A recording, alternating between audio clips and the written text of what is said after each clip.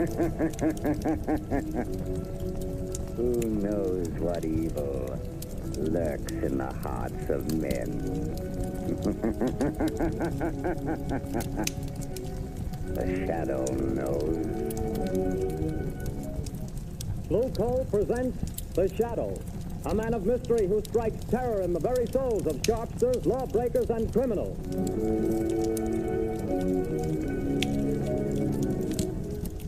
All signs point to a severe winter. Be prepared. If you want to be sure of even, dependable, healthful heat in any kind of weather, insist on Blue Coal, America's finest anthracite mined from the fields of northern Pennsylvania. The coal that is colored a harmless blue at the mine for your protection.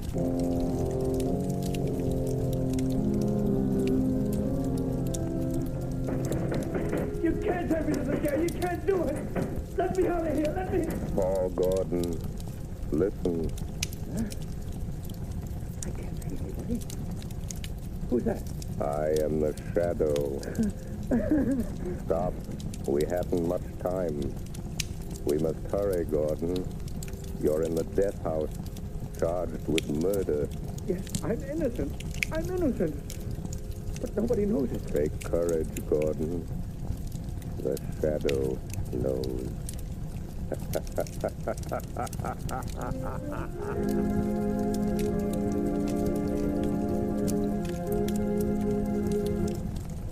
All right, Margot, won't you sit down?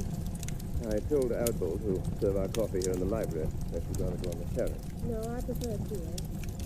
Then let me see you smile. That frown is most unbecoming. Lamont, give it up.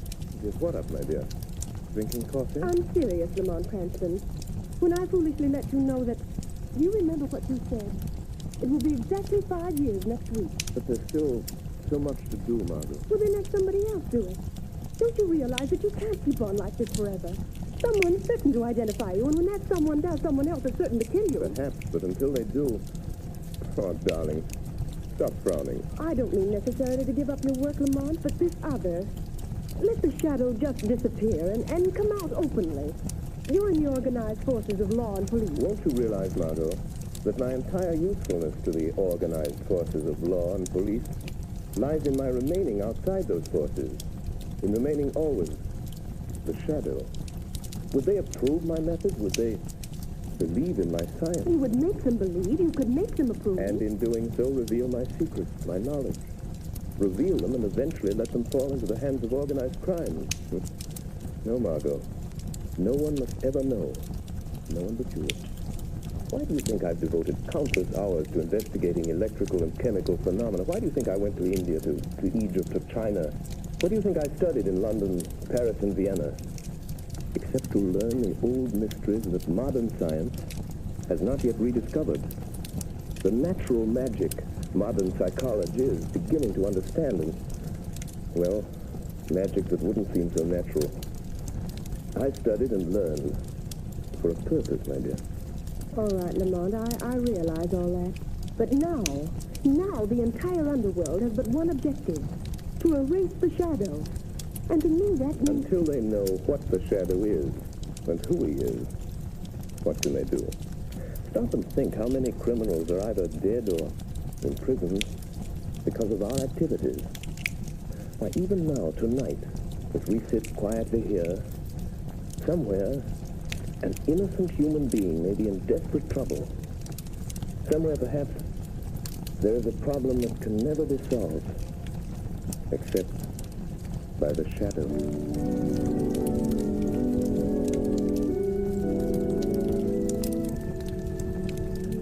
What did the doctor say, Grace? It was good news and bad, too, I'm afraid, dear. Well, whatever it was, dear, tell me. He said the baby could be perfectly well again within a year. Oh, thank God for that. Poor kid. She's had a tough time. Well, what else? Well, this part isn't so good, Paul. She'll need treatments during all that time. Paul, treatments cost money. I know. Well, we'll have to manage somehow. You didn't do a very good job marrying me, dear. Darling. If I could only get a job. I've got my health and I've got brains. But no one seems to want them. Oh, they will, dear. They've got to. You're right about that. We're just about down to rock bottom. I raised every cent I can on a house and car. There isn't anything left. You and I are still left, Paul. And we've got to take care of Sally. She's our daughter, Paul, and she's got to have her chance. She's going to have it. Somehow. Tomorrow I'll start out and take anything I can get. Darling, perhaps tomorrow things will break for us. Yes. If only they don't break the wrong way.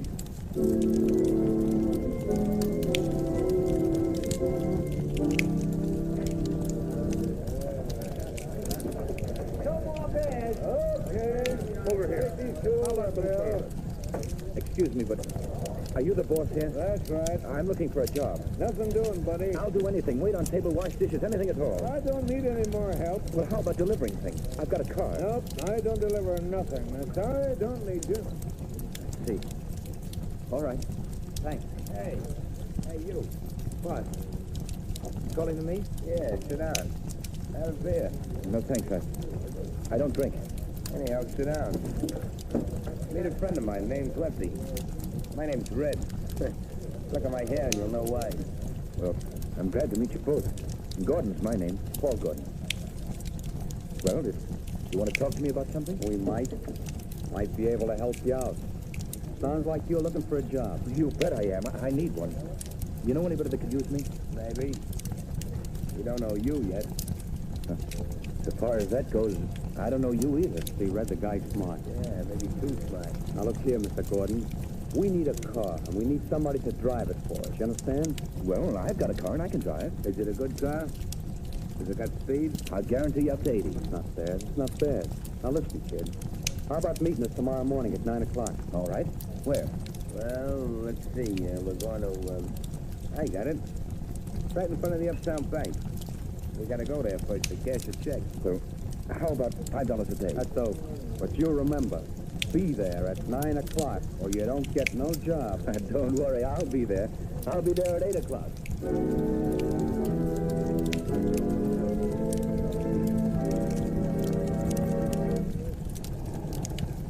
Hey, buddy, you can't keep this car in front of the bank all day. I just see that sign, no parking. I'm not parking, officer. I'm waiting for a couple of men. I'm working for them.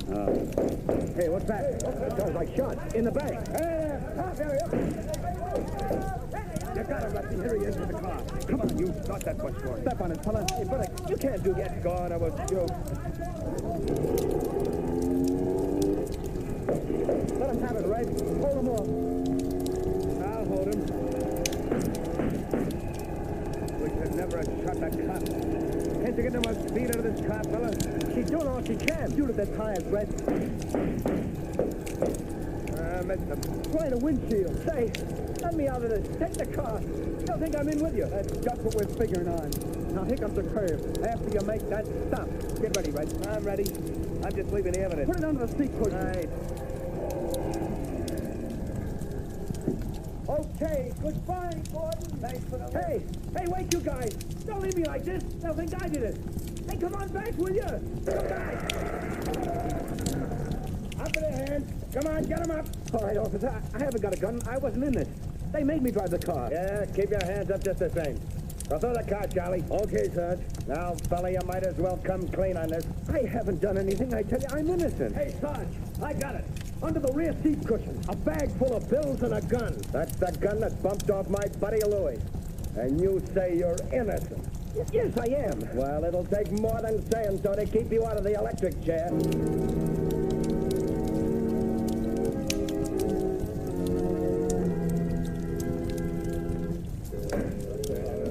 Order in the court.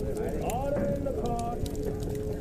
Paul Gordon, the jury have found you guilty of robbery under arms and statutory murder. You have been shown to have had both motive and opportunity.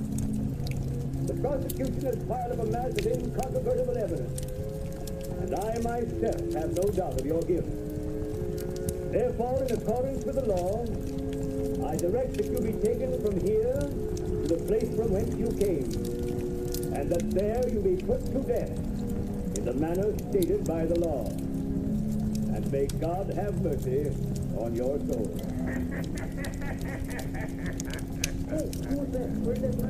Who laughed? Bring that person before the court. Well, I don't know where he is, Your Honor. The laugh came from over there, in that corner. Yes. Yes, Your Honor, but there's no one in that corner. Only a shadow.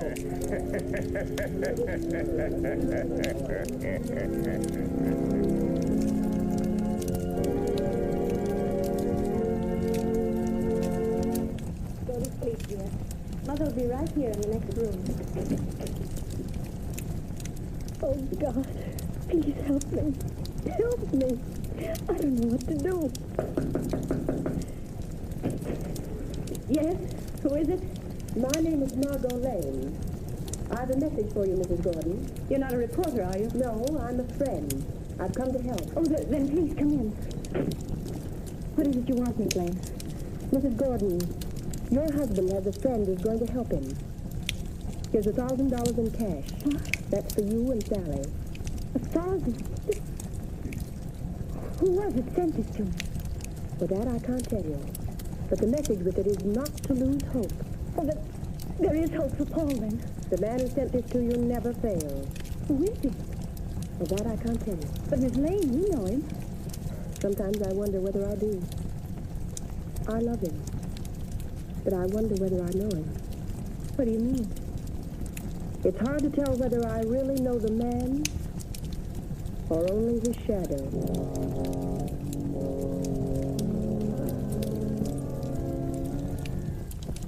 Well, Lefty, tonight the fall guy goes to the sheriff. That's what he gets for being a sucker. Yeah, there's not a clue that even points our way. Not even a print. We had gloves on all the time. You had yours up for a minute when you were sitting next to him. Yeah, but I didn't touch the wheel. Then we ain't left a clue. You think so? Who said that? You, Lefty? No, I thought it was you. It was I. You cannot see me. Who are you? And where are you? I am here in the room, in the shadow. You have pinned your crime on an innocent man. He shall not suffer, but you will. I don't know who you are, where you are, but you're bluffing anyway. You got no evidence. We didn't leave a clue. You did leave a clue. A clue that will send you to the chair. What was it? Where was it? You're lying. Wouldn't you like to believe that? Keep thinking about it. Keep thinking about the clue that you forgot.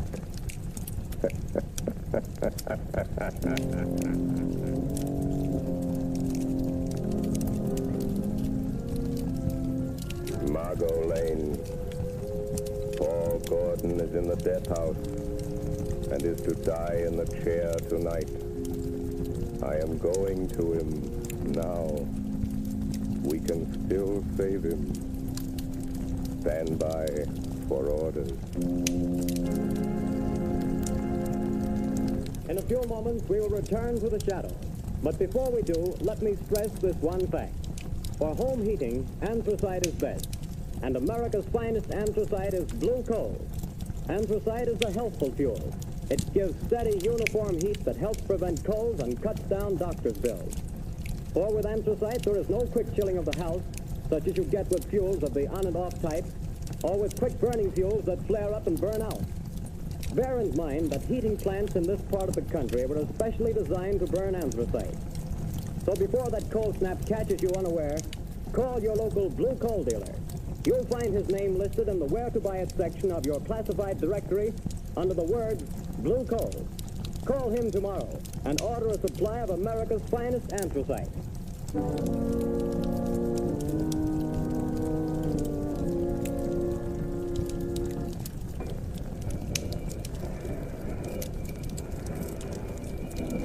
Gordon, have you got any word from the government?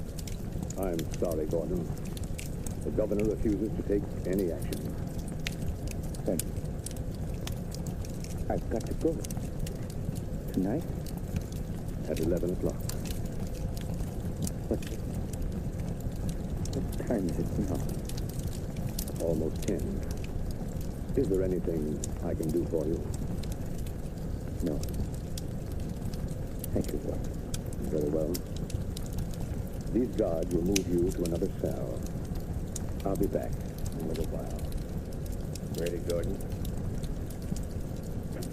Yes, Scott. We're just going to move you to another cell. What does it matter? The one you're going to is nearer. Nearer to the chair, is that it?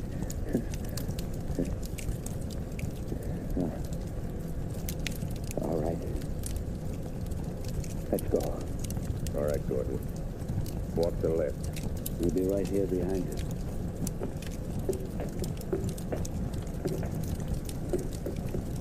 Unlock the door into the preparation chamber, Pete. Okay, just a second. All right. Go on through, Gordon. Watch him, Pete. I'll shut the door. What's the use of all this trouble? What chance have I got now? I'm afraid you haven't got much, fella. I wouldn't say that. What do you mean? Holy smokes. Look behind you. Where? There. Oh. Too bad. I hated to do that, but there wasn't any other way, and he'll only be out for a while. Now, Gordon, listen to me. Hey, where are you? I can't see you anymore. Where have you gone? Back into the shadow. Now, Gordon, we haven't much time. Listen to me. No crime is perfect. There's always somewhere a loose end. The only reason that all crimes aren't solved is because there's some one fact that someone knows and doesn't tell. And sometimes they don't tell because they don't know that they know. I told everything I know in court. They wouldn't believe me then. Because you couldn't prove what you said. We are going after the proof now. You and I. How? I'm going to think with your mind. I don't know what you mean. Don't try to understand. Just do as I tell you. I want you to concentrate, Gordon. Fix your mind on everything that happened that day. Make mental pictures. I'll see what you see. I'll try. No, Gordon. Stop thinking about your wife and baby. How did you know I was thinking about I that? saw it in your mind. I see in my mind the pictures you create in yours. Oh, like television? Yes, or like mental telepathy or mind reading, hypnotism, whatever you choose. There's no time to talk. Stop talking. Think. I will. I'm thinking now. The picture is getting clearer. That's better. Go on. The restaurant? The bar? Gordon, stop thinking about the electric chair. It blurs the picture. I'll try. That's better. The car in front of the bank. Yes, I see it. The policeman. The crowd. Yes. Wait a minute. The small man with red hair. He was the one you called Red. Yes. I see him. Crooked nose, short, glasses. I know that man. He's Red Sloan. It's hard to see. I know. Think for your life. Try hard. Yes, you started the car. The other, Lefty, was in front with you. Lefty. See him for me, Gordon. Yes. A scar on his left cheek. Why didn't you mention that in court? I forgot. Never mind. Concentrate. Yes. Lefty couldn't keep you covered with a gun and look back at the same time. What did he do? He reached up and twisted the rear view mirror. Now we've got it. That's the loose end. That's where his thumbprint will be. Gordon, now I can save you. You've told the truth. You didn't know you knew.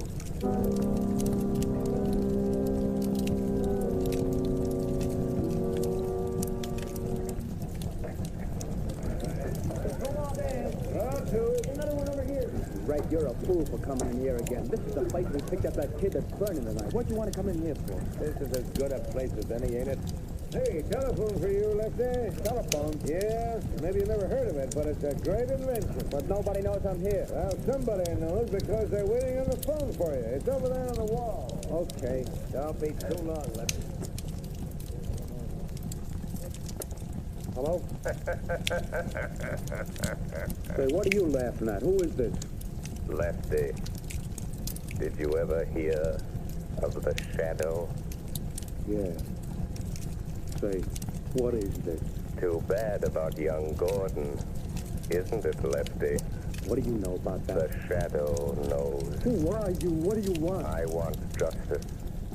Justice for Paul Gordon, Lefty. And I'm going to get it. But you ain't got no evidence. No. Perhaps there are some fingerprints, Lefty. Oh, no, we had gloves on. There couldn't be no fingerprints. Did you have gloves on all the time? Yeah, sure. I did. You're left-handed. Now listen carefully, Lefty.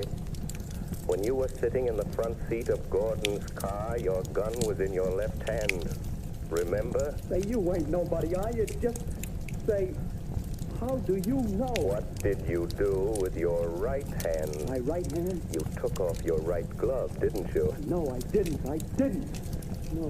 Gosh, I'm going nuts. And you couldn't see the car that was chasing you because the angle of the rear view mirror was adjusted for the driver and you weren't driving, so... Do you remember what you did? No, I didn't. I didn't take it off. Are you sure you didn't reach up with your bare right hand and turn that rear view mirror? Are you sure, Lefty? No, I didn't. I didn't. Maybe I did that. If the police find that fingerprint, you'll burn, Lefty. Just the way young Gordon's going to burn tonight. Goodbye, Lefty. Hey, wait a minute. Wait a minute. He hung up. No. I won't burn.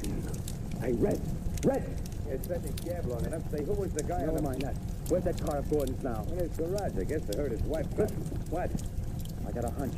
There's some fingerprints of mine in that car. Red, we gotta wipe them off of there, or maybe we'll burn in that chair, too. Come on, let's go. But, Commissioner, I'm sorry, Miss Lane, but I don't see what we can do. but I tell you Paul Gordon is innocent. The men who committed the crime are free. Where did you get this information? Oh, that I can't tell you. Miss Lane, Paul Gordon was convicted of murder by due processes of law. Tonight he pays for his crime in the electric chair. If the police listen to every crank who came in here claiming new But evidence... they can't send an innocent man to the chair. They can't do it. No, but they can send a guilty man. And according to the evidence, Paul Gordon is guilty. Commissioner, suppose that afterwards, when it's too late, they discover that Paul Gordon wasn't guilty after all. And suppose I testify that the police refuse to listen. Well, what do you want me to do? If it's within reason, I'll do that. I want you to send some men to that garage. I want you to catch the guilty men and see that justice is done.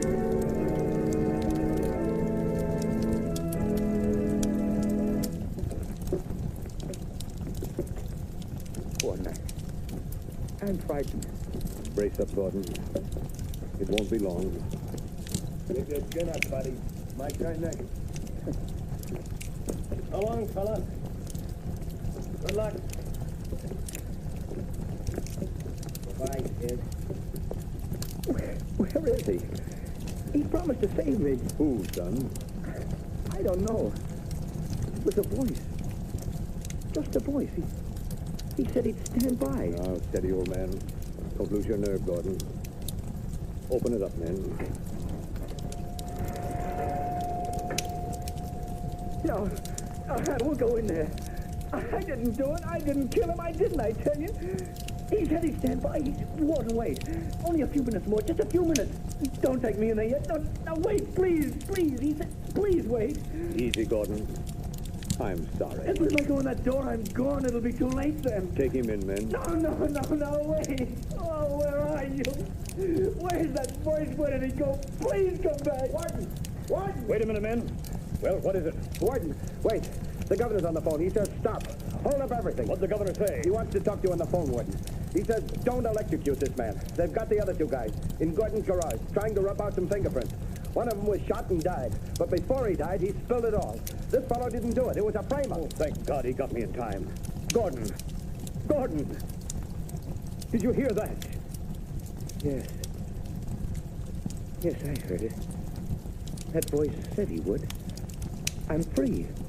You're not going to electrocute me, Warden. You're not. No. No, Gordon. The governor saved you. Governor? No. He wasn't the governor. It was somebody else. Or something else. But what do you mean, Gordon? Who saved you? I don't know. It was a voice. Just a voice. I never really saw him. He was only a shadow.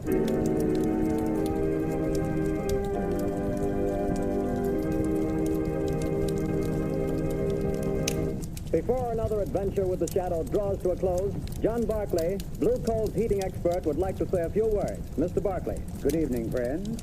If you're interested in having a more comfortable home this winter, be sure to call your local Blue Coal dealer.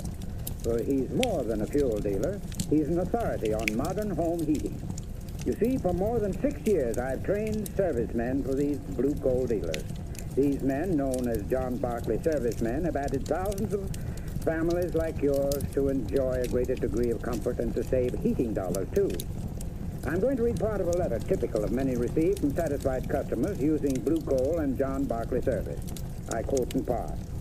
The service rendered by your John Barclay servicemen has been invaluable to me. We were burning a ton of coal a week and having great difficulty in keeping our fire going throughout the night. Your serviceman made me many helpful suggestions regarding the proper way to regulate the furnace and recommended the use of Blue Coal. We not only reduced the amount of fuel consumed to 1/2, but actually got more heat. Think of that, friends. In this case, a family cut their fuel bill in half simply by following the advice of a John Barclay serviceman, whose services were given without charge. Now, you don't have to buy Blue Coal to benefit from John Barclay service. No matter what kind of fuel you're using or from whom you've been buying, if you have any heating problems, consult the Blue Coal dealer. He'll be very glad to place his John Barclay serviceman at your disposal to solve your problems. I thank you.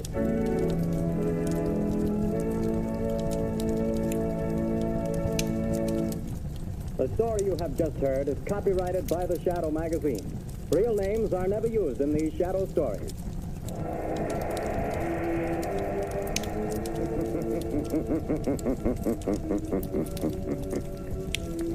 The weed of crime bears bitter fruit.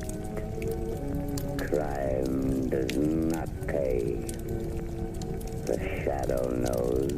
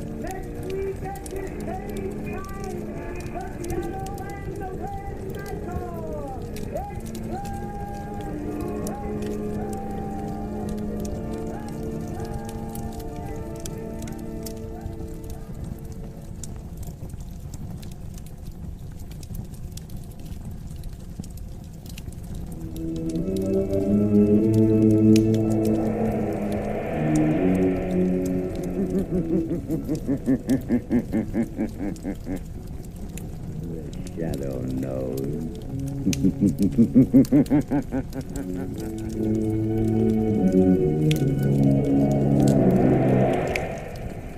Blue Coal presents The Shadow, the man of mystery who strikes terror in the very hearts of sharpsters, lawbreakers, and criminals.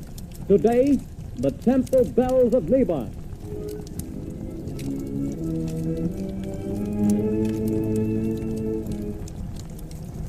Friends, if you want to be sure that the fuel you get to heat your home this winter is safe, healthy, and economical fuel, then by all means buy Blue Coal, the finest of Pennsylvania hard coal. Remember, this superior quality anthracite has been colored a harmless blue at the mines so that you can recognize it at a glance. So take the guesswork out of your fuel buying. Get America's finest anthracite. Ask for Blue Coal by name. Order a supply tomorrow.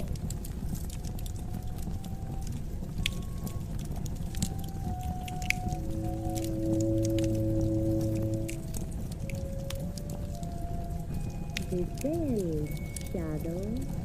The bells of Neva. They will reveal you.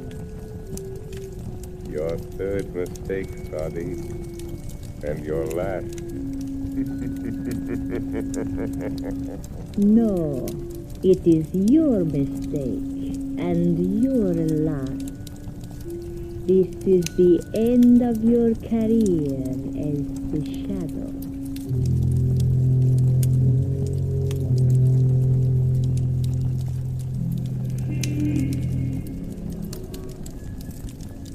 Well, Margot, we'll make this a large evening. A couple of hours at the Club Caliph. Does that intrigue you? Lovely, but not too late. I have an appointment at 10 in the morning at the Women's Club. They're trying to get some action on this terrible narcotics situation. Yes, I read about that. The stuff's being peddled all over town. They found school children using it, society women. Why, it's already caused a half-dozen suicides. Yes, I know. It's terrible stuff. Oh, it needs the Shadow to get at the bottom of it. Yes, I know, dear, but for tonight I do enjoy just being myself. Lamont Cranston, dilettante. Let's be the Shadow only in real emergency. You know, they tell me there's a lovely Indian dancer at this new Club Caliph. Indian dancer? Mm-hmm. You know, there's the place just there. Club Caliph, driver. Yes, sir. Lamont, you are going to do something about it. You've started already. Perhaps. Well, here we are. All right, driver. Say what? Thank you, sir. Oh, that looked like young Jerry Gleason just going in. Yes? How's that young man's father? I'd spank him and keep him home occasionally. Well, son of a wealthy sire. Here, let me have your coat. I'll check it with mine. Good evening, Jerry. Oh, hello, Miss Lane. Your father and sister well? I haven't seen them lately. Yes. I'm sorry, but I can't wait right now. I've got to see someone, and it's important. I'm sorry. But Jerry... What ails young Gleason? I don't know. He seems awfully upset about something. He doesn't look well either. Pale and shaky. You're right, he doesn't. Something curious about that boy. Well, let's go in. May I show you to a table, sir? Take this table by the dance floor, thank you. Oh, there's someone getting up to speak. We seem to be just in time for the main attraction. Apparently. Ladies and gentlemen, we take pleasure in presenting the fascinating and beautiful dancer of the Far East, Sadi Bel Ada. For our first number tonight, she will give you the dance of the cobra, Sadi Bel Ada.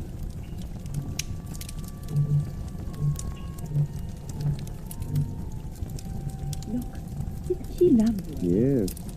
Real thing, too. Real Hindu. It's odd, you know? Look, she's taking a snake out of that wicker bag. A live cobra. Oh, heavens. You know, the cobra is connected with the old Indian mysticism, the most ancient of magic. See how she quiets the snake, makes it sway to the motion of her hands. It's a form of mesmerism. We've never improved on that with all our modern psychology. I hope its fangs have been removed. Well, they undoubtedly have. So, this is the one they call Sadi Bel Ada. Jerry Gleason with that strange look in his eyes. An epidemic of narcotic smuggling. Sadi Bel Ada. Oh, how graceful she is. She keeps looking over here, Lamont. Yes. It's coming this way. Well. Souvenir for the beautiful lady, sir. Oh, a bracelet. Thank you. Bismillahirrahmanirrahim, fair lady. You know the tongue of Mother India, sir. Only enough to make a small prayer. Only enough for that. Sadi Bel Ada. It is good sometimes to know a small prayer. Just in case of an emergency? Yes.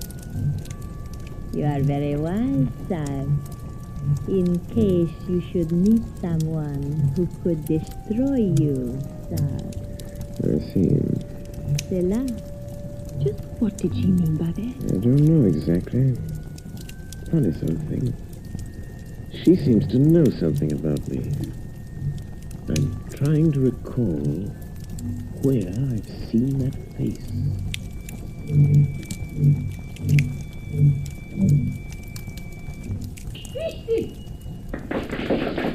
What in exotic picture? Look, she's stopping at the table by the door. Why, it's young Jerry Gleason. She handed him something. Good Lord. He's going up with her. What's the matter? It just struck me, Margot. That boy's face. The color, the skin. You mean drunk? Yes. The poppy of India. Oh, but not Jerry Gleason. Oh, that'd be too awful. And our old friend Claire Gleason, his aunt, who's tried so hard to steer him straight since his mother died, it would just about kill her. Come, Margot. We must do something. We're more. going to. I did come here tonight with a vague idea that this Indian dancer might have some connection with the thing. With her veiled threats and Jerry's interest in her, I'm pretty sure But now. what are you going to do? I think the Shadow will pay a call on Sadi Belada in her dressing room. I think the Shadow can strike back.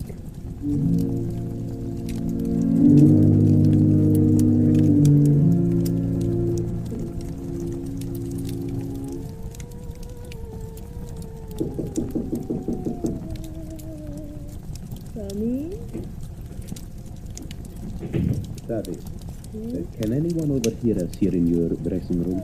No. What do you want, Alex? A message from the captain. What then? Tomorrow is the day. The police are getting closer. We sail tomorrow night at 8. I am not afraid of the police.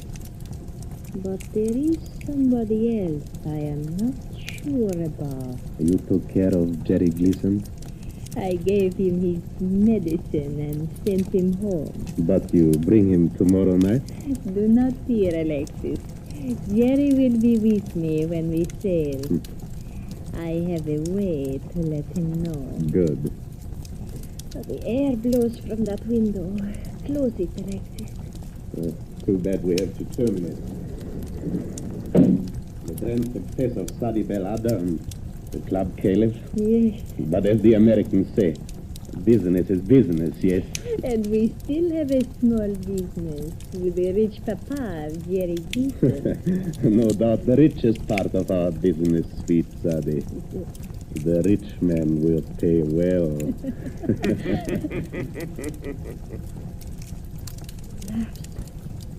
Where are you? Speak. I am here, in the shadow. But I'm afraid you can't see me. Speak. And say who you are. Have you never heard of the shadow? Oh, the shadow? So it is you. Have I not somewhere in the past seen your face and known your name? I think so. Did you enjoy yourself tonight? I warn you, Sadi Belada. Leave the Gleason boy alone. The boy to whom you give the evil drug. I have no fear of you, Shadow Side. I hold a greater power.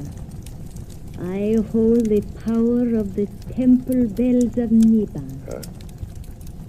You command the temple bells of Naban, do you? Yes, Either you lie, or you desecrate a great gift. put your strength against mine, Whitey Fandy, and you will see how I desecrate that gift. I can cast your little spells aside and make them nothing. I can kill you. Kill me, the shadow, Sadi? Yes. If you dare to come to me again, will you come? Who could refuse such an invitation? Especially when made by so charming a lady as yourself.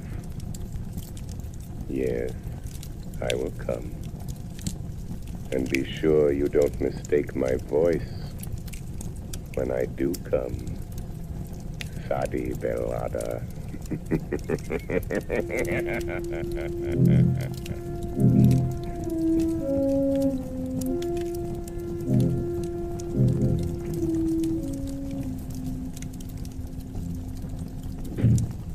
what is it, Sergeant? Excuse me, Commissioner. Old man Gleason is outside and insists he's got to see you. Gleason? You mean Andrew Gleason? Sure, the big Wall Street banker, friend of the mayor. Shall I let him come in? All this claim deficiency where it doesn't do any good.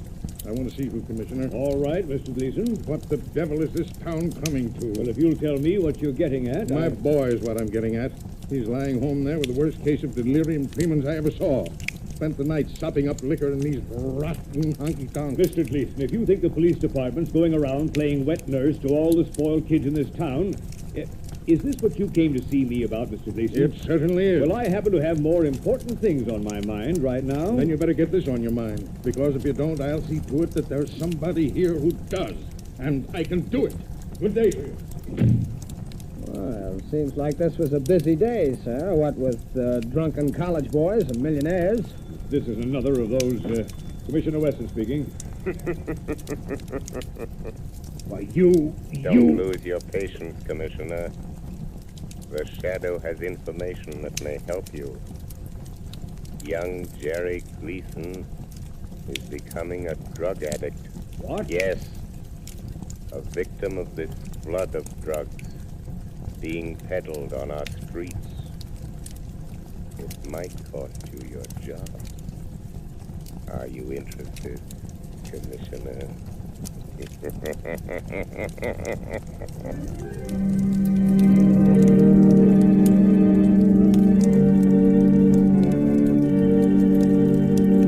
Ladies and gentlemen, while we're waiting for the Shadow to return, I want to relay a bit of information I'm sure homeowners here in the New England states will find particularly interesting.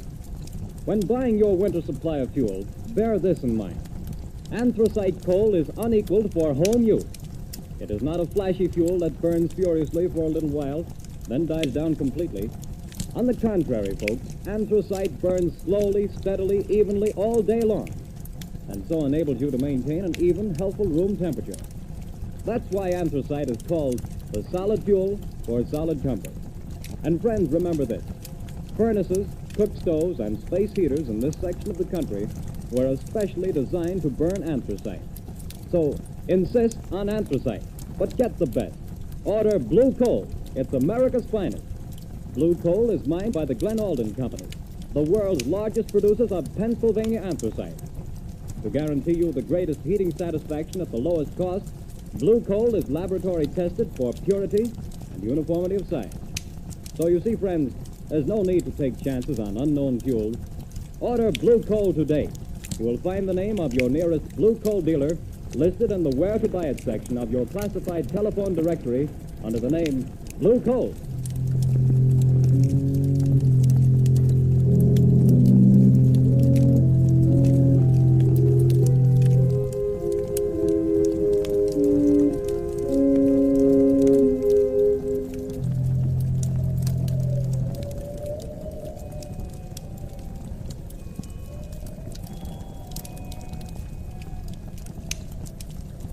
You hear, Margot?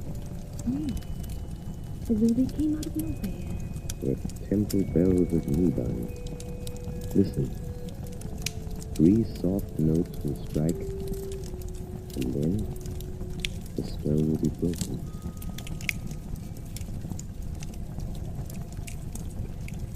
They're gone. But how long? 3 weeks in your apartment listening to weird temple bells. Where did they come from? How did you get it? Not too difficult, Margot, dear. For those who've learned its secret, it's secret based on the phenomenon of telepathy combined with the old science of the yoga, the same magic which gives voice to a shadow. It's a very awe-inspiring demonstration. If there should be someone who could command the temple bells of Naban, the shadow would cease to be a shadow. You make it see? Yes.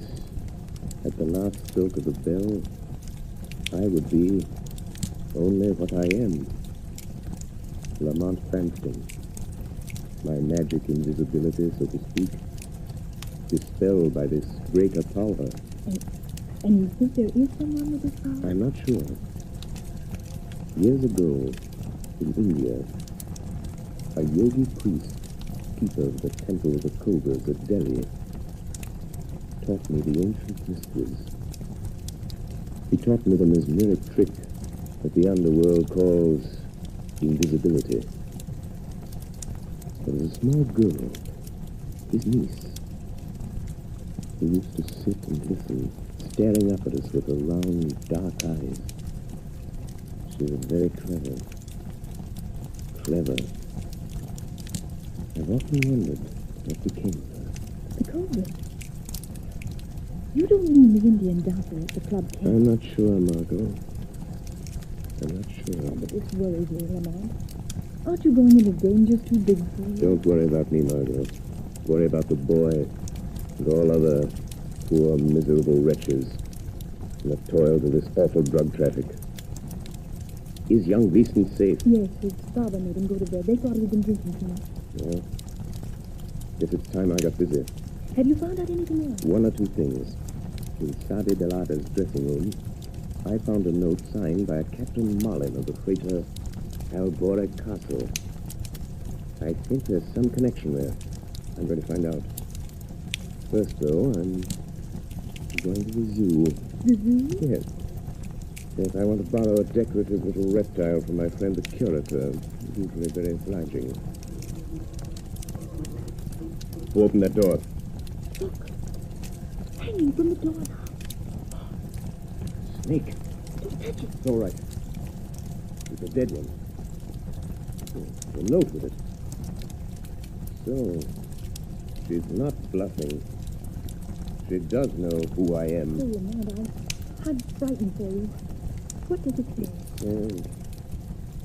Dead cobras are better playthings than live ones. Was I mistaken? Then it's Sadi Delata. Oh, Lamont. Margot, it's a challenge. But the bell. The bell's with me bound. Oh, I'm afraid the shadow this time will get beyond his grip. We shall see, Margot. We shall see who is stronger. Sadi and the bells of Loban, or the shadow.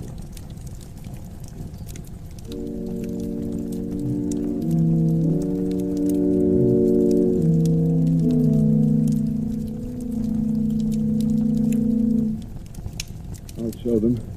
They think they can keep me a prisoner in my own house, putting me to bed as if I was some half-grown kid. What's that?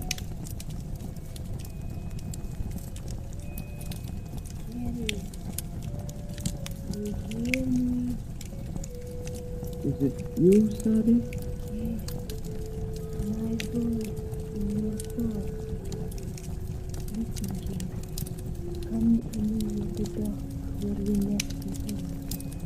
Your medicine. Yes. Yes. Go aboard the ship I told you about. The Albora Castle. You and I, Jim. Yes. Yes. But they've locked me in. Go through the window, Jim. Come now. Yes, Daddy. The window.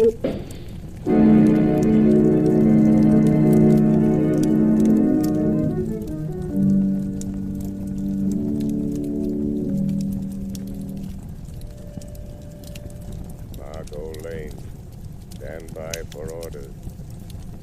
Jerry Gleason has escaped from his house, but I have followed him to the waterfront, and I know where he's going. Get word to Commissioner Weston. Time is short. I accept Sadi's challenge. Send harbor police to the freighter Albora Castle, which lies in the harbor just off Bay Ridge shore, ready to sail. Hurry, Margot.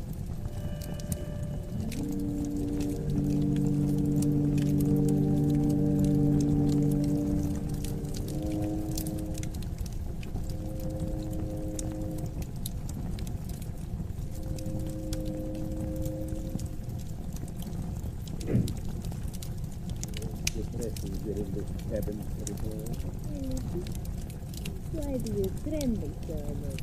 I wish we'd have thought it too. All the way to Rio. You said. There are some notes delivered to Papagi. Yes. What was that? But there is nothing. Oh, it's you, Captain. We are leaving, Captain? Yes, we're getting on the way now. We've got the boys stowed safely below decks. And the rest of the medicine? We got rid of that, what was left of it. A nice clean-up for all hands, not counting this Gleason job. That'll net us another 100,000, or nothing. Oh, we have fixed whichever way the dice roll. And after that, we live like kings, without a care, yes? Not even a conscience to bother you. What? Daddy, he has come. I was afraid. Who said that? I did, Captain. So you're the one with your ghost talk and magic, eh? I'll make a shadow out of you soon enough. Not that way, Captain. No? Here, lock that door, man. It is locked, Captain Mallet, but the porthole. No one can get through those, not even a shadow. Save your laugh, whoever you are. We've got you. You're in this cabin somewhere, and this ship is outward bound. Laugh back. I think you may have made 3 mistakes, Captain. One too many. Yes? Yes, Captain. I do not make mistakes, son. That remains to be seen. Sade Velada. Then we will see. Hand me the wicker basket, Alex. What are you going to do? Yes, Daddy. I call the temple bells of Niban, Captain. The shadow has the power to blind your eyes. A trick he learned in India from a yogi who was my uncle. But I have a better trick. When the last bell sounds while the sacred cobra dances, you will see the shadow only as a man. Be ready to shoot, Captain. I'm ready. And now, my cobra, to dance with the bells of Nida. I wouldn't open that basket if I were you, Sade Velada. You watch my pretty cobra, son. He may find you even before the captain's bullet. You will die just as quickly. Dead cobras are better playthings than live ones. Bismillahi Rahmani Rahim. Make your small prayer, son.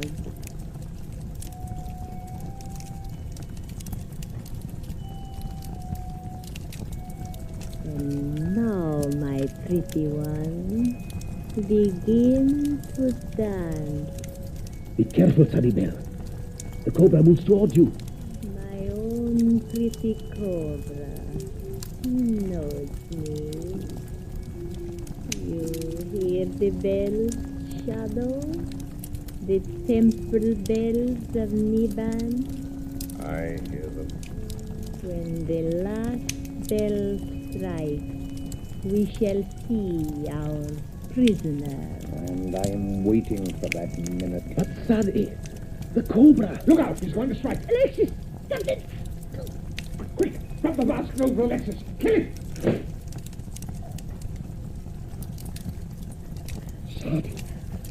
Sadi. The shadow warned you, Sade Velada. You take credit for this too, do you? No. Sade should have known it was not her cobra in the wicker basket. It was mine. She's dead. Who is it? Captain Allen, the police, the border. No, please, Captain Mallet, you do not shoot. Stand back here! Drop that gun. I'll take this. Out! What's the bracelets on both of them, Sergeant? Right. Dope smugglers, kidnappers, and from the looks, murderers. This time the police were too smart for you. Oh, decidedly. Huh? Who's that? Thanks for coming, Commissioner. You were very helpful.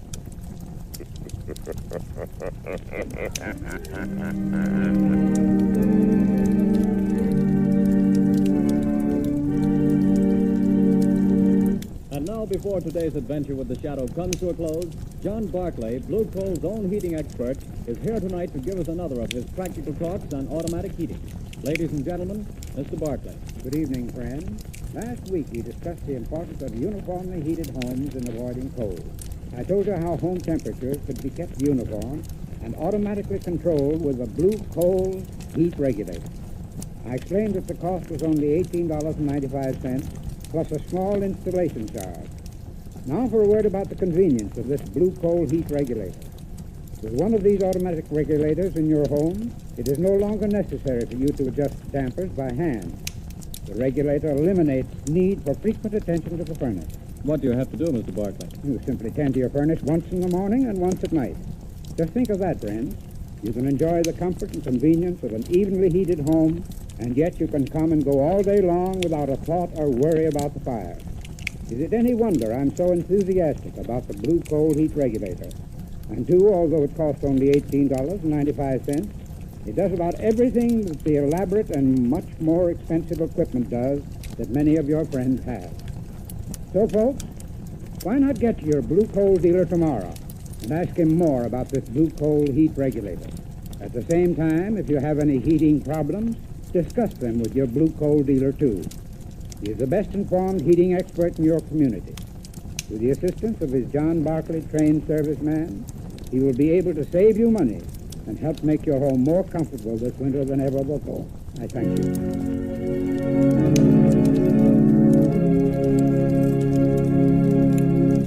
The story you have just heard is copyrighted by the Shadow magazine. The characters in this story are entirely fictitious. Any similarity to persons living or dead is purely coincidental.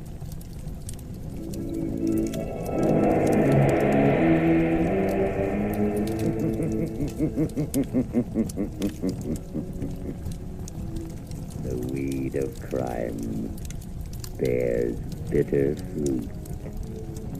Crime does not pay. The Shadow knows.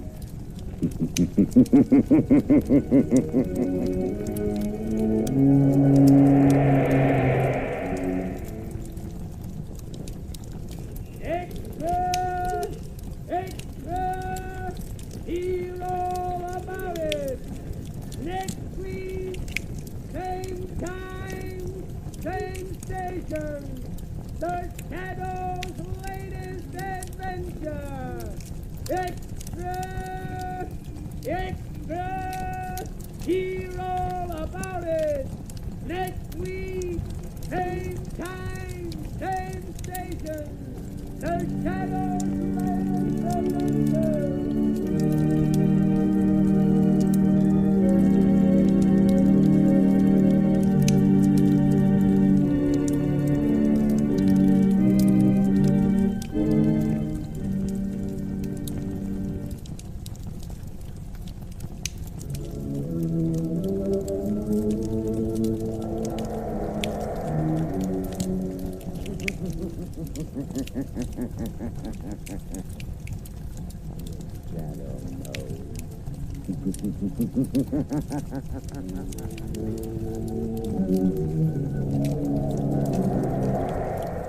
Blue Coal presents The Shadow, the man of mystery who strikes terror in the very souls of shopsters, lawbreakers, and criminals.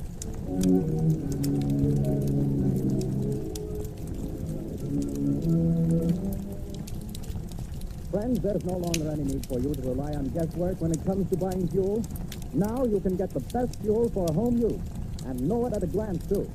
For Blue Coal, the finest of Pennsylvania hard coal, is colored a harmless blue at the mine for your protection, so that you can identify it instantly. To be sure that the fuel you buy is a safe, healthy, economical fuel, get America's finest anthracite. Ask for Blue Coal by name. Order your supply tomorrow.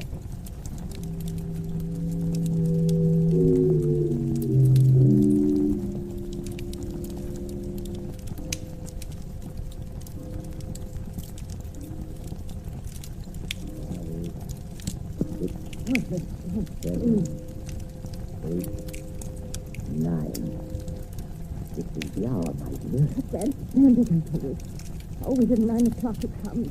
But if I hear that horrible thing again, I'll go crazy. Oh, this awful house. But it's quiet, my dear. way out in the country like this, I can install my laboratory here as soon as I get around to it. As for these strange sounds, well, haunted houses have always fascinated me. I've always wanted to meet a ghost. Shake hands with him. It's frightening to see. Stop talking like that. It's serious. Oh, I've tried to stand it for your sake, Arthur, but I don't know how much longer. My heart isn't strong, and But that's only the wind, isn't it? No. It always starts like that. You know it does. Look. Arthur, it's coming. It's coming. It's coming. A ghost, eh? Well, we'll see. I'll meet him this time. I'll meet him halfway, too. Stop. Stop. Come, we'll both meet him. Give me your hand. No. Carolyn, stop. Can't you hear me? Could you see? Has the shot taken? No, her heart still beats. She's only thinking again, Yes.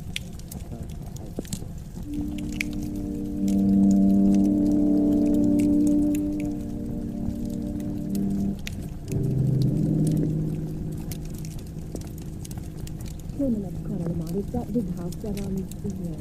May I ask, Margot, the reason for this late call on Carolyn's me? I want to know what's the matter with the poor woman. I got an awful shock when I saw her in town last week. She was positively haggard. I never saw such a thing come over a patient. Married life may not agree with her. She was spinster for close to 40 years, wasn't she? I know, but I think she was foolish. Carolyn has nearly $1 million in her own name. She didn't have to marry. Yes, but right now I'm not the shadow. Remember, I'm just your patient chauffeur, darling. Lamont Cranston, in need of a rest from my famous mystery man role. That last adventure took a lot out of me, you know. Well, a marriage problem is hardly... Seriously, though. Nobody knows anything about this man she married. He came into town 6 months ago, met Carolyn in some accidental manner at the county fair and proceeded to rush her off her feet. I've met him only once, but I don't like his look. Something sinister, I gather. Hence the shadow idea. Well, who is he anyway? Professor Arthur Smead, I believe he calls himself. He has a small office in town where he's supposed to be working on inventions or something. Well, here we are. You're usually pretty level-headed, Margot, but don't let your aversion to this man we're seeing be too apparent.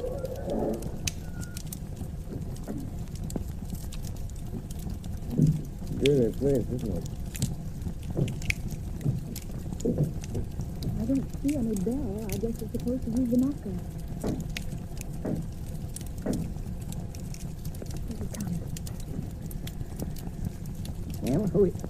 Oh, Judith Lane. Yes. Good evening, Professor Smead. I hope you aren't too late. Too late? And too late for what? Why, I phoned Carolyn that we'd drop in just to say hello. Well, she didn't tell me. Carolyn isn't feeling well at the moment. I'm sorry. Good night. Oh, but please, I only want to see her for a minute. That is, unless it's something really serious. Well, it isn't as serious as she pretends to think it is, but, come in. Thank you. This is my friend Lamont Cranston. Come in. I'm very happy to see Mr. Cranston. I've heard a lot about him. How do you do? You say Carolyn is ill? You didn't mention it when I came on suddenly. She's been in a nervous condition lately, but it's mostly imaginary. I made her go to bed. Well, would it be all right if I saw it? I suppose so. Go on up if you like. Well, thanks. I'll only be a few minutes. What seems to be the trouble with your wife, Professor Smead? Oh, she's run down, I guess. Slightly nervous. She has some absurd notion that this place is, haunted. Haunted? It's only the wind, of course. Creaking of an old house. Ghosts. She keeps talking about ghosts. And I can't persuade her that there are no such things.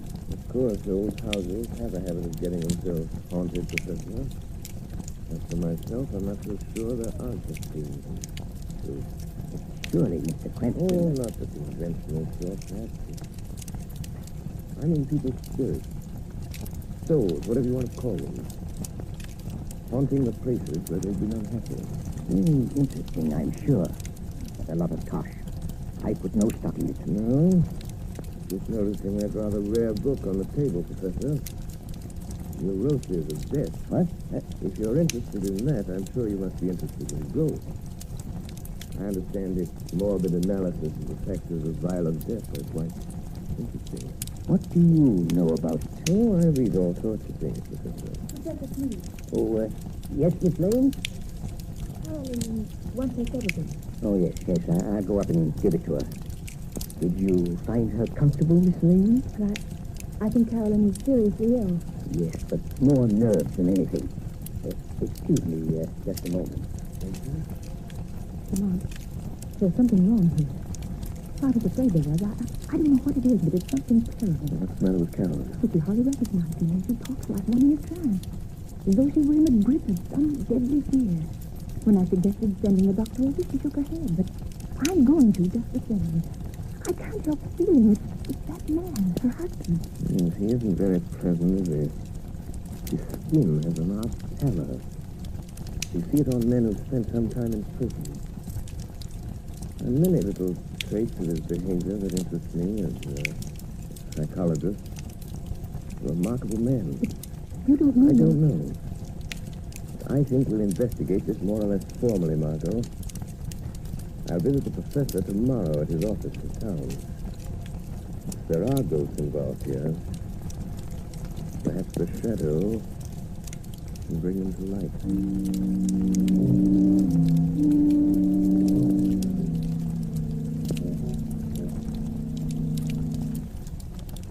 Hello? Yes, Carolyn. Well, don't worry, my dear. I'll leave the office here at 5, and I'll be home before 6. Yes, I understand. Goodbye, dear. Well, who is it? Is that you, Miss White? Who's opening that door? Don't get up, Professor. I'll close it after me. What? I thought I might find you in. Who said that? Who are you? Your conscience speaking, Professor. Or have you a conscience? I'll show you what I've got. Don't excite yourself. I'm only a voice. A voice they call... Professor, have you ever heard of the shadow? The shadow? Yes. You seem to have heard of me. What do you want? I've come to warn you, Sneed. Warn me? Warn me about what? I know what you're doing. What? And I know how it's going to end. The end is death. Yes? I have something here I'll toss in your lap. There. You hear it? Why, you... Get out of here, I tell you. See it? Look. It's half of a playing card. The ace of spades. When you find the other half, that will be the end. Get out and leave me alone. All right, Sneed, I'll go, but don't forget. The shadow knows.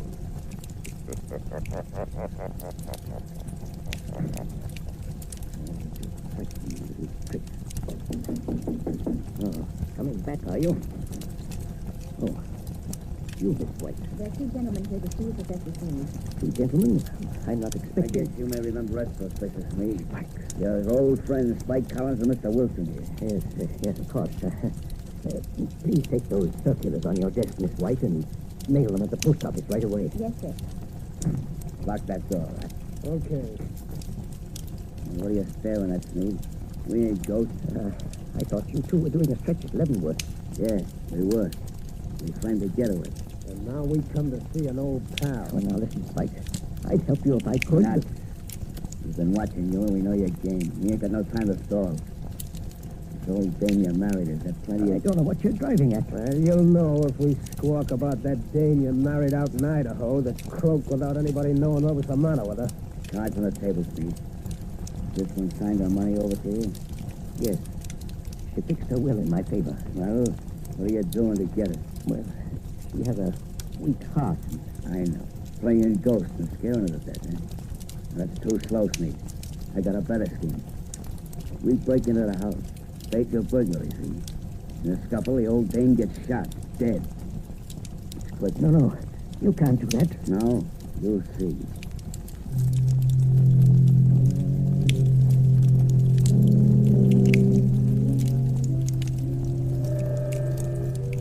Spike Collins.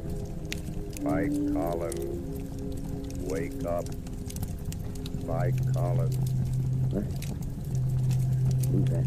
Just a voice, Collins. The voice of your own thoughts, coming to warn you. No one but you can hear me. Your friend Sneed is going to double-cross you tonight. Sneed is going to double-cross you. It's your move. Be there to prevent him. Be there in time. 6 o'clock. Be there.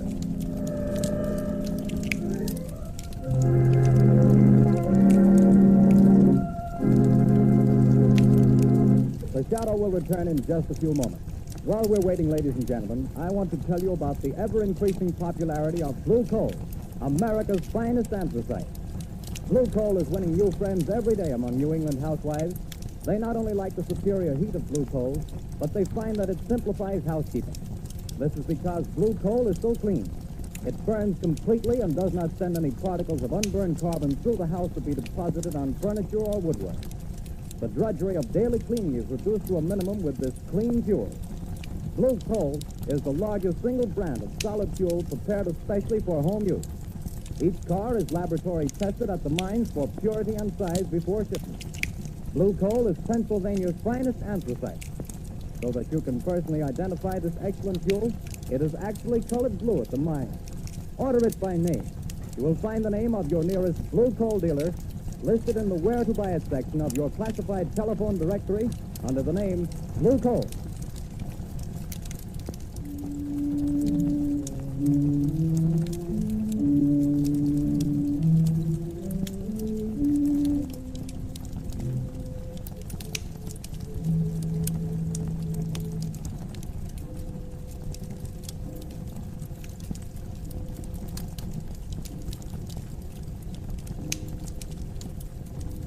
Are you comfortable in that chair, Carolyn? Yes, thank you, Mother dear. And I do appreciate your coming out here and staying with me. I'm glad to do it. But it's 6 o'clock. Your husband ought to be coming home pretty soon, shouldn't he? He phoned just before you got here and said he was starting. He seemed very agitated. Oh, he's a strange, unaccountable man sometimes. There are things about him I don't seem to understand. Yes, I know, dear. He has a car, I suppose? Yes, he's driving. He's probably on his way.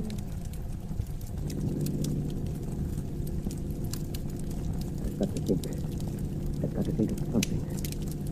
I know. We leave town. You're driving rather recklessly, Sneed. You again. I'm going to haunt you. Try to forget that I'm here in the rear seat. If it annoys you. No, don't look under the seat. If I could only see you, get my hands on you, I'd show you how much it annoys me. Shut up. I'm the voice of your conscience, Sneed. Perhaps you have a conscience. After all, I could choke that voice down your throat without any trouble to my conscience. You only have the power of second sight. That's an invaluable gift, Sneed. Being able to see things that other men can't. Some people call it mental telepathy. Some by other names. Remember, I can see the pictures you make in your mind. I told you about that. You can warn all you like. That's not evidence, not in court. A lot of wild guesses that don't mean anything. Well, doesn't it frighten you a little, Sneed? I simply will you not to see me, and you don't. Careful. There's a truck coming down the road. Better sound your horn. Good Lord, the fool's taking up the whole road. It's going to hit you. Look out. Gone. There wasn't any truck there. No. I willed you to see it. And you saw it. No truck at all. Just hypnotism. Gosh, I'm having hallucinations. But that's the way to dispel hallucinations. Drive straight through them. Be careful. We're near your house. And this old mill road is tricky. What about it? Look, Sneed. There's a man in the road ahead of you. There is, eh? Really? Why, it looks like one of your two pals that called on you today. I knew he would be here, Sneed. Really? You're going to hit him if you don't watch out. More of your hallucinations. You think that I'll believe you again, don't you? Well, I won't. Look out! I hit him. This time, it was no hallucination, Sneed. He was in front of you.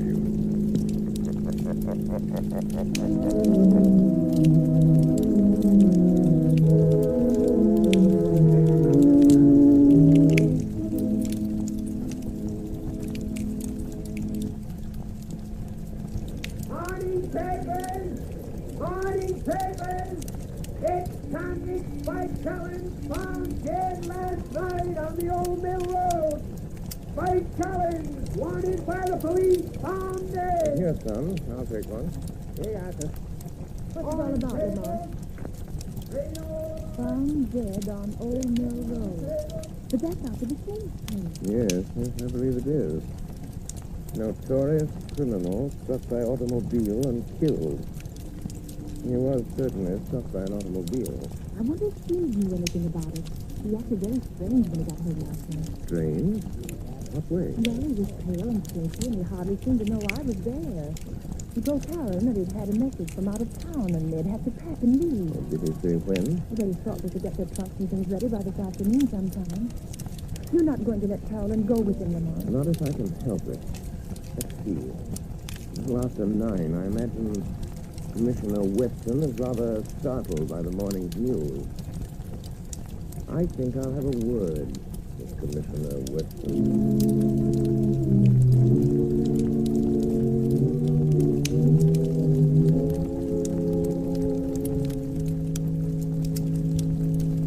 Commissioner Weston, they're sending Collins' body into the morgue. You went out there this morning and checked all details, Captain? Yes, sir, I did. And whoever hit him certainly smashed him up good.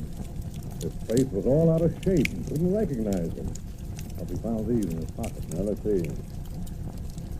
A letter from his girl out west, looks like. Insurance policy. Library card of Leavenworth Penitentiary. And this ring, sir, that Collins always wore, with the figure 8 on it. Oh, yes. Well, it's a good job done, whoever did it. Tag that stuff and file it. Yes, sir. Let me know when the wagon gets here. Yes, sir. Police Department, Commissioner Weston speaking. Good morning, Commissioner. This is your good friend, the Shadow. Oh, yeah? What the blazes do you want? To be of a little assistance, as usual. Yes, I see. I'm getting tired of this rigmarole, though heaven knows things happen when you phone. And what's the assistance today? Why didn't you investigate the ghost that haunts Sneed House, Commissioner, on the old mill road? Well, you missed up on that one, Mr. Shadow. I don't put much stock in ghosts, but we went out there and checked up, searched the house. There's no evidence. No. Go again today, Commissioner. And this time, I think you'll get your evidence.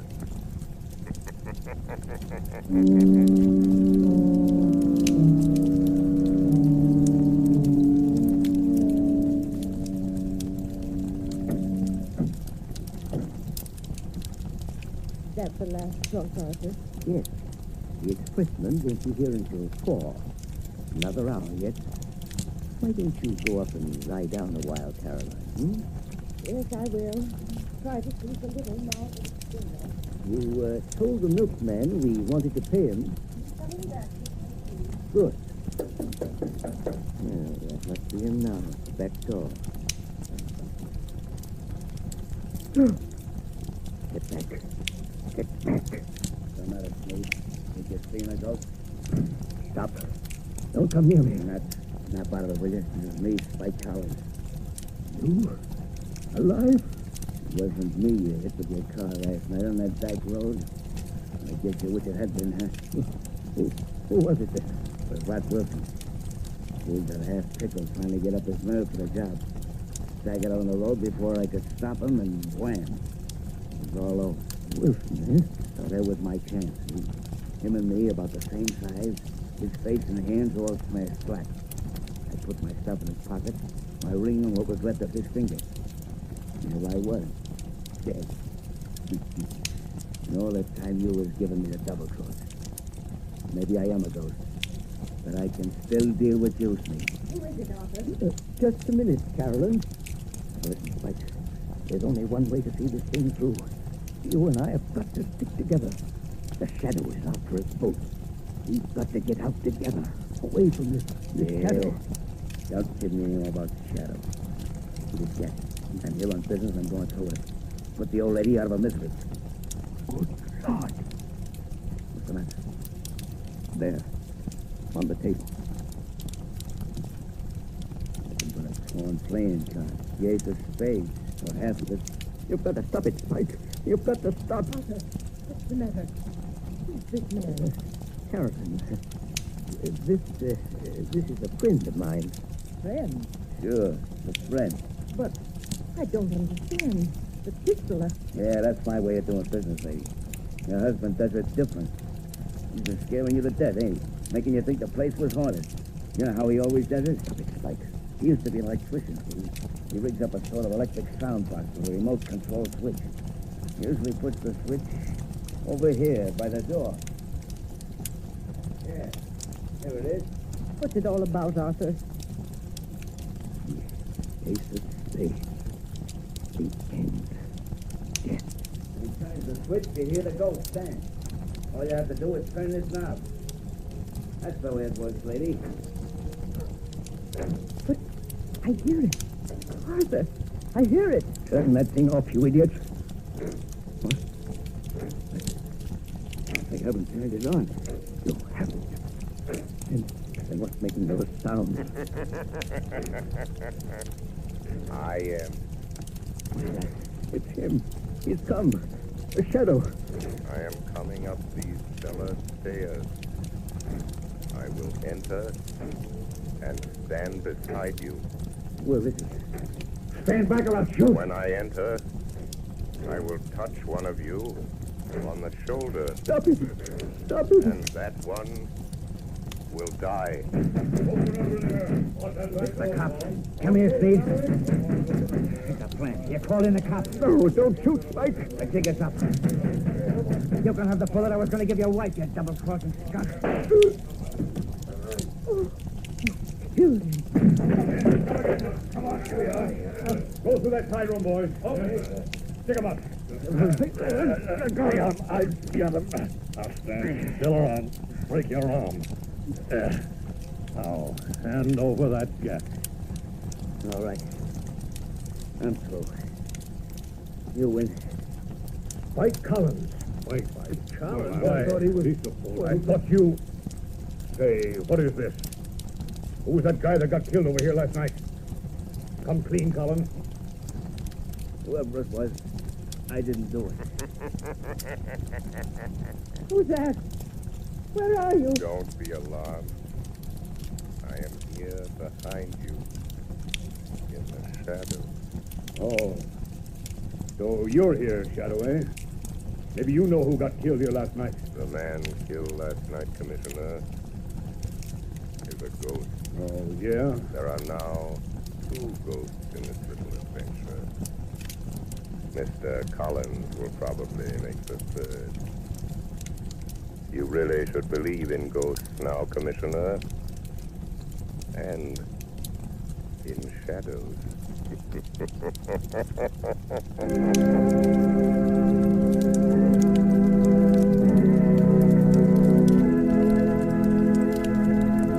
And now, before today's adventure with the Shadow comes to a close, John Barclay, Blue Coal's own heating expert, is here to give us another of his practical talks on automatic heating.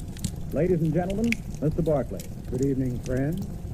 In former Sunday night talks of mine, I've shown you the importance of having the temperature of the home properly controlled with a blue coal automatic heat regulator. That is, in terms of health and convenience. Now, tonight, I'm going to give a third important reason for automatic heating: economy. Most authorities will tell you that the proper degree of heat in the home is 70 degrees. But naturally, you can't by hand keep your fire from giving off more than 70 degrees of heat, but the blue coal automatic heat regulator can and does. But here's how that saves you actual fuel dollars. Heating engineers have discovered that for every degree you raise the temperature above the desired 70 degrees, your fuel goes up in cost 1.5%. So you see, friends, by automatically shutting off that heat, that extra wasteful, unhealthy heat regulator automatically saves on fuel costs. Why not investigate this blue coal heat regulator further? Ask your local blue coal dealer to give you a demonstration. The cost is only $18.95 plus a small charge for installation. You'll find it well worth every cent of that and more. Moreover, if you have any heating problems, discuss these also with your blue coal dealer. He is the best informed heating authority in your community, and assisted by his John Barkley trained serviceman, can, I'm sure, help you save money and have a more comfortable home this winter. This service is free. It costs you nothing. Thank you.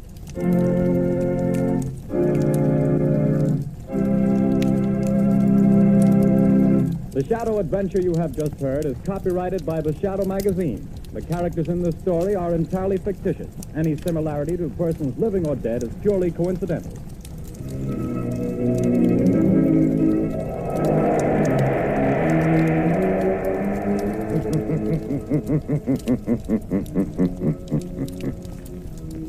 The weed of crime bears bitter fruit. Crime does not pay. The Shadow knows.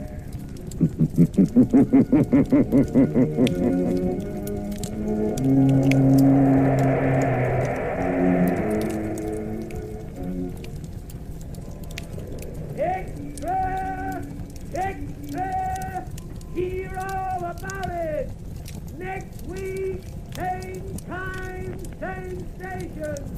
The Shadow's latest adventure! Extra! Extra!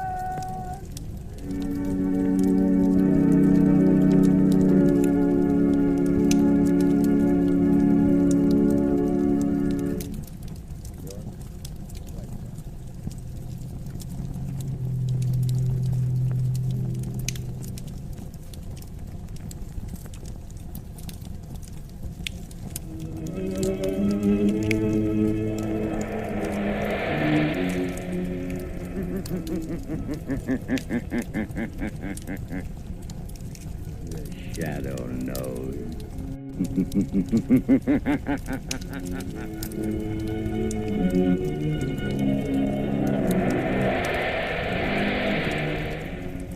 Blue Coal presents The Shadow, the mystery man who strikes terror in the very hearts of shopsters, lawbreakers, and criminals. Ladies and gentlemen, when you hear the Shadow's blood-curdling laugh, you can be sure that exciting entertainment will follow. And here's something else that you can be sure of. When you buy Blue Coal, you're getting the finest of Pennsylvania hard coal. The harmless blue coloring that identifies Blue Coal is your guarantee of clean, even, safe, dependable heat all winter long. So don't take chances. Insist on Blue Coal. Ask for it by name. Phone your order to your nearest Blue Coal dealer tomorrow. And be sure to hold on for John Barclay's important message at the end of this program.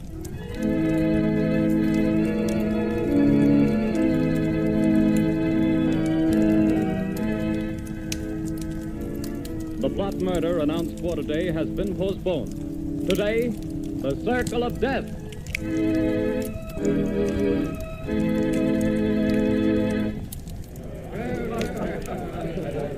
Oh, Jack, what a delightful show. What a wonderful way to start our honeymoon. Darling, when it comes to shows and girls, I'm a swell picker.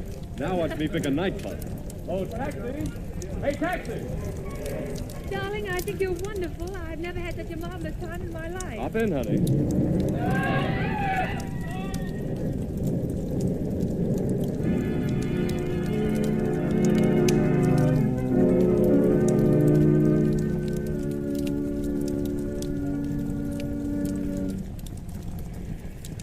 things are pretty quiet around the theater district tonight, Bill. Yeah, pretty thin crowd. I don't blame folks for staying away. After those 3 bombings and 15 people being blown to pieces, I wouldn't be here myself if it wasn't the commissioner's orders. Same here. Boy, has this town got the jitters. Commissioner Weston's hopping around like a cat on a hot stove. I hear the Midtown Association is going to ask for his resignation if he don't catch the nut that's scattering bombs around here like confetti on New Year's Eve. The guy that's pulling these jobs sure must have it in for a lot of people. Yeah, he's a real screwball if you ask me. Look at the way he's always sending warnings to the newspapers before he blows another batch of pedestrians to Hades. Yeah, and have you noticed?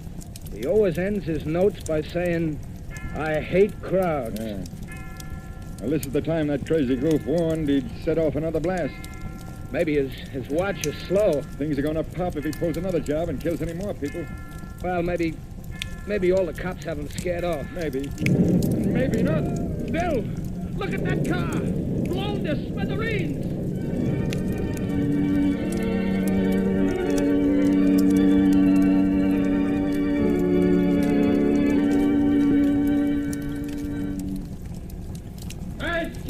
Strikes again. 5 more dead. Get your paper here. Pants.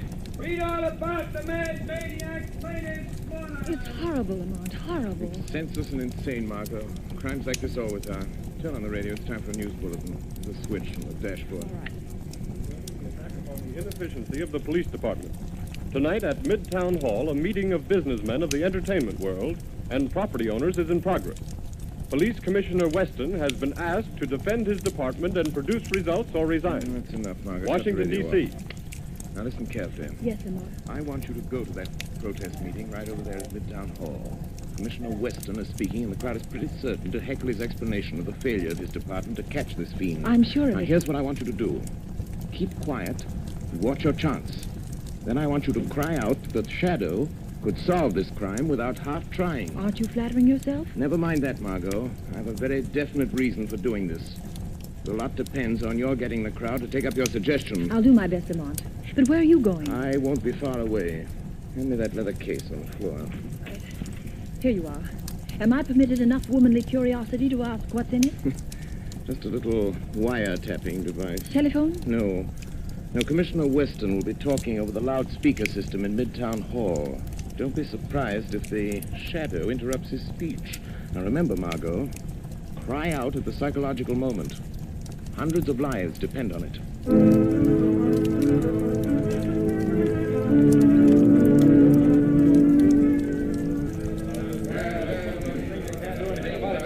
We don't want alibis, Commissioner. We want action, Weston. Crazy man's making a fool of you, Weston.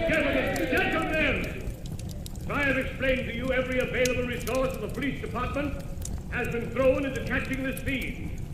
Our bomb squads have combed the city. Every known criminal with psychopathic tendencies has been rounded up and questioned. Not one fragment of a bomb has been found. No buildings have been damaged. No one person has been singled out for death. This is not an ordinary crime. We are not dealing with an ordinary criminal. Alibis! Alibis! We've had enough. 15 people dead. 50 injured. You talk!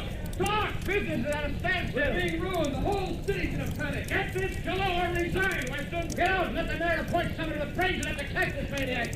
You've already strikes again. Yes. The Shadow could solve this crime without half trying. There's an idea. The Shadow. Yes, the Shadow could get him. He's cracked cases for you before, Weston. Why don't you call him in? He wouldn't have to do much to do a better job of it than the police have. Get the Shadow, Weston. What about it, Commissioner? You've done nothing in 2 weeks. You're licked. Wait a minute. Hold on. What makes you think this man who calls himself the Shadow is interested in law and order? He's out to trap plenty of criminals, I mean. Yes, he's tipped us off occasionally, but it may have been to get rid of rivals. We have no assurance he isn't a criminal himself. What of it? The thief can catch a thief. I don't run my department that way. You're not running it at all. That's a matter of opinion. You're not running. I was asked here to tell you what we've been doing. You seem to think my department works with the Shadow. We don't. We never have. And as for the Shadow, and you reporters can spread it all over the front pages, I challenge him to uncover one single scrap of evidence that my men have overlooked. I challenge the Shadow to find this maniac. I am the Shadow. I accept that challenge. Commissioner Wasteland, I am working on the case. Gentlemen of the press, it will not be necessary for you to print the Commissioner's challenge, but you can print this challenge to the arch fiend behind this reign of terror. Print this, gentlemen. The Shadow will trap the mass killer if he dares walk through the Central Arcade during the rush hour between 5 and 6 tomorrow night. Remember, the Central Arcade between 5 and 6 tomorrow night. I dare him to come, to walk through the Central Arcade.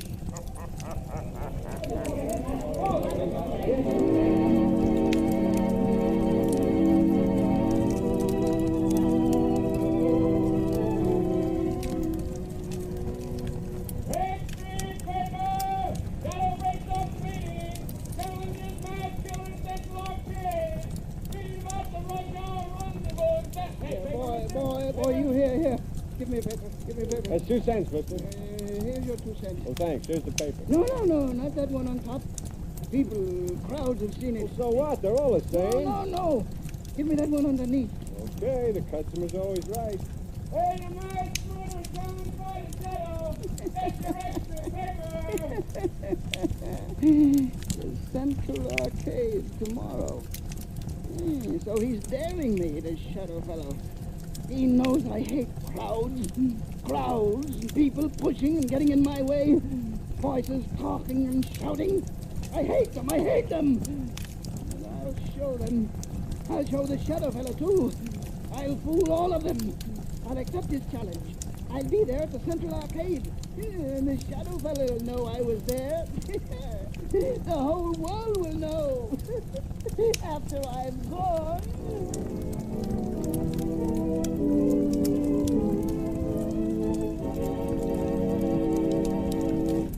The orders have been carried out, Commissioner Weston. Good. There better not be any slip-ups. 200 patrolmen are stationed in the neighborhood of the Central Arcade. 50 picked men of the plainclothes and bomb squad will be in the crowd. If there is a crowd. There'll be a mob after all the publicity. If I could get my hands on the Shadow, I'd wring his neck for this. What time is it? Little after 4. You better get down there pretty soon. Yes, sir. Will I take that call, sir? No. I've been waiting for this. And if it's who I think it is... Hello. Listen to me, Shadow. No, Commissioner Weston. You listen to me. I'm listening. Wait, I'll trace this call. Yes. Don't bother, Commissioner. You can't trace this call. I tapped a line. Just as I tapped the Midtown loudspeaker system last night. So that's how you pulled that crazy stunt. You're a fool, Shadow. Don't you realize you've endangered the lives of thousands of people? Nothing will happen if you do not interfere. I don't take my orders from you, Shadow. You're not running the police department. I'm not giving orders, but I need your help. Just do one thing for me, and you and not the Shadow will get the credit for the capture of the mass killer. Oh, yes? Well, what do you want? Just keep the crowd moving through the narrow arcade. Just keep them moving. Keep them moving. Everything depends on that. What are you trying to do, Shadow? To find a needle in a haystack. A man in a million. You haven't a chance. The maniac won't come. You overlook the fact that a dare is a powerful psychological magnet that no egotistical, crazed mind can resist. Just keep that crowd moving, Commissioner. Keep them moving.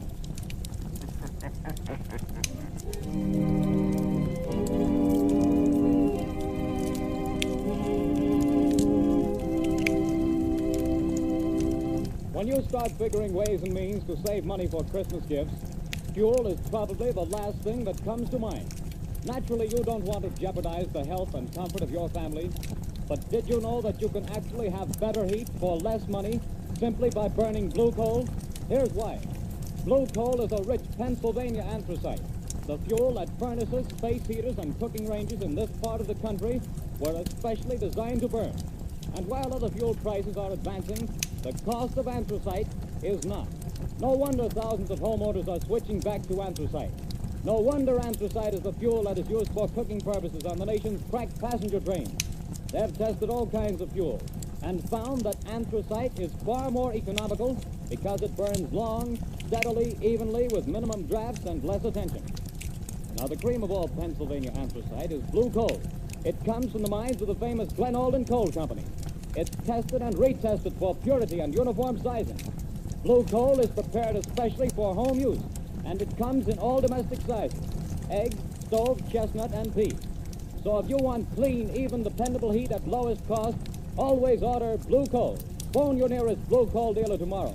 You'll find his name listed in the Where to Buy It section of your classified telephone directory under the name Blue Coal.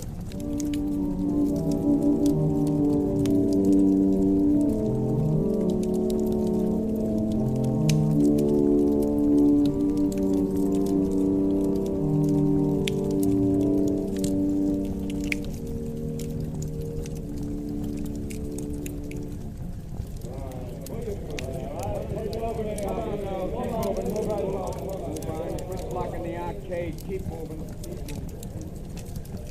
Well, the time's almost up, Commissioner Weston. Yes. 2 minutes to 6. No, this is the longest hour I've ever spent in my life. Can you beat it, the way people have flocked here on the chance of seeing somebody else blown to bits by this maniac? Looks like the Shadow was right. The way they've been swarming through this arcade. Yeah, and watching each other like a bunch of wild animals. You see what happened to that poor guy with the Christmas box? I nearly killed him before we got him out. All he had was a doll for his kid. I saw it. Well, the time's up, Commissioner. Yes. Thank heavens. Any orders, sir? Just keep the men on duty till this crowd thins out. They'll be going home now. Commissioner Weston, look. What is it? The maniac. He's been here. Look at this piece of paper. Where'd you get it? In the arcade. He must have dropped it. Well, what's it say, Commissioner? Tell that Shadow fellow I'll kill me a lot more people at 11 o'clock tonight.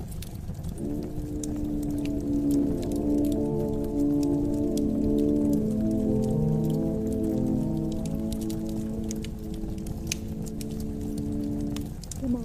Oh, I was afraid something had happened. Something has. I found the maniac. Thank heavens. Have you notified the police? Margot, this man is a fiend. If I notify the police and they bungle things, he might kill hundreds of people. This is a job that the Shadow must handle alone. But Lamont is dangerous. You might fail. He might kill you. The Shadow won't fail, Margot. But if he should, it's far better that one die than hundreds. Oh, Lamont, please. There must be a safer way. Perhaps, Margot, but this is the only sure way to end the career of this mass killer. Goodbye, my dear. Lamont. Oh, Lamont.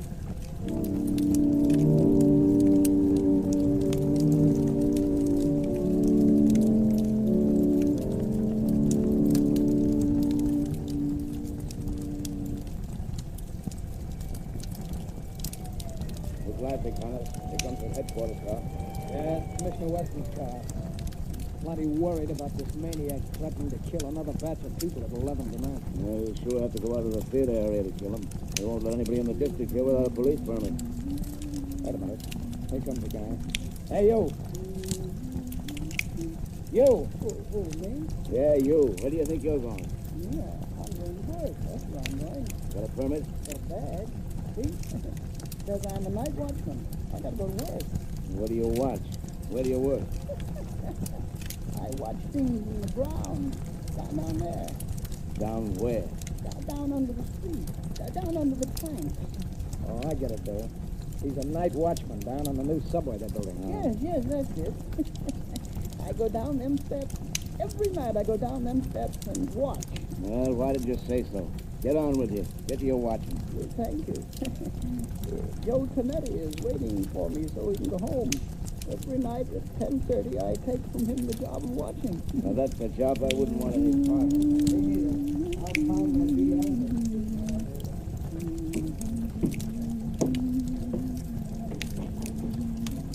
Oh, Joey Tonetti. Joey, you can go home now. I'm here to watch. Hey, what's the matter? You're half a big piggyback fella. You're 5 minutes late. I want to go home. Here's the key to everything now. Watch out. Then you go to sleep. The police don't want to let me come to work, but I show them the badge. You can go home now, Joey. I'll watch everything. Okay. See you in the morning. Goodbye. Goodbye.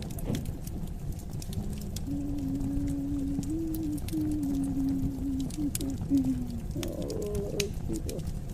So many people always pushing me. But I'll show them. I'll fix them good. I'll kill them. That shadow fella, I'll show him too. Now I'm alone. All alone. Not quite, Anton Spivak. You are not quite alone. I am with you. You hear my voice, Anton? Sure. I always hear voices in the dark, on the street, and here under the street where I watch every night. Yes, Anton. But you've never heard my voice before, have you? Well, maybe. I don't think so. What's different about your voice? It's the voice of the shadow. Oh, you're a pretty smart voice. How'd you find me? Where's that shadow fella the newspapers talk about? I am more than just a voice, Anton Spivak. I am the shadow. You're the shadow? Yes. Where are you hiding? I am hiding under the cloak of invisibility. You cannot see me because I have clouded your mind, so you cannot see that which is here. How did you get down here in this subway excavation? I followed you down the steps. How'd you know where to find me? I picked you out of the crowd in the central arcade. How did you know I was the one? Your eyes showed me. I knew then how much you hate crowds. My eyes showed you? Yes. You passed close to me as I stood in the shadows. Yeah. The arcade is narrow. You didn't see me. No one saw me. But I saw you. How'd you find out my name? I followed you to the place where you live. I found out you work here, in the tunnel.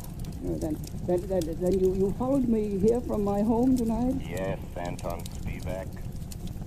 All the way. Good. You're a very clever shadow. But you must go now and let me do my work. My work! I ain't got much time. Now go quick before I get mad. You're plenty smart.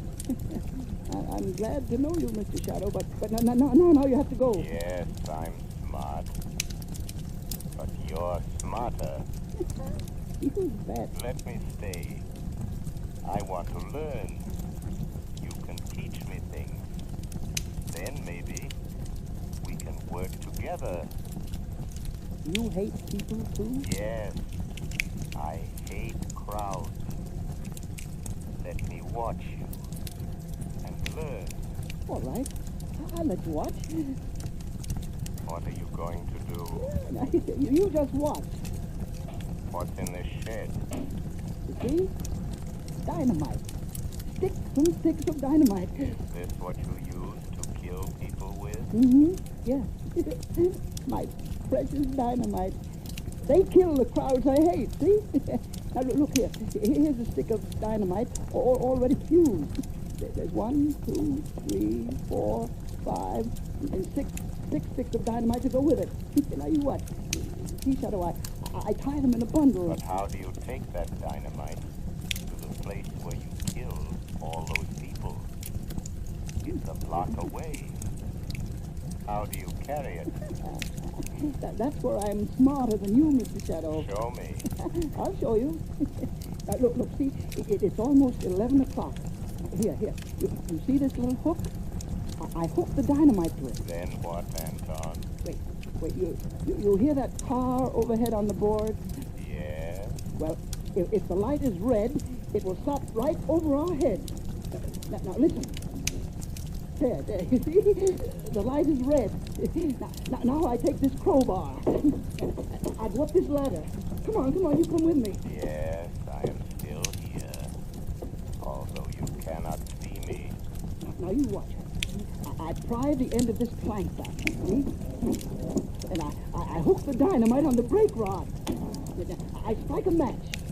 And I light the fuse. And when the light changes, the car takes the dynamite with it. And when the dynamite explodes a block away, I'm still here. While the... Oh, no, you put out the fuse. You tricked me. And here is the dynamite. No, he took it off the car. It's gone without the dynamite. And I promised I'd kill a lot of people tonight. Now I have to wait. Tomorrow the crowds will be still pushing me, scaring me. You tricked me. That's what you did. You tricked me. Where are you, Shadow? Shadow. Come here, Shadow. Nice, Shadow. Nice, Shadow. Yes, I hear you. Nice, Shadow. Come close to me. Put down that dynamite, Anton. No, Shadow. I light another match. If you touch that match to the fuse, you'll die too. I'll kill you, and I don't care. You wouldn't let me kill people, and I don't want to live. I want to die. I want you to die too, Shadow. Wait, Anton. No, you blow out my match. Yes, I have a plan. Those thousands of people waiting up the street. Yes? You can kill all those people. Wouldn't that be better than just killing the two of us? How? Tell me how. Take your dynamite and come with me. Up the steps. Up the street. Oh, no. There's policemen out there. I saw them. But they won't see you any more than you can see me. No. They will see me. Hypnotize them. Hypnotize them. Look straight at them. Stare at them. And then they won't be able to see you. No, I'm afraid. Think of all those people waiting to be killed. Come. Just a few more steps. I am with you. You'll be safe. I'll try. All those people waiting to be killed. I'll try. But don't you leave me, Shadow, or I'll light the fuse. I'm here, Anton Spivak. Look, there are the two policemen. Just stare at them hard as you pass, and they won't see you. All right, I'll try. Well, that's different, Johnny. Looks like a false alarm this time. Hey, wait a minute. Here's that night watchman. What's the matter with him? What's he staring at? Look what he's carrying. You can't see me.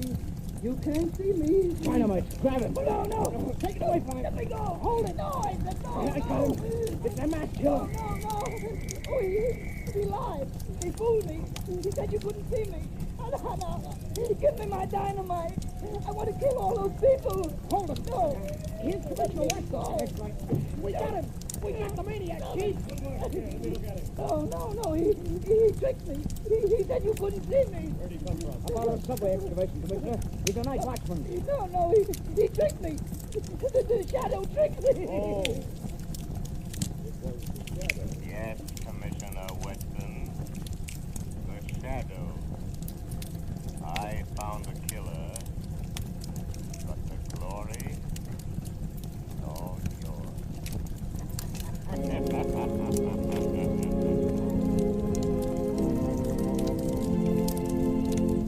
Before we tell you of the Shadow's next exciting adventure, here's John Barclay, Blue Coal's famous heating expert, with an important message I promised you. Ladies and gentlemen, Mr. Barclay. Friends, there are just 2 more days left in November.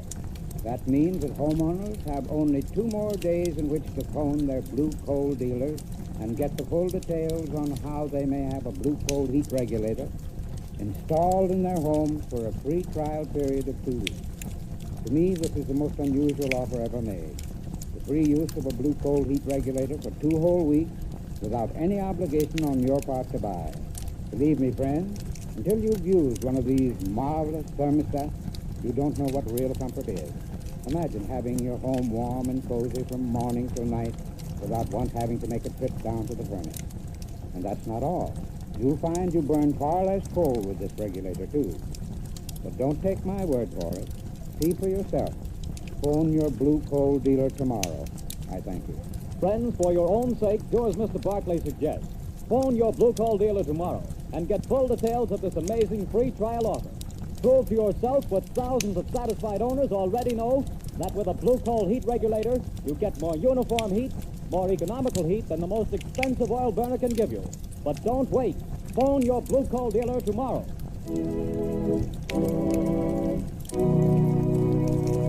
The story you have just heard is copyrighted by the Shadow magazine. The characters in this story are entirely fictitious. Any similarity to persons living or dead is purely coincidental.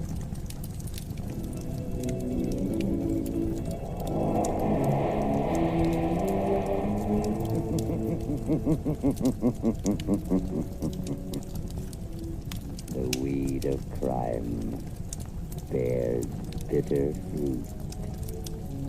Crime does not pay. The Shadow knows.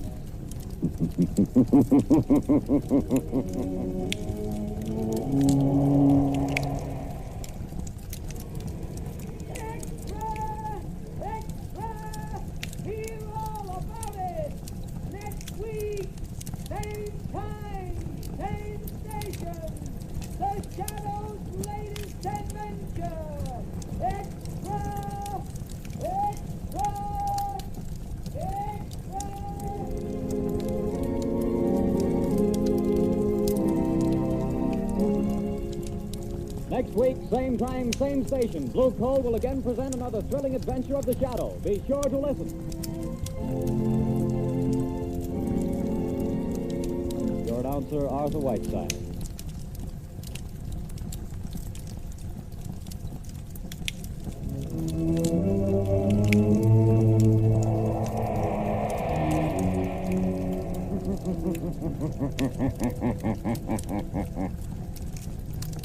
Shadow knows.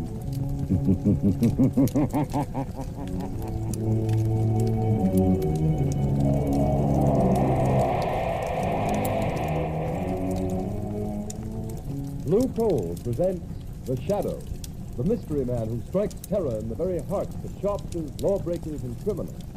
Today, the Death Triangle.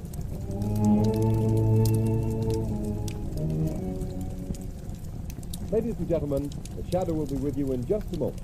In the meantime, I'd like to remind you of a well-known fact. Coal-colored blue means better heat at less cost.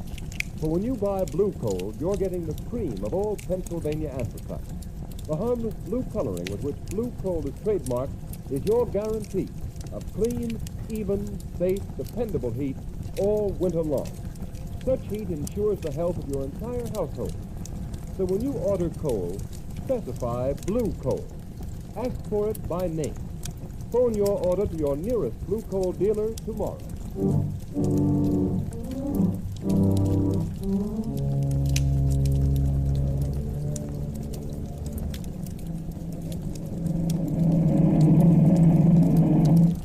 On this day, December 22nd, 1913, by order of the authority of Devil's Island, you, Pierre Martin, are hereby sentenced to 100 days in confinement solitaire and 100 lashes in the presence of the assembled prisoners as a warning to all who would attempt to escape. Let the punishment begin. I will find the devil who betrayed me. 1, I will learn his name. 2, I will kill him. 3, I will find him. 4, I will kill him. 5, 6, 7,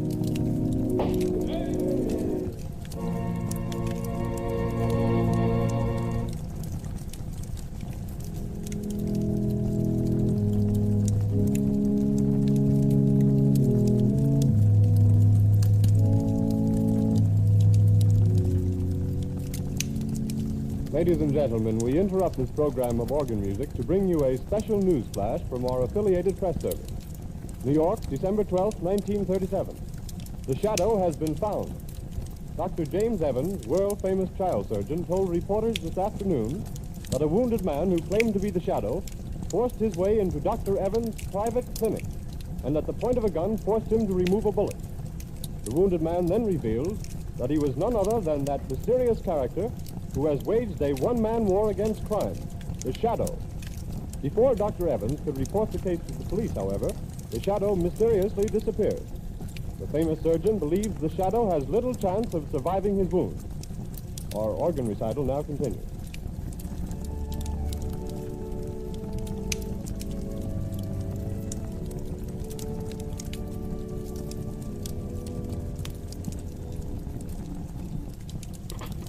Hello?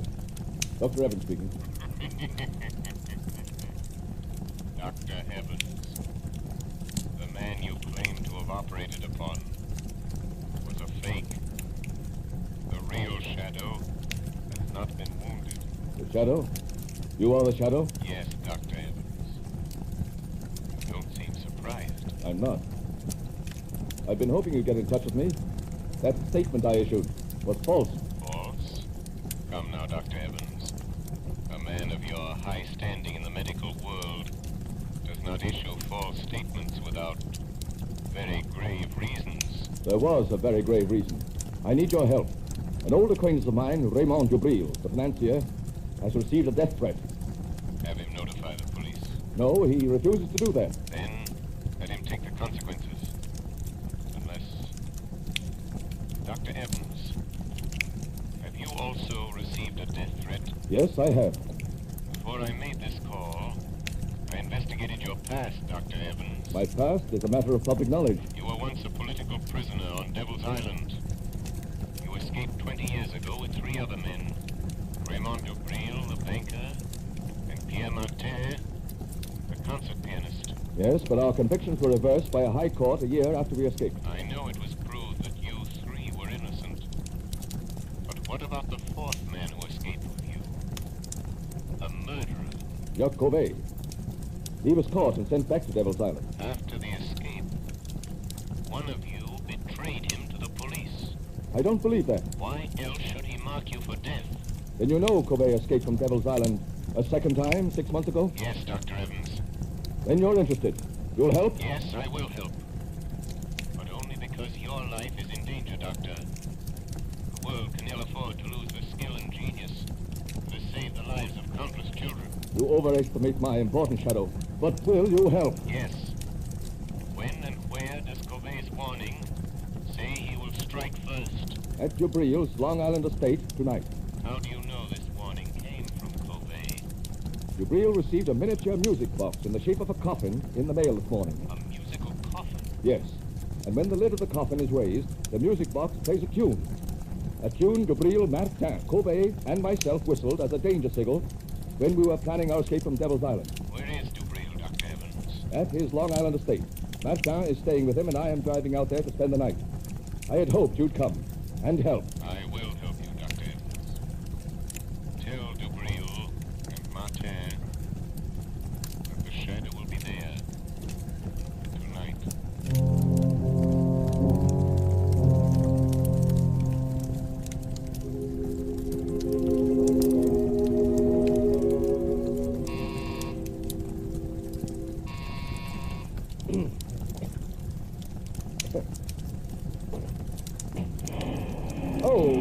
Good afternoon, Miss Lane. Is Mr. Cranston at home?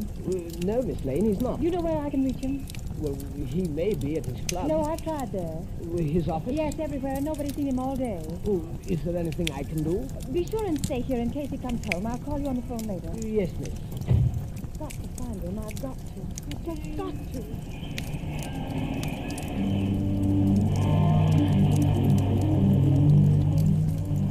I've got to find him, Mom. Maybe Dr. Evans knows more than he told the newspapers. His office said he might be at home.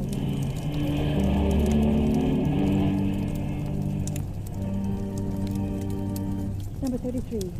Yes, this is it. Oh, Lamont, I knew they'd shoot you someday. Yes, miss? Is Dr. Evans here? I must see him. I beg your pardon, miss, but are you another reporter? Yes, and I must see Dr. Evans. It's important. It's a matter of life or death. I'm sorry, miss, but Dr. Evans has nothing to say to the press. He's not at home. But I must see him. I must find him. I'm sorry. That car. That's Dr. Evans' car. Yes, miss. Where's he going? I'm not at liberty to say, miss. Never mind. I'll find out myself. Taxi! Taxi! Okay, miss. Where to? Follow that big black limousine, the one with the green cross on the license plate. That's a doctor's car, miss. I may have to break a lot of traffic laws if it goes through red lights. Never mind. I'll pay the fine. Don't lose sight of that car for a minute. Okay, lady. But this is going to be one fast ride.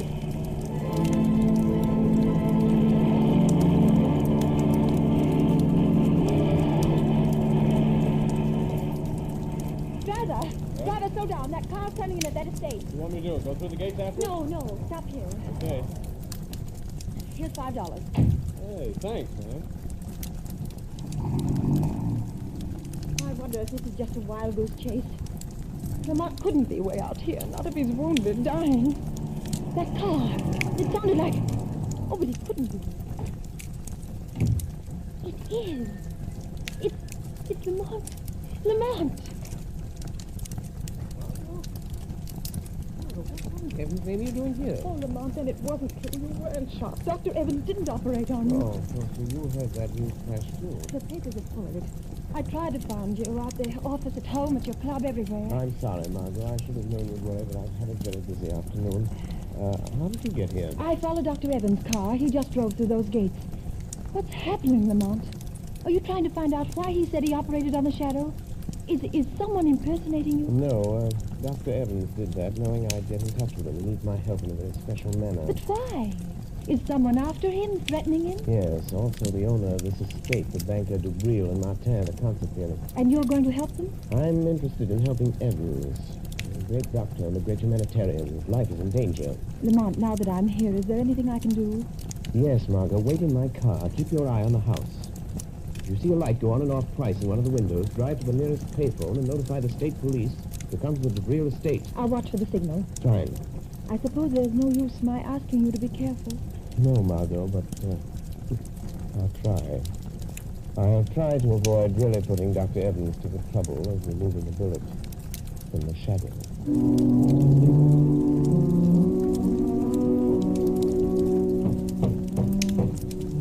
Dubril, stop pounding on the table and pressing Covey. Oh, that's all very well for you to say, Evans. Your turn hasn't come, but it will. If we three sitting here, you or me or Martin, don't get Covey when he comes here tonight, you will be the next on his list. You or Martin. Don't concern yourself about my fate, Dubril. I am not afraid of Covey. Oh, you'll change your mind if he manages to kill me, Martin. I wonder what it's like to die. What do you think, Dubril? Or do you ever think of anything but your fat stomach and your money? Gentlemen, this is no time to argue.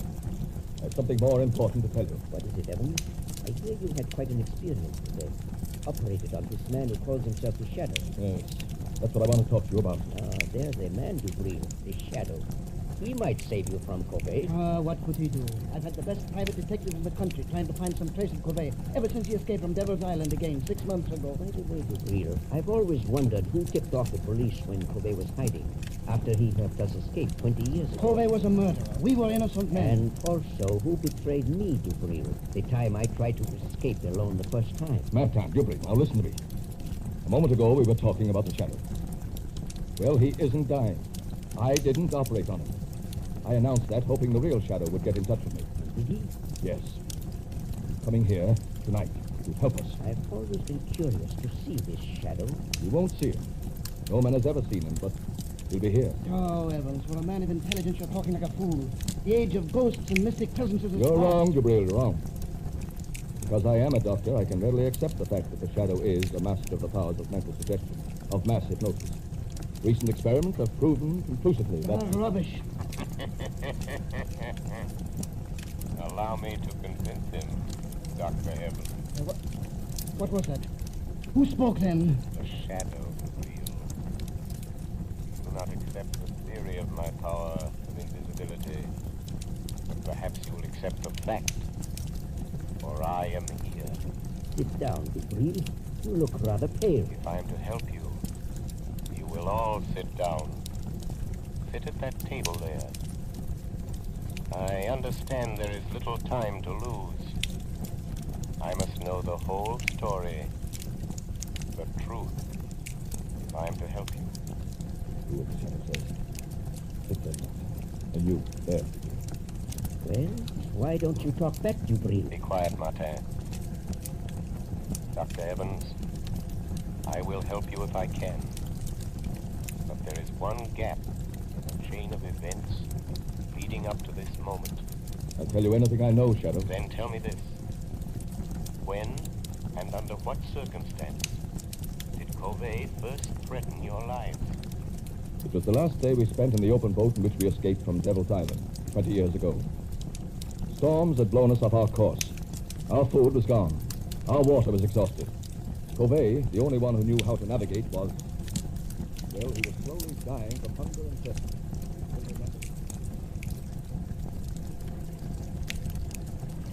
Water. Water. Oh, be quiet, Covey. There is no water. The cask is empty. You lying, Dubril. All of you. You've been drinking my share. Give me that bucket. Give me a drink of that water. Don't let it Don't let it. Salt water will kill it. What does it matter, Dr. Evans? 17 days in this open boat. Nights of storm and days of blazing heat. Water. Water. I'm dying, I tell you. Dying. You're not giving me my share. You're stealing my water. Where will you be if I die? I'm the only one that knows navigation. Be patient. It may rain tonight. Oh, we might as well be back on Devil's Island. At least there was bread and water there. Bread. A crust. Just a crust of bread and water. Water. There's no bread, Covey. The last crust went 3 days ago. You're cheating me. Killing me. You only brought me along to see the boat, and now you're starving me to death. You don't want me to live. But I will live. I'll get you for this. I'll live to kill every one of you for this. You, Dubril. You, Martin. You, Evans. Oh, shut him up, Evans. You're a doctor. You know what to do. Look. Okay, Dubril, look. We go. What does it matter if we have no guns? I know, but don't you see?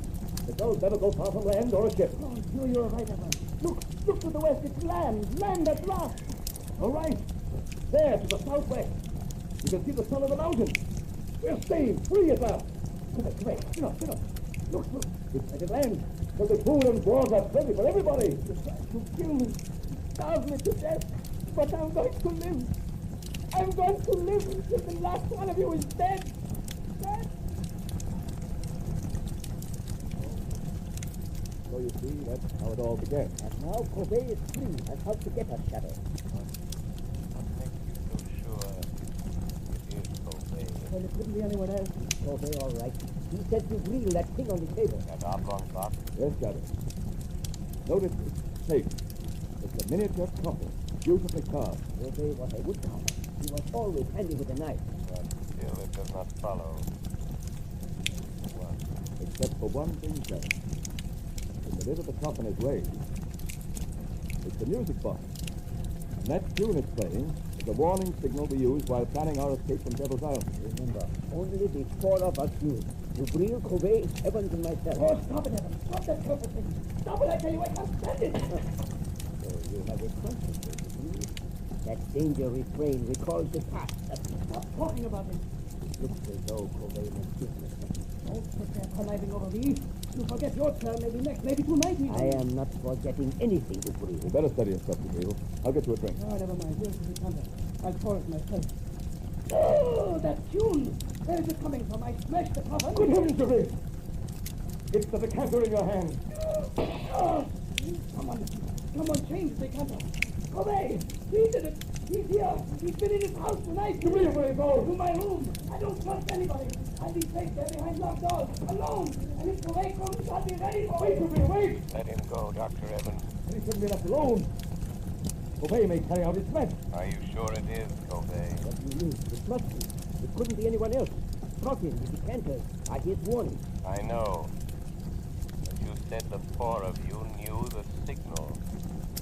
Are you sure it isn't one of you? Of course not. What you said the Shadow is here to help. I am. But I am content to let events lead themselves to a logical conclusion. You mean you won't use your power to save us from him? I shall use my power at the moment it is required, Dr. Evans. Right now, for instance. Look on the table. There's a note where the decanter was standing. He has been here. Listen to this, Doctor. You are the first. And you will die tonight, Raymond Dupree.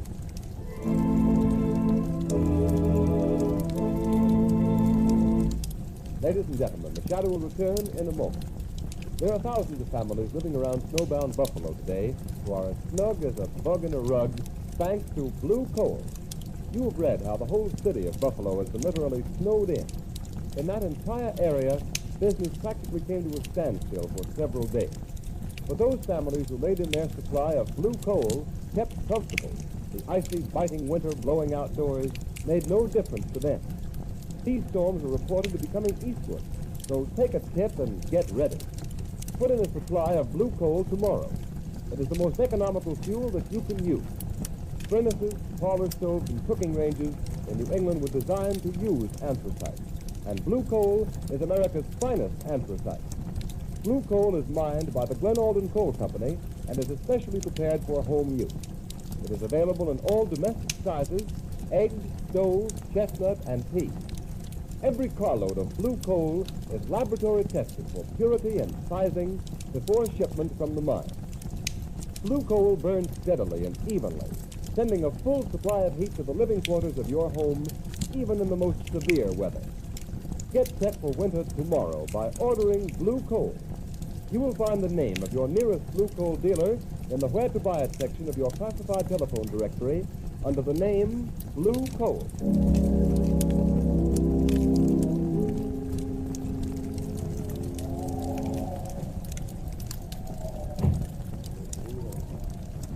Real. Wake up. I have come for you. So you come, Covey. Oh, you poor deluded fool. You think I'd let you kill me in my sleep? I've been awake, waiting here in the dark for you to come. A little light, huh? So you've grown a beard since I saw you last, Covey. Your hair is gray. That gun in your hand won't save you, Dupree. If I die, I will take you with me. Listen, Covey. I didn't steal your food in the open boat. I swear it. No? You also betrayed me to the police. You told them where to find me. And I am not the only one you betrayed, am I, Dupree? You betrayed Martin the time he tried to escape alone, didn't you, Dupree? Yes, but what do you care, Covey? He wouldn't take me with him. But I did not betray you. Have you paid Martin for those 100 lashes and those 100 days of bread and water he got because you betrayed him? Oh, he doesn't know. He will never know it was I. Dupree, you remember how we passed the long days in that open boat, throwing knives? Don't raise that knife, Covey. We got so good we seldom missed. I'll shoot if you move. But Martin was the best. You may shoot me, Dupree, but my knife won't miss. Oh, wait a minute, Covey. I will make a deal with you. Listen, Covey. You're out to get Evans and Martin, too. If you throw that knife, I'll shoot you and you will never get them. You would help me kill Evans. I know he's here in the house. Yes. I hate Evans and Martin, too. I will help you get them. So, you would betray Dr. Evans to save yourself, Dupree. Covey, don't be afraid. He's only a man. By some trick he can make himself invisible, but he's flesh and blood. Quick, lock the door. We'll deal with him first. He won't get out. Now, Shadow. What can you do to stop us? Speak up. I dare you to speak. Listen where his voice comes from, Dupree. Then shoot quickly. No. The shot will bring Evans and Martin. Throw your knife, Covey. Make him speak. I won't miss. Speak up, Shadow. We will find you anyway. You can't get out. I am here in the corner. In the far corner. Throw your knife, Covey. I heard it. Oh, you missed. But he was there. No. Only my voice was He's there in front of you, Dupree. Shoot. Yes, I will shoot now. Yes, I will shoot. But not the Shadow. He came here to help us catch you, Covey. And he has your knife. It's gone. Now, Covey, you are helpless. And now I'll deal with you. Treacherous stick. You fool. You think I carry only one knife? This one is for you. Oh, you devil. But I take you with me, Covey. Come here, open the door. Come here. Breel is dead, Dr. Evans. Yes. Kobe kept his word. Where is he? Look there, on the floor by the window. Kobe. Not Kobe. Breel tried to save his life by promising to help that man kill you. Breel offered to help Kobe kill me? Look closely, Dr. Evans. Remove the gray wig and the false beard. Yes. It's Martin! Yes. Martin disguised as Kobe. Still alive, breathing. Wait, Evans. Don't touch me. I hate you. I hate you both. Why did you do this, Pierre? Why? I hated you, Breel, because you betrayed me on Devil's Island. I hated you, Evans, because you have got the things that I always wanted. Success, fame, glory. It was I sent the musical coffin. The warning note. I knew you'd think it was Kobe. I've got you, Breel, but Kobe will get you, Evans. He's after you. He will get you. He will kill you. He will... Mother! I'm bleeding. Dead. Yes, Dr. Evans. He is dead. You are quite safe now. You forget Kobe? No, Dr. Evans.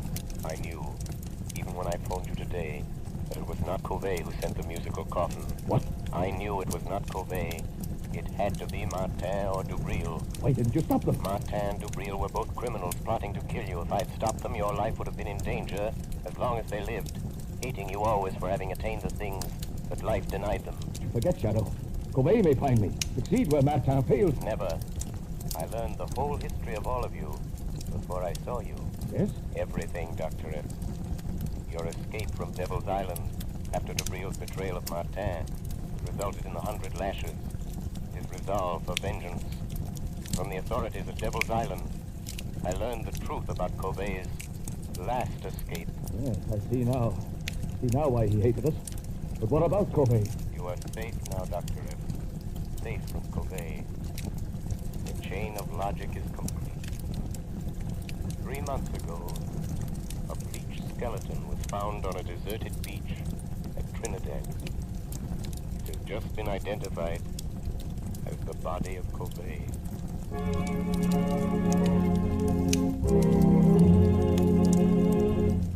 Before we tell you of the Shadow's next exciting adventure, here's John Barclay, Blue Coal's famous heating expert. Ladies and gentlemen, Mr. Barclay. Good evening, friends. While you're doing your Christmas shopping, why not get a gift for your own home? Something will not only make it a cheerier, happier place in which to live, but also make it easier to run. To my mind, the perfect gift for any home is a Blue Coal heat regulator. This marvelous thermostat provides the last word in comfort. For example, there's no running up and down stairs to open and close dampers. The Blue Coal thermostat does that tiresome job automatically. Keeps your home at just the temperature you want, from morning till night. It can be attached to any kind of heating equipment. Steam, hot air, hot water, even a parlor heater. It will give you more uniform heat, more economical heat than you can get with the most expensive oil burner. In fact, this Blue Coal heat regulator will completely modernize your present heating equipment. Yet it costs only $18.95 plus a small installation charge. You'll be amazed at the amount of fuel it saves you. So this Christmas, give your family the gift of a lifetime, the Blue Coal heat regulator. Your nearest Blue Coal dealer will be glad to give you complete information regarding it. Phone him tomorrow. Thank you, Ken Robert. Thank you, Mr. Barclay. And friends, take Mr. Barclay's good advice. Make this Christmas a memorable one by having a Blue Coal heat regulator installed in your home. You'll save at small cost time and time again in fuel consumption, and you'll make your home a happier, healthier place in which to live. So don't wait. Phone your nearest Blue Coal dealer tomorrow.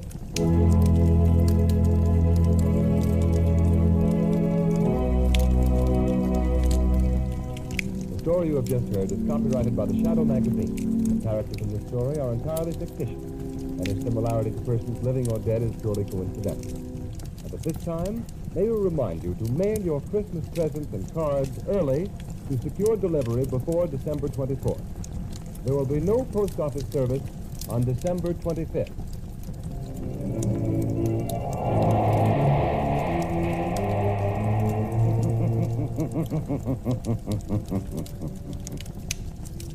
The weed of crime bears bitter fruit. Crime does not pay. The shadow knows.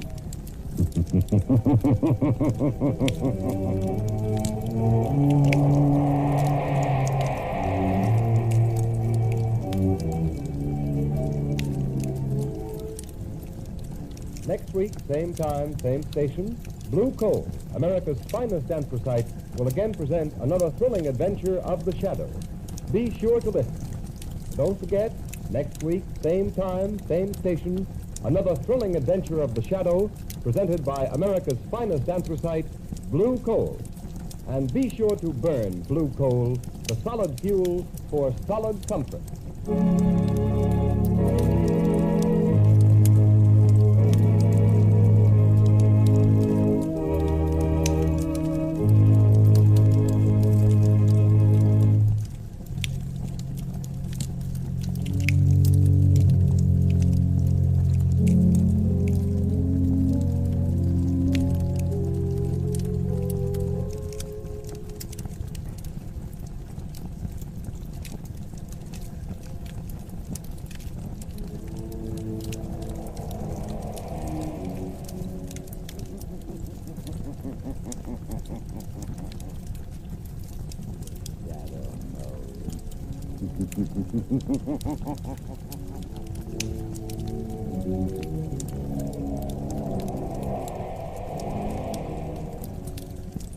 Blue Coal presents The Shadow, the mystery man who strikes terror in the very hearts of sharpshooters, lawbreakers, and criminals. Today, Cold Death. Ladies and gentlemen, an event of unusual interest will be broadcast from this studio at the end of the program. Be sure to listen. And before today's exciting adventure with the Shadow begins, I'd like to offer a suggestion for home heating comfort. The next time you need fuel, order Blue Coal, America's finest anthracite. You don't have to get a full supply. The Blue Coal dealer will be glad to send you a trial ton. Use it, compare it with your regular fuel in every way. It's 10 to 1. You'll find Blue Coal gives you better heat at less cost. So order Blue Coal by name. Phone your order to your nearest Blue Coal dealer tomorrow.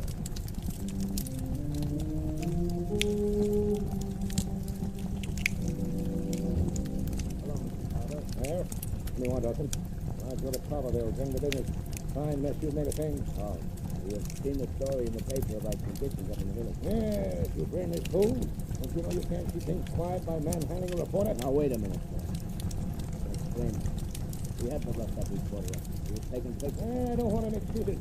I tell you to manage my mill, and there's any more publicity about living conditions up there, you'll find yourself out of a job. Now get out. Don't bother me with details. Get out. Okay, Mr. Carver, I won't bother you with details. If anybody else comes up to Carver snooping around and asking questions, you'll make them wish they never heard of it.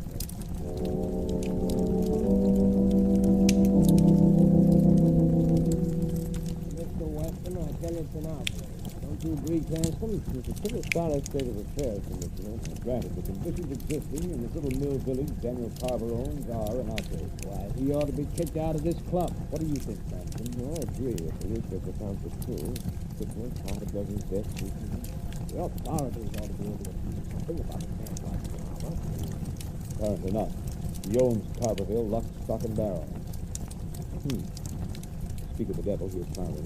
Good evening, gentlemen. I gather you were discussing me, the maliciously distorted story about Carverville that appeared in the papers? As a matter of fact, we were, Mr. Carver. Won't you sit down and give us your side of the story? There's nothing to discuss. There isn't one word of truth in that reporter's story. People in Carverville are perfectly satisfied. They don't complain. Perhaps they don't dare. They have no reason to complain, Cranston. I give them work in my mill, provide them with homes. Homes?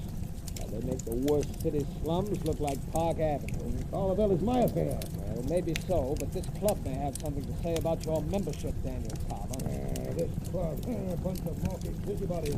What do I care? Hold me out. No one ever speaks to me here anyway. Go ahead, hold me out. Hold me out, go ahead. Law. Well, he's within the law. But now here's a case for an amateur criminologist like yourself, Cranston. Yes, there must be some way of helping those poor devils up in Carverville. Some way of dealing with a man like Carver.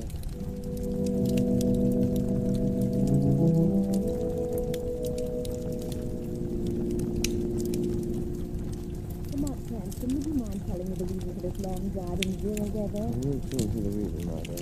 We're now entering Carverville. Take a good look at it. Oh, dress. Look, Lamont, broken windows stuck with people. I'm beginning to understand why you're here. But how did you hear about it? Daniel Carver, the man who owns this charming little mill village, is a fellow club member of mine. What are you going to do, Lamont?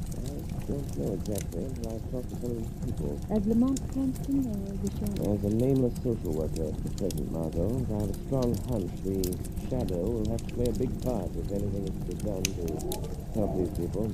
Here we are.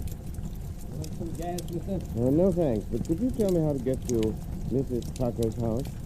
What do you want? Ma Tucker's got enough trouble already, what with her old man and kid dying since the cold set in. I read about it in the papers. We've come here to help. Listen, mister. Carverville folks ain't got much. But we ain't asking or welcoming no nosing around from strangers. If you just point out Mrs. Tucker's house, I'll see what she has to say. Right over there by the creek. But don't say I didn't warn you, mister. Thanks. Come along, Margot. I may need your help to get Mrs. Tucker's company. Well, I'll do anything I can. You know, Lamont, there's something terrifying about this village. How so? Oh, that man, and the way people are watching it, and behind curtains in the windows of every house along the street. You're afraid of something, Margot. Of course. Just what I hope to discover. In this house. Something's sinister about this place. Wait, Margot. Someone's coming to the door. What do you want, mister? Are you Mrs. Tucker? I'm Ma Tucker. What do you want? May we come in? You say what you've got to say. Please, Mrs. Tucker, we've come to help you. No, you... all right. Come in. It don't matter. Nothing matters now. Thank you. Mrs. Tucker, we realize you've been through a terrible ordeal. Losing your husband and son within a week. Well, I ain't no worse off than anybody else in Carverville. What are you going to do? I got one boy left, Sam. He works in the mill. Mrs. Tucker, how much rent do you people have to pay for these houses? Hey, you better get out of here, mister. You don't want to get me in more trouble for talking to you at all. You better get out. Who would make trouble for you because you talk to us? Never you mind that, mister. And if you know what's good for you, you'll get out of Carverville before Dawson and the others from Carverville get here. Hey, Ma, who are these folks? This is my son, Sam. Hello, Sam. Howdy. You welfare workers from the city? You might call it that. Come here to investigate conditions. They've been asking questions about the houses, Sam. I didn't tell them nothing. Well, why didn't you, Ma? I'm sick of all this dear old man Carver and his spies. Kept quiet for years. Yeah, and what's it got it? What'd you get Pa and young Jim? Slaves in the mill, and they rob us at Carver's store, and we live in these pigsties that Carver calls houses, and when we're old and sick, he lets us die off like a lot of mangy dogs. Shut up. Don't talk like that. Somebody's here. Well, let him hear. Time somebody heard the truth. Can't you do something, mister? Can't you help us? Somebody don't help us. God only knows where this will end. Thanks for speaking out, Sam. You have to help. Mom, there's a car driving outside. What? I knew it. I knew there'd be You trouble. be quiet, Ma. Listen, mister, I got a notion you're all right. Tucker! Sam! Open up! We're gonna chase them smart out of you straight out of town. And we get up his quarter. Listen, Sam. We'll have to leave or there'll be trouble. Will you meet me in the next town in a couple of hours? I've got to know everything that's been going on here if I'm to help you. Yeah, I'll meet you. Look for my car on Main Street. Come on, Margot. Keep close to me.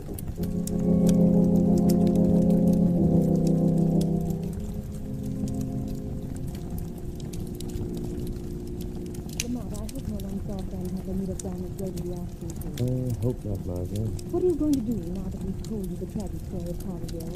Going back to Carverville. Right now, Yes. tonight? First to call an old man Carver. I thought he was in the city. He evidently heard that more strangers were in Carverville this afternoon asking questions. Oh, what a beast Carver must be, Lamont. If you could only be made to see the misery and suffering he's caused. He's going to see it, Margot, tonight. Lamont, there's Carverville. Oh, not that I'm afraid. We're stopping.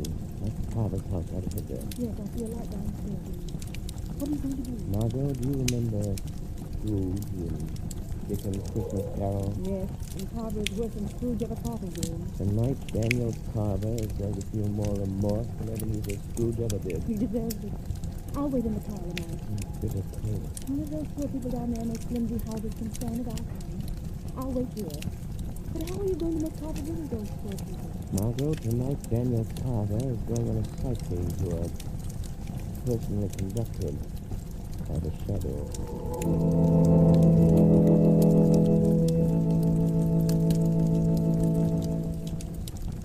In just a moment, we will continue with the second part of the Shadow's thrilling adventure. While you are engaged in last-minute preparations for Christmas, don't neglect the health and comfort of your family. Be sure of a cozy, warm home during the holidays by ordering a supply of blue coal. No matter how cold or how mild the weather, blue coal is the most economical fuel for heating your cooking purposes. Up in the Arctic regions, where the temperature today is at least 60 degrees below zero, fur traders and trappers are keeping warm with blue coal. They'll use other fuels, only to find that blue coal will keep them warm more economically than any other fuel. Blue coal is a Pennsylvania anthracite, the fuel that burns long and steadily. It is a fuel that furnaces, parlor stoves, and cooking ranges in New England were especially designed to burn. And the finest Pennsylvania anthracite is blue coal, mined by the Glen Alden Coal Company, employing American labor, and it is transported by American railroads. Every carload is laboratory tested for purity and uniform size before shipment. Blue coal comes in all domestic types: egg, stove, chestnut, and pea style. For economy's sake and for greatest comfort in cold weather, insist on blue coal. Phone your nearest blue coal dealer. You'll find his name listed in the Where to Buy It section of your classified telephone directory under the name Blue Coal.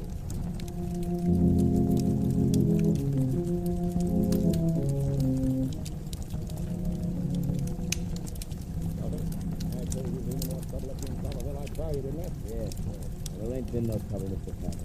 Not yet. That guy that was here this afternoon comes back tonight, we'll make him wish he never heard of Carter. Oh, what makes you think he will come back? I know he's coming back. Tonight. Get Sam Tucker. I'll meet him down in the next town. How do you know that? I took a rubber hose to his gig when he came back about an hour ago. He wouldn't talk. He got enough out of him to know that social worker is up to something.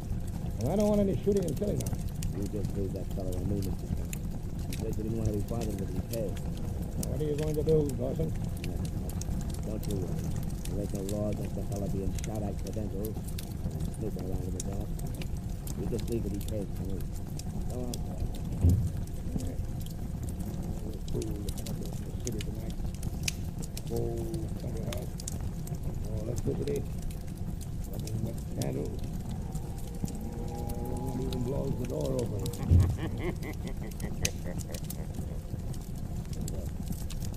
What do you have a candle? The wind throughout the camp. Are you afraid of the dark, Daniel Carver? What do you want? I have no money here. I don't want your money. I am not. Who are you? I've been called fear, conscience, remorse. But I am best known to your kind. The shadow. I don't believe in things like that. You're a man. I hear your voice. You're one of those stupid fools in the village. If you've got any idea of killing me, you'd better think first. You will hang for it. Since you will not believe, I am the shadow. Let us pretend I am one of those unfortunates who don't live. Let us pretend. Here in the darkness, I am standing with a gun pointed at your heart. Oh, well, what do you want of me? I want you to come with me.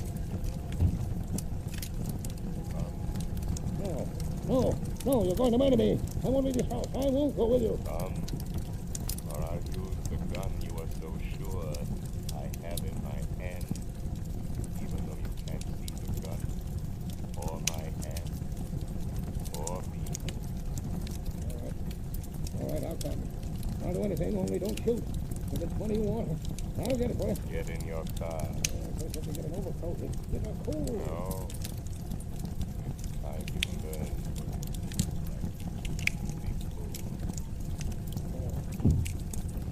Where are we going? Drive down to that squalid sink of misery that bears your name, Carverville. Don't cry out. Don't try to escape me. For I'm right behind you. In the back seat of the car. What do you want me to do in the village? Stop at that little bridge. Be careful, Carver. I can read your thoughts. You're thinking cry out, attract attention, get away from me. But you never get away unless you do exactly as I tell you. What are you going to make me do? We'll go where I tell you. And listen. And watch. What if I meet someone? Sure. Don't speak. Stop the car.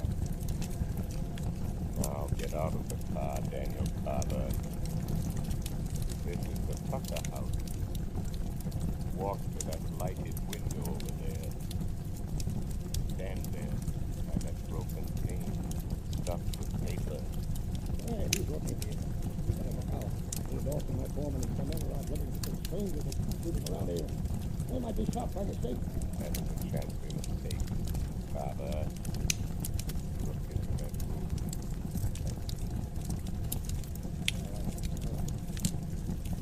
Oh, listen, now, everything's going to turn out all right. Those folks who were here today, they're going to do something. Oh, I'm trying to hope this time. But hoping comes mighty hard, and hope he's so far. Paul's dead. Your brother. Oh, Henry, you gotta go far away. After what happened, Dawson fix you good.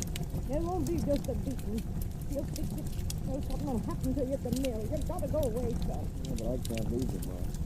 Not even long enough to have another job. Oh, don't you fret about me. I ain't got much longer on this earth than this son. You'll get away. You'll get away from here while you've got a chance. Why, you're crying. You didn't even cry when Pa died. Seemed like he was better off dead. Because he was free of old man's father at last. At last.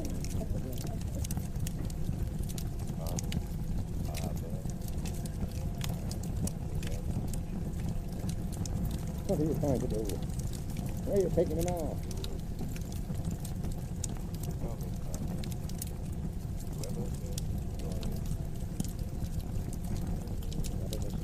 Scrooge, got to do with me. You are Scrooge, Daniel Carver, a 20th century Scrooge. And this is me.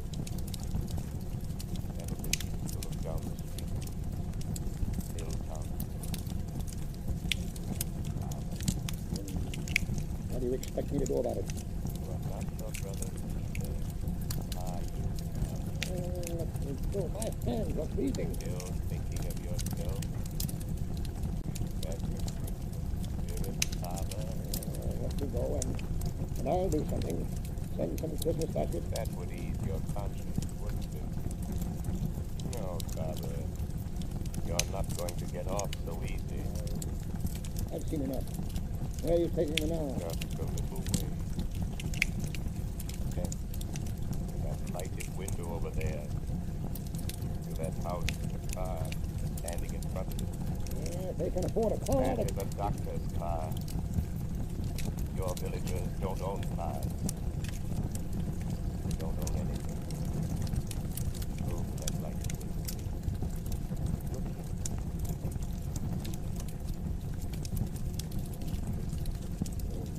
Off on the grass, I can't see. There's another broken pane. The hole is filled with paper. Keep out the cold. Like a tucker window. Push the pane. Well, try and be calm, Miss Anderson. I know it's hard, but you must for the child's sake. I'll try it. I can't help feeling the way I do. My husband died of pneumonia only last month. Thought you were going to see. Oh, there's still hope. I've moved to a hospital. One near enough. There's only some way of keeping these rotten powder houses warm. You might as well try to heat a fire. Mommy. Mommy. Yes, Daddy. I'm right here, Judy. Mommy. Of course you can. There's your doll, Judy. Mommy. I hope so, Judy. I'll ask you. come, Mrs. Anderson. She may sleep. We'll try to keep the room warm. That's all we can do now. That and hope. Hope for the best.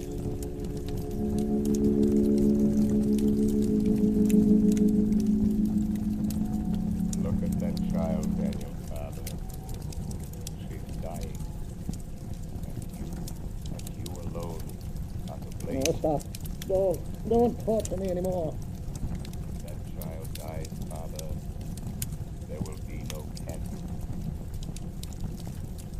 No gay candle on a gift-laden Christmas tree. But white candle, shedding a ghostly light around a packing box coffin. No, stop. It will be the monument to your life No. of selfish greed. No. And the cross you will bear through all eternity. Unless what? you make amends. I'll do anything. I'll do anything to make amends. I didn't know. I've been blind, selfish. No baskets of fruit or pennies in the snow will wipe out your sins against these long-suffering people, Father. I know. I'll make everything right. That little girl. She needs medicine, a warm house. Let me go in and get the doctor to move her to my house on the hill. I'll get specialists. I'll do anything to save her life. Wait, Father. That is only the beginning. What of all the others? What of these death traps you call home? I'll tear them all down, burn them, build new ones, houses that are warm and comfortable and safe. I swear it. Listen, who are you? How are you everything to show me what I've been doing to these people who depend on me? But you are a man. Why can't I see you? I have clouded your mind, made it impossible for you to see me. You will never see me. Never hear my voice again, Daniel Father. If you keep your word. I will keep my word. I swear it. If you don't, the shadow will return. And the next time... Shadow. It's my foreman, Bill Dawson, and Al Kimball. Yes, I know. They need to kill him. They're after Sir Sullivan is here this afternoon with a young woman. Welfare workers, I think. What will we do? Let them come. This is your first day. You are responsible for their acts. What are you going to do, Father? If they might shoot us by mistake. They've got shotguns. This is your chance, Father.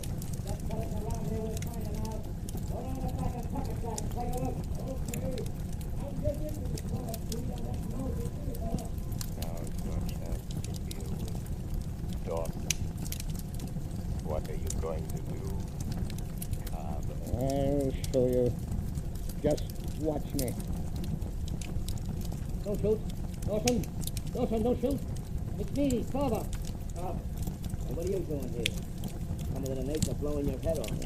Funny to see what I've been doing to these people by giving you a free hand. And you said you didn't want to be father. I know. I'm to blame. I've been blind. But that's all finished now. I'm going to make this village all over, build new homes, make up for all the misery I've caused these people. You're getting kind of soft, ain't you, Father? You won't think so when I tell you that you are through, fired, you and Al Trimble and all your kind. Listen here, you mealy-mouthed old skinflint. You can't fire me.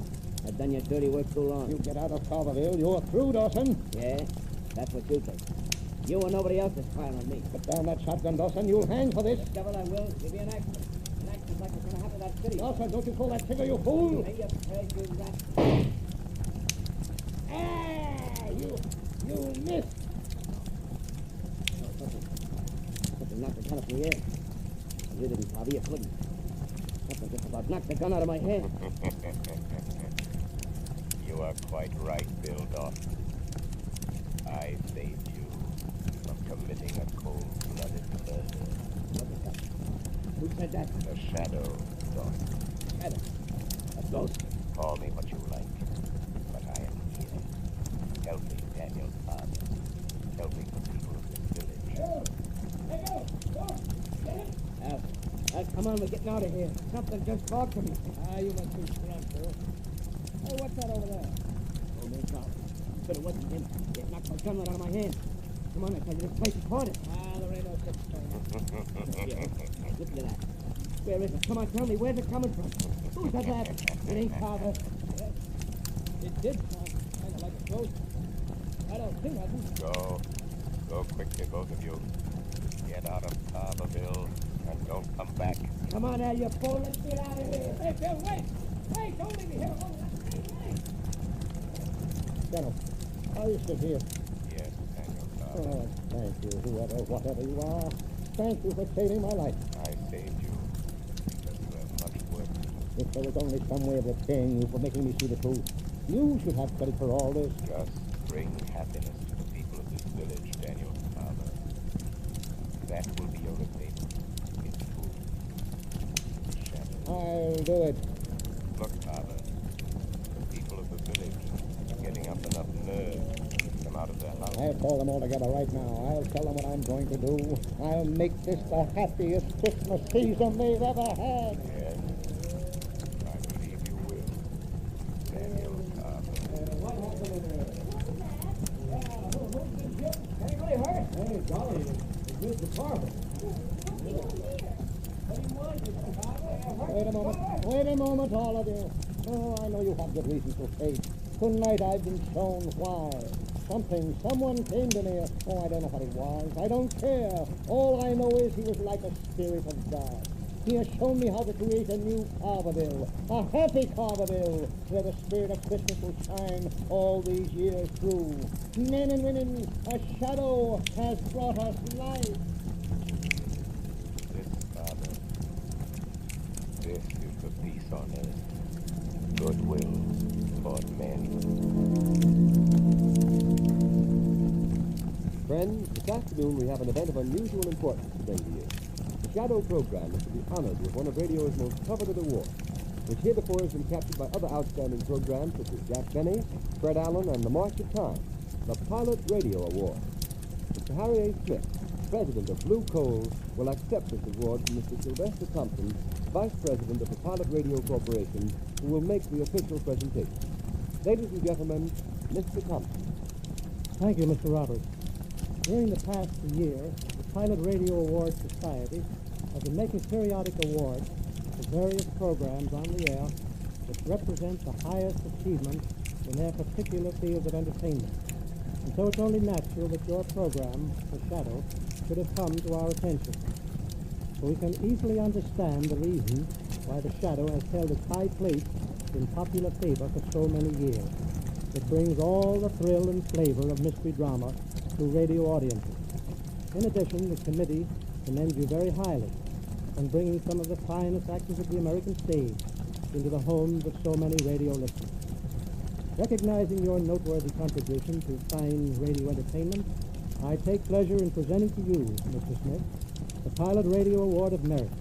And I am certain The Shadow will continue to delight radio audiences for many years to come. Thank you very much, Mr. Thompson. On behalf of the Glen Alden Coal Company and the D.L.W. Coal Company, producers and sellers of blue coal, it gives me great pleasure to accept this award. We greatly appreciate this recognition of our efforts to entertain the radio public. We realize, however, that the credit is due to those who prepared, directed, and presented The Shadow. The Blue Coal Dealers of America join me in expressing their appreciation to our very able artists who have presented this entertainment, and our thanks to you for this recognition of their efforts. I assure you that they will endeavor to keep their future presentations of the same high quality that we endeavor to maintain in every ton of blue coal.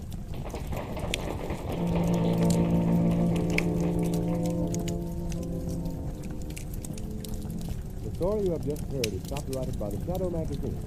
The characters in this story are entirely fictitious, and its similarity to persons living or dead is purely coincidental.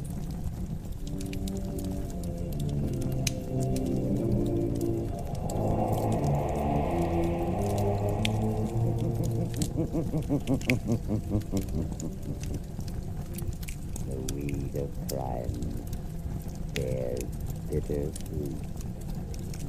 Crime does not pay. The Shadow knows.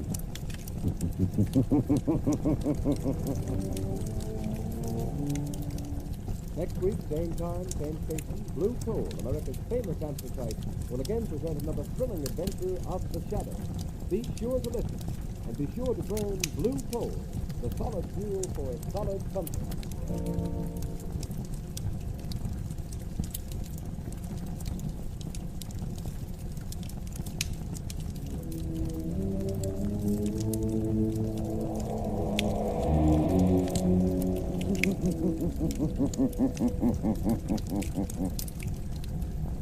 Shadow knows.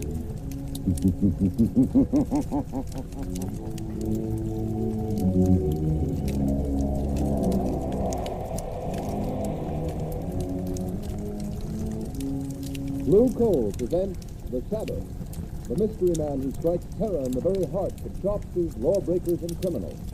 Today, the League of Terror.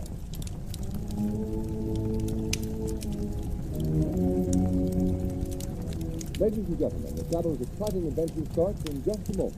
But first, I'd like to ask you homeowners a question.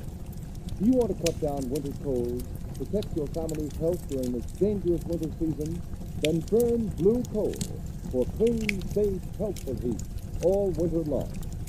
Blue Coal is Pennsylvania's finest anthracite, and its harmless blue coloring is your guarantee of better heat at less cost. So when it comes to fuel, insist on Blue Coal. Order it by name. Your nearest Blue Coal dealer will be glad to send you a trial ton.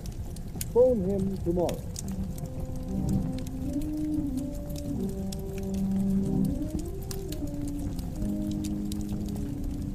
With the court's permission, I'll rephrase that question. Mr. Sullivan, do you know how these counterfeit $1 and $5 bills came to be in the cash register of your grocery store? I got them from customers, I guess. Michael Sullivan, you're a witness in a federal trial, under oath to tell the truth and nothing but the truth. You know you can be sent to prison for perjury? Yes, I know it well enough.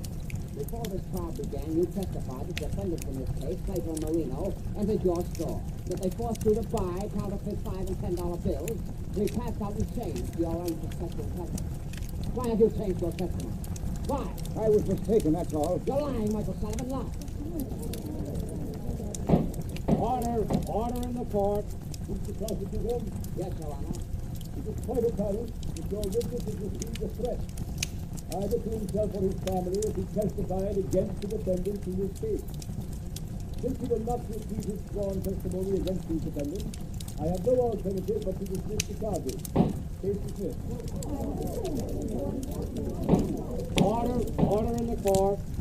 Your Honor, I demand that Michael Sullivan be held on a charge of perjury. Michael Sullivan, much as this court may sympathize with your reasons and motives for stealing these criminals who prey upon an unsuspecting public in the wholesale commerce of worthless counterfeit money, I have no alternative but to sentence you to 1 year in prison.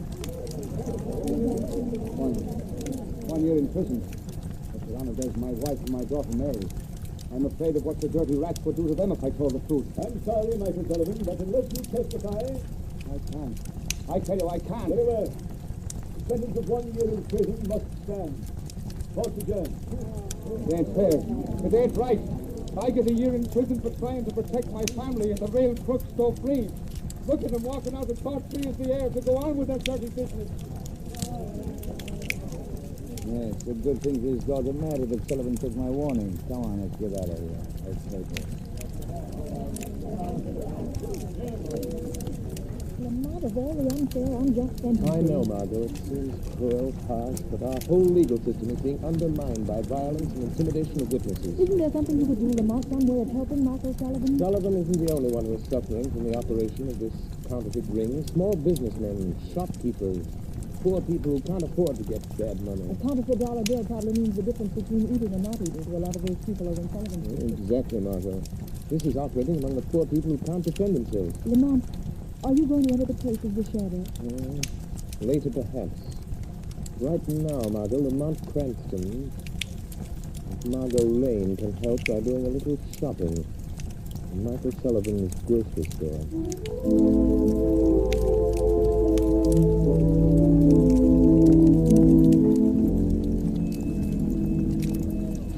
Good evening, Mrs. Devine. Good evening, Miss Sullivan. How's little Maria? Oh, she's sick. All the time she cries. Oh, what's the matter? I don't know. The doctor will say she's only got enough to eat. I don't know. I'm sorry. Oh, Lady Kennedy help me, Sullivan. Oh, I'm mighty sorry they send your papa to jail because he wants to talk now. Father would have talked. He ain't afraid. Not for himself. He was afraid of what they do to Mother and me. How is your mother? She's not so well. She's been sick all along, and now with Father in prison. She can't understand it. I'm afraid for her. She's so sick. None of us don't understand. We're all afraid. Oh, I'm not. I've got Father's gun here under the counter. And if any of that counterfeit gang comes around here again, I won't depend on the law to protect me. No, Miss Sullivan. You can't fight, and they're too many. Well, there'll be a couple less if they bother us again. Hush, Maria. Oh, hush, don't be in your way. Miss Sullivan, you have so much trouble. I don't like to bother you, but what is it, Mrs. Giovanni? The landlord, he say that $5 bill that Mr. Sullivan gave me, it's no good. He say I got to pay it and then put the money or get out. Please give it back to me. Another counterfeit bill. I'm sorry, Mrs. Giovanni. Give it to me. Here. Here's a good bill. At least I think it is. The counterfeit bills are so good you can hardly tell they're fake. Oh, thank you. Thank you so much, miss. Here we are, Margot. I'll be with you in just a moment. Thank you. If you hear of anyone else who has any of these bad bills Father has to give out, let me know, Mrs. Giovanni. I'm not going to go if it takes every cent we got. God bless you, miss. Well, goodbye. You be mighty careful, Miss Sullivan. I will, Mrs. Giovanni. Good night. Good evening. What do you want? I think a couple of cans of corn and string beans. And a loaf of bread. Yes, and some butter. There are strangers in this neighborhood? Yes, and get some peaches. Yes, 2 large cans of peaches. Strangers don't come way over here in this section to buy groceries. Who are you and what do you really want? Miss Sullivan, put away that gun. You're a courageous but a rather foolish young woman. Well, maybe so. But I got only myself to think of. I'm not like Dad, afraid because he had a family. Please, Miss Sullivan, we're not members of the counterfeit ring. It's been terrorizing their father. How do I know that? If we were members of that ring, Miss Sullivan, you would have been shot long before you could get that gun. It's very obvious. Well, what do you want? For appearance's sake, in case this store is being watched, you'd better give us the groceries you ordered. All right. What was it now? Corn, string beans, and peaches. Here's the corn. Who are you? Newspaper reporters or the police? Would you like to save your father from that year in prison? Yes, anything. It's killing my mother. There's a man walking the floor across the street in the doorway. Yeah, I expected it, man. Who are you? How can you save my Get the father? groceries. Now the other things. Keep moving. But listen to me. Yes. You're a brave girl, Miss Sullivan, but your life won't be worth one of those counterfeit bills unless you use your head. What do you mean? You know enough about this counterfeit ring, how they operate, who they are, to make them fear you will talk? I know how they operate, but Slater and Marina are the only ones who ever came here. Slater and Marina will be out of the picture for the present. Just stand there, get the things, anything at all, make a packet. My father never saw anyone else either. One of the big shops. I'll put this stuff in a paper bag. There's 2 men in that doorway across the street from Alabama. Let me know if we start this way. Now, Miss Sullivan, I can't tell you who I am or exactly why I'm here, except that I was in court today. I want to help you. I can if you're willing to take a great risk to help your father. I'll do anything for Dad. If I don't get him out, I'm afraid my mother will die. If I only knew who's behind Slater and Marino, who's their boss. You can find out. If you know what happens to those who know too much. I'll take that hit. How can I find out who they are? By pretending to know more than you do. I don't understand. Those men across the street will undoubtedly come in here in the minute you leave. They'll question you. Pretend you know how they operate. Yes? If you want to be paid to keep quiet, the chances are they'll take you to a higher up. Maybe not the ringleader, but someone who knows the real leader. But Lamont won't kill him. Not until they find out how much she knows and who else shares that knowledge. Anyhow, I don't care. It's only fair to warn you. You're taking a desperate chance. What have I got to lose? They'll probably try to put me out of the way anyhow. The whole neighborhood knows how I feel about them. I said I'd kill them for what they've done to my father if I ever found out who they were. Those men are starting this room. You've got to go, Miss Sullivan.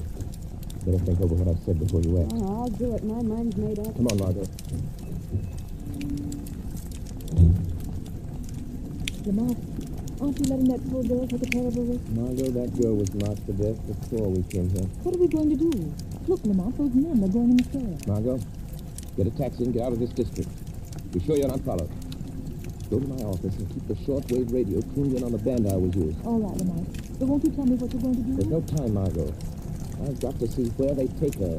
From now on, the fate of Mary Sullivan is in the hands of the Shadow.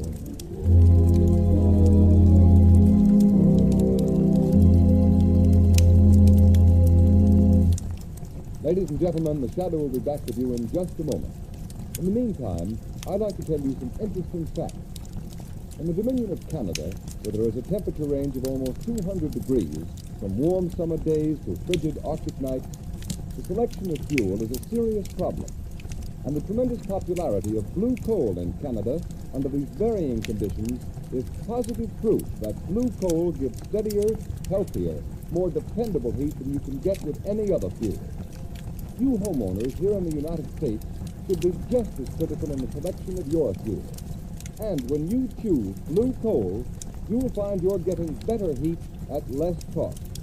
For blue coal is a selected Pennsylvania anthracite, the fuel that burns longer, more economically, down to a fine powdery ash.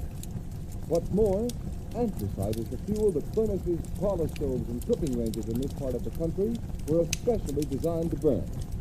And the finest anthracite in America is blue coal. It's mined by the famous Glen Alden Coal Company, and every carload is tested and retested for purity and uniform size before shipment. Blue coal is especially prepared for home use. It comes in all the popular domestic types: egg, stove, chestnut, and tea style. So solve your problem of home fuel selection by placing your order for blue coal tomorrow. Ask for it by name. Phone your nearest blue coal dealer the first thing in the morning. You'll find him listed in the Where to Buy It section of your classified telephone directory under the name Blue Coal.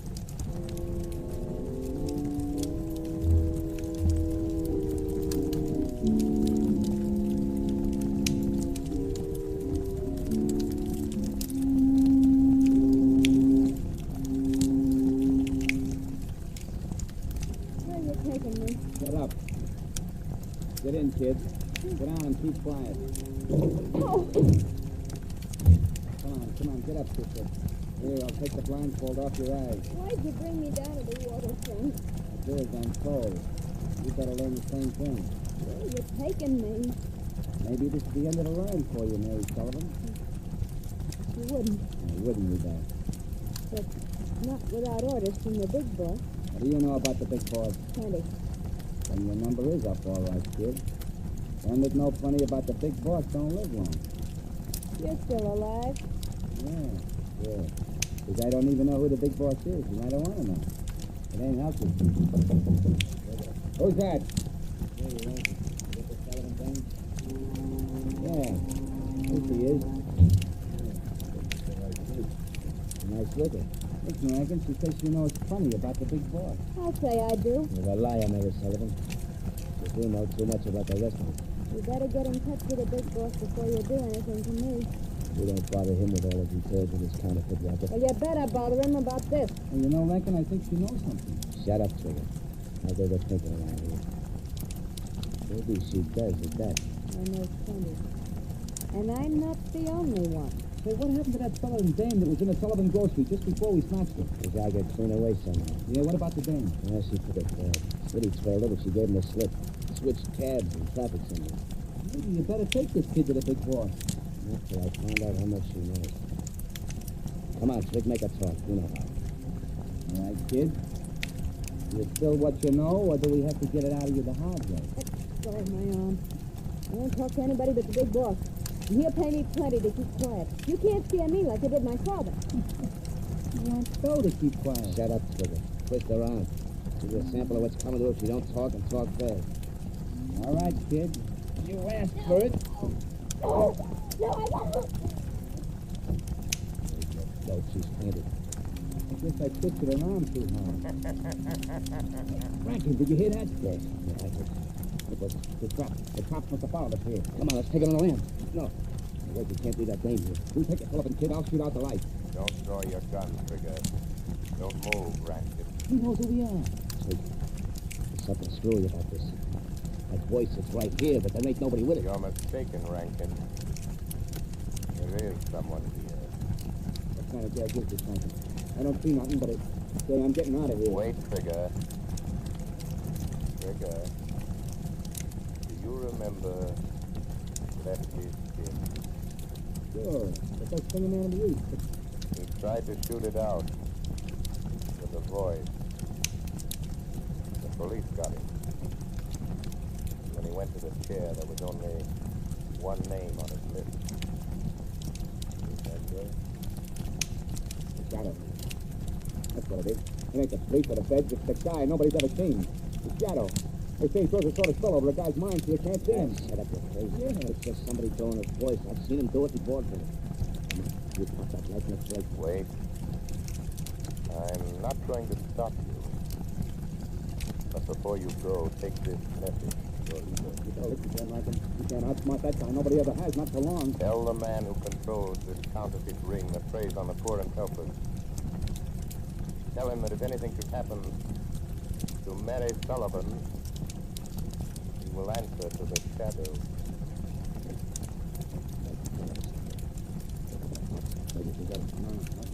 Can't you see the Shadow set to take down the big boss? If you won't shoot, I will.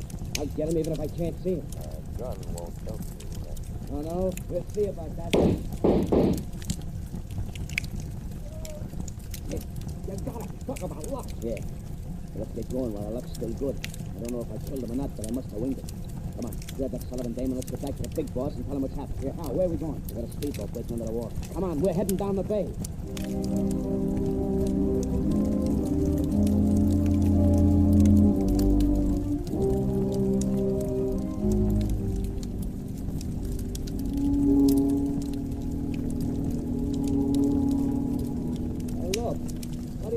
Boss will say about bringing the Sullivan dame to his hideout. Yeah, I hate to think about it. Without steer the boat, you watch that Sullivan dame. She ought to be coming through by now. Yeah, she's coming out of it.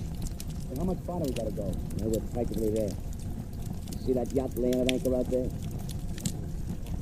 You mean that's the big boss hideout? Yes, sir. You'll find out something you're liable to wish you never heard about. That's what I see. You mean that's the plan, huh? That's where all the phony gold is coming from. That's to lay out the feds and cops that are looking for from us. Right, sir. All right, here we are. Get Sullivan dame in the street. Yeah, okay. But how about me staying in the street, boy? That's been doing. You're coming aboard and tell the big boss what you know about this Shadow. Nobody knows much about it. You better spill what you do know and spill it fast, please. The big boss is the head of this racket because he can think faster than you can shoot. You get the idea you're going to shakedown, you're as good as dead.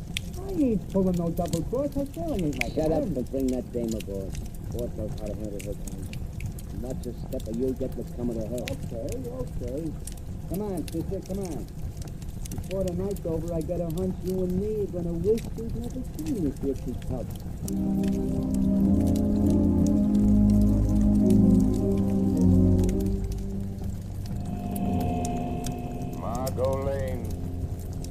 Margot Lane, listen carefully, act quickly.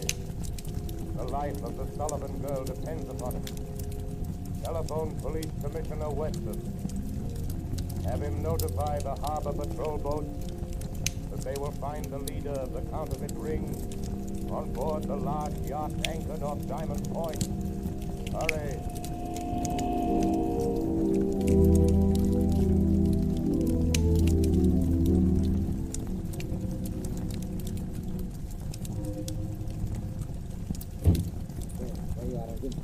No, you listen to me. I warned you never to come to this yacht without orders. But, boss, I had to. What's the idea of being free on that Sullivan girl here? You know what happens to those that break the rules of my organization? I couldn't help it, boss. This is important. She ain't seen anything. I locked her in one of the cabins. I decide what's important. Why didn't you report first? I wasn't time. I was going to report, but then this Shadow started talking to us in the warehouse. Yeah, you tell him. Never mind. I get all about this Shadow. But he's on the trail, huh? Shut up and listen to me. What is it? putting organizations like mine out of business, putting fools like you and Trigger in the electric chair. Yeah. Well, he won't, because I got him back in the warehouse. You lost? Yeah, boss. I took a couple of wild shots at where the Shadow's voice was coming from, and we heard him fall. How do you know that fall wasn't a trick? How do you know he didn't follow you here? No boat sailed. No, I suppose it didn't occur to you that he might have been hiding in the speedboat with you. Where's that Sullivan girl? Bring her in. I'll get her, boss. She's right in the next cabin. You're a fool. You let Trigger and the Sullivan girl in on something they're not likely to forget. And you know what to do. Take care of them. You mean, so they won't talk? Do you know of any other way? Listen, boss, the Shadow said if anything happened to Mary Sullivan, you'd answer to him. You leave the Shadow to me. Yes, yes. I didn't kill him. That is a reasonable assumption. Boss, he's here in this cabin. I see my presence is accepted without question. Even though you can't see me. Rankin, shoot, you fool, shoot. Yes. Try again, Rankin. All right, Shadow. Maybe I won't miss this time. Rankin.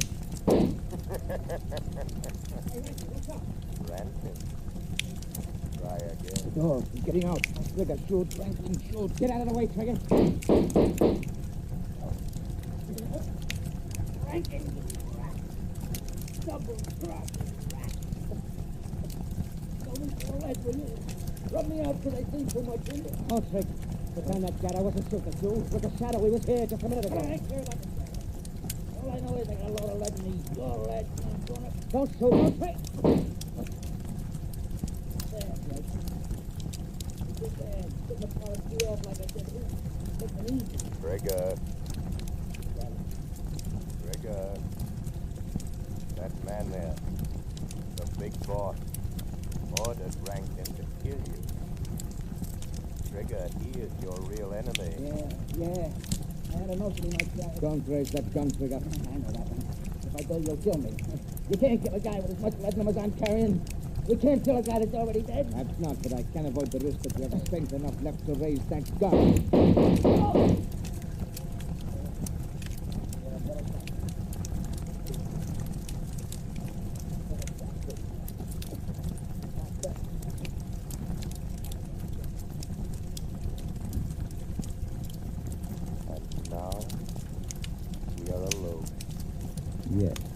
Yes, quite alone.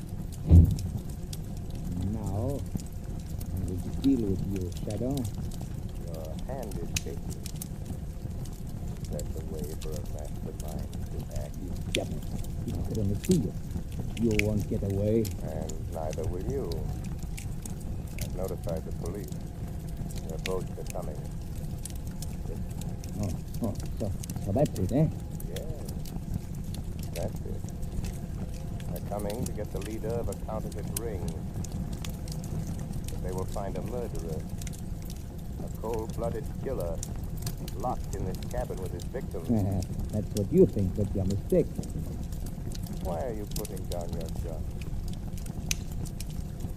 Why are you giving up so easily? Listen, Shadow, I've heard a lot about you. You're clever. Well, I'm clever, too. Clever enough to know when the game is up. I've anticipated just such an eventuality.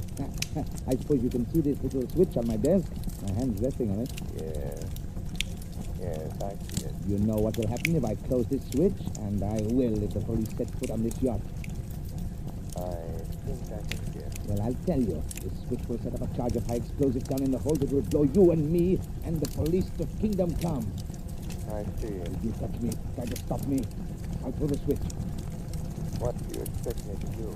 You call the police and you can send them away. What makes you think I will? If you don't get rid of them, I'll throw this switch. What have I got to lose? Well, there they are. What about it? Think fast. Will you send them away? So you think bluffing, eh, Shadow? No. No, you're not bluffing. I have no doubt there is high explosive in the hold of this ship. But I wonder if you have nerve enough to throw that switch. I wonder. If I shut it out that temple, you wouldn't take it. Now I'll show you. It didn't work. It didn't explode. No, it didn't explode. switch doesn't work because I've cut the wires. See where they run along the wall. Devil, I'll get you. They may get me now, but I'll get you. You'll never take me alive. Get him out of here. Go on, get him out. I guess it's the man we're after, Commissioner. All right, you, come on, get going. Yes, Commissioner Wasteland, that is your man. That is the leader of the counterfeit ring you hunted so long. You'll win, Shadow. Shadow. I might have known. I had a hunch it was you again when the mysterious call came through. Commissioner Weston, there's a girl in the next cabin. She says she isn't a member of the gang. She is Mary Sullivan, daughter of Michael Sullivan. Convicted of perjury in the counterfeit trial. Sullivan's daughter? Yes. She risked her life to find these men. Reward her by getting her father out of prison. You'll be freed in the morning. You have my word on that.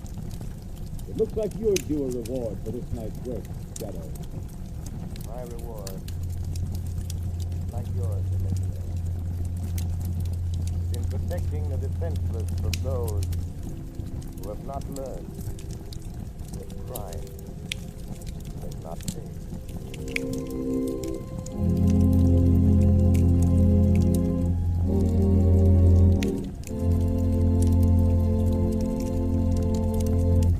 Ladies and gentlemen, before we tell you of the Shadow's next exciting adventure, here's John Barclay, Blue Coal's heating expert. Ladies and gentlemen, Mr. Barclay. Thank you, friend Robert. Good evening, friends. You want to get better, more efficient results from your home heating plant at no extra cost? Do this. Phone your nearest Blue Coal dealer and ask him to send one of my trained servicemen to your home. Each John Barclay serviceman is a heating expert. He knows every kind of heating apparatus, inside out. For instance, here's the experience of a woman in Revere, Massachusetts. She writes in part, I'm obliged to heat 14 rooms, and I always had trouble with 4 radiators. Try as I would, I could not seem to heat the 4 rooms in which those radiators were stationed until one of your John Barclay servicemen inspected the entire basement of my home, including the pipes and boiler. Also, those radiators which had given me so much trouble. The serviceman made some recommendations that I followed, and from that time on, I have never had any trouble whatsoever.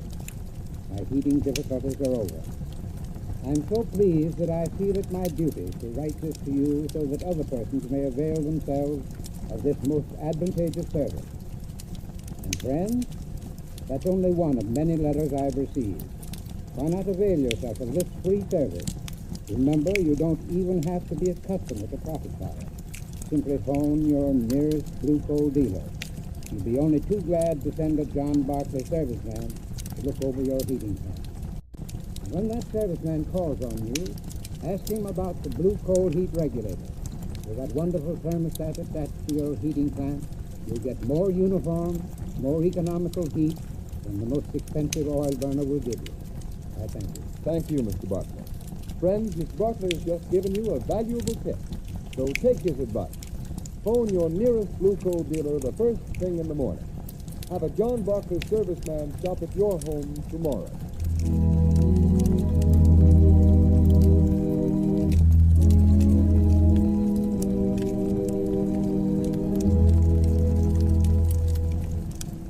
The story you have just heard is one of the many copyrighted stories that appear in the Shadow magazine. The characters in the story are entirely fictitious, and the similarity to persons living or dead is purely coincidental.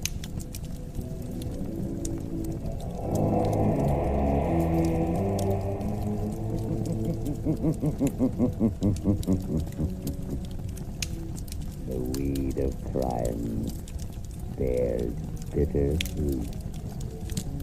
Crime does not pay. The Shadow knows.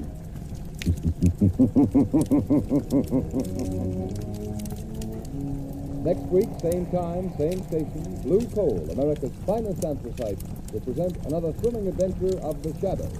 Be sure to listen and be sure to burn Blue Coal, the solid fuel for solid comfort.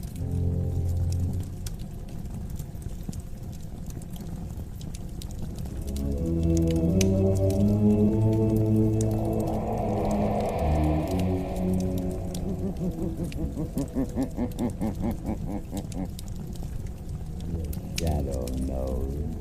Blue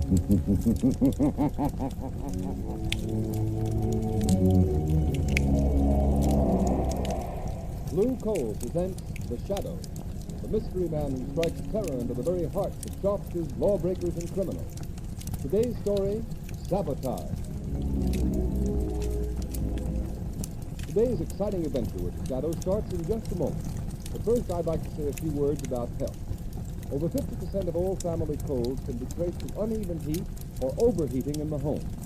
So protect your family's health by burning Blue Coal, America's finest anthracite. Then you will be sure of steady, lasting, healthful heat at less cost. The next time you order fuel, ask for Blue Coal by name. You don't have to get a full supply. Your nearest Blue Coal dealer will be glad to send you a trial ton. Phone him tomorrow.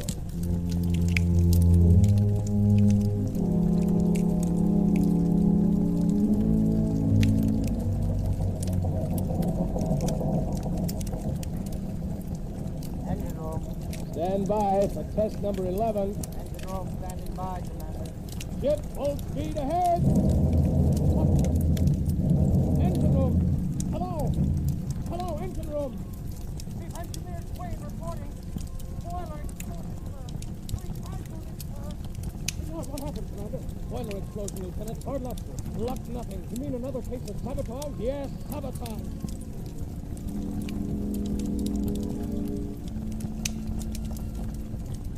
Submarine L-21 calling submarine base. Submarine L-21 calling submarine base. Submarine base answering L-21. Go ahead, L-21. Submarine L-21 in distress. Submarine L-21 down off Diamond Head. Cannot rise. Emergency. Emergency. Pump damage. Looks like sabotage. Looks like sabotage.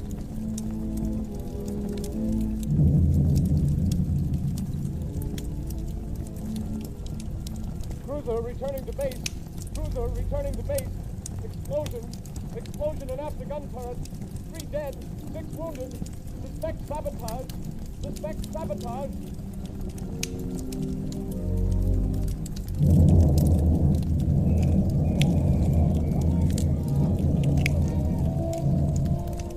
Lord. Hello. Hello. Hello. Sentry post number 4 reporting. Explosion and fire. Explosion and fire in destroyer dry dock. Stag Island Shipyard. Stag Island Shipyard.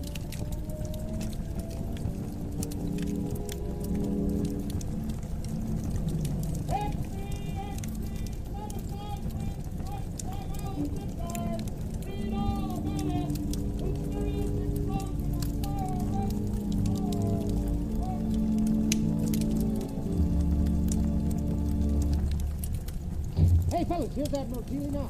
What are the findings of the board, Admiral? Yeah, Admiral, what's the dope on this sabotage run? Gentlemen, the board has authorized me to make this statement to the press. Let's have it, Admiral. Yeah, let's have the lowdown, Admiral. Our inquiry indicates that all ships affected by recent acts of sabotage have all been built, reconditioned, or repaired in the Stag Island yard. Stag Island, eh? Yes. Every resource at the command of the government is being directed toward the apprehension of those responsible for the systematic blows at the naval defense strength of the United States.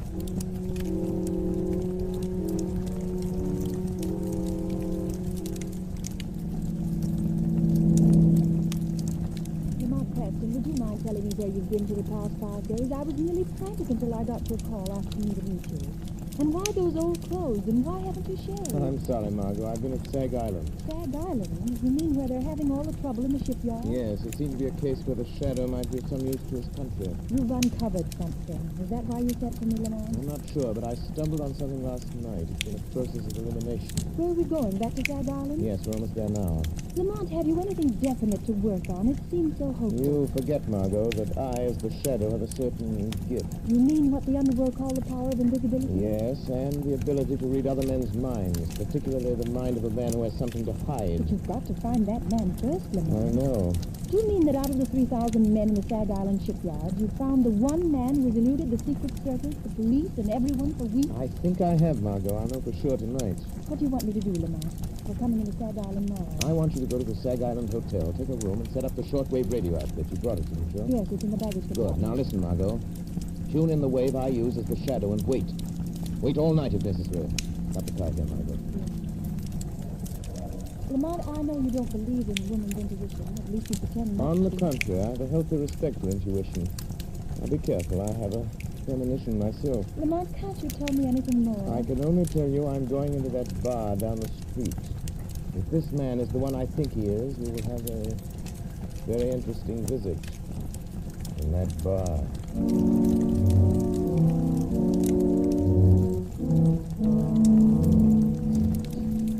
Hey, bartender, let him up again. Yeah, one more round. I'm done, boys. Closing time. All right, come on, kid. Okay. Good night. Come on, Billy. Good night, boys. Good night.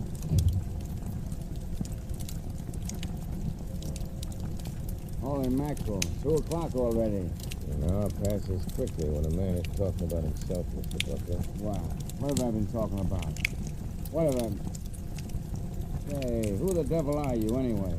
If you're one of them Secret Service guys trying to pump me, you're barking up the wrong tree. I'm not a Secret Service man. Then what's your game? What's yours? You're not looking for a job. You're a phony. I have a good notion to turn you over to the cops. They're rounding up guys like you. Sit down, Butler. Listen to me, or you'll get us both in trouble. Who told you to look me up? Would it help if I told you what you're thinking, Butler? You're stalling. Who sent you? It's running through your mind over and over again. I see it like a picture on a slate. You're thinking, did Arnheim send him? Did Arnheim send him? You're a liar. I never mentioned Arnheim's name. Never heard of him. And why are you thinking of a name you never heard? I'll be a fool, Butler. What do you know? What did he send you for? What's wrong? Why didn't he... Yes. Quit staring at me like that, all right? You were going to say, why didn't Arnheim tell me himself? Suppose you go ask him. No, he don't want anybody to know. You're in on this, you ought to know that. I don't know how much you know or how much... Hey, you just passed those guys. Come on, cheer up. Tomorrow's another day. My friend and I were just leaving. Yeah? You have to go out to the alley. I locked up the front door, and I ain't unlocking it. Come along, Butler. We can finish our talk on the way. On the way to where? Come along, I'll show you. All right. We can cut through the alley. We can talk on the way. Yes, we can talk. After you, Butler. Okay, come on. Hey, come on, what's the idea? We're going down the dark alley, ain't we? Hey, you, cut the comedy and come on. Your companion has left you, Mr. Buckler. He saw your hand slip into that pocket where you carry a blackjack. He saw the picture in your mind. And knowing you meant to crush his skull, he asked me to bring you to place. What is this, flame up? Who was that guy? Who are you? Steve Buckler, you're a traitor. You're selling your birthright, your honor, your country's safety for money you'll never live to collect. How do you know all that? Who are you, anyway? This is your first excursion in crime, isn't it, Buckler? What difference does that make? Who are you? What do you want? If you had any contact with the underworld, you wouldn't have to ask who I am. You ever heard of the Shadow, Steve Buckler? Shadow. So that's it. That's who you are. The man who can hide anywhere that no one has ever seen. Yes, Buckler. The man no one has ever seen. Don't move. Will I tell you what you're thinking? I see the picture inside your head. You're thinking you kill me if you would only see me. I said everything. You can't tell what I'm thinking. All right, you got me dead to rights. What do you want me to do? Stop taking orders from Arnheim. Is that all? You mean you're not going to turn me over to the Secret Service? No. No, I'm going to give you one more chance, Steve Buckler. One last chance.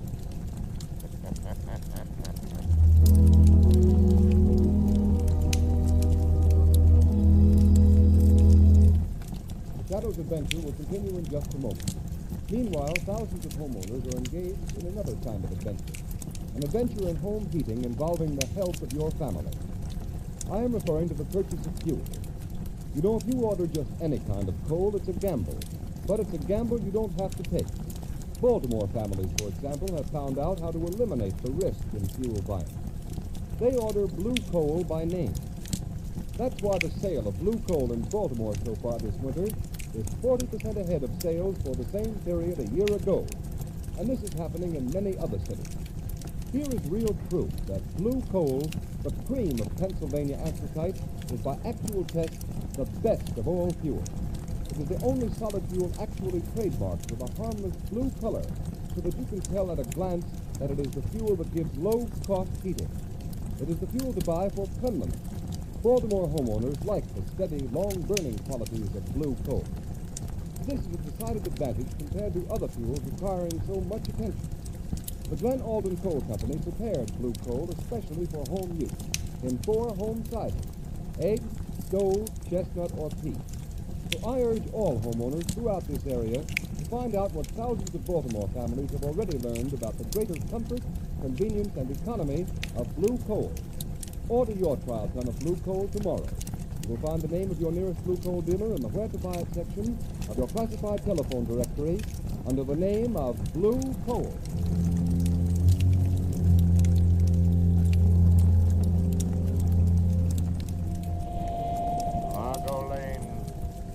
Margot Lane. Stand by. Stand by. I have found our man. He is meeting someone. The shadow will be with them. Stand by.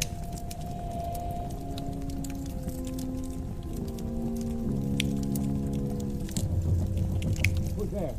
Who's there? Where's Arnheim? Why didn't he come? What makes you think he'd be fool enough to come here just because you sent word you're in trouble? I've got to see him. I've got to talk to him, Rigo. What's the matter with you? Secret Service men been asking you questions again? No, they don't suspect anything. Somebody else is after. Somebody knows Arnheim is back of all this sabotage. Well, who is it? Come on, Buckler, out with it. Let go of me, I'll tell you. It's the shadow. The shadow. Don't give me that. It's the truth. That's why I phoned Arnheim. I got to have the money you promised me. I got to get away from here. Listen, you fool. How did the shadow get wise to you? How much does he know? I'm not sure, Isaac. How did he find out unless you told him? I didn't tell him. But he can read your mind. Listen, you got to take me to Arnheim. I got to get away. How did you get away from the shadow? He let me go. Said he was giving me one last chance. You're lying, Buckler. People don't get away from the shadow. He doesn't let them go unless they're working for him. Listen, if you're trying to pull a double cross on Arnheim, you'll never live to tell it. I'm telling you the truth, Rigo. You've got to believe me. All right. Maybe you are. It just happens we've got another job for you that will prove whether you're on the level with Arnheim or not. I can't do anything more. The shadow knows I'm responsible for all those accidents. He'll find me. You can't hide from anybody like that. He'll find you dead if you don't do as you're told. Besides, Buckley, you'd like to get that $50,000 Arnheim promised you, wouldn't you? I've done more than he asked already. I've earned that $50,000 a dozen times over. Well, maybe you have. But you don't get it unless you carry out Arnheim's orders. Now, this is the last. It'll be easy for you. It won't take you long. I'll wait for you. Take you to Arnheim's place. He'll pay you off. You can be on your way. Well, what about it, Buckler? What do you want this time? It's that battle cruiser that's going out on a trial run in the morning. It's too late to tamper with anything now, Rigo. So what? You're turbine inspector. You're scheduled to go along. We know that. But how? What can I do? It's too late, I tell you. I'll show you what you're going to do. You see this metal tube? What do you want me to do with it? You're going aboard the cruiser and plant that inside some piece of machinery. Some place where it'll get smashed when the engine starts. What's in that tube? Oh, nothing much. Just enough nitroglycerin to tear the turbines out of that cruiser. No, I won't do it. It'll kill every man in the engine room. It won't be the first time, Buckler. I couldn't carry that thing into the yard. They're searching everybody, Rigo. Quit stalling, will you? We know they don't search inspectors. That's why you've been so useful. Suppose I can get it in the machinery. Get off the ship before she sails. How do I know Arnheim will keep his word? Pay me off and let me get away. I didn't come here to bargain with you, Buckler. All I know is Arnheim told me to bring you back after you'd carried out his orders. All right. Go. This is the last time. Give me that tube. Now you're talking. But look out for that stuff. It's touchy. Well, come on. What are you waiting for? You better go first. Nothing doing.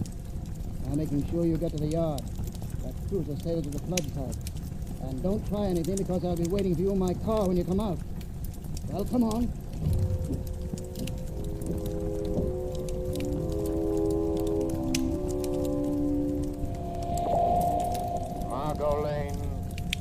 Margot Lane. Drive to shipyard. Watch for black sedan parked in front of Red Brick Building. Our man is Steve Buckler, ship inspector. I am following him into shipyard to prevent another accident. Margot, don't lose sight of that black sedan. It will lead us to the real head, the sabotage ring.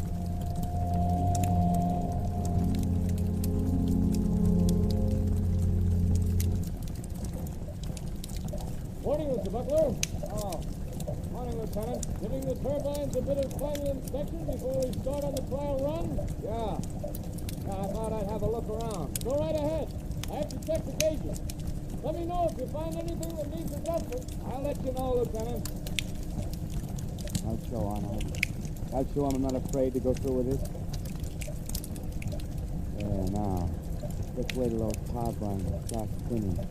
Till they smash that metal tube of nitroglycerin. Just wait. Everything look all right, Mr. Buckler? Yeah, everything's fine. Just fine, Lieutenant. Yes. Everything will be just fine. Just a moment.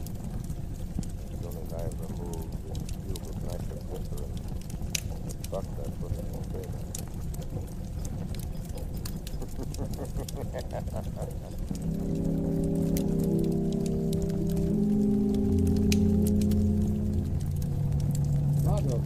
Margot, wait a minute. Oh, Lamont, thank heavens you're here.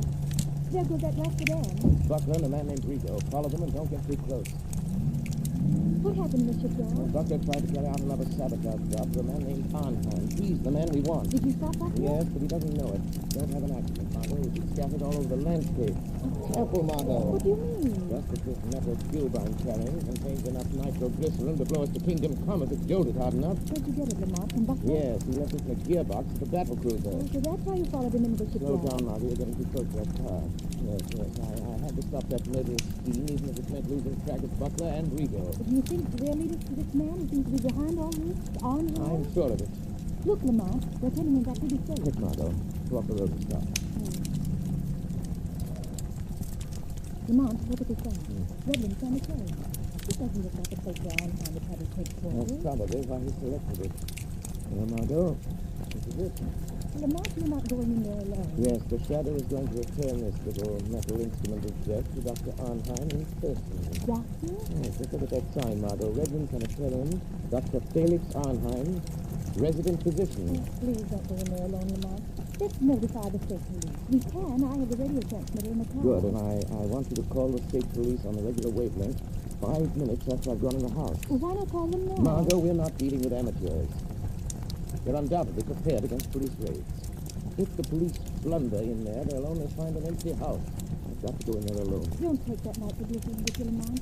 Well, Margot, I must. This tube of concentrated death is an important part of my plan to hold those men in that house until the police break in. Oh, don't, Lamont. You said you had a premonition, remember? Don't, Margot, worry. Call the police, and in 5 minutes, it is in the lap of the gods. And in the hands of the Shadow.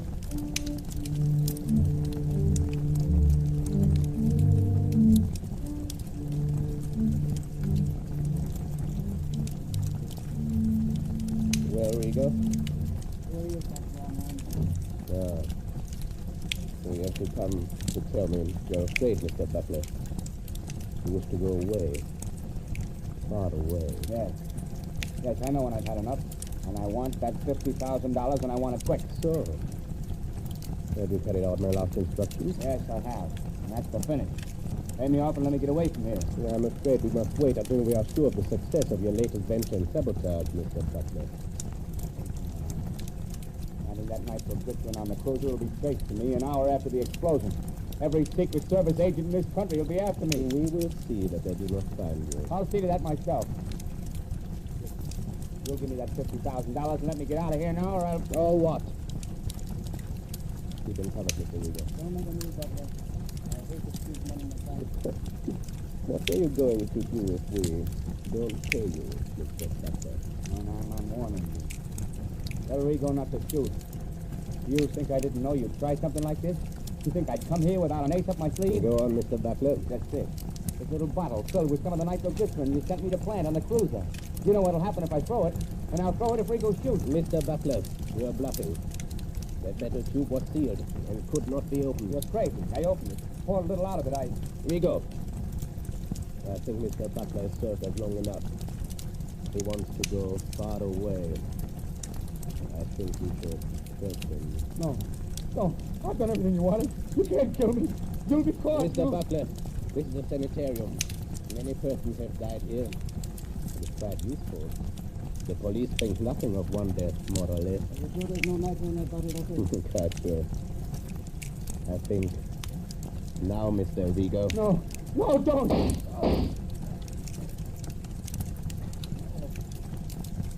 He's got a warning. Listen, Sheriff. Very good, Mr. Vigo. This American man of mystery is a shadow. He interests me. You told me something over the telephone. Yes, he got the butler last night. Makes himself invisible. As I told you over the phone, I think we'd better get out of the country for a while. Because of this shadow? He's just a man using hypnotic forces that affect men's minds. Maybe, but once he gets on your trail, there's no shaking him off. But I know something about such forces. He can appear in a room without being seen. How does he do it? Some call it the powers of angels or devils. But it's the art of mesmerism. Hypnotic suggestion is very old. And certain men of modern science have developed it amazingly. Well, no matter how he does it, I don't want to meet this shadow.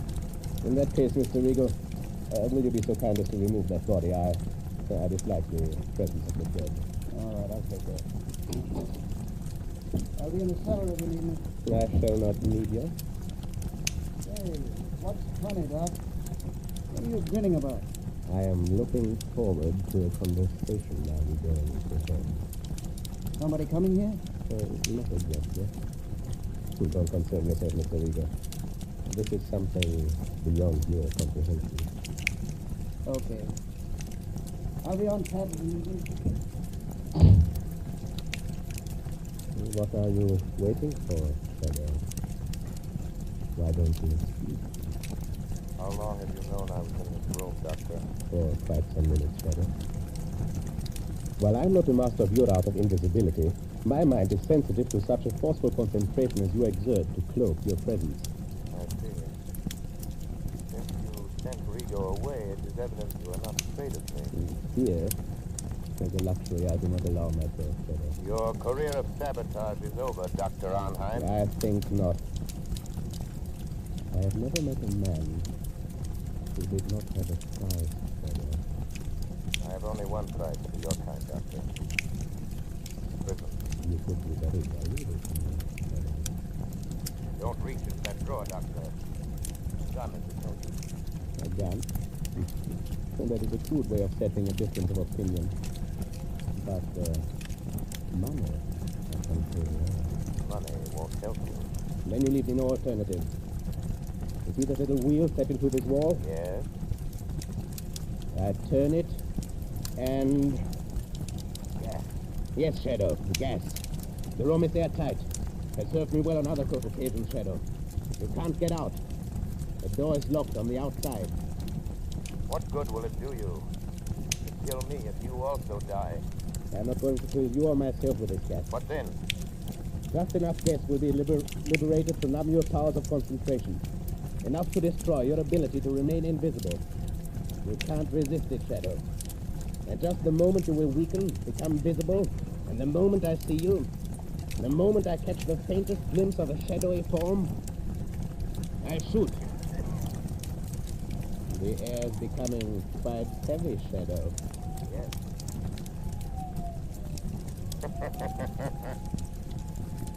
Listen, Dr. Arnheim.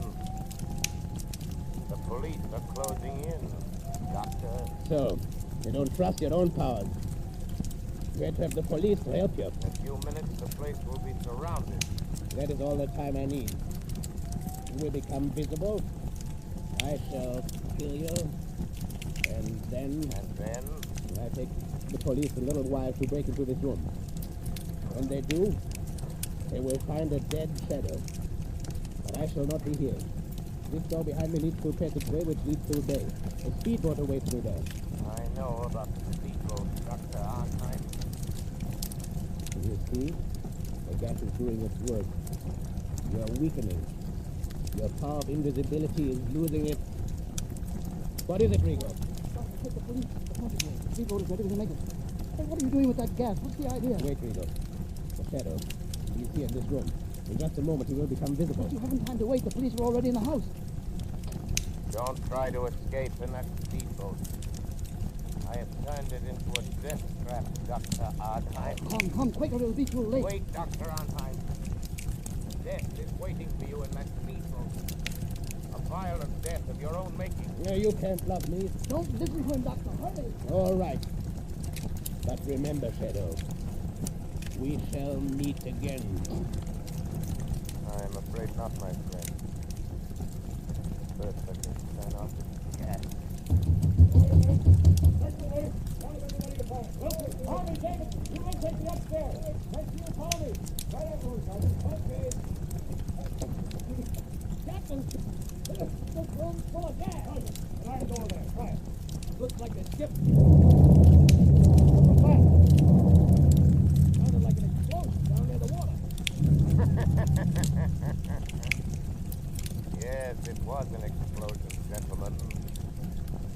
There will be no more wrecking of warships. It's a tube of nitroglycerin, intended for the new battle cruiser by Dr. Arnheim. And patients of years of good doctors, bones, the compliment of the shadow.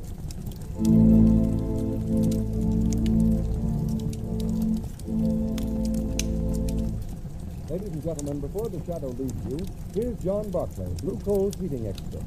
Ladies and gentlemen, Mr. Barclay. Thank you, Ken Roberts. Good evening, friends. I'll venture to say plenty of you homeowners listening in have heating problems that you'd like to have straightened out right away. If that's the case, here's what to do. Phone your nearest Blue Coal dealer and ask him to send one of my John Barclay servicemen to your home. Thousands of people are enjoying new heating benefits by following the free advice of John Barclay servicemen. For example, here's what a man in Newark, New Jersey writes about getting better, more efficient results from the Blue Coal heating service.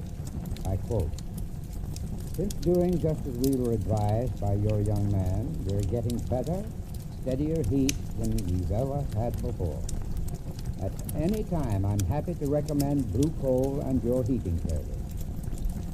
Friends, why don't you take advantage of this wonderful heating service? Remember, it's yours absolutely free. It's part of the service that goes with Blue Coal. Just phone your nearest Blue Coal dealer. He'll be glad to send the John Barclay serviceman to inspect your heating tank. Be sure to ask that serviceman about the Blue Coal heat regulator. That inexpensive, up-to-the-minute thermostat will give you more uniform, more economical heat than you can get with the most costly oil burner. I thank you." Thank you, Mr. Barclay. And friends, profit by Mr. Barclay's advice. Have a John Barclay serviceman stop at your home. Phone your nearest Blue Coal dealer tomorrow.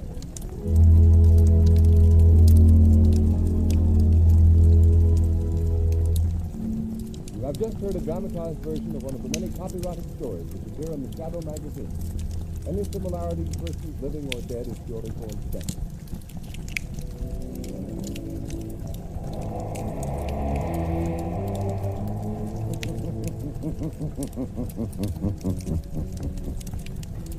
The weed of crime bears bitter fruit. Crime does not pay.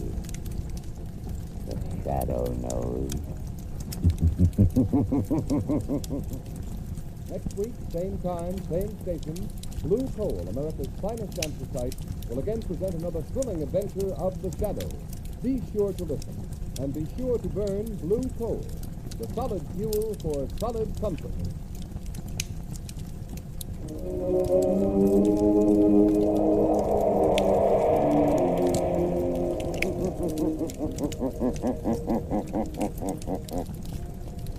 The shadow knows.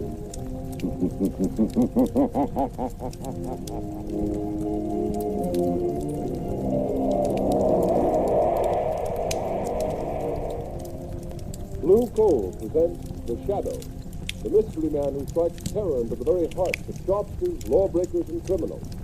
Today, the Society of the Living Dead. In just a moment, the Shadow's exciting adventure will begin. Meanwhile, I have an important message for all you homeowners. We are now in the midst of the most treacherous season of the entire year. But you can protect your family's health during this danger period by burning blue coal. For blue coal gives you clean, uniform, healthful heat all winter long. And its harmless blue coloring is your guarantee of better heat at less cost. So when you order fuel, insist on blue coal. It's Pennsylvania's finest anthracite. Your nearest blue coal dealer will be glad to send you a trial ton. Phone him tomorrow.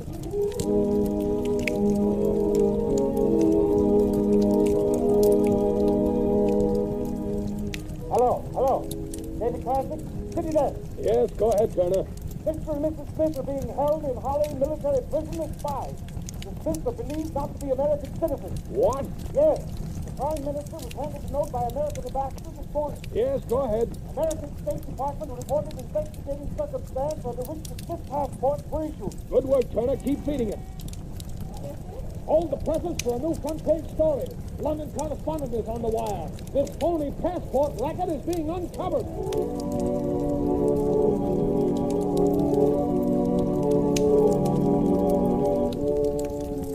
New York, New York. More news on the Smith case. Mr. and Mrs. Smith are not citizens. A fake passport and identification ring is suspected. The name Schwartz was taken from tombstones to secure passports. More startling disclosures are promised by federal agents and local authorities who suspect widespread plot. All right, Margot. Well, his fake passport and identification record interests me. At Scotland Yard in England, the State Department of Washington, the whole New York police force working on that fake passport racket. Do you have to get mixed up in it? You see, Margot, it ties up with a case that interests me. You mean the suicide of your broker, Henry Adams? Yes. But Lamont, what possible connection could there be? I don't see it. Well, I didn't see any connection either through today, although Adams never struck me as being the type of man who would commit suicide. His body was found 2 weeks ago, and they buried him right afterwards in the family vault in Kingman Cemetery. Seems to me that's what you might call a closed case. I don't agree, Margot. I noticed in one of the gossip columns the other day a remark that interested me very much. What is that? An item that said that Irene Adams, the orphan daughter of Henry Adams, is being courted by Ray Kelvin. Oh, Ray Kelvin was Henry Adams' partner, wasn't he? Yes, he was. But what interested me even more was another item which said that Ray Kelvin was very friendly with a man named Berger, who, according to all reports, is a very questionable character. I don't see the connection, Lamont. But much of the evidence points to Berger being mixed up in this business. Oh, you mean that fake passport and identification ring that we just heard about on the radio? Yes. Margot, I want you to call on Adams's orphan daughter. Her name is Irene. Pose as a reporter. Ask her about the rumors of her coming marriage with Kelvin and find out if she actually saw the face of her father at any time after his death. All right, Lamont. Where will you be when I get back? I'll phone you at my office. Are you going to visit Berger as Lamont Cranston? No, Margot. I rather think Berger will be more impressed if I visit him with a shadow.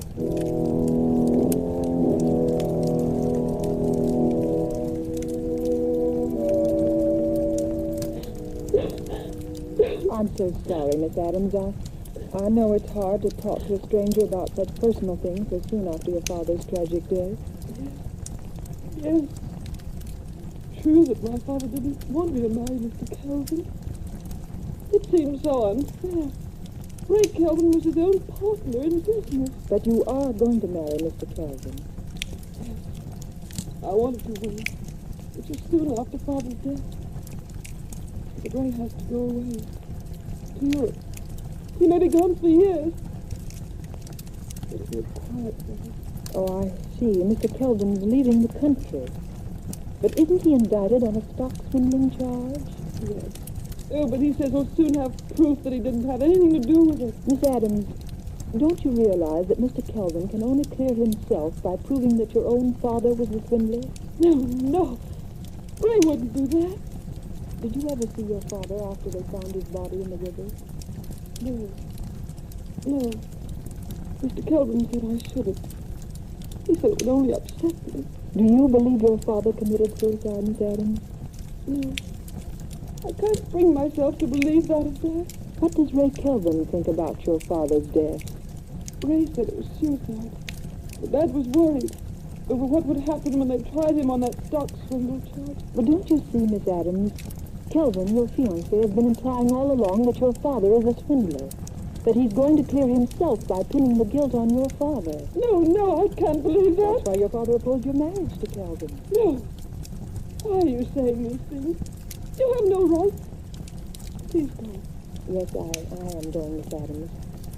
I'm so sorry if I've hurt you, but I believe you're going to thank me for keeping you from marrying a treacherous thief. Perhaps even a murderer.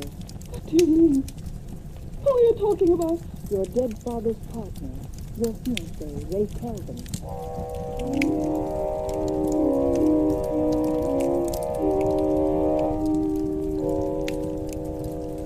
All right, Calvin.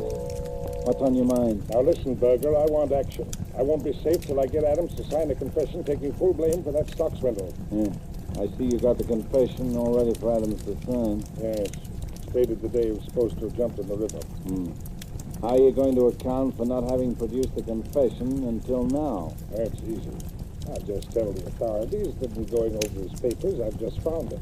The government will have to dismiss the charges against me when I produce this confession signed by Adams. What are you going to do with Adams after he signs? That's where you and your man in the morgue come in. You've got the papers that were on the man who was buried in Adams' place. All you have to do is put those papers on Adams when we dump him in the river. What? That's murder. I've never gone that far before. And you've never been paid $10,000 before either. Now, come on, quit stalling. Get your hat and coat. We're going to finish this job now. Oh, wait a minute, Calvin, wait a minute. I'll give you back that money. Every cent of it. No, I'm afraid of this. Burger, what was that? Somebody laughed here in this office. Yes, Kelvin. It is the laughter that has echoed through the mind of many a killer during his last hours in the death house. Who is that, Burger? Calvin. There's nobody here. Yes, Mr. Burger.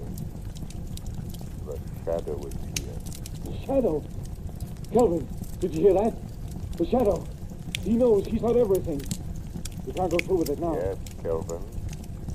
I know everything. Yes? Well, I've heard about you, Shadow. The man who has the power to make himself invisible. I know how you do it. Hypnotic suggestion. Hindu mesmerism. Oriental trickery. Well, you don't scare me. Your murderous scheme is doomed to failure, Kelvin. Give it up before it is too late. Yeah, listen to him, Kelvin. Adams is still alive. We haven't murdered him yet. No, but we've kidnapped him and we'll burn for that if we're caught. Only we're not going to be caught, Shadow or no Shadow. Come on, Burger. You're coming with me. No, don't make me go through with it, Kelvin. Come on. Don't. I'll show you what I think of the Shadow. Come on, or I'll drill you where you stand. And the Shadow if he tries to stop me. You've had your warning, Kelvin. Remember. Come on, Burger, get going. And as for you, Shadow, here's a warning from me. If you follow us, I'll find a way to kill you. Remember that.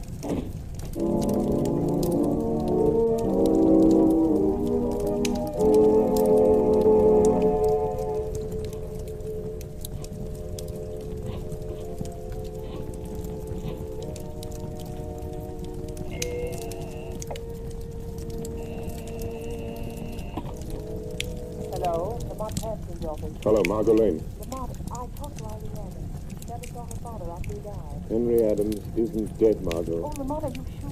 Where is he? I don't know, but Berger and Kelvin are on their way to the place where they're holding him, and I'm following them. Lamont, Kelvin is planning to marry Irene Adams and leave the country in a few days. Much can happen in a few days, Margot, even in a few hours. Lamont, let me meet you. Go with you. Maybe I can help. You can help me most by standing by with a shortwave radio. Keep it tuned in on the band the Shadow always uses. All right, Lamont.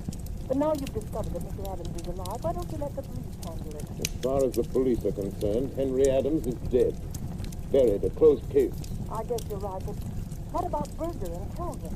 Do they know the Shadow is on their trail? Yes, and Kelvin has dared the Shadow to follow him. Lamont, it may be a trap, a trick to get you someplace where all your powers won't save you, where you'll be helpless.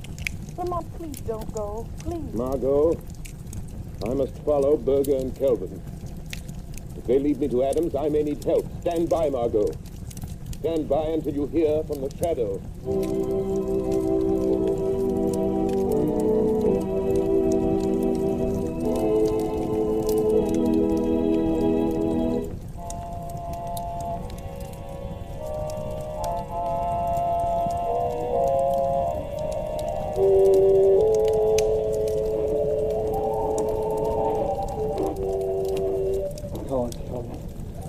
let's get this over with. What's the matter with you, Berger? You jumpy as a cat. I know.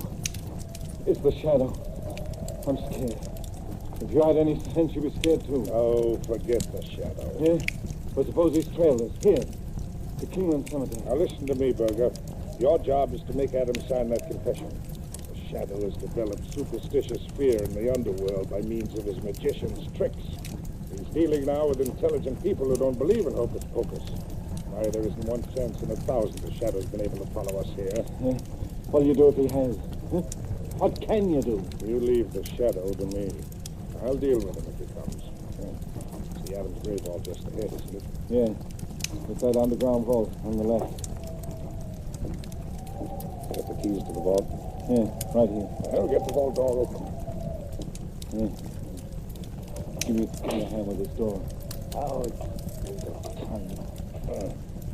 Be careful Adams doesn't get out. Where's your flashlight? Right here. There's Adams on the floor in the corner. What'd I tell you? I bet he's so weak he can't crawl, much less run. Berger, he looks like he's dead. If he is, the whole scheme's ruined. I warned you to be careful. He ain't dead. I know it's dead when I see one. He's just sleeping. Wake him up and we'll see if he's ready to listen to reason. He'll listen. Come on, Adams. Come on. Wake up. Hey, snap out of it. What? Who are you? Never mind who I am. Come on. Sit up. Are you going to take me out of this tomb? Are you? Yeah, you're going to get out. All you have to do is sign your name to a piece of paper. Water. Give me a drink. All I've had for days is the moisture on the stones. And nothing to eat. Nothing.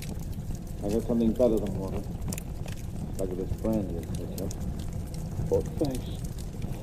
Thank you.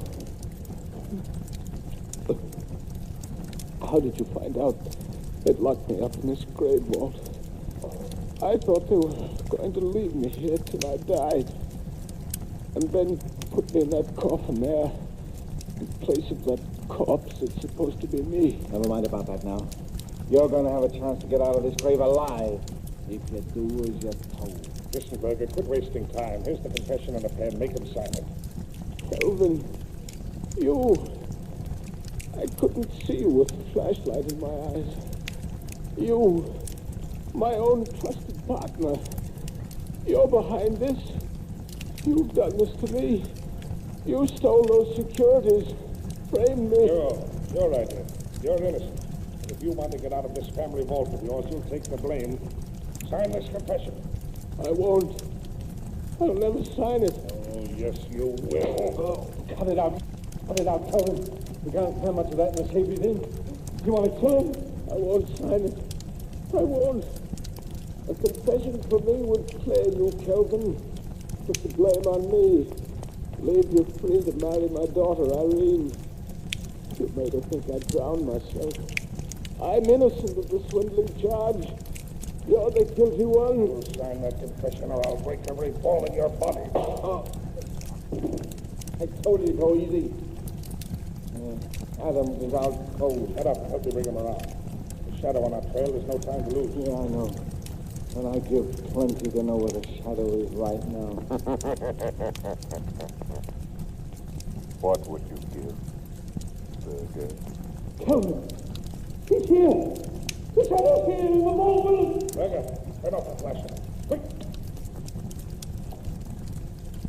Now you think we're on even terms. Don't you, Kelvin?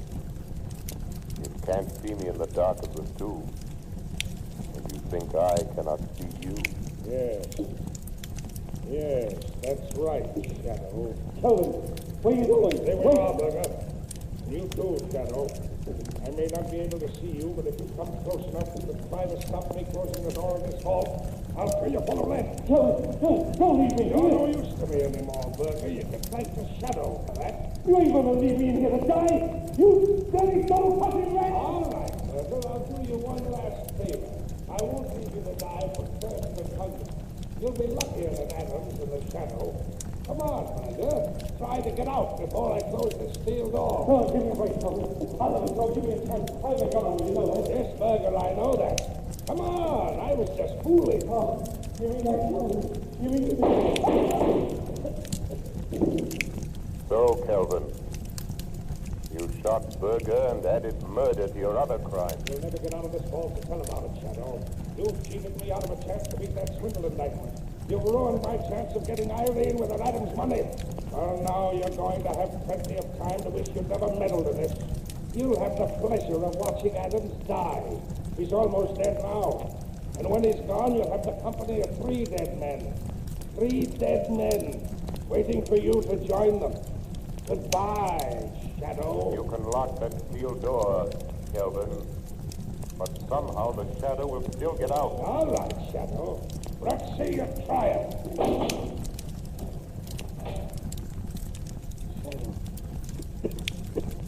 Shadow. Kelvin double-crossed me. I'm done for all right. What about you? Can you get out of this place like you said? The police will be here in a few minutes. You told them to come here, you think? No, but I'm going to. Right now. Margot Lane. Notify Commissioner Weston to pick up Ray Kelvin. Having sent a squad of men to Kingman Cemetery. Have them open the grave vault of Henry Adams. Adams is alive, but in a critical condition. Margot, don't come into the cemetery yourself. Kelvin is at large. Notify Police Commissioner Weston at once. So, Shadow, you're calling the cops. Shadow, it's Kelvin. He's at that air vent at the top of the road. He heard you calling the cops. Yes, I heard you, Shadow.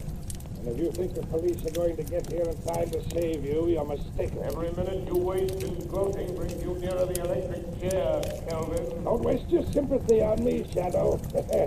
I wonder what you'll look like when the cops find you with Burger and Adams. All of you drown like rats in a trap. Because that's what's going to happen to you.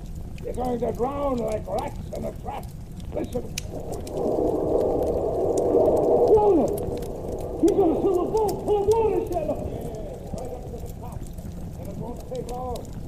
Too bad for you, I found a fire hose in the groundskeeper's shed. Now let the police come. They're welcome to anything they can get out of any of you when they get here. So long, Shadow. Let's see you get out of that spot. Shadow, he's gone. Water! Water! Here's water! Water! Shadow, the water's an inch deep on the floor already. Yes, and it's rising every minute. Our only hope is that the police will get here in time. Use that radio of yours. Tell them what's happened. Tell them to hurry. Radio transmitter is west, useless. Sent the last appeal for help. Help me, Shadow. Help me. You deserve no help, Burger. You left Adams here to die. Help me made me do it. I've never done anything like this before. I ran a fake passport and identification record, that's all. I never killed anybody. I swear it, Shadow. Water. It's getting deeper. Deeper. Water. Water. There's only one high place in this tomb. One high place. On top of the casket. The casket of the man you buried and made the world believe was Henry Adams. Lift me up there. I was down here on the floor.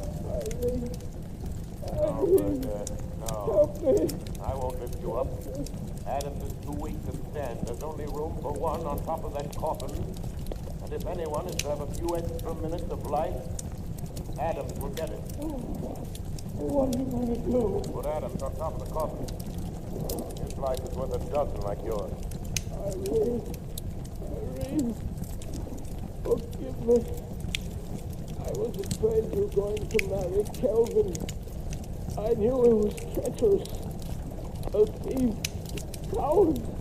Shadow, in God's name, help me up. Help me on my feet. Lean me against the wall. I'll do by myself. Yes, Burger. I'll do that much for you. It's all I can do. Thanks, Shadow. Here I am, trying to save myself from drowning. so that I can die of bullet wounds.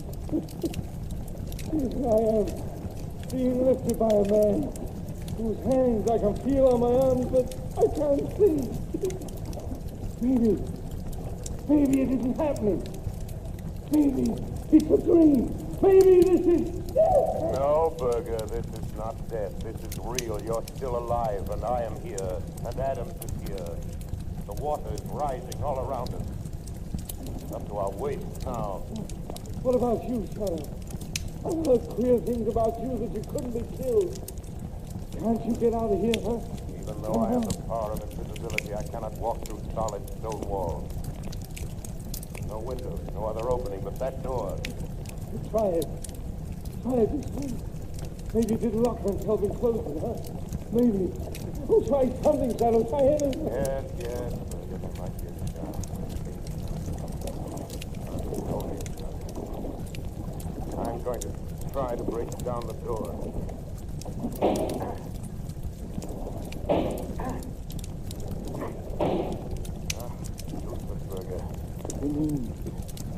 You can't even save yourself? No, I can't even save myself. Help doesn't come soon as this ball spills to the roof. The Shadow will die as quickly as you, Berger. No. Not quite as quick. I'm finished, Shadow. Thanks to Kelvin's bullet. I won't drown. No. And perhaps you were lucky after all, Berger.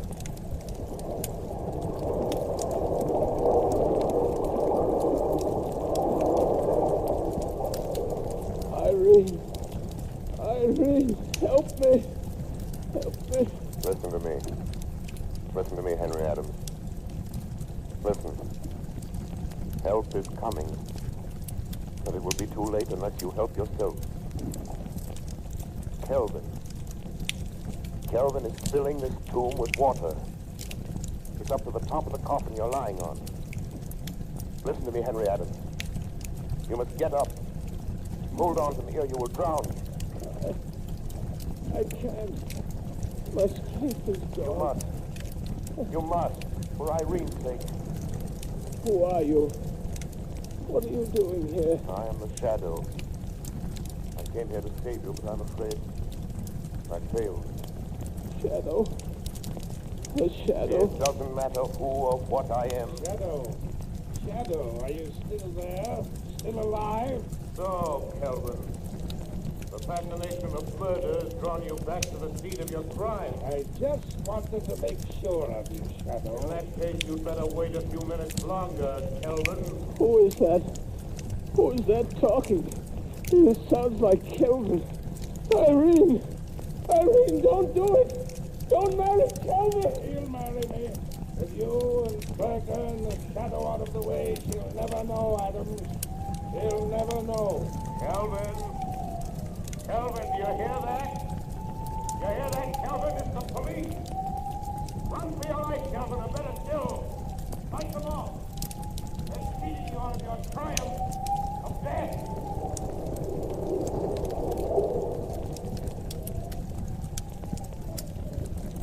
They're going to drown like rats. The police won't get me. They won't get you out of there in time. You'll drown! Drown like rats! Get that man! Stop him! Stop! You shoot! Let him have it! I got him. Okay, come on, men. Get the door of that vault open, see what's going on here. Here are the keys I got from the watchman at the cemetery gate, Commissioner. All right.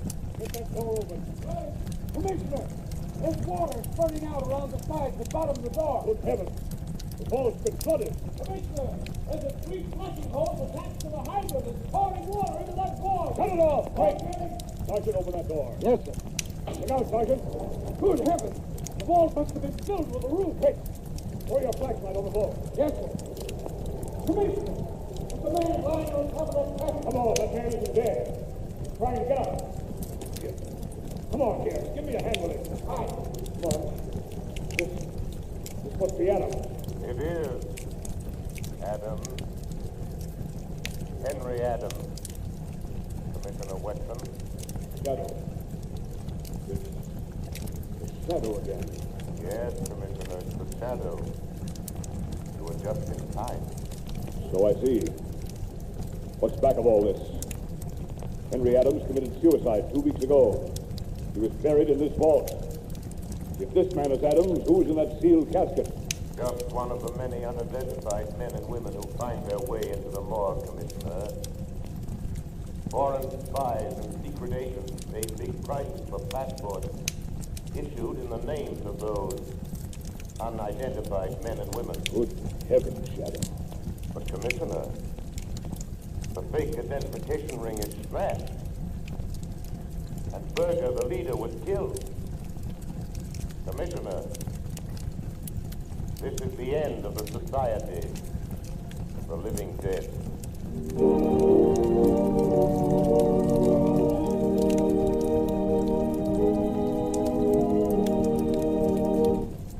Ladies and gentlemen, before the Shadow leaves you, here's John Barclay, Blue Coal's heating expert. Ladies and gentlemen, Mr. Barclay. Thank you, Ken Roberts. Good evening, friends. Tonight I have some news for all you homeowners. When you buy Blue Coal, you're entitled to the free John Barclay service. At your request, a John Barclay serviceman will be sent to inspect your heating plant. No matter what your problem may be, he can solve it for you. His valuable advice is yours, free of charge. Thousands of families are profiting by the John Barclay heating service. For instance, a woman in Roxbury, Massachusetts writes, I'm truly grateful for the valuable information given me by your John Barclay serviceman.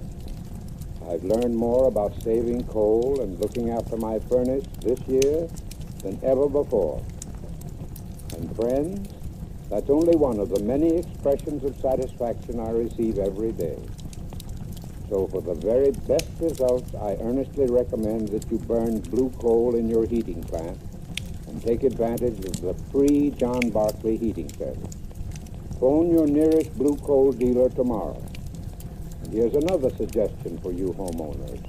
Either write me in care of this station or send to Blue Coal, 120 Broadway, New York City, for my valuable free booklet, How to Reduce the Cost of Heating Your Home. Thank you. Thank you, Mr. Barclay. And friends, write to John Barclay or Blue Coal, 120 Broadway, New York City, and get your free copy of How to Reduce the Cost of Heating Your Home. You have just heard a dramatized version of one of the many copyrighted stories which appear in the Shadow magazine. All the characters and all the places named are fictitious. Any similarity to persons living or dead is purely coincidental.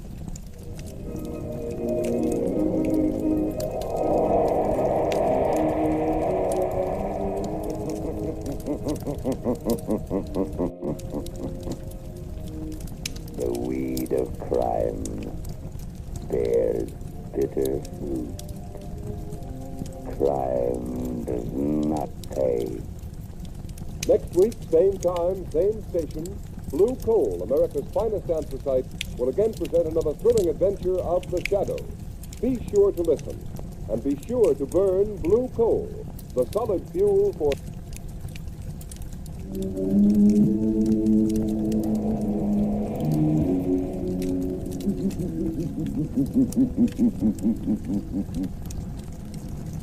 Shadow knows.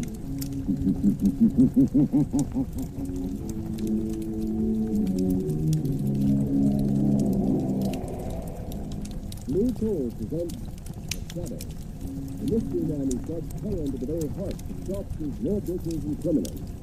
Today, the poison death. Today's exciting adventure with The Shadow will start in just a moment.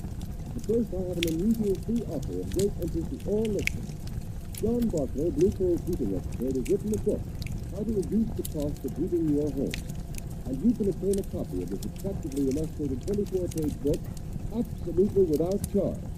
Just address Blue Coal, 120 Broadway, New York City, or write to Blue Coal in care of the station to which you are listening. Drop a postcard in the mail tonight for your free copy of How to Reduce the Cost of Heating Your Home.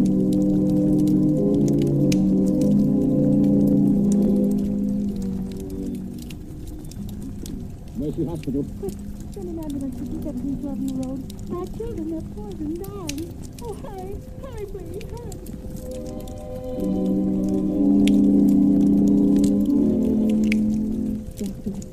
Doctor, what's wrong with my husband? He's been poisoned. Poisoned? You know something we can do. Some way of saving him. No, I'm sorry, my dear. It's too late.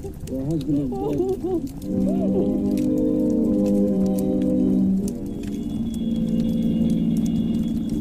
What's this, Bill? Not the poison case? Yes. The calls are coming in faster than we can answer them. Well, this one will have to go to General. The emergency ward is full. Not a cot left. The same thing in every hospital in town. The swabs, all poison cases. And nobody knows how they're getting it or what it is.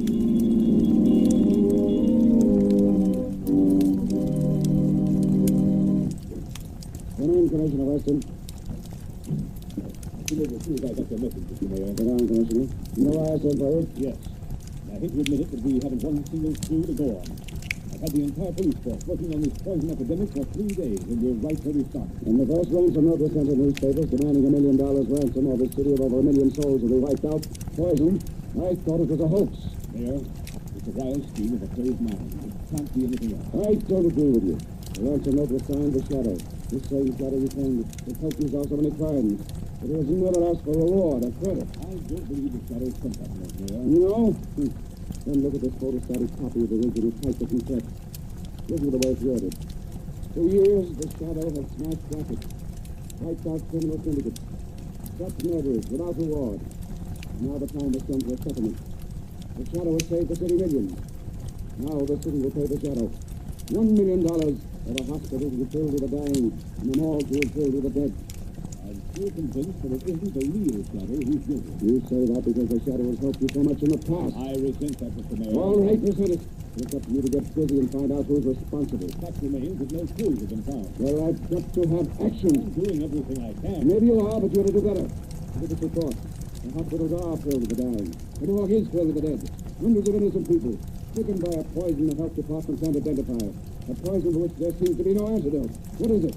How is it being fed to the people? Find out so we'll get another police commissioner. Just a minute, there's a phone. Hello? This is Clyde Burke of the Classic, Your Honor. What is it, Burke? We just received another note signed by the Shadow. What this time? Listen to this.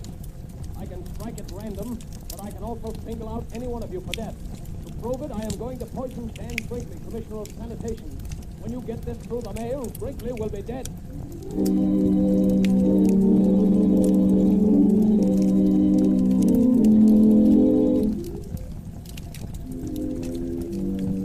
Lamont Cranston. Hello, Margot. Thank heavens you're back. Have you discovered who's poisoning all these people? Who's using your name, the name of the Shadow? No, Margot. This way I've worked on it, but no one. Whoever he is, this man masquerading as the Shadow must be absolutely insane. There's no doubt about that, Margot, but it's the insanity of a genius, not of a money-mad fool. What strange, distorted mind could devise such a terrible scheme? Margot, you see that map of the city again? You know, the one where we marked all the areas affected by this wholesale poisoning? Yes, I know. Yeah. You are the man. You see? The cases are widely scattered all over the city. Have you any idea how these people were poisoned? Must have been put in food or milk or something. There have been so many poisonings. It doesn't seem humanly possible it could have been administered individually. No, they were poisoned in groups. In every house affected by the poison, no one escaped. It wasn't poisoned milk. The newspapers checked on that, and it couldn't have been the food. Oh, the food those people ate came from 100 different stores. Wait a minute, Margot. You've just given me an idea. What's the one thing that all these people must have had at some time or another on the day they were poisoned? Well, what do you mean, man? Margot, I think I've got it. Water. Yes, water, that's it. How could that I be? don't know, Margot, but that's the answer. I'm sure of it. That explains the grouping of the poison cases. But how? It could have been done if the water meter introduced into the main pipe in the basement somewhere. So many different places without somebody Yes, noticing? and Margot, who could tamper with the water pipes in the basements of any building in the city and not arouse suspicion? Why, only someone from the water company, the man who reads the meter. Exactly, or someone posing as a representative of the water company. Okay. Margot, come on, let's open the window. Something else has happened. Lamont, it's like a nightmare. Who's saying?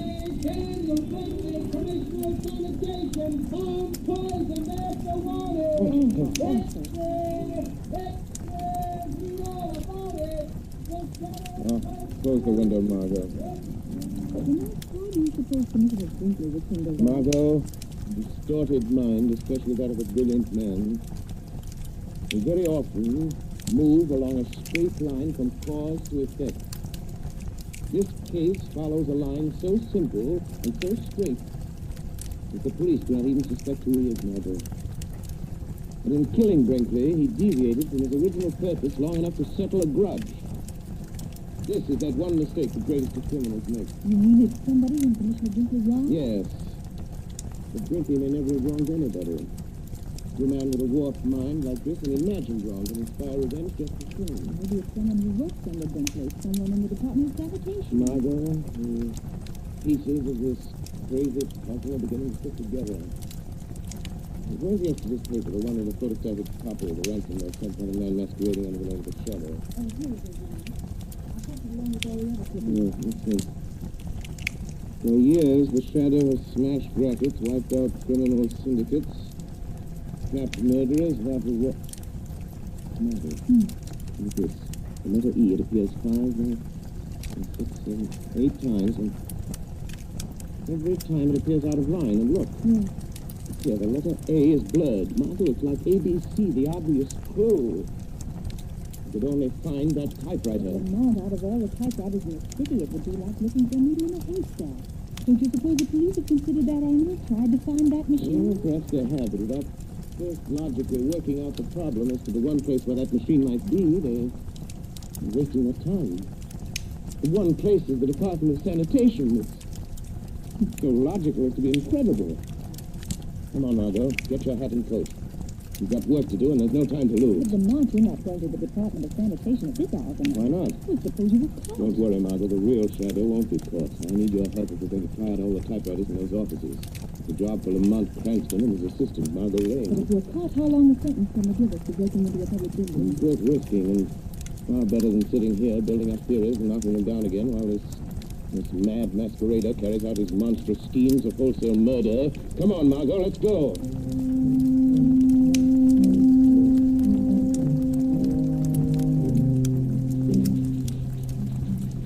No, Margot.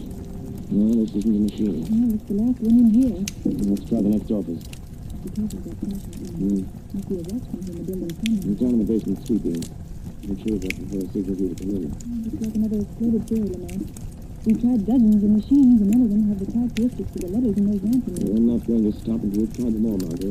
There's a door there, leading to the back part of the store, Lamont. Yes, it says, private office of chief chemist A.D. Gerber. It's looking there.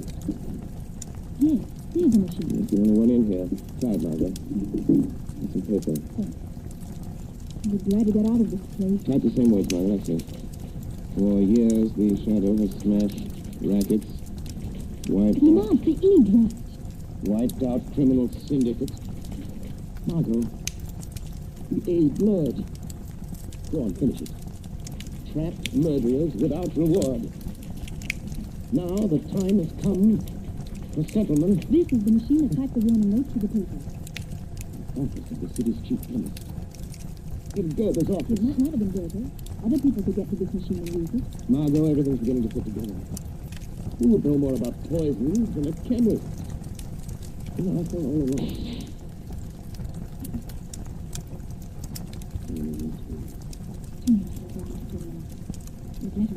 Laboratory. Keep out. Margot, I don't know. I'm going to find out. Maybe the man you're looking for. Margot, I think it'll be best if you get out of here. Get back to the car. This one. Oh, please, do not let me see what you can do. I might be able to help you with this crazy man. No, Margot. Out to the car, wait for me. Lamont Cranston and Margot Lane have done all they can. The time has come for me to be the Shadow. The real Shadow must open that door.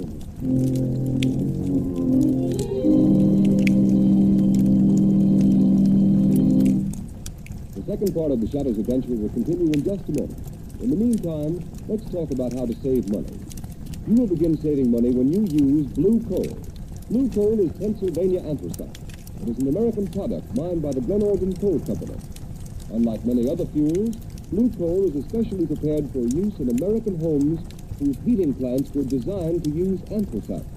And to be sure of getting the best anthracite, order blue coal. Its blue color identifies it at a glance. Blue coal is a long-burning fuel that sends a steady, continuous flow of uniform heat into the living quarters of the home.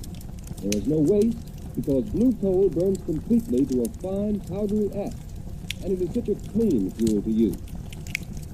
These are just a few of the reasons why sales of blue coal in Stroudsburg, Pennsylvania this winter are 22% greater than last winter. Stroudsburg families have been using blue coal in increasing quantities. These are the families that not only enjoy more comfortable homes, but now save money on fuel bills as well. So I urge all families who have not yet tried blue coal to order a trial ton tomorrow. Find out for yourself how much better this specially prepared home fuel is than any other solid fuel. Order blue coal by name in any one of 4 popular sizes: egg, stove, chestnut, or peat. The name of your nearest blue coal dealer can be found in the Where to Buy It section of your classified telephone directory under the name Blue Coal.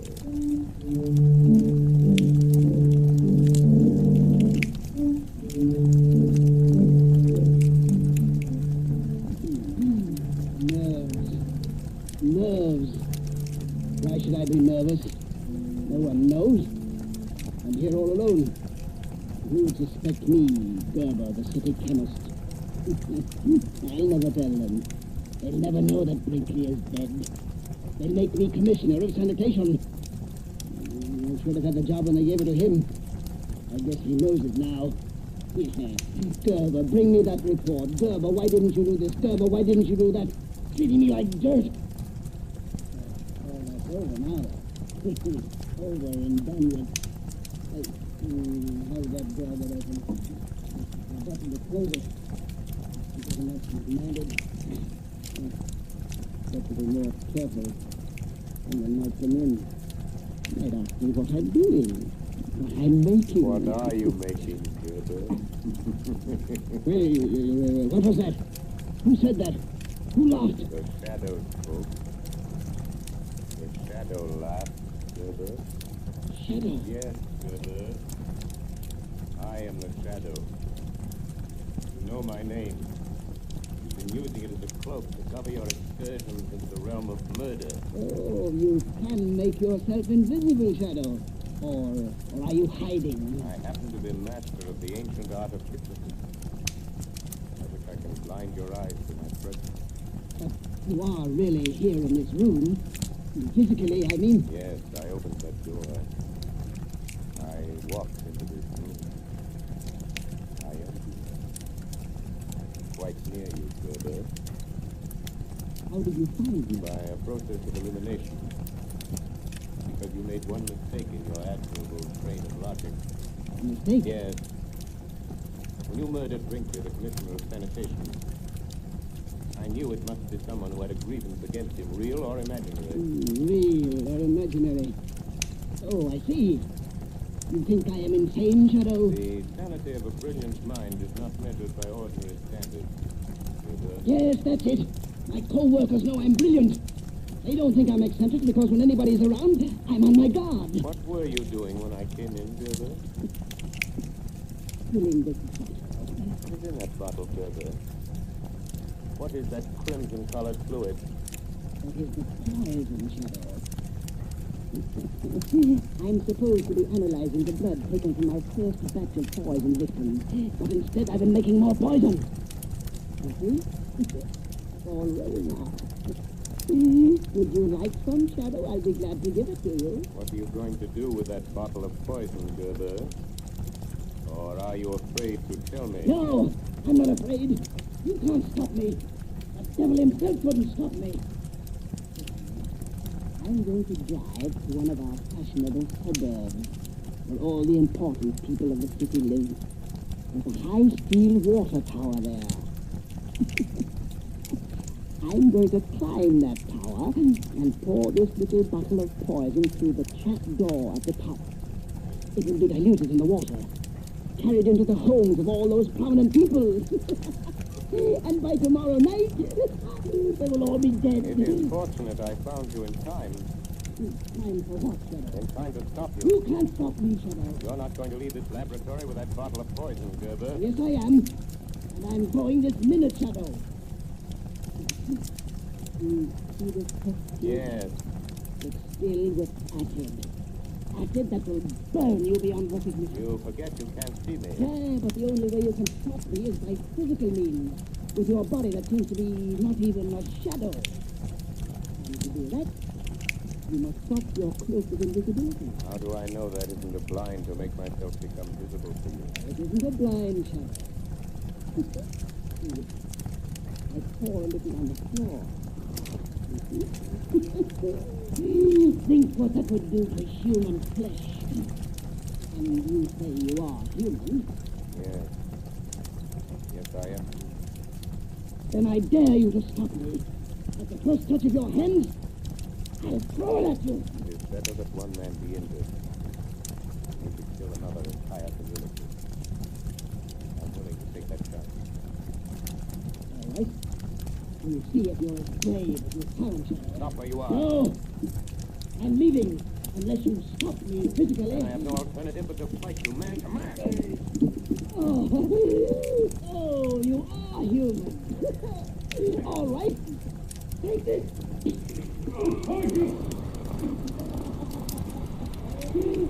warned you, Shadow. You'll be burned beyond recognition. That acid would eat into you to the very bone. Goodbye, Shadow. At last you've met someone who is your match. Now there's no one to stop me putting the poison in that water bottle.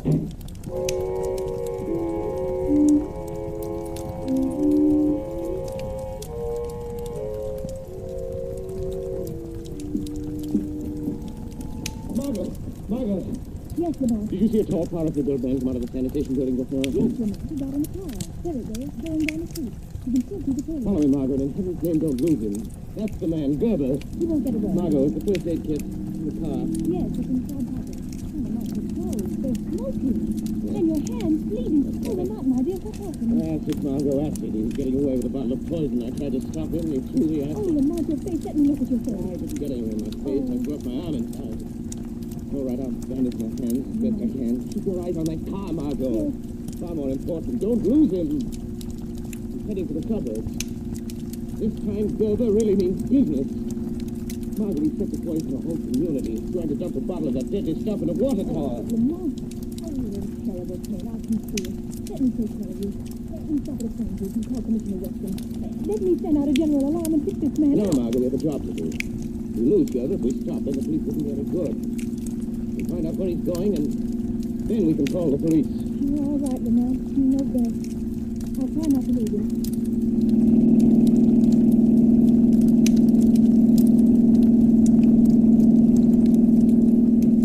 Lamont, is the pain any easier? You've got to go to a doctor as quickly as possible. Infection might set in. I will as soon as... Margot, look. Yes. I think Gerber is nearing his destination. He's taking that road up the hill. If I remember correctly, the water tower's at the top. Lamont, how will you stop him now? You with your bleeding hands. He's a powerful man.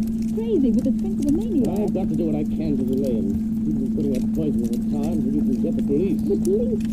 Lamont, how is he going to get the poison in the tank? He said there was a trap door on top of the tower.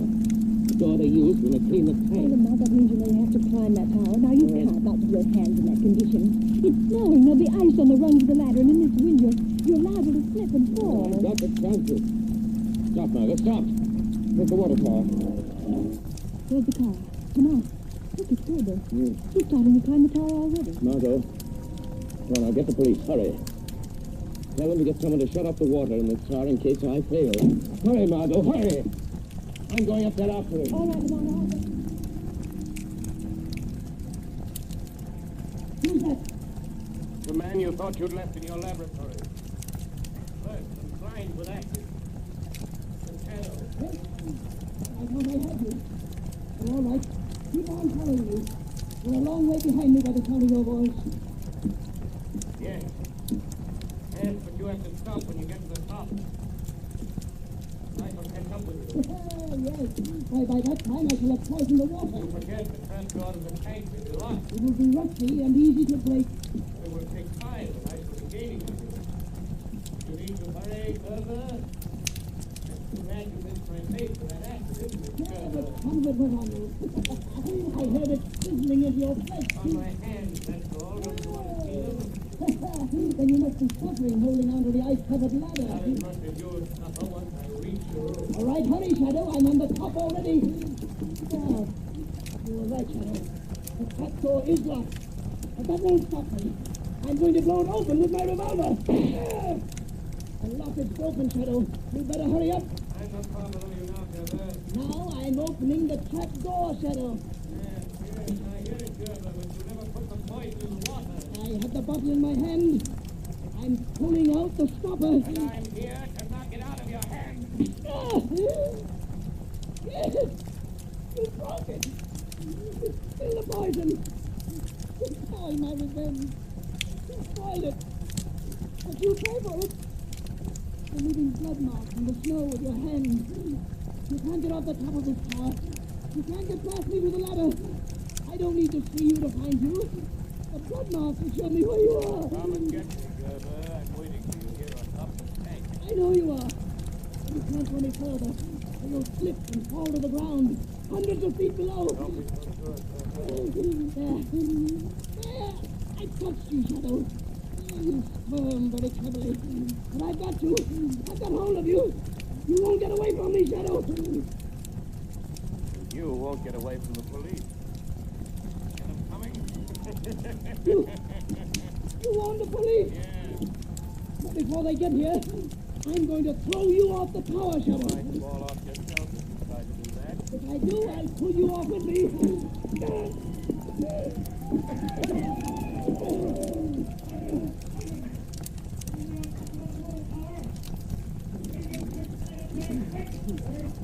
And Commissioner West. He's something to himself, Gerber. You honor. He'll never get me. He'll never take me alive.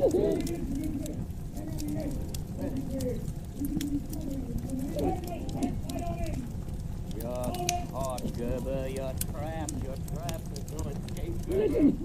Listen to me, Commissioner Weston. You'll never get me. Never. I did it. I killed all those people. I made you think it was the Shadow. You'll be killed, Gerber. I'm not afraid. I'm not afraid. Because you're coming with me, Shadow. Come on, Shadow. Come with me. Come with me. Jump! Throw your light over there to the foot of the car. See who it is. That car man, the poisoner.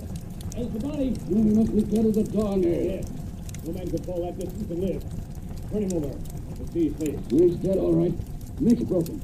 Why is... Why, Gerber. Gerber. The chief chemist of the sanitation department. Who would ever have thought a man in his position? We were struggling with someone up there on the top of the tower. Where's the other man? Look around the base of the tower. See if you can find another body. Look in the bushes. I suppose we could have missed him, but I don't see Can't see a thing in these snow flurries. Swing the searchlight around. Anything over there, Sergeant? No, no sign. No. I don't see anybody here, Sergeant. Nothing over on this side. Listen.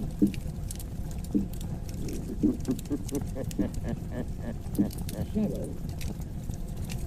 Yes, Commissioner Weston. The Shadow. I am walking down. And Commissioner, don't bother to search anymore.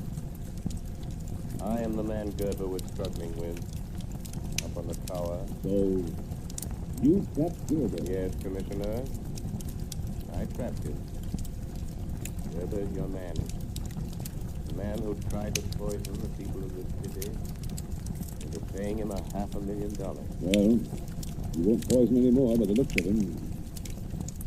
And now, will you do something for me, Commissioner? By all means. If you don't mind, Commissioner, I'd like to publicly take the credit for solving this mystery. Gerber committed his crime in the name of a shadow, and I rather think the real shadow is deserves to be vindicated. Don't you?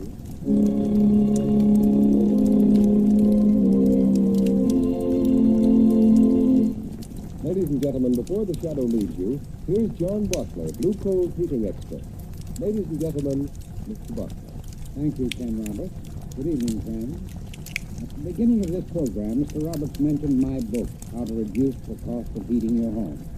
This book is free, and I hope all of my listeners will request a copy. For example, you've been told blue coal is prepared in 4 sizes. Each size is intended for use under definite conditions. If the fire pot of your furnace is less than 16 inches in diameter, you should use chestnut-sized coal. Egg or stove-sized coal should only be used in larger fire pots. The selection of the proper size blue coal for different sized furnaces is fully explained on page 4 of my book. Greater economy, fewer trips to the furnace, and more uniform heat are obtained when you use the proper size blue coal. Blue coal and blue coal dealers are interested in saving you money. That is why I'm offering you this book. And that is why blue coal dealers send John Barclay trained servicemen upon request to inspect your heating plants free of charge. This is all a part of the service that comes with blue coal. For this reason, I'm anxious to send you my book, How to Reduce the Cost of Heating Your Home. Drop a postcard in the mail tonight for your copy. Address it to either Blue Coal, 120 Broadway, New York City, or to Blue Coal in care of the station to which you're listening. Thank you. Thank you, Mr. Barclay. And homeowners, remember, blue coal plus John Barclay service means better and more economical heat for you than ever before. In the meantime, whether you use blue coal or not, be sure to write to Blue Coal, 120 Broadway, New York City, or to Blue Coal in care of the station to which you are listening. Ask for Mr. Barclay's free 24-page book, How to Reduce the Cost of Heating Your Home.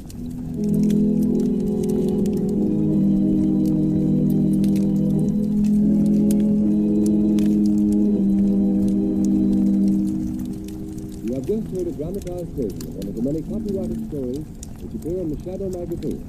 All the characters and all the places named are fictitious, and the similarity to persons living or dead is purely coincidental.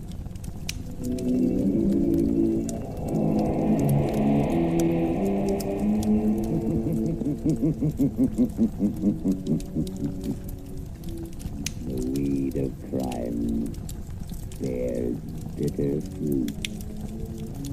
Crime does not pay. The shadow knows.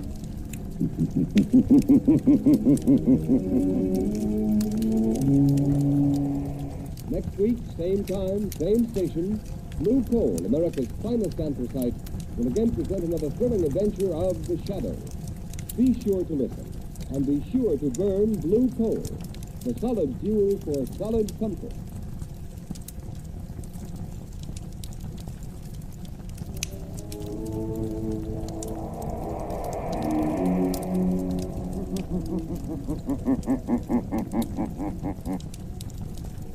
Shadow knows.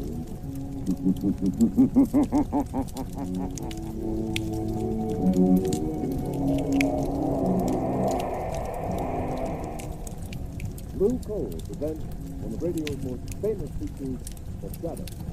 The story of the mystery man who strikes terror into the very hearts of shopkeepers, lawbreakers, and criminals.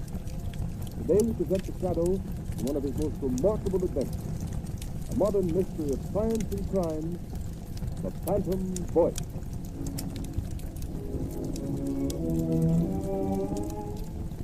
In just a moment, The Shadow begins his exciting adventure. Meanwhile, I'd like to tell you how you can safeguard the health and comfort of your family during these dangerous winter months. Burn blue coal. It gives you safe, uniform, healthful heat all winter long. And for valuable heating information that will save you real money regardless of the fuel you're using, send tonight for John Barclay's free 24-page book, How to Reduce the Cost of Heating Your Home. Address a postcard to Blue Coal, 120 Broadway, New York City, or to Blue Coal in care of this station. Don't miss out by delaying. Send for your free copy of How to Reduce the Cost of Heating Your Home right at the close of this program.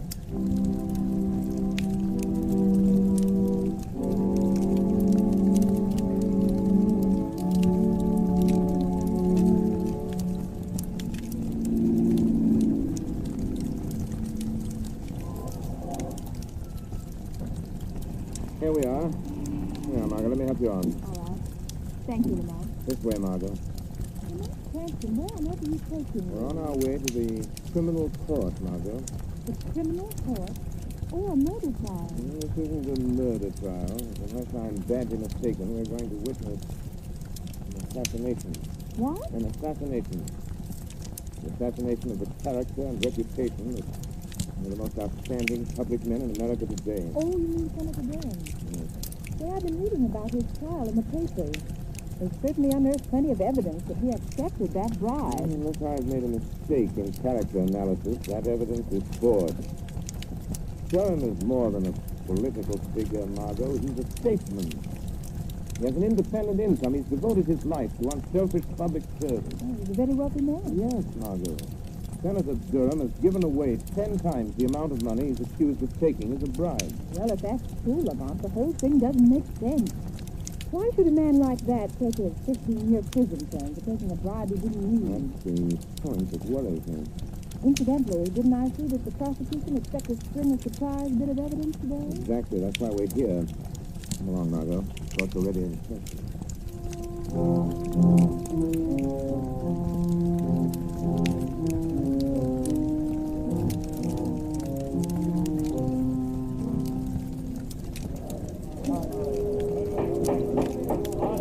Order in the court. One more set out first on the part of the spectators of this trial. I shall order the courtroom cleared. Proceed, Mr. Defense Attorney. Your Honor, I have stated the case for my client. I have shown that by his record it would have been impossible for him to act as the prosecution claims he has acted. And I have yet to see any proof that Senator Durham has committed any crime. I will now call Senator Durham himself to the stand to deny these lies in person. Senator Durham to the stand. Right. You swear to tell the truth, the whole truth, and nothing but the truth, so help you God? I do. Proceed with the examination. Senator, you have heard the prosecution's accusation that you did at some time during last December accept a bribe from the late Mario Rinaldi. Yes. What is your answer? I never accepted a bribe from anyone. My answer is the whole thing is a pack of lies. Order in the court. Your witness, Senator Durham. You deny that on the 16th of December last, you received a visit from the late Mario Rinaldi in your room at the Maximilian Hotel? Why, no. He came to see me and I told... Confine yourself to specific answers. Gentlemen of the jury, the defense has made much of the senator's long, seemingly illustrious career of public service. They would have you believe that, like Caesar's wife, the defendant, Senator Durham, is above suspicion. They paraded witnesses to the stand who told you of his philanthropy, of his unselfish devotion to public service, of his blameless personal life in the past. That we do not contest, refute, nor deny. But unfortunately for Senator Durham, he is not being tried for his past. We, the prosecution, need but one more bit of evidence to complete our case. We have that evidence. Order in the court. I beg leave to show the jury a soundtrack motion picture of a meeting between the defendant and the late Mario Rinaldi, whose bribe of $50,000 paid to the defendant is the basis upon which this case was brought to trial. Order in the court.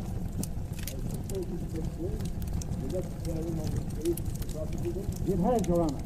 As the counsel for the defense and the objection to the introduction of this type of evidence without due notice, Senator Durham has nothing whatever to fear from the introduction of any authentic motion picture record of any meeting of Mario Rinaldi and himself, even though the picture was made without the senator's knowledge. Very well. The projection equipment is in the courtroom. Will you order the shades drawn and the lights extinguished? All defendants will please draw the shades. Again, I caution the spectators against any outbursts at any time. Furthermore, no one will be allowed to leave the court until the introduction of this evidence is complete. You may proceed, Mr. Prosecutor.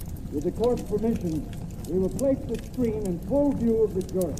Your Honor, Counsel for the defense has a question. for the sake of the record, Will the prosecution state at whose request this motion picture was made? It was made at the request of Anthony Vogel, an attorney of this city. For what reason? As a citizen interested in public welfare. Very well. Now, if the attendant will turn out the light.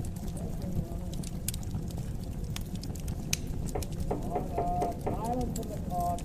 The prosecution will submit affidavits to prove that this is an authentic film record of a meeting between Senator Durham and Mario Rinaldi on the evening of December 16th. You may turn on the machine. Yes? Come in? Oh, hello, Rinaldi. I've been expecting you. Look here, Senator Durham. Why haven't I got the contract award on the Battlefield building? The money's been appropriated. You said you'd use your influence if we fixed you up. Well, of course, Rinaldi. I told you you'd get that contract. Consideration. If you didn't send me my present of 50,000 for swinging it your way, and that's the way out. Oh, so that's it. You want to be paid off first, huh? Yes. And in fact, no check. Okay. You'll get your 50 grand. Get me that contract. I'll be expecting an hour. Order in the court. Order in the court. That's the end of the film, gentlemen. It's a lie. A lie. I tell you, I never said that. Order in the court. Your Honor, I object. My client never had a conversation with Mario Rinaldi. That picture is a fake. One moment. Gentlemen, will please turn on the light. Your Honor, allow me to remind the counsel for the defense that pictures do not lie. Your Honor, we do not deny that the meeting between Senator Durham and Mario Rinaldi did take place in the manner shown in this film, but we deny that any such conversation took place. Any proof of that? There are only two people who could know what went on in that room. Senator Durham and Rinaldi. And Rinaldi is dead. The voice is the voice of the defendant. My client admits that it sounds like his voice, but it cannot be, since he never asked or received a bribe from the late Mario Rinaldi for any reason or purpose whatever. Your Honor, I ask a recess of this trial in order that the defense may have an opportunity to study this film and soundtrack. I object. I do not see how the due process of law will be impaired by a 24-hour delay. Just another rule. What's the term when people is not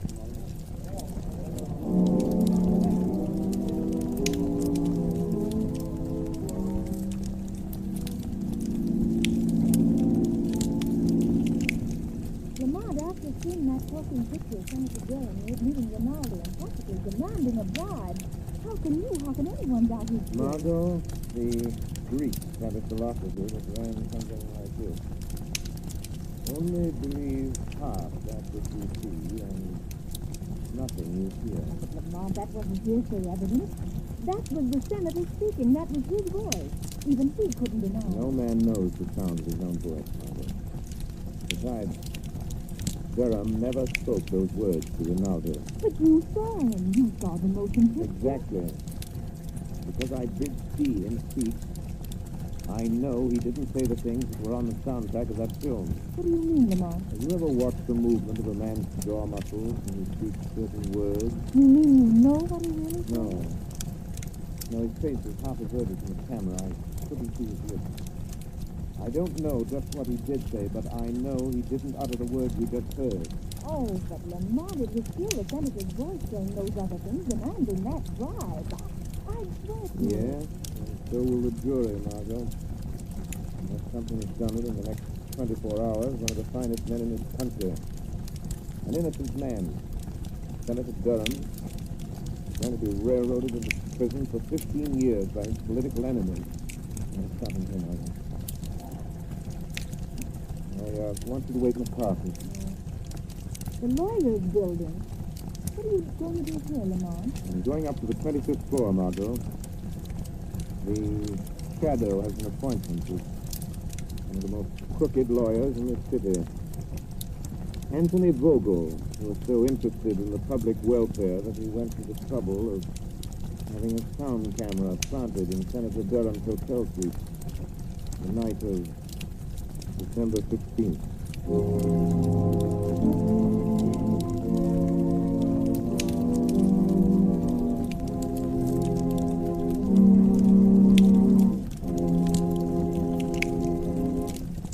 While we are waiting for the shadow to return, I would like to ask all homeowners a question. Do you want to save money? Of course you do. And you begin real saving when you cut down on the cost of heating your home. Here's the easiest and surest way to do this. Decide now to cook and heat with blue coal. Here's why blue coal is more economical. It is prepared especially for use in the home. And blue coal is Pennsylvania anthracite, the fuel that furnaces, cooking ranges, and parlor stoves in this section of the country were especially designed to burn. It is mined by the Glen Alden Coal Company, the world's largest producer of specially prepared home fuel. And every carload of blue coal is laboratory tested for purity and size before shipment. And you can always be sure of getting this superior home fuel because it is tinted with an unmistakable blue color so that you can easily identify it at a glance. In Waverly, New York and vicinity, blue coal sales so far this winter are 27% ahead of sales for the same period a year ago. This increase in sales is because Waverly families have found out that blue coal does all I say it will do. So I urge all families throughout this region to try blue coal. Order a trial ton tomorrow. Ask for blue coal by name in any one of 4 sizes: egg, stove, chestnut, or peach. You will find the name of your nearest blue coal dealer listed in the Where to Buy It section of your classified telephone directory under the name Blue Coal.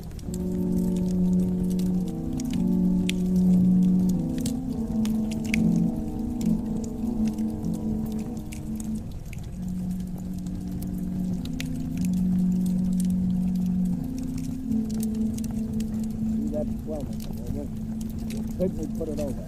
That sound picture sure turned the trick. Yes, but I'm still worried, Travers. Well, there ain't nothing to be worried about. Senator Durham's as good as on his way to the pen right now. Well, I won't feel happy until he is. When are you going to get me a wrestling bout, boss? Wrestling bout? Yeah, it's about time I was getting in the ring again. And I like to stand directing the show. Forget you're a wrestler, Travers. You make more money in this racket as my bodyguard. Any calls while I was down at court? Yeah, Wilson phoned a couple of minutes ago. Why didn't you say so? Well, you didn't ask me. What did he want? I wanted to talk to you. Hey, what do you suppose he wants? Joe? I paid him all he's gonna get. And maybe he's read in the afternoon paper what we're really using that soundtrack for. He gets white-livered and talk.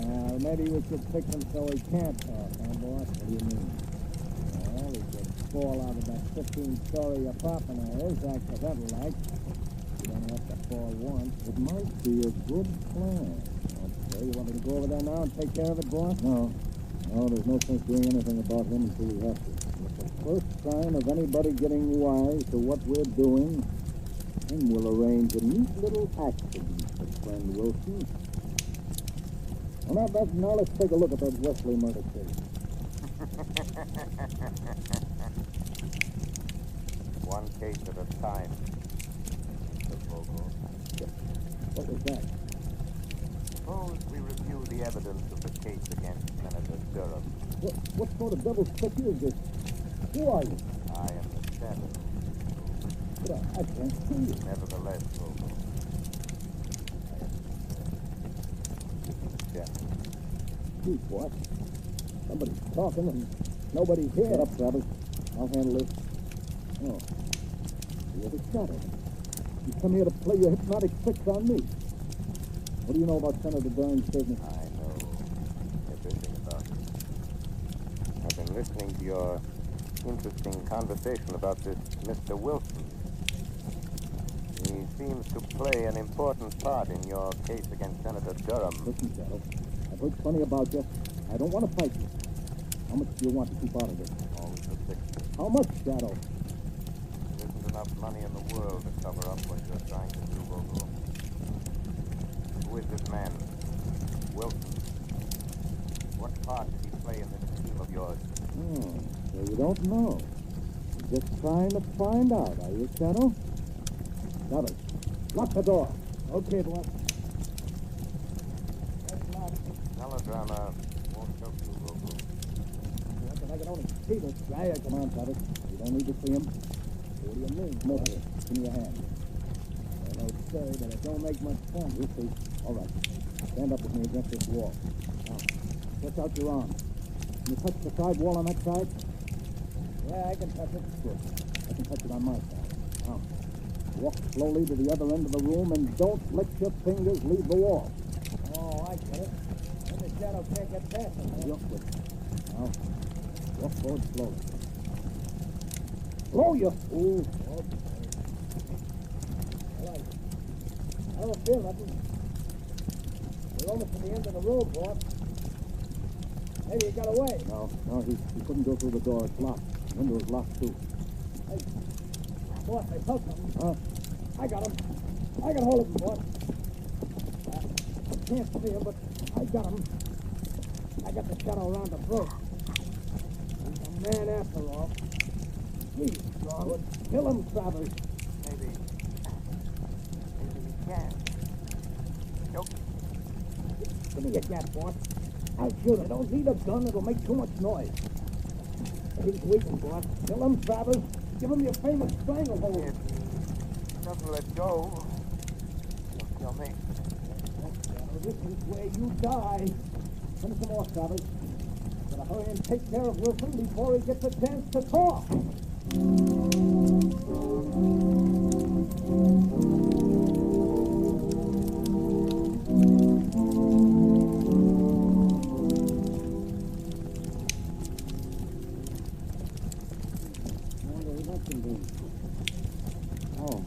Good evening, Mr. Vogel. Well, Wilson, you were trying to get hold of me earlier this evening. Yes, that's right. I'm talk to you. Come in. You alone? Yes. Good. Vogel, when you asked me to do some work for you, I didn't ask to know what you were going to do with it. I needed the money for my wife, Alice, kids, and I get paid, didn't you? Yes, but I mean, well, all this stuff in the papers, Mr. Vogel, about the... Frankly, I don't like it. Oh, you don't?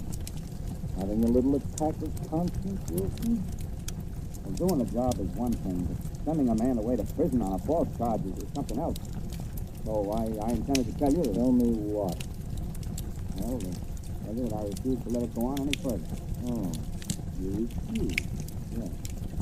After all, Mr. Vogel, if I tell what I know about... Well, what are you going to do about it? Just this. Don't move, Wilson. Put that gun down. You'll be a fool, Vogel. I'm not the fool, Wilson. No. Bring it back to me. That's right. What are you going to do? I'm going to assist with a little action. No. Walk to that window. Wait. You can't do this to me. You can't. Oh. Open the window. All right, Wilson. I'm up on the window, sir. Just a moment, Mr. Vogel. Shadow. I thought Travers could kill you. Thought Travers could kill us. Well, I admit he's a good wrestler. There was one little hole, Vogel, I learned in the Orient. You didn't know. He had me beaten for a moment. My one chance to get you to leave me, Wilson. You followed me here? Yes.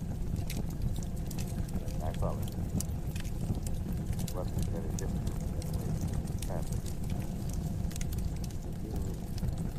I arrived just in time for my proof. In time? No. There, Shadow, there's your proof lying dead on the floor. You're crazy, Vogel. You get the chair. I'm not as crazy as you think. I'm a fool, am I, Shadow? Now, you're the fool for coming here. You're the fool the police will find locked in this room with Wilson's dead body. They'll find you. I'll see what they do. Here's the gun you killed him. Why don't you try the window?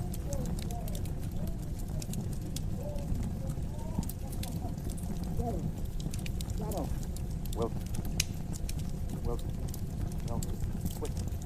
I'm done for. Quick. Quick, Wilson. Give me the proof. The proof, Wilson. The proof that you framed Senator Durham. Come on, Wilson. Come on. Tell me. How did you frame Senator Durham?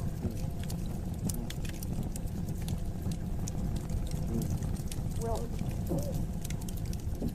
Wilson. Come on, are you all right? Unlock the door, Margot. Unlock the door. the keys from the outside. Running out, I couldn't wait. What happened? Waited so long. I wanted to find out their secret before I spoke. Now it's too late. Wilson is unconscious in the street. Dying. Vogel is out with him. After all. Mr. Vogel. Stop me. You cold blooded. Stop me. I'm going for it. Wilson, listen to me. Listen, think. Tell me, how did you frame Senator Durham? Tell me that, Wilson. Tell me that, and I'll see that Vogel pays for doing this to you. Senator Durham, now I remember. I'll show you. Put me into the next room. I'll show you. I'll get on the other side. Now look. It's a recording thing. Yeah, that's right. It's my hobby. You know, impersonated by the stepfather. Impersonated? Yeah. Cut me that chair by the turntable. I impersonate people. I've imitated Senator Durham's voice dozens of times. Wait. Hand me the microphone. Turn on the switch. There, can't hold out the phone. Here's the microphone. Got that needle on the wax record. Turn the switch. This is you, Wilson speaking. I've just been shot by Anthony Vogel. He hired me to...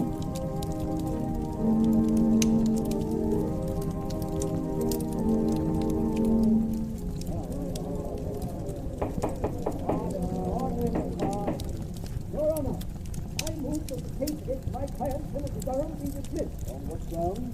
On the evidence contained on this record found in the apartment of the late Hugh Wilson, the radio and stage impersonator who was found shot in his apartment last night. I ask the court's permission to play it at this time. You may start the record now. You Wilson speaking. I've just been shot by Anthony Vogel. He hired me to impersonate the voice of Senator Durham. It's my voice on the soundtrack of the picture shown at Senator Durham's trial. I'll show how I did it. Listen. Close now there, I told you you'll get the soundtrack. For consideration. If you didn't send me my present of $50,000, the criminal would go away. The next way. That's how it's done. That's how I did it. What I'm doing. You never heard those words.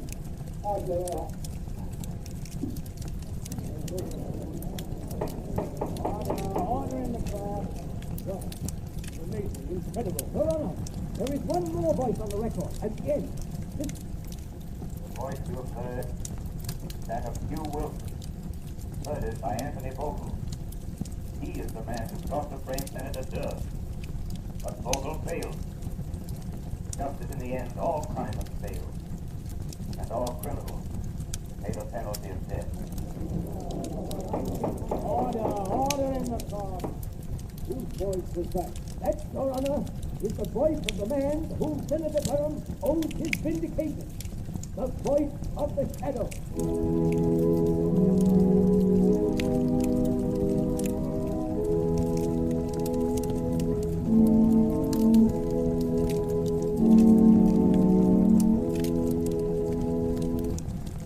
Ladies and gentlemen, before the shadow leaves you, here's John Barclay, Blue Coal heating expert.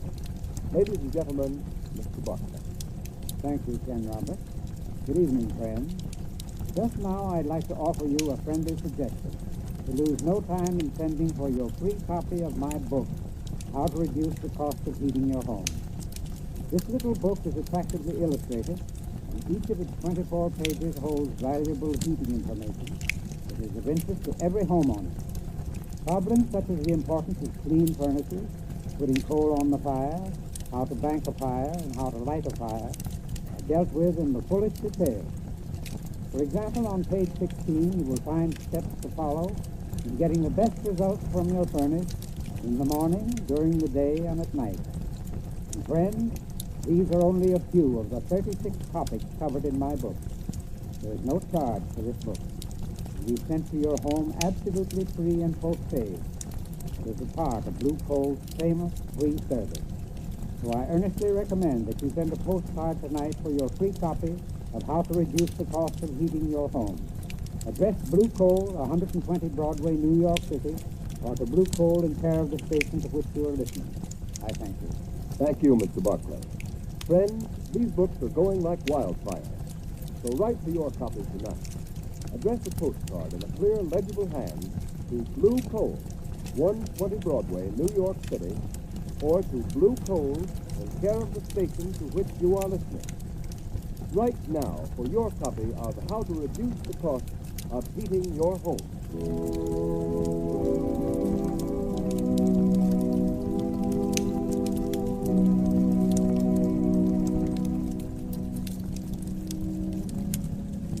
You have just heard a dramatized version of one of the many copyrighted stories which appear in the Shadow magazine.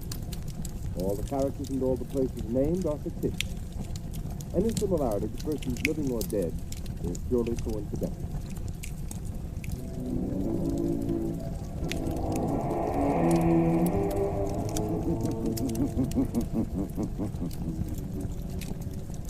As you so evil, so shall you release evil. Crime does not pay. The shadow knows.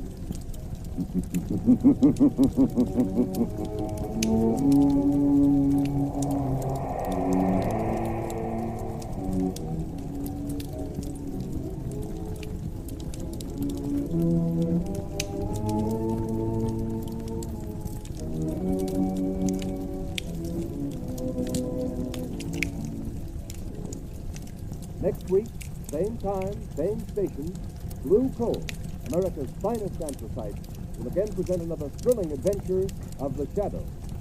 Be sure to listen, and be sure to burn Blue Coal, the solid fuel for solid comfort.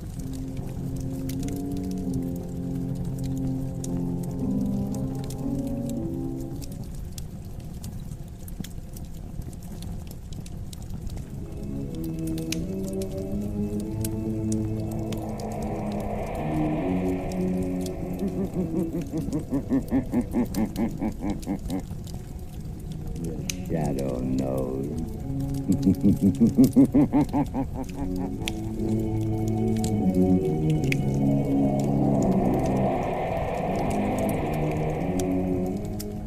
Now again comes radio's strangest adventurer, the Shadow, mystery man who strikes terror into the very hearts of shopsters, lawbreakers, and criminals.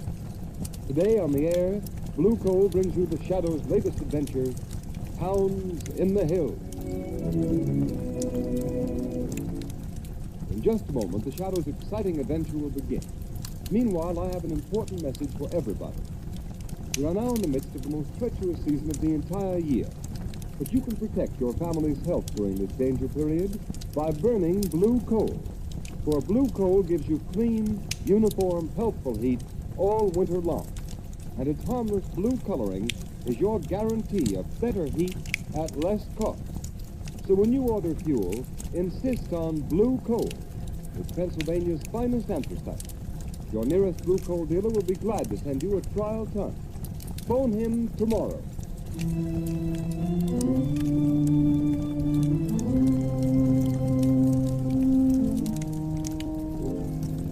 High in the pine-clad hills of North Carolina, where backwoods living is neighbored to palatial winter homes, there is a haunted mansion, relic of former grandeur. With no visible means of support, old Sadie, haggard, half-demented creature, and Jake, a hunchback son, live in one wing of the dilapidated old house. A pack of great, vicious, crossbreed hounds guards the old place from intruders. It is early evening. In the dim half-light, two figures, led by one of the hounds, approach the house.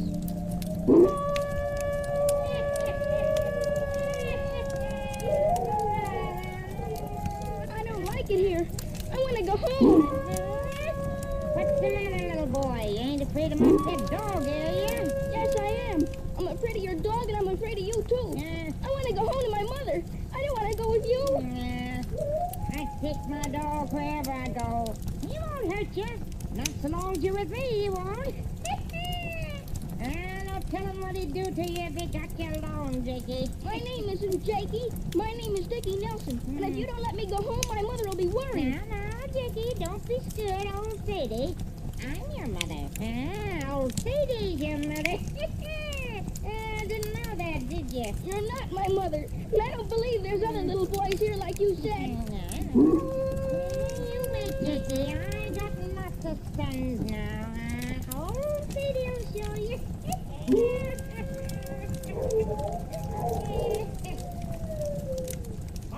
It's me, Jake. Yeah, that's Jake. You're what he was before I dropped him and hurt his back. Who's that you got with you, Mom? Who's that? Don't you be scared of him, Jakey. I don't like him. He's awful looking. Jakey? He's a hunchback. His mother dropped him when he was a little fella like you. I dropped him. We'll start all over again with a new Jakey. I won't drop you. You won't be a hunchback like he is. I want to go home to my mother and daddy. I don't like anything here. Leave me alone. Don't touch me. Don't you touch me. Mom, you crazy old fool. You done it again.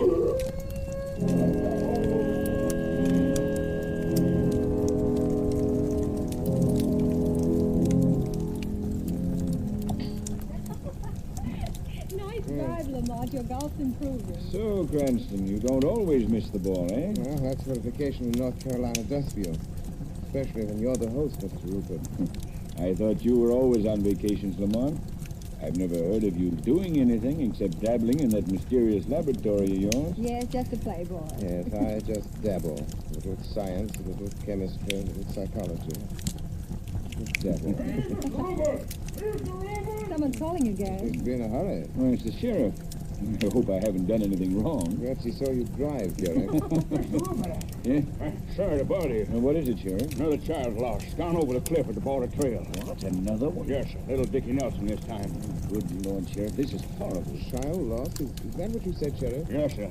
Fourth in less than 2 weeks. Lost? How? On the border trail over the cliff there. Oh, that's awful. What is this trail, Gary? Well, it's a narrow pathway along the rim of a high cliff.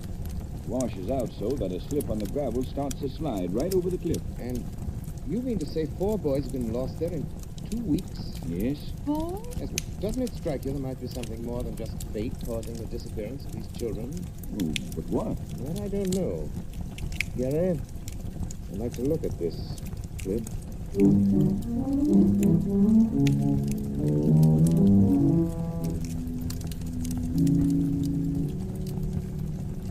Look, Mr. Cranston. You see how the trail washes out down the cliff? Yes, That's 1,000 feet straight down there. the river at the bottom. Yeah, I reckon the current must carry the bodies away. We haven't found a trace of them. I don't suppose there's any doubt about what happened to the boy. Oh, McLean. Probably Mina disappeared last week. We found a ball he's been playing with. Would you call that conclusive evidence? Well, this morning we snared up Dickie Nelson's cap that was caught on some shrubbery part way down the mountain. Or some of the colored folk around here think ghosts done it. Ghosts? Yeah. See, they was howling last night about the time Dickie was lost there. What kind of howling, Sheriff? Trying to find those two. They say they heard it the 3 times the other boys were lost. But you know how they are. Colored folks up here in the hills, superstitious. Yes. But what kind of a howl does a ghost make in this part of the country, Sheriff? That's what I asked. About near they could describe it, it was like a dog howling.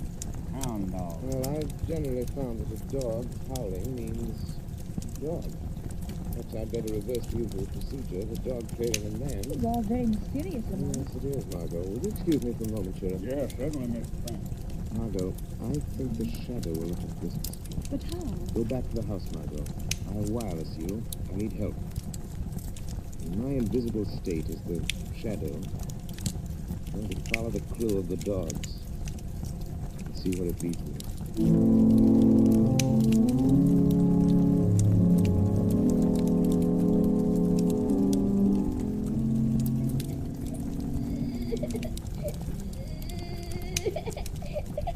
I want to go home. Don't cry, Dickie. Don't cry. What's that?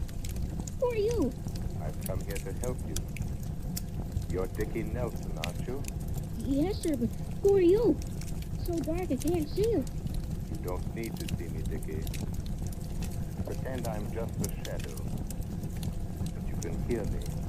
Yes, sir, but I want to go home. Here, you've got to be a man, Dickie. I'll try to get you home. You've got to stop crying and help me. I'm scared, that's why. Haven't you got a handkerchief? No, sir. Here, use my handkerchief. Thank you. Now dry your eyes and wipe your nose. I want you to tell me something. Yes, sir. Are there any other boys here? Yes, sir, 3 of them. How did you get here? I believe the ghost story, Dickie. I looked for a ghost to howl like a hound. Then I just walked. But I didn't find a ghost. I found what I expected to find. A dog. In fact, lots of them. Didn't they see you? No. Didn't old Sadie or Jake see you? No, it's dark in here. But even with the light on, people can't see me because I've learned how to make them think they don't see me. I blind their eyes to me. How? Never mind how. Just believe it and don't be afraid of me. I'm your friend. Yes, sir. Trust me, Dickie. Perhaps I can find a way to get you and the other boys out of this. Quiet. Somebody coming.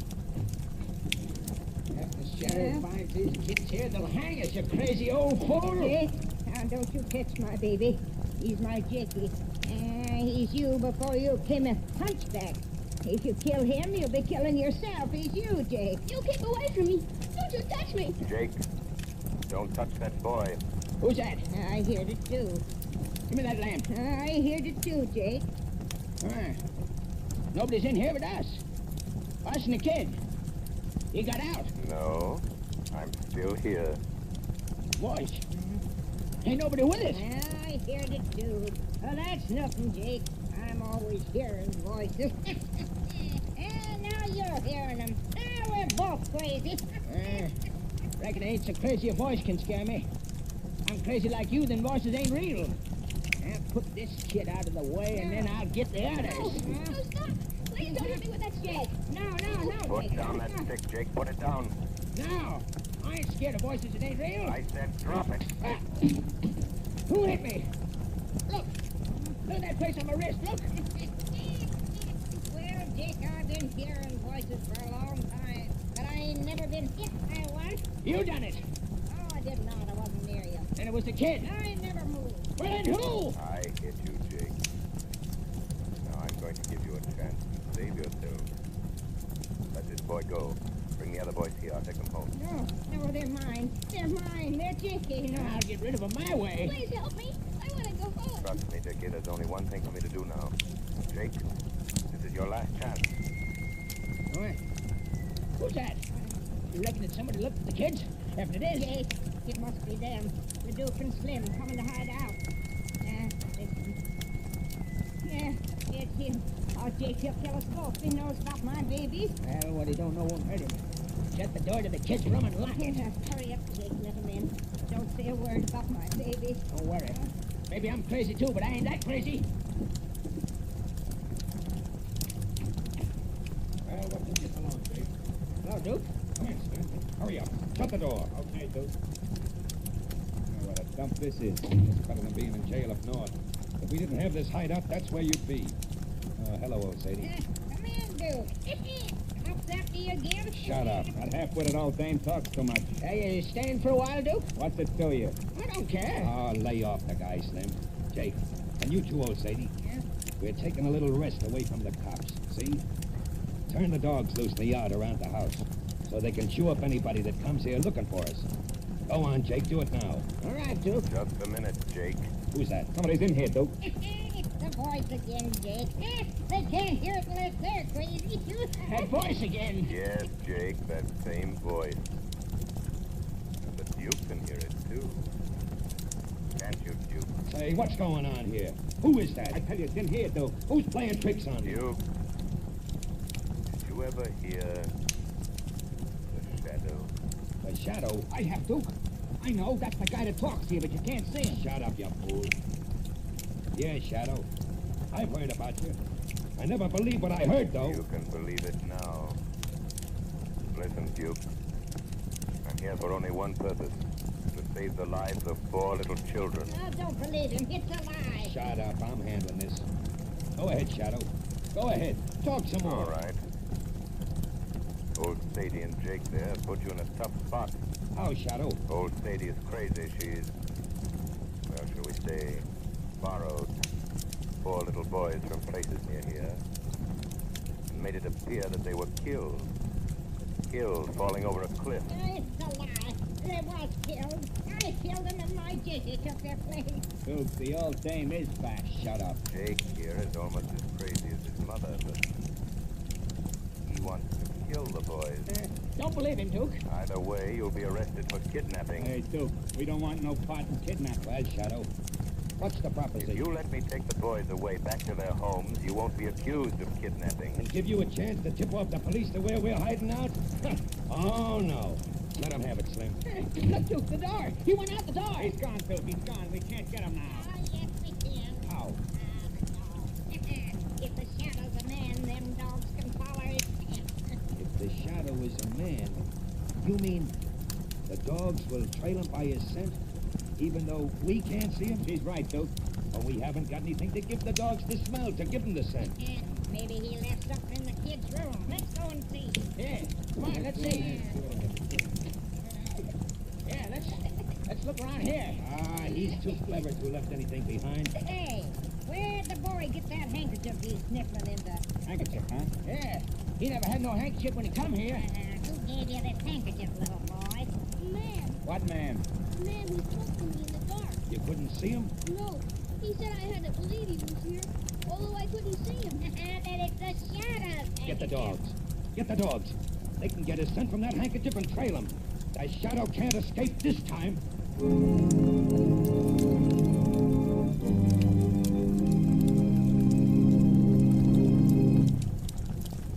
The Shadow's adventure continues in just a moment.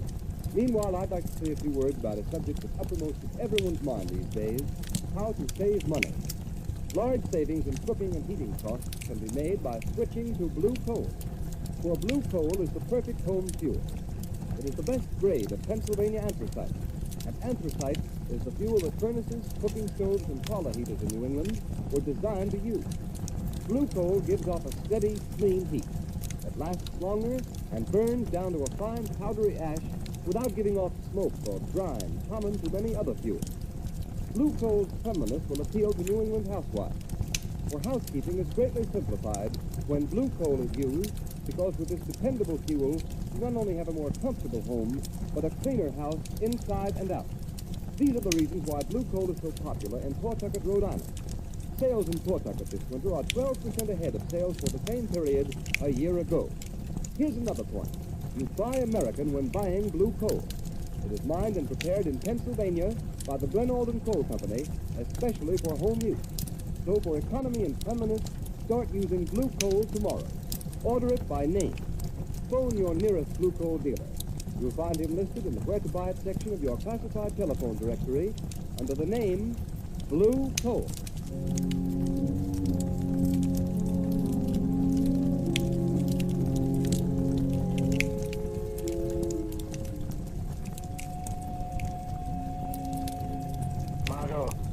Margot Lane. The children are alive. Alive in an old house about 4 miles off the Cliff Road. They're being held captive. There's no time to lose. I'm in the woods. A pack of hounds is trailing me. You can probably hear them. They've got my scent. Hurry. Get the sheriff. Save the children. Hurry.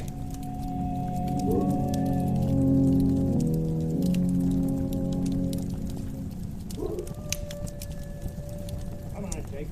Keep up front where we can see you. Don't try to hide behind the trees. If you think you can sneak back to the house. All right, Duke. All right. Slim. Yeah, Duke. If Jake starts falling back again anymore, trying to lose us among the trees in the dark so he can go back to the house and finish off them kids, let him have it. Okay, boss. I wasn't. Honest, I wasn't. Okay. Now, come on. Hey, you, Jake. Ain't those dogs liable to turn on us? Yeah, if you was alone. Yeah, but I'm with you. You hear that, Duke? That dog have got the Shadow. It's lucky for us he left his handkerchief with the kids so the hounds could get the scent, ain't it, huh? Yeah. Now, there's only one or two things for the Shadow to do. Stand and be chewed by them beasts, or else climb a tree. He's not invisible to a dog's nose. They can smell him. He climbed the tree. We got him, Duke. Hey, there's the dog jumping around that tree. Right there. See him? Well, what do we do now? Well, we can't do much while it's dark. What do you mean? I mean, we gotta keep the shadows treed until it's daylight. Yeah, but you can't see him, whether it's light or dark. That's right. Maybe he's feeding us after all. Listen, if we wait till daylight, then we can see where he is in the tree. But you can't see where he is. Yeah, but when he comes, he has to shake the branch he's sitting on. And when we see any of them leaves shaking, we'll shoot right at that place. It'll be like shooting at nothing. I know. Wait, if we don't get him that way, he has two other things to choose from. Yeah, what's that? We can keep him treed until he gets so weak he can't work his invisibility gag anymore. He comes down. And then the dogs get him. Well, there's nothing to do but wait till morning then. No, but we gotta keep awake. Morning ain't far off, and then we'll see.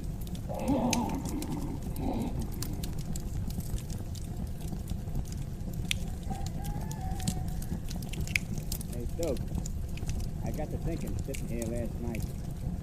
What about them kids? Then what about it? We didn't do it, but they can pin a kidnapping rap on us. Not without evidence. No, but... Oh, I get it. No evidence. That's right. No kid. But he used it. Yeah. Jake don't want no evidence either. As soon as we dispose of the man who called himself the Shadow, no one will know. Then Jake here gets rid of the kids. That's right.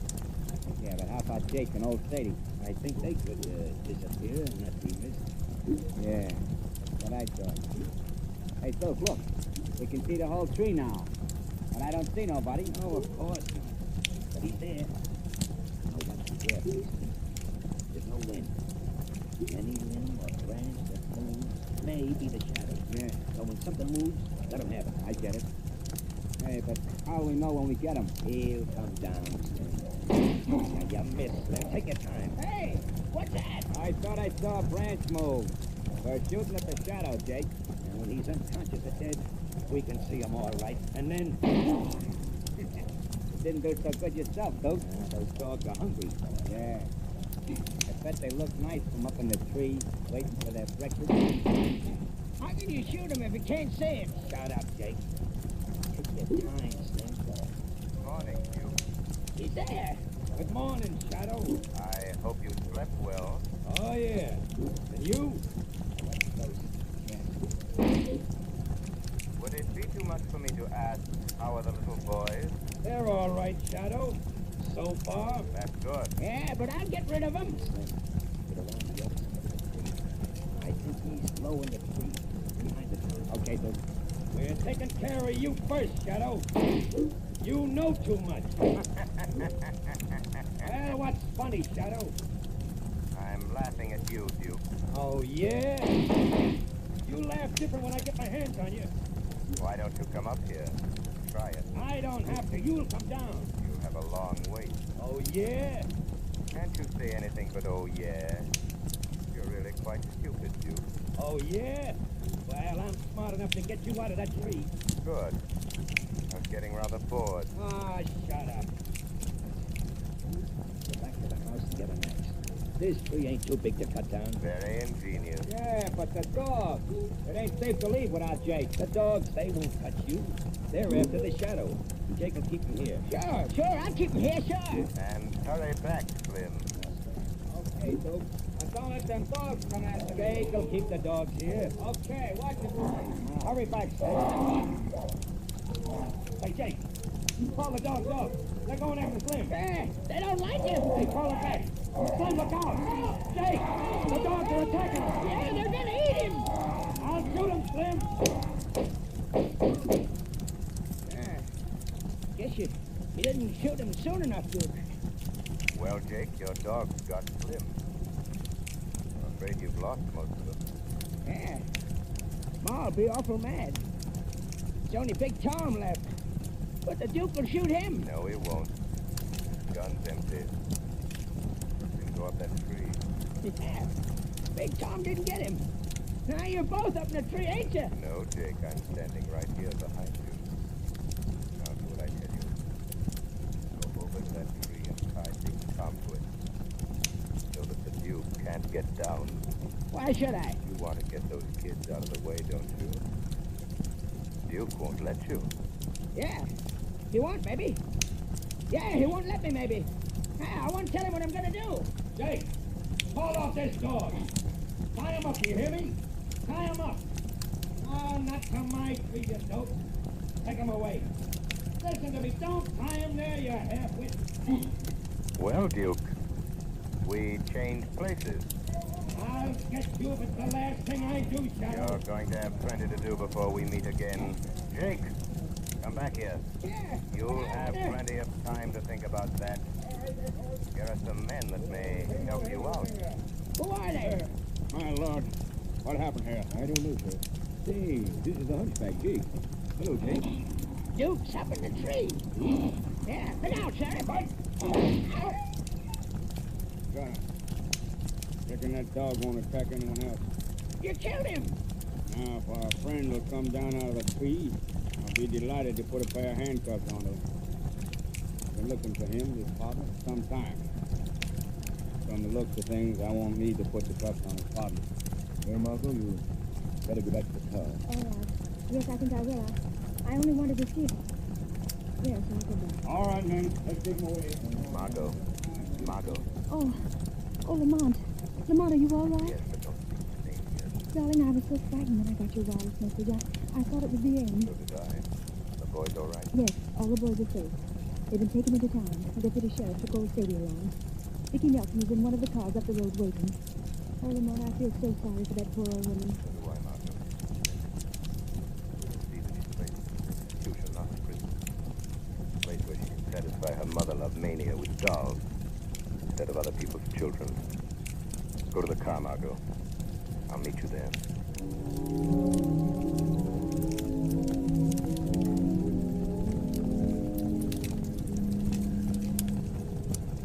What are we waiting for, Miss Lane? I want to go home to my mother. Just a minute, Ricky. I'm expecting someone. Who? Oh, here he comes now. Hello, Lamont. Who's this young man? This is Dickie Nelson. Dickie Lamont Cranston. Hello, Mr. Cranston. Well, Dickie, I hear you had quite an adventure last night. Yes, a kind man came in my room at that terrible house. But I couldn't see him. Maybe you dreamt it, Dickie. Supposing we keep it a secret. Just between us three. Yes, I think that's a good idea. All right. But it was a swell dream.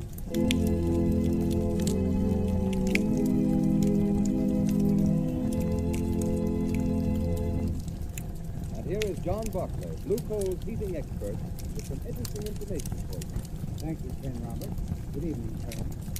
The health and comfort of your family during this period of widely varying temperatures depends to a great extent on whether your heating plant delivers steady, even heat when you need it. The efficiency of your heating plant depends upon the proper use of furnace dampers. Here are some helpful hints on the proper use of these dampers. First, the turn or the smoke pipe damper should never be used for day-to-day control of heat. This damper should always be kept as nearly closed as possible without retarding the free burning of your fire. If you do not have automatic thermostat control of your furnace, the everyday control of heat should be left to your check damper, that flap-like damper located on your chimney pipe and the ash pipe damper. To get more heat through your house, close the check damper and open the ash pit damper. Always remember, when one is closed, the other should be open. If the house is warm enough, close the ash pit and open the check damper. The proper location of these dampers is important. The check damper should be between the chimney and turn damper, the latter being between the check damper and the furnace. If the dampers are in this position, they are properly placed. And if operated in the manner that I've just explained, you should not experience any trouble in maintaining an even temperature in all parts of your home. However, if you do have trouble with your furnace, phone your nearest Blue Coal dealer and ask him to send a John Barclay serviceman to your home. I thank you. Thank you, Mr. Barclay. Friends, take Mr. Barclay's tip. Phone your nearest Blue Coal dealer. Have him send a John Barclay serviceman to your home tomorrow.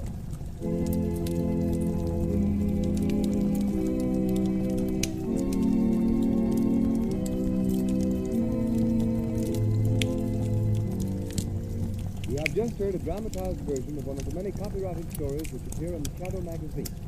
All the characters and all the places named are fictitious. the similarity to persons living or dead is purely coincidental.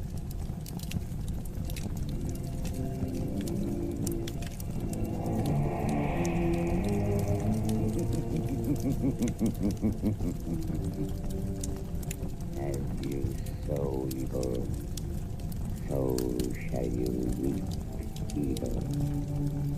Crime does not pay. The shadow knows.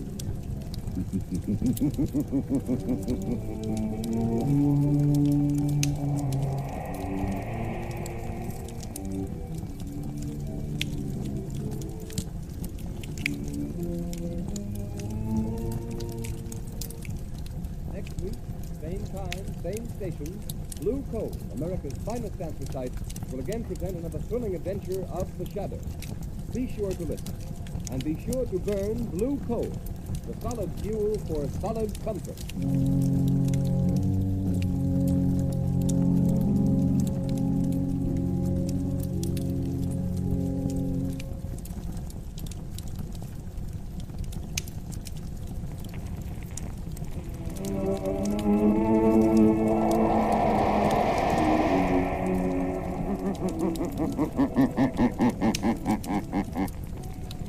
The shadow knows.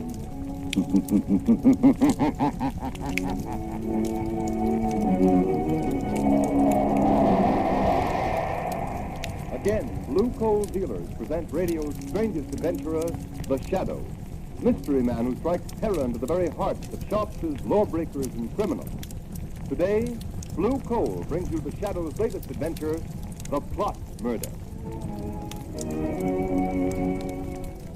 In just a moment, the Shadow's exciting adventure will begin.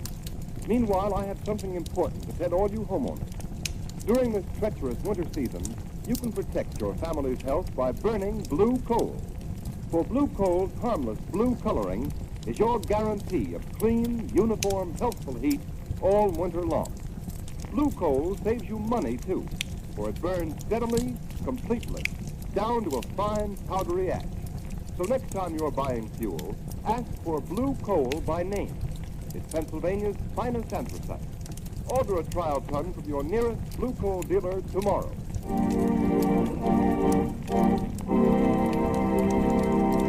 An important announcement. Just before going on the air with today's adventure of the Shadow, we received a telegram from the American Police Review, presenting the Shadow with a special award. Be sure to hear this official presentation at the close of this program. And now, Blue Coal presents the Shadow in the plot murder.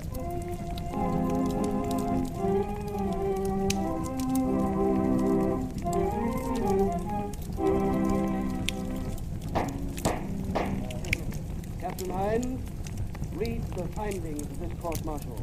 We find the accused, Lieutenant John Wilson, guilty of treasonable sabotage against the government. No! In that he willfully destroyed a secret device known as the flying torpedo, invented by one Georges Archelis and acquired exclusively for use by the government.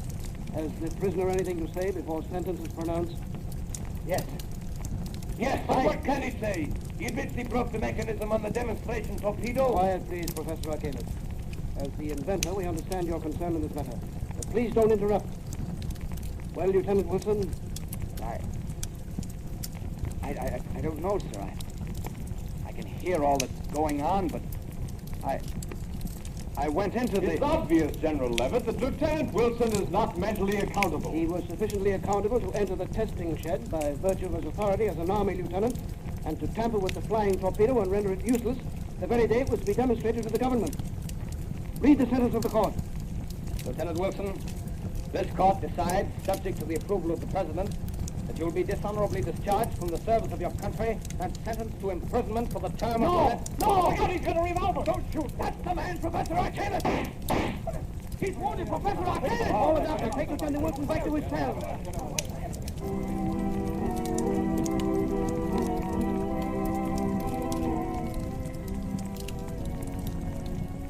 Come on, Cranston, I tell you John Wilson can't be guilty. He just can't. Well, why not, Margaret? After all, traitorous army officers are not unknown to history. Yes, but the peculiar way John Wilson talked on the stand makes me think there's something strange about the whole thing. He acted, well, almost like a man in a trance. Lamont, just what is this flying torpedo he's supposed to have tampered with? That's what its name implies, a sort of aerial torpedo filled with high explosive flying under its own power. Once it's launched into the air, instead of flying a predetermined course, its direction can be guided by radio beams from an observation plane flying high above it.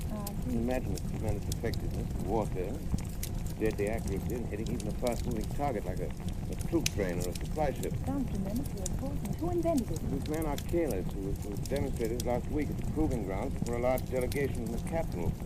Besides being members of the War Department, a great many high officials and other branches of the government were to attend the test. Well? Since your friend Wilson gained access to the laboratory and put the flying torpedo out of commission, the test has been postponed until tomorrow. And who is Arcalis? Where did he come from? A famous foreign inventor. Had a reputation abroad. Lamont, you don't suppose it's possible Arcalis has the boy under some strong mental influence? Possible. They've got Wilson temporarily in the city jail. Won't you call on him as the Shadow? Margot, do you honestly think this case warrants my attention, the Shadow? Lamont, I don't ask many favors, but I have the feeling John Wilson is innocent. All right, Margot. You're really serious. The Shadow will pay a call on John Wilson in the city jail.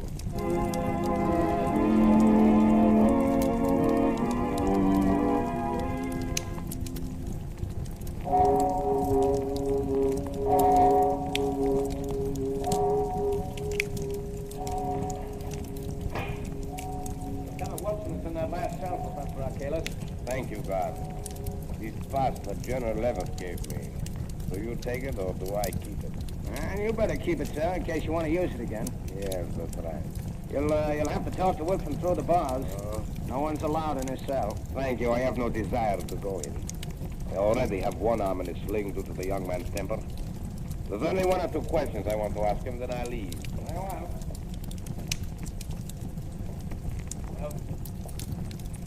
who is it? You! Arcalis! Don't get excited, Lieutenant Wilson. I only came to tell you that you're a much better mechanic than a marksman. Your bullet only injured my arm. Only sorry I didn't kill me. The only way you can break the spell I have over you, isn't it? To kill me. Will somebody come? Look in my eyes. No. Look. No, I won't. John Wilson, look in my eyes. No! Look in my eyes, Wilson. That's right. Now repeat after me. I destroyed the torpedo. I destroyed the torpedo. Say it. I destroyed the torpedo. Sabotage against my country. Sabotage against my country. I am guilty. I am guilty. And that is all you remember.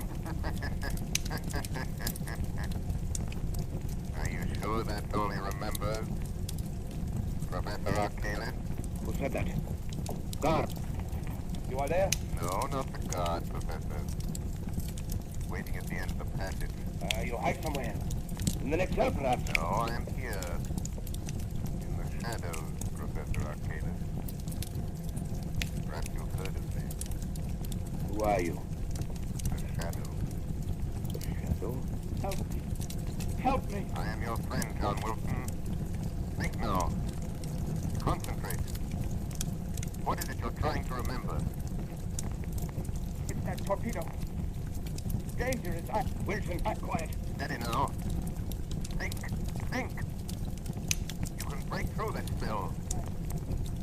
I tried to make them understand that I destroyed the torpedo I because... command you to stop. John, your friends believe in you. They're trying to help you. Wilson, what have you committed?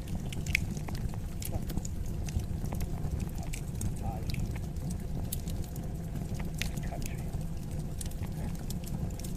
I am guilty. I am guilty. So, Mr. Shadow, whoever you are, you see, You have a powerful spell over the boy, Professor. There is a way to break it. what way?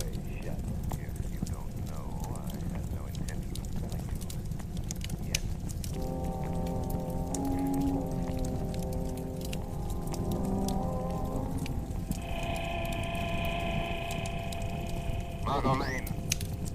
Margot Lane, stand by. Arcalis has put Wilson under some strong mental influence, a sort of hypnotic telepathy.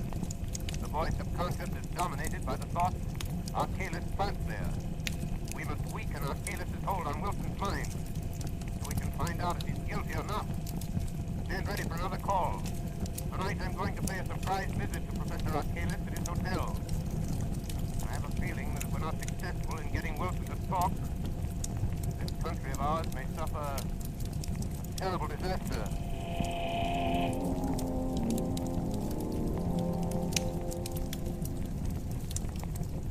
Barra, lock the door. All right. Did anyone follow you here to the hotel? No one, Professor Arcalis. Good. The test will take place tomorrow? Yes, at 3 o'clock. The War Department is so convinced your invention will render any nation possessing it invincible that the high command of both the Army and Navy are to be there to witness the test. The President, too? Yes. The President and the Vice President expect to attend, together with the Secretary of War and the Secretary of the Navy. Oh, they've fallen into my trap. They'll be blown off the face of the earth just as I planned. Barloff, be sure you make a final inspection before the torpedo is taken up to the ground. And see that the steering mechanism is set. I understand. But since I am your chief assistant, they might ask me to go along with them. No, they won't ask you.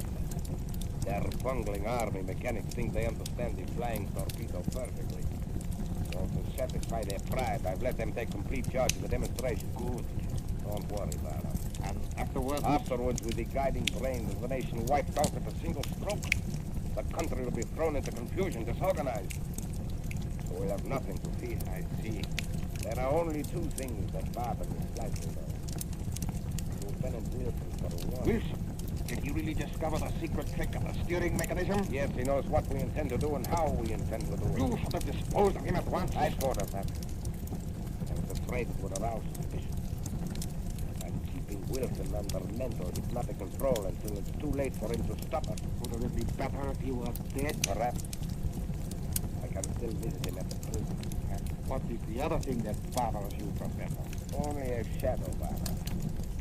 I'm not quite sure of the extent of its power. A shadow? Don't worry, I think I can take care of it, too. Listen, what is it? I thought I heard footsteps outside in the hall. Go and look. There's no one here. All is empty. Must be my nerves. I'll be glad when this is all over. Our escape is taken care of? Yes, the freighter will be waiting for us at South Pier. But go now, Carl. And success to you. Night. Good night, Barloff.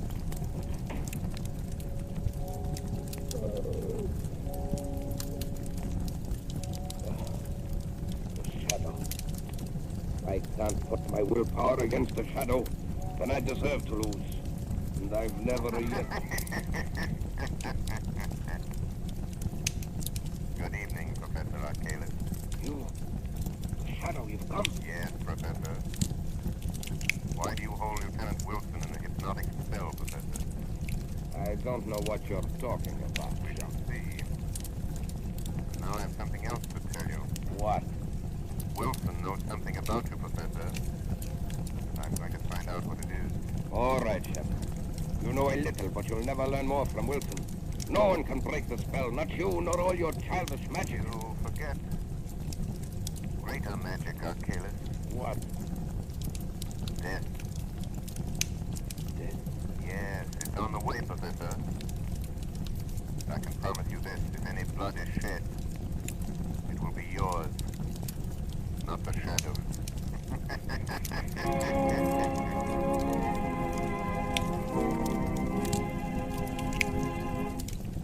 The second part of the Shadow's adventure will continue in just a moment.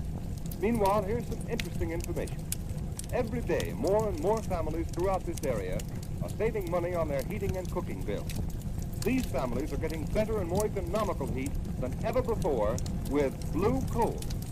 Blue coal is anthracite.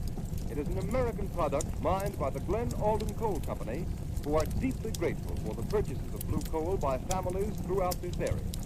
Today, blue coal is the largest selling brand of home fuel in America because it is the only fuel that so satisfactorily combines all of the essentials necessary for perfect heating results.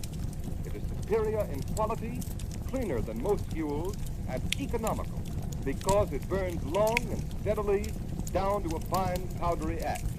Furthermore, there can be no substitution when ordering blue coal because it is the only solid fuel actually trademarked with a blue tint so that you can identify it at a glance. These are a few reasons why in Watertown, New York, blue coal sales this winter show a 29% increase over the same period a year ago. So take a tip from Watertown, New York family. Order blue coal by name.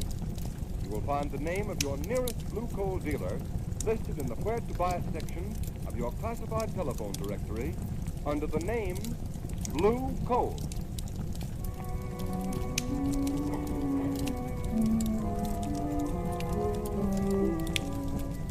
But I tell you, General Levitt.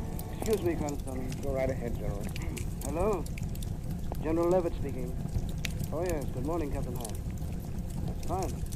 You have the flying torpedo loaded and ready for the demonstration? Good. I'll expect a report. Sorry I can't be with you. Goodbye. Now, Cranston, to get back to this Lieutenant Wilson, I don't see what I can do. But there may be some desperate plot at the bottom of this. Wilson acts as if he'd been put under some powerful hypnotic spell. He might know something about this flying torpedo that you ought to know. For heaven's sake, Cranston, I haven't time to listen to any drivel. I know you're a very agreeable young man and you mean well, but you're letting your imagination run away with you. Now, if you don't mind, I must get ready to leave for the capital. Very well. Just do me one favor, General Levitt. Might prove something to you. Well, what is it?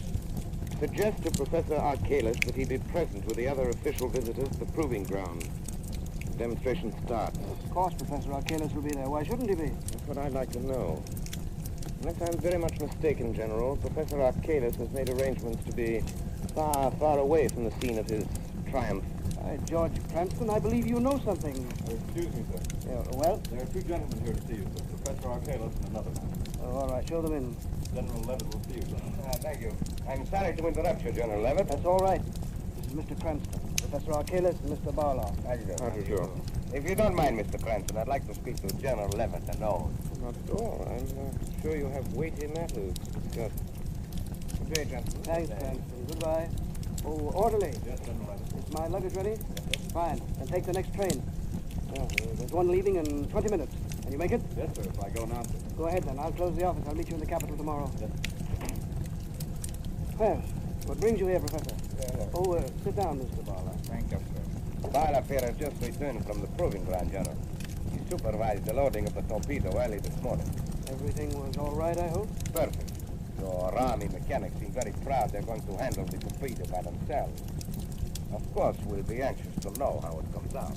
Oh, aren't you going to be at the demonstration, Professor Arcalis? I'm afraid not, sir. Another engagement, unfortunately, prevents my attendance. Yes, I see. But I can't understand how anything could be more important to you than seeing your own invention demonstrated before the highest officials of our government. I admit I'm terribly disappointed, General. However, I've left instructions for a telephone message to be sent to me at my hotel the minute the demonstration is over. Professor, I'm not sure that this test should be made without your being there. What do you mean? Suppose I order you to go. But no, that's impossible. Why impossible, Mr. Barlow? You must excuse Barlow, General Levitt. He's a little excited. Excited? What about? Look here, Professor Arcalis. Why don't you want to go to the proving ground? Must I repeat my previous statement? This stalling and hedging is very suspicious. By George, you'll go whether you want to or not. Don't touch that phone. Barlow, be careful. You can't give me orders in my own office. You hit him too hard, Barlow. His head was bleeding. He struck the desk when he fell. Yeah, drag him in his closet by the door. He knows something, Professor. Yeah, fools suspect something, but how? And we've got to act quickly. I wonder if Lieutenant Wilson has talked. But you said he's still under your hypnotic spell. Perhaps it would be better if Lieutenant Wilson died. Yes. We're going to murder him? No, I'll merely suggest that he kill himself. No, Barlow, if you'll fire up the general. Professor, look at him. Well, General Levitt is dead.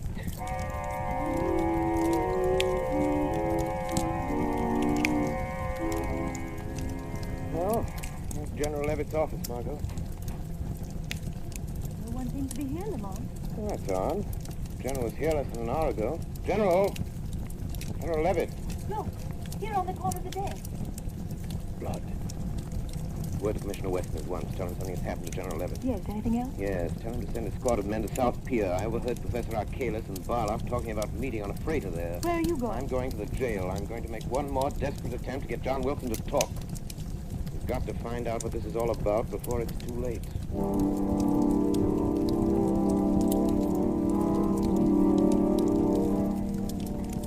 You want me to wait here at the jail, Professor Arkalis? No, go down to South Pier, Barloff. I want to be alone with Lieutenant Wilson. Yes. I'll follow after I've taken care of him. All right. But first, I'll collect the package.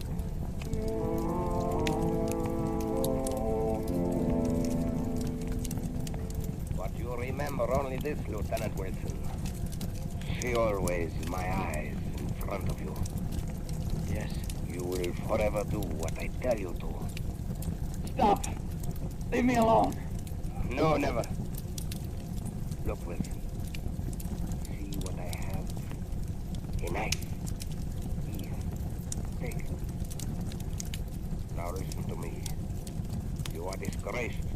Your family disgraced. You have nothing more to live for. Say it. I have nothing more to live for. I have nothing more to live for. Then draw the knife across your wrist. It's easy. Try it. Stop, John.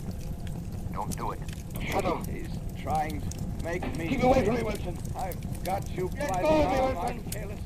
Did you feel the knife yourself? Yes, you cut me, you fool. Your blood is being shed, Professor. Remember what I told you? Let me out of here. Let me out. It's gone, John. Something's happened to me. I feel that I can talk now. Then talk. Tell me what you know. Arkalis' spell is weakened. I can't see you, and I don't know who you are, but you've got to help me. I first suspected Arkalis and his crowd when I saw that the steering mechanism of the flying torpedo had an extra attachment. Extra attachment? Yes, you see, the flying torpedo is supposed to be steered by radio beams from an accompanying plane. But this extra attachment I'm talking about would render the radio beams ineffective. In other words, the rudder is set so the torpedo will fly in a complete circle and come back and strike the point from which it was sent, like a boomerang. If it does that in the demonstration today, it will wipe out all the important government officials. Yes, that's their plan. Just as I made the discovery, Arkalis came into the workshop. I accused him, and he put me under this spell. I tried to talk, but I couldn't. Never mind that. I'll get in touch with Commissioner Weston, have him go to the proving grounds. He can stop the test flight of this flying torpedo if he gets there soon enough.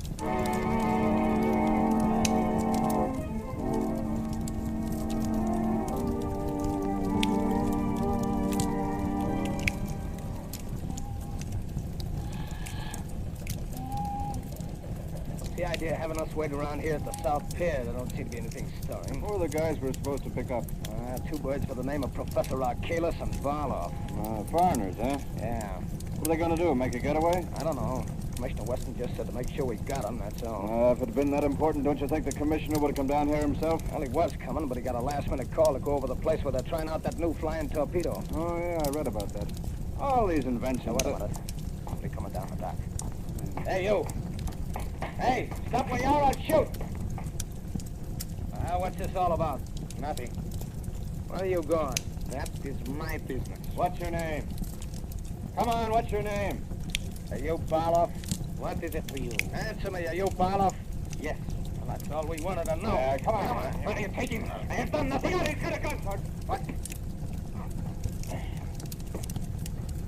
I'm sorry, Sergeant. I had to do it. That's okay. This Arkalis will probably be along in a minute. But this bird behind us says we don't want Arkalis. Hey, look out. Here comes another guy down the dock. All right, quick. Behind this piling here. Come on. Must be Arkalis. Yeah, I guess so. Professor Arkalis? Who are you? The police.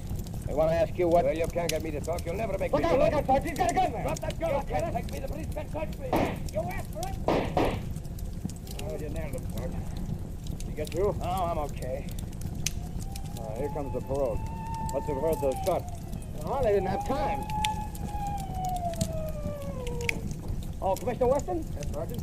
So you got our man? Yep. You did? I don't think so, sir. Well, Arkalis, maybe you'll talk. I'll never talk. Commissioner Weston. Shadow, what are you doing here? We can't waste time, Commissioner. Did you stop the test of the flying torpedo? Yes, but... Good. Commissioner, you've saved the lives of thousands of spectators. Say nothing of some of our highest government officials. Then it was you. Yes. Yes, I had a friend of mine call you. And now, Professor Arcalis, let's have the story. You haven't much time. I know. I'm dying, Shadow. It was a plot against our national defense, wasn't it? It was. Who employed you to do it? That I won't tell you. But Lieutenant Wilson is innocent. Yes. Wilson is innocent. Commissioner, you're a witness. Lieutenant Wilson is cleared. Yes, Shadow. What about General Levitt? Barloff killed him. Where is Barloff? We got him behind these boxes. How did you know about General Levitt, Shadow? We found blood on his desk. But this time the blood is yours, Arcalis. Yes. Mine. Well, Shadow, Arcalis is dead. Yes, Commissioner. You've been instrumental in averting a national calamity. Arcalis is dead. The innocence of Lieutenant Wilson has been proved. And the integrity of the men who protect our liberty is again vindicated.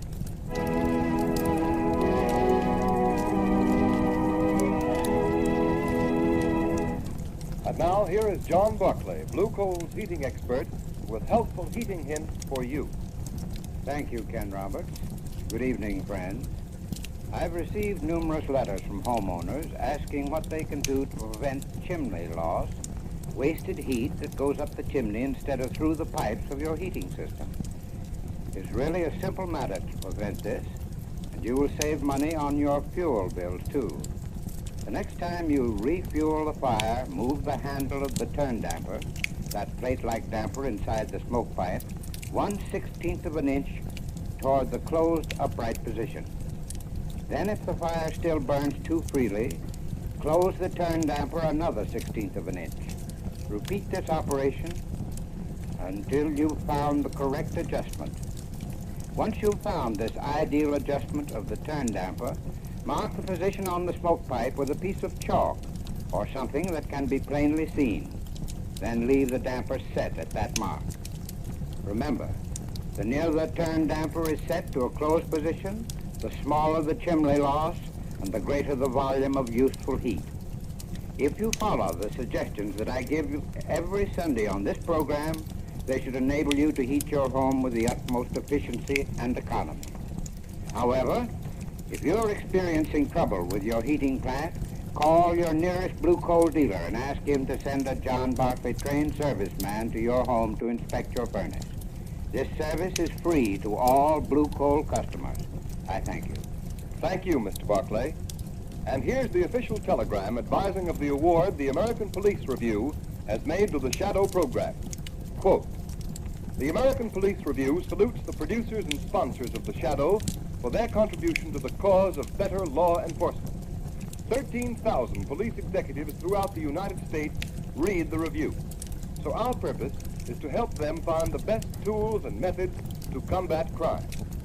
The editors of the review have turned a critical ear toward the Shadow program for some time and are gratified to note that your presentation of police roles truly reflects the intelligence and character of the high type of police officer now found throughout the land. We therefore take pleasure in presenting to you the American Police Review Certificate of Award for Distinguished Service to the Cause of Better Law Enforcement. Signed, J. Norval Birch, editor of the American Police Review, Chicago, Illinois.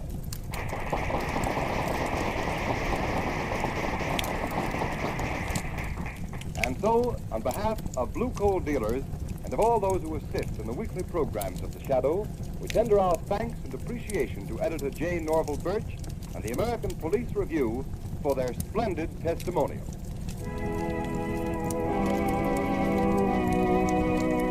You have just heard a dramatized version of one of the many copyrighted stories which appear in the Shadow magazine. All the characters and all the places named are fictitious. Any similarity to persons living or dead is purely coincidental.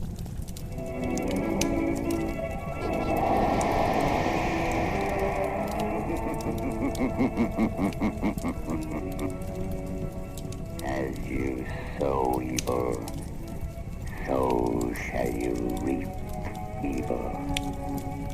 Crime does not pay. The shadow knows.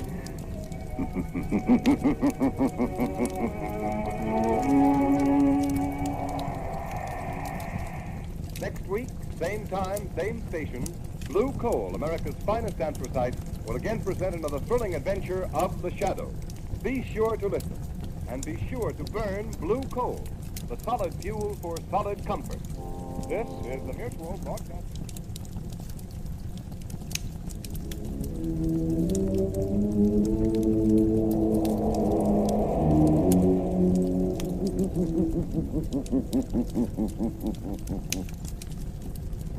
Shadow knows.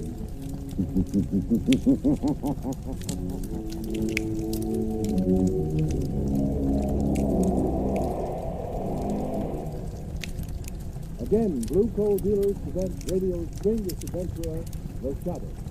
Mystery man who strikes terror into the very heart of sharp thieves, lawbreakers, and criminals. Today, Blue Coal brings you The Shadow's latest adventure, The Bride of Death. The Shadow begins its exciting adventure in just a moment. Meanwhile, I'd like to make a suggestion to all you homeowners.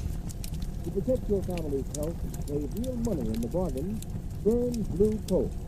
For blue coal gives you uniform, healthful, economical heat all winter long.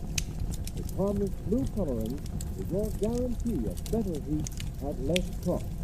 So when you're buying fuel, insist on blue coal. It's Pennsylvania's finest hard coal. Order a trial pen from your nearest blue coal dealer tomorrow.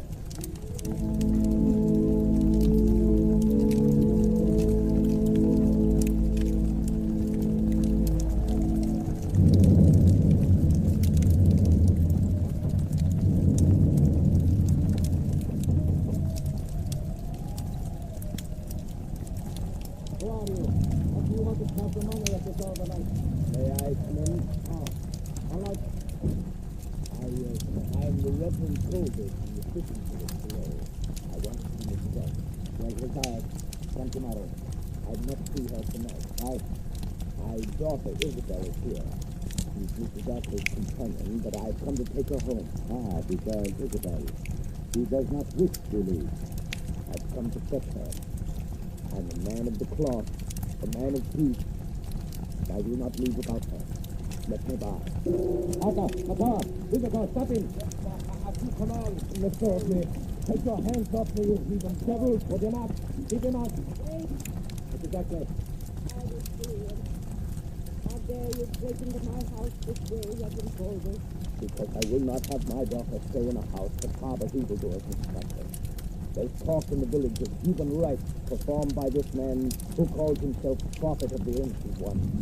This man you've brought to a Christian place from some Asiatic sinkhole of the godless. Careful how you speak in the presence of the prophet.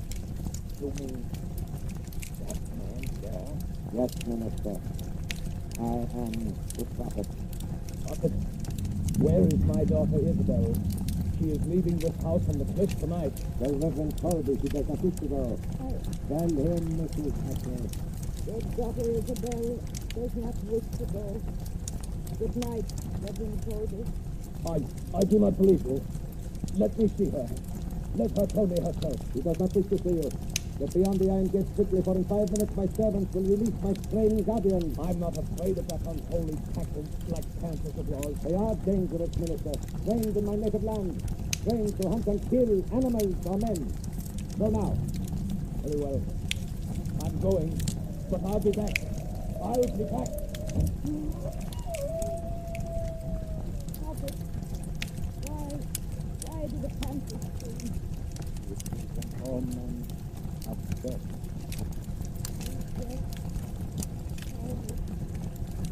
It's plain to you. Tell me who's going to die. I see the minister, Reverend Colby, standing in the pulpit of his church, turning the simple fishing folks against you, Mrs. Huxley.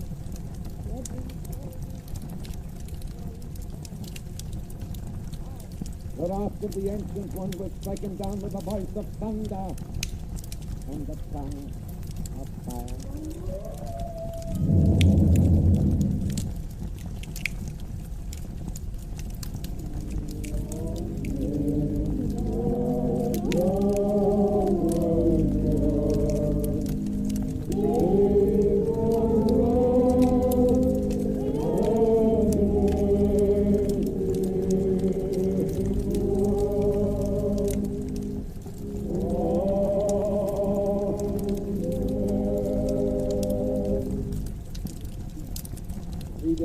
This night, I went to Mrs. Eckler's house on the cliff to bring my own daughter, Isabel Colby, home.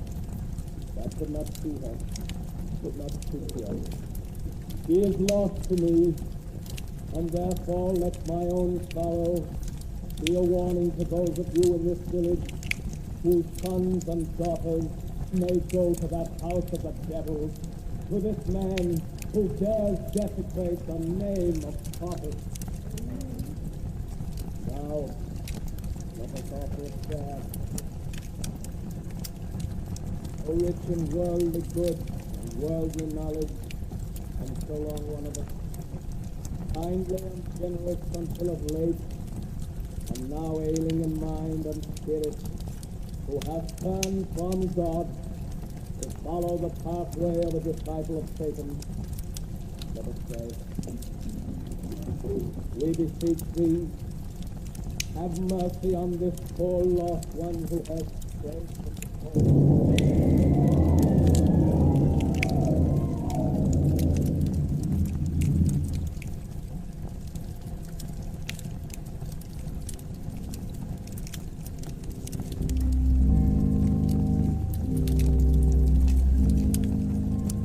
And so in the midst of those who perished with him, and whom he loved so well, we return the body of our beloved minister, Reverend Colby.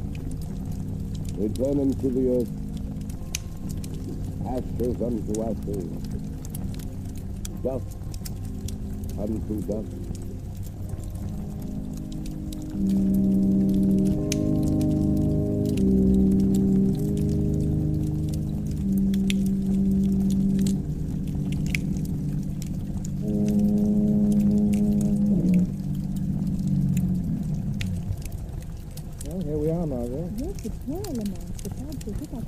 This is the little village where the Reverend Colby and 10 of his parishioners were killed by a mysterious explosion in his church. Oh, that was horrible.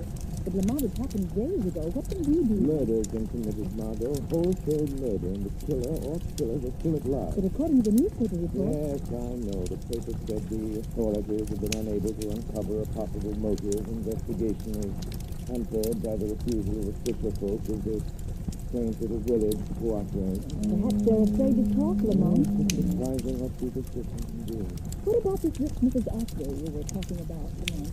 Where did she fit into the picture? I don't know, Margot. All I know is that about 3 months ago she returned from the Far East with a man who calls himself the Prophet. This man claims to be the leader of a cult worshipping a deity known as the Ancient One. Is there such a cult? There was, but it was stamped out nearly 5 centuries ago because its ceremonies and rituals included human sacrifice. Human sacrifice? Yes. Oh, how horrible. Then you think there is a connection between the so-called prophet, the destruction of this Christian church, and the murder of Reverend Colby? Margot, I don't know. I'm going to that cottage down the road. There are some Christians. I'll wait in the car. Oh, awful foghorn. It gives me the creeps. You be safe there, Margot, but don't get out of the car. All right. Now, Lamont Cranston and the Shadow are going to find out something more about this mystery of the house and the fifth.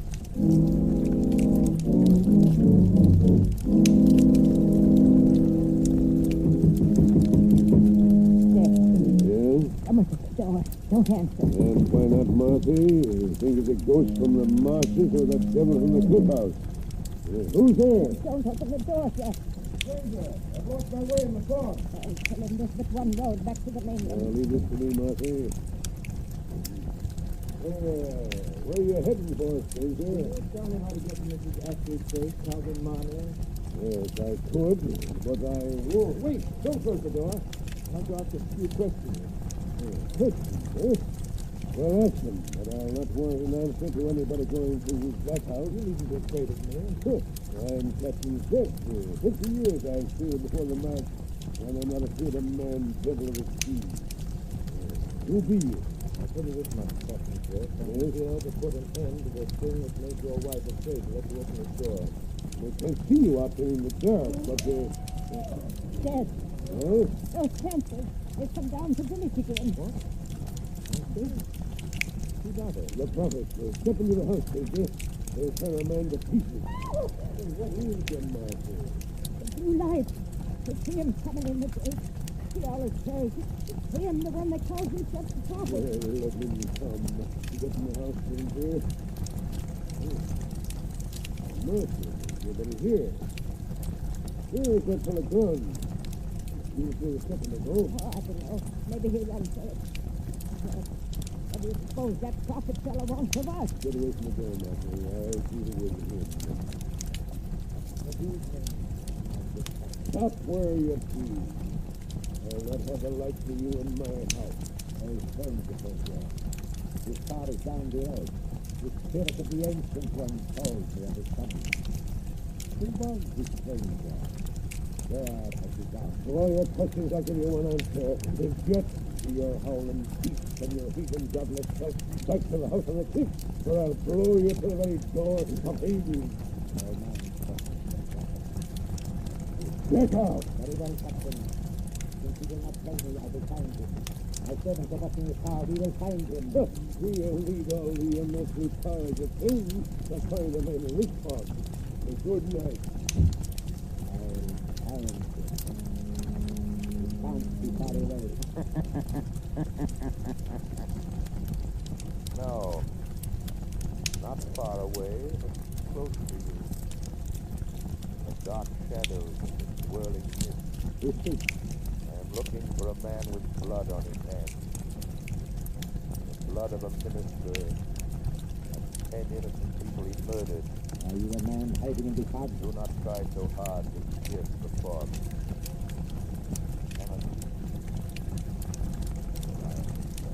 The shadow. A voice without physical presence. Only a voice. No, my friend. In my native India, such things are known.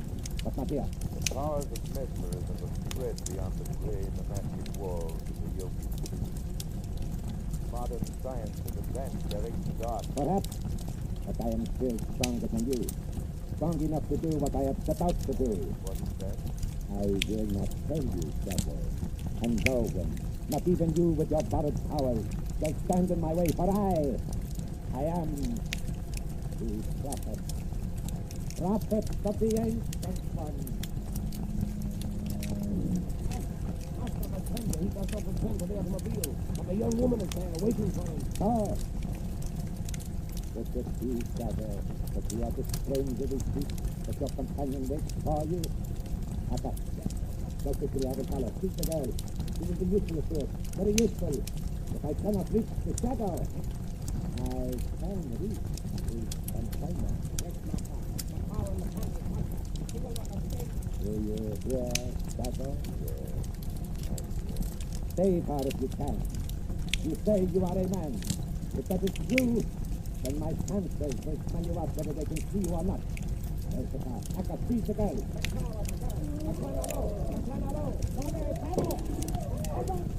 Cover him up, you fool. Take her to the house on the cliff. We will see how the visible poses. We shall be captured until she tells us what she knows.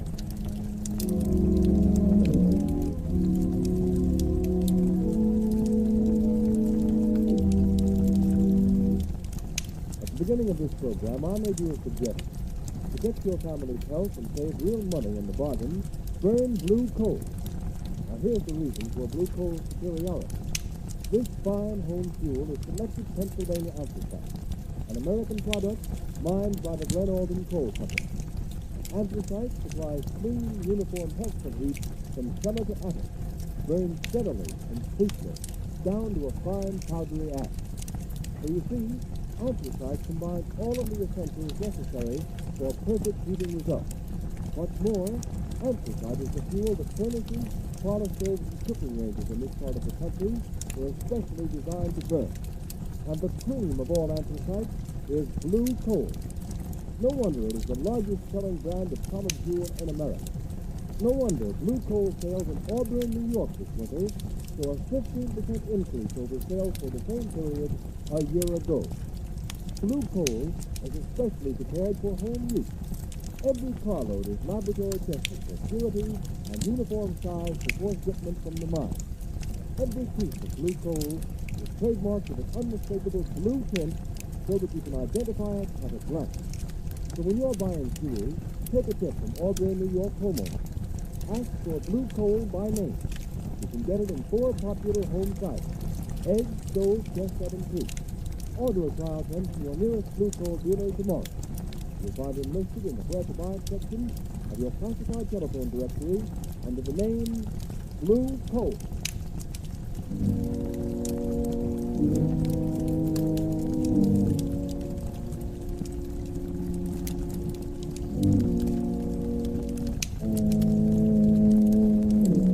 Why did the traffic servants bring you here to Mrs. Apple's house? I don't know.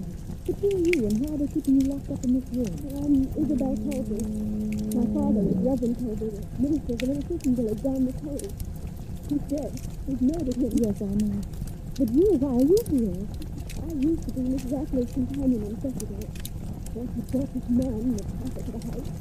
But now, the Hindu has some sort of hold over her mind. He calls her a high priestess, and she let him lock me up into here. Oh, that's terrible, Miss Colby. What is happening in this house to Mrs. Apple and to you? I don't know. It has something to do with a ceremony that the prophet says he and Mrs. Apple must perform. The climax of some strange religious ritual they go through day after day in Mrs. Apple's private chapel. This strange reveal into a place he calls the Temple of the Ancient Ones. This morning, he came here and said, I am to be what he calls the bride of death. They're going to take me to that temple tonight. You know why? Yes.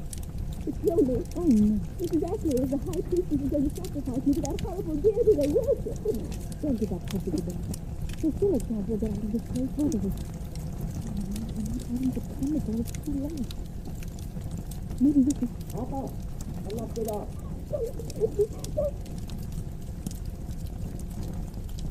Isabel Colby, the time has come. The high priestess is waiting to perform her ceremony in the temple of the ancient ones. Adora, take the girl Isabel to the shrine. And the high priestess to prepare the girl and herself for the wedding of death. Come, my master commands. These are strange girls. Yes, master. I kill her now. No. Adora. Take the girl Isabel to the shrine. Wait there for me. Prepare the sacred fires.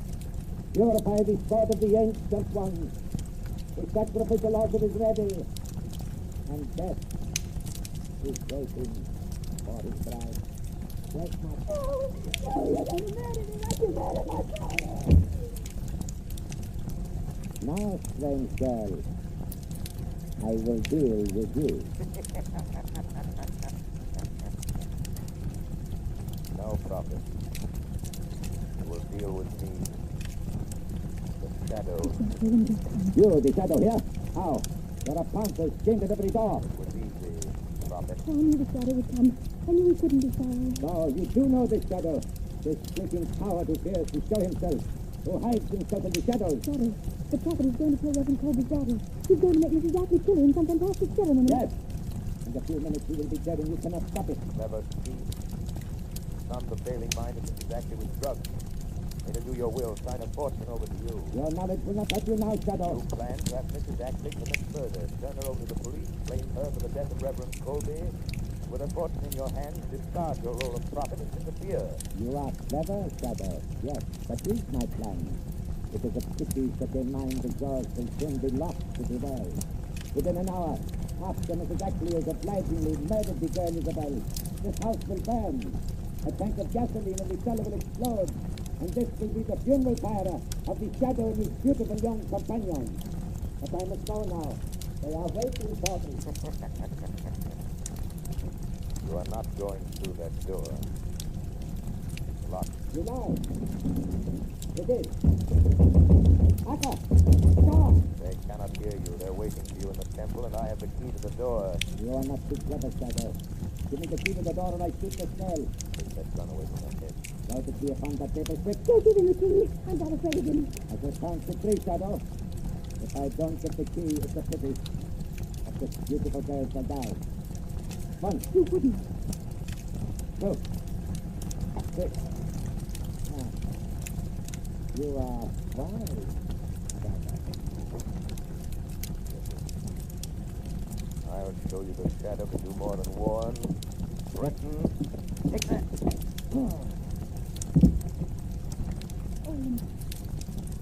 Mud, are you all right? Yes, but I'm afraid I knocked the prophet out cold.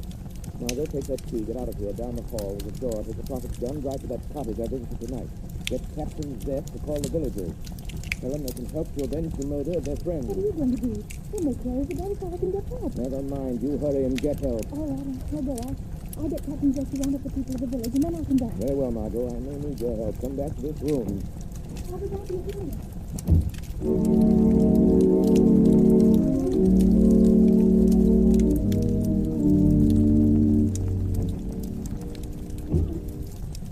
Yes, Margot? I saw Captain Jesse. The people of the village are coming. Keep calling them together. You can't wait for them, Margot. Beyond that door, at the head of the stairs, Death is waiting for Isabel Colby. The prophet's followers are there, awaiting his return. But the prophet's still lying here unconscious on the floor. Nevertheless, he will not disappoint them. No, I don't understand. Margot, I'm going to ask you to do a very dangerous thing. I want you to put on the prophet's robe, cover your face with a hood, and walk in there as the prophet. Very well, I'll do anything I can. You know that. Do not show your face till you reach the altar. Don't speak. Keep close to Isabel Colby. Watch Mrs. Ashley and leave the rest to me. Yes, Lord, I understand. I'm ready.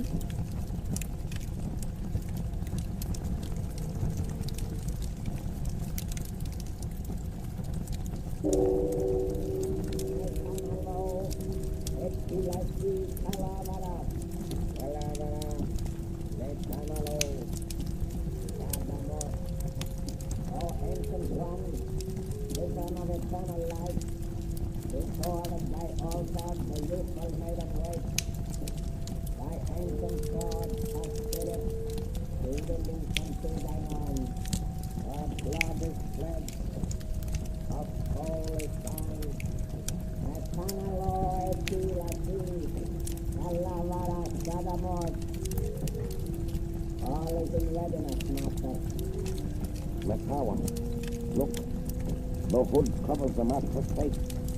The hour has come for the ritual to begin. See, Master. The girl Isabel is last to the altar of the Ancient One. The sacred fires burn in the dual sockets. All is in readiness, Master. All as you have commanded. The tower, bring Mrs. Ashley. Prepare her to make the sacrifice. I am ready. Ready to do the will of the prophet. To plunge this sword into the girl's heart. But I am afraid. Help me. Give me the sacred blood to give me strength. The will to do the things you have told me I must do. If I am to be high priestess to the Ancient One. Look, Matawa. It is strange. The master does not answer us. He goes to his side. Wait. He turns. He is lifting the hood of his robe. Look. It is not the prophet. It is a beautiful girl. It is the strange girl. The one the master stayed below to question about the shadow. What has happened to our master? Why do you wear the robes of a prophet? You have been tricked. The man you serve as a god is a rogue. A charlatan. A fake. That is not the voice of a prophet. It is not the strange girl speaking. Her lips have not moved. No. The voice of the shadow. The shadow. The master warned us to beware of the shadow. I can't. The power. The master must be dead. The shadow has killed him. The time has come. I must drive the sword into the heart of the bride of death. I will not fail. Don't do it. Making you murder me. Then they'll kill you. They'll kill you. No, I said to your high priestess, I shall live forever like the prophet, like the ancient one. Mrs. Axel. Mrs. Axel. Drop that sword. Drop that sword, Mrs. Axel. Drop it, I say. Yes. Drop the sword. Oh, Axel, look. This shadow has broken the master's power over this woman. I am free now. Free of the spell. Oh, what have I done? He is stronger than the master. We must escape. We must get away. You will never get away. Never leave this house. The prophet. The sheriff right in my room. Throw your knives. Kill her. Kill her, I command you. No. No, prophet. We obey you no more. Obey me. You make us choose. For you are the true prophet of the ancient one. You defy me. Don't. Drop the knife. The blood runs in his veins. He cannot die. No, we shall see.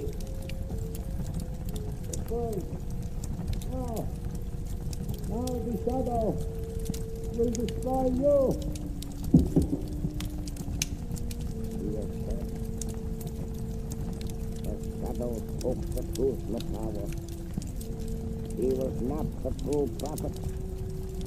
The true prophet of the ancient one was blessed with life, everlasting. You are right, Arthur. Quick, we must get away from this shadow. You cannot escape for long. Your sin will find you out. Isabel! Oh, Colby, you're you're safe. safe. Oh, thank you. Won't you tell me who you are? Sorry. I'm afraid I must remain anonymous until my work is finished. I will have to continue being known only as the shadow.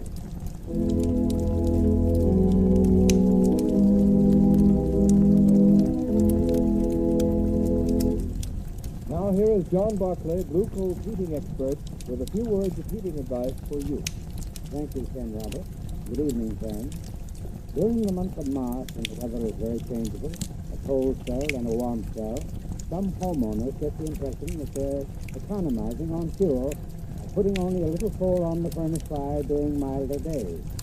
As a matter of fact, it's one of the surest ways to actually waste fuel. Shallow fires burn coal quickly, have a tendency to go out easily, can't deliver sufficient heat, and make repeated refueling necessary. The truly economical way to fire a furnace is to keep a deep fire bed at all times. It should always be up to a level with the bottom of the fire bed. In mild weather, if you like, you can leave a little heavier layer of ash on the grate. This will keep the fire burning very slowly, yet keep enough coal burning to provide sufficient heat should the outside temperature drop suddenly. Let me impress you with this important point. After putting fresh coal on the fire, be sure to leave an exposed spot of live coals directly in front of your fire door. The hot spot will act as a pilot light and ignite the gases that come up from fresh coal. Allow these gases to become ignited before checking the fire. If you follow this method of firing throughout the changeable March weather, you will get the utmost in efficiency and economy from your furnace. However, if you still have difficulty in properly heating your home, call your nearest Blue Coal dealer and ask him to send a John Barclay serviceman to inspect your furnace. This service is free to Blue Coal customers. I thank you. Thank you, Mr. Barclay. And friends, don't fail to take advantage of the free John Barclay service. Phone your nearest Blue Coal dealer tomorrow. You have just heard a dramatized version of one of the many copyrighted stories that appear in the Shadow magazine. All the characters and all the places named are fictitious, and their similarity to persons living or dead is purely coincidental.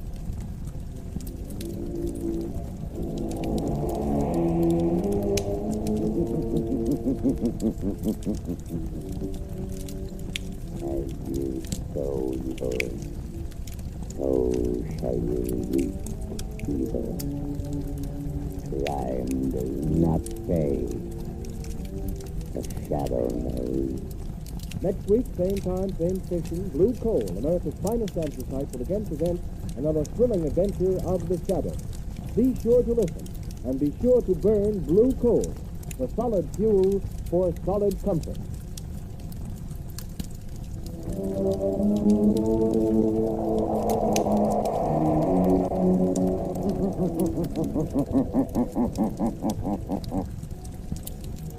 Shadow knows.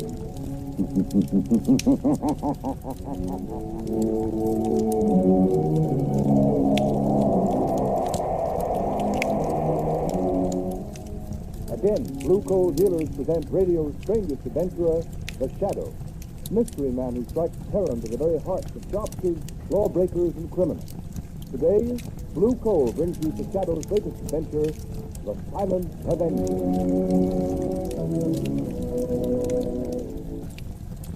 The Shadow's exciting adventure begins in just a moment.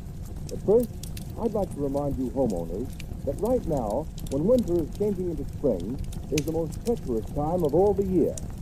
But you can protect your family's health and save valuable dollars by burning Blue Coal. It's Pennsylvania's finest anthracite.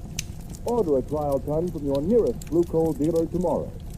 And if you want to read the adventures of the Shadow in complete novel form, in addition to numerous detective stories, crime problems, and features, simply write us for your copy of the Shadow magazine absolutely free. Remember, all you have to do is mail a penny postcard to Blue Coal, 120 Broadway, New York City, or to Blue Coal in care of this station.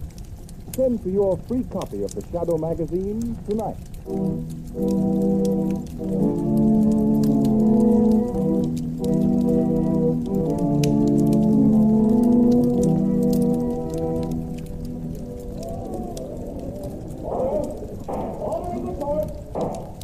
Joseph Brecker, you have been duly tried by a jury and found guilty of murder in the first degree.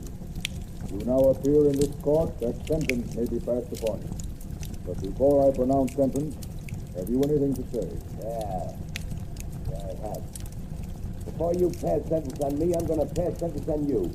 You, Judge Wilson, I'm Sloan, the prosecuting attorney. On those 12 good and true saps on the jury. And on one more, maybe. The guy that really stopped me in the first place. The only guy smart enough to get me. The Shadow. Order! Order in the court! That will do, Joseph Brecker. You have nothing to say in your own behalf. This is in my own behalf, and you'd better listen, all of you. I know I'm on my way to the death house for this year. But I'm warning you. For every day I sit in a death house, one of you will be killed. Starting with the foreman of the jury. And if the governor doesn't commute my sentence to life, he'll die the day I burn. Order! Order in the court! Joseph Brecker, by the power vested in me by the people of this state, I hereby order you to be taken to the state penitentiary, there to be delivered over to the warden, by whom on a certain day determined by this court, he shall in the manner prescribed by law put you to death. And may God have mercy on your soul. Order's adjourned. All right, come on, clear the court. Outside. Well, if it's sheer bluff, I tell you, how can Brecker kill a whole jury? The DA, Judge Wilson, even the governor, I tell you, he's crazy. Yeah, you bet. Someone jail watch out. Brecker's general dead or in jail. No, but you can't. Yes, I know. Nobody's ever seen the Shadow. He could appear right in this courtroom and not be seen. I'd hate to have anybody like that. Well, Margot, let's get out of here. Must be very flattering to inspire such awe and fear, Lamont. It has its disadvantage, Margot. Unfortunately, the mystery surrounding the Shadow inspires fear and terror in the innocent as well as the guilty. The unknown is so often associated with evil. There's no help for it. The Shadow must remain a shadow. Lamont, what do you make of Brecker's threat? Do you think it's just bluff? I wish I did, Margot. Meaning Lamont Cranston is going to don the Shadow's cloak and call on Joe Brecker in prison.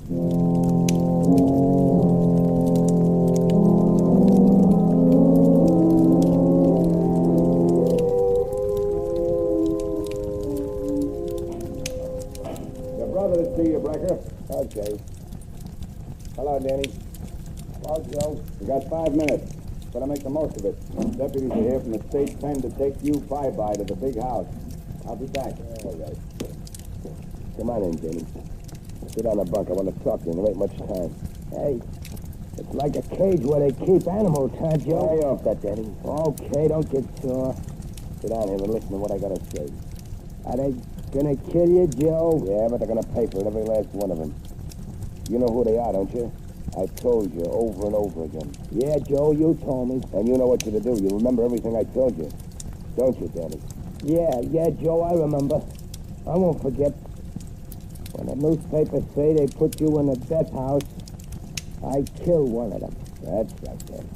And don't forget, these people I told you about, the judge, the jury, that prosecuting attorney are the same ones that drafted you into the army, sent you over to France, let you get shell-shocked so it's hard for you to remember things. Sure.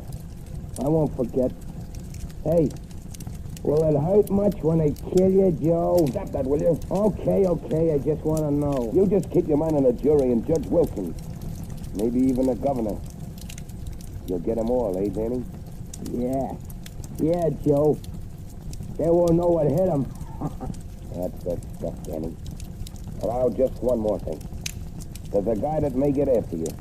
He's smarter than a cop. He's the one that really got me. You gotta keep away from him. Don't give him a chance to find you. How can I do that? You gotta keep away from home. Don't go near the flat of the old lady. But Ma will worry if I don't come home next week. No, she won't, Danny. She'll know you got things to do. All right, Joe. What about the fella I can't see? Is he dead? Like all my buddies in the war?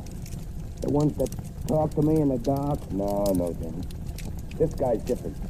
He ain't dead, he's alive. You can hear his voice, only you can't see him. But if you ever hear his voice, you'll know he's near you. Somewhere in the shadows. Yeah. If he talks to me, I'll fix him, Joe. Sure, but not the way you're going to get the others, Danny. Because you can't see him, see? Now look. You know those old hand grenades you have at home? Yeah. Well, I want you to carry a couple with you. If this guy ever finds you, if he tries to stop you paying him off for killing me, you just pull the pin of the hand grenade and throw it where you think his voice is coming from. That'll get him. All right, Joe. But how will I know when it's him? You'll know all right, Danny. He has a queer kind of laugh. And he calls himself the Shadow. All right, Breaker. Time's up. Come on, you. Okay. So long, Danny. Don't you forget anything. So long, Joe. I wouldn't forget. I wouldn't forget nothing you told him. Come on, you're out there. Pick it up. That poor kid. He'll do it all right. He'll fix him. Every last one of them if I could. Who's that? I heard somebody, but there's nobody there. Hey, God! Are you surprised to find me here, Joe Brecker? Shadow. So you weren't expecting me. And yet prisons are filled with shadows. Shadows in the minds of men walking in the shadow of death itself. What do you want? You put me here, sent me to the chair. Why can't you let me alone? Because your career of murder is not over. Because I know you mean to carry out the threat you made in court. Yeah. Yeah, and you can't stop me, Shadow. I can't. Because you're going to tell me how the jury, the prosecuting attorney, and Judge Wilson are going to be killed. You're crazy. I'm not telling you anything, Shadow. I'm not afraid of you anymore. I got nothing to lose. You are telling me, Brecker. Yeah? You see, I can read your mind. One thought is racing through your mind now.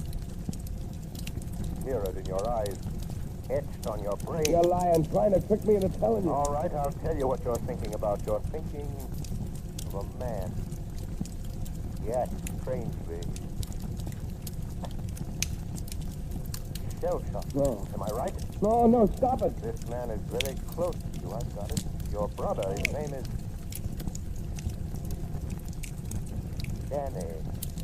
Danny, isn't it? No, go away. Leave me alone. Thinking that even now your brother, Danny, is hurrying home to get a high-powered rifle out of a trunk. That's true. A rifle equipped with telescopic sights and a silencer. You're thinking that Danny's medals were marksmanship. decorations for valor, the sniper. A sniper so cunning he could hide in an open battlefield. Pick his enemies off at long range and not be seen. That's all I need to know, Brecker. All I need to know. No. No, you're crazy. You're just guessing. All right, suppose he is. You won't find him. You won't stop him, Shadow. What's the matter with you? Who do you think you're talking to? It's a Shadow. He's here in the prison. Yeah, well, don't let that worry you, Brecker. There's plenty of shadows where you're going. Come on. Deputies are waiting, and you're heading for the last mile.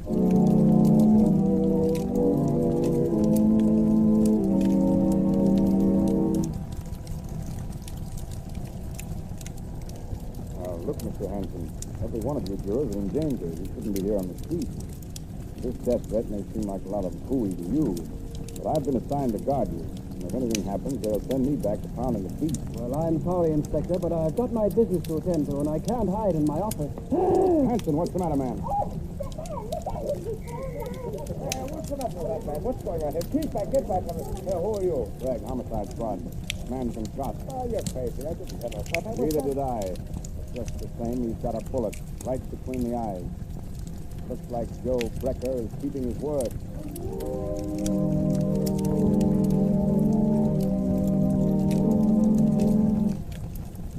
Come on, can't you do something? Can't you find Danny Brecker? No, Margot. He's got away. He hasn't been near his mother's home since his brother Joe went to the death house.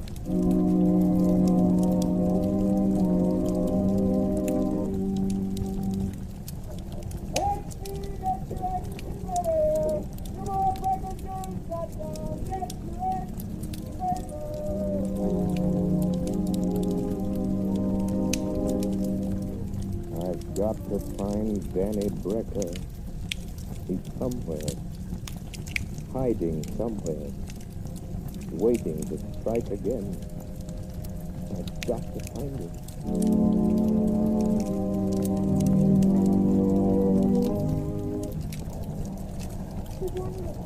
I'd like some oranges and cake. Good heavens, Mrs. Adams. What are you doing out in the street? I thought the police had detectives watching every one of you jurors that was on the Brecker case. Oh, they've got a detective staying at my house, but I had to have some things for dinner, and I slipped out. Mother, can I have some candy? Yes, dear, of course you can. You did... Oh, Mother. Mother, what's the matter? Why don't you come to me? Sam! Quick, phone the police. Get a doctor. Mrs. Adams has been shot. Oh, I'm afraid she's dead. Yes, the killer has struck again.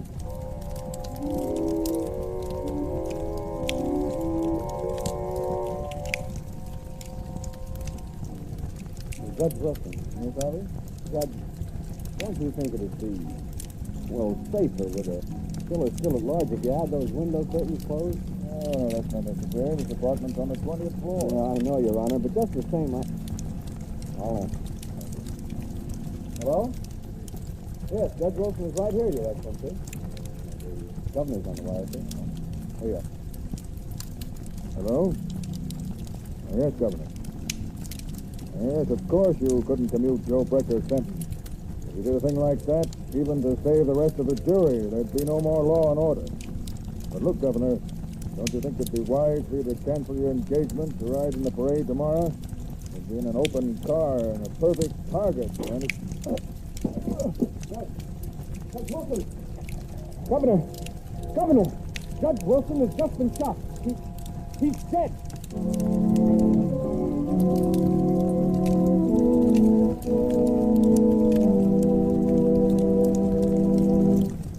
The Shadow will continue with his adventure in just a moment. In the meantime, here is a message of particular importance to families throughout this area who supply their own heat. We are now in a period of the year when all fuels are put to their severest test. However, homeowners who use blue coal have nothing to worry about, because blue coal, which is especially prepared for home use, is better qualified to meet sudden changes of weather than other fuels. During mild weather, blue coal banks for long periods with little attention. Then, when the temperature takes a sudden drop, blue coal immediately responds with minimum draft, sending a uniform supply of heat throughout the living quarters of the home. Because blue coal burns down to a fine, powdery ash, it is not only an economical fuel, but a particularly clean fuel as well. Furthermore, blue coal is an American product, mined in Pennsylvania by the Glen Alden Coal Company. Unlike a good many other fuels sold in this area, blue coal is prepared exclusively for home use. So that you can be sure of getting more uniform, more economical heat, blue coal is actually trademarked with a blue color so that you can identify it at a glance. There's been a big swing this winter to blue coal throughout this territory. Sales of blue coal this winter in the Middle Atlantic and New England states show an increase of 10.4% over sales for the same period a year ago. So take a tip from these blue coal families. For better, more economical heat, switch to blue coal tomorrow. Ask for it by name. Order a trial ton from your nearest blue coal dealer, whose name will be found in the Where to Buy It section of your classified telephone directory under the name Blue Coal.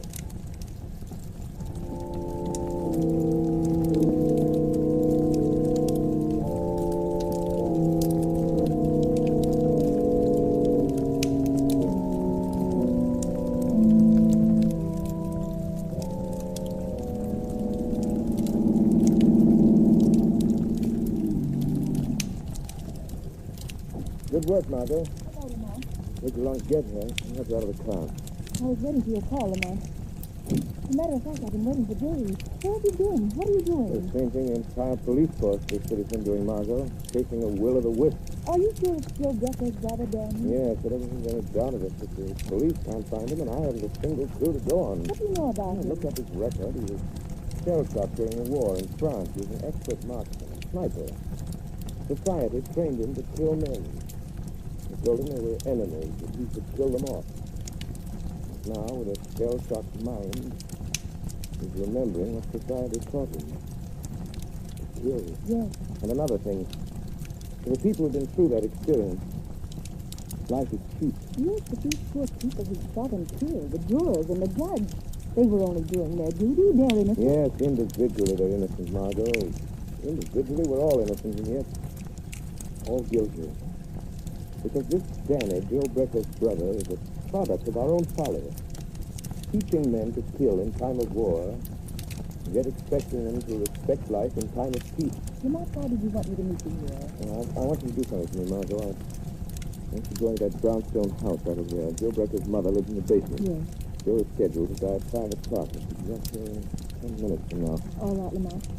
I'll do it. Where will you be? I'll be with you, Margot. That's the shadow. There's a feeling Danny may come to his mother tonight, either just before or just after his brother dies. Hurry, I've less than 10 minutes. There's the house. There's the door. Lamont, what shall I tell her? That I'm a reporter? Yes, but don't try to make her answer questions. Yes? What do you want? Mrs. Becker, I'd like to speak to you. May I come in? I don't care. You can come in if you want to. Doesn't matter. Nothing matters anymore. Nothing will ever matter again. I know you've been through a terrible ordeal these past days, Mrs. Becker. How could you know what I've been through? How could anyone know? My one son a murderer, and the other one, goodness only knows what is where. Oh, I'm very sorry. If there's anything I can do. In 3 minutes, they'll be killing my son, Joe. There's nothing anyone can do. It's his brother Danny. Oh, I'm so worried about him. Why doesn't he come? Oh, why doesn't he come home? Ah. Oh, Danny. Yeah. Oh. I'd come. Joe said I shouldn't, but I had to come. I knew you'd want me home tonight. Danny, where have you been? What's Joe been making you do? I've just been doing what Joe told me to do for him. Ma, who's that girl there? What's she doing Oh, here? why, she's just a friend, Danny. Just a friend. Come to sit with me. You won't tell nobody you've been here, will she? Oh, no, Danny. She won't tell anyone. Ma, they're gonna kill Joe in a few minutes. 5 o'clock.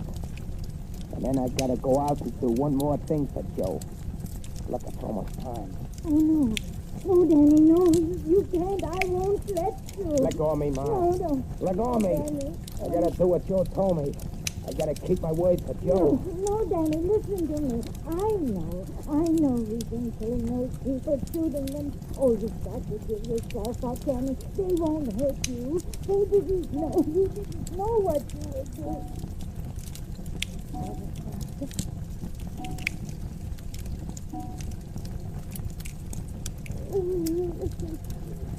Time. It's time. 5 o'clock. Joe's dead. Now I gotta go back to the tower and do the last thing Joe wanted me to do for him. Danny, don't you gun in my car. You keep out of this. Joe told me to do this. I gotta. I can still hear a voice telling me to do it. Now you hear a voice telling you not to, Danny. Voice. I know. You're the shadow. Yes, Danny. For your own sake, your mother's sake, Danny. Joe told me what to do with you. He knew you'd find me. That's why I got this hand grenade. Danny, don't. Pick up my hand on a fire and tell you. I'm gonna pull it out. Stop, Danny. I'm warning you. The voice came from there. In the corner. Joe told me to throw the grenade. Oh, my shadow. It's all right. I managed to pick up the grenade and throw it through the window to the court before it exploded. I don't mind saying that's the closest call the shadow ever had.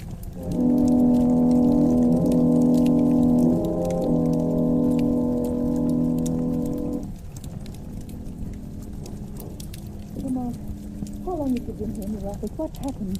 Were you able to trail Danny to his hiding place? No, by the time I got to the street after that hand grenade episode, he disappeared. But haven't you any idea where he went? Where that tower you mentioned might be? No, I've been working on this enlarged map of the Midtown section, trying to find some tall building, some tower Danny Brecker could use to hide to pick off the governor. Danny said something about a tower. It must be somewhere along the line of Martha today's parade, Lamont. Margot, that's the Wardman Tower. But it isn't finished. They stopped work on it. It's nothing but a steel frame. What could be a better place for a sharpshooter like Danny Brecker?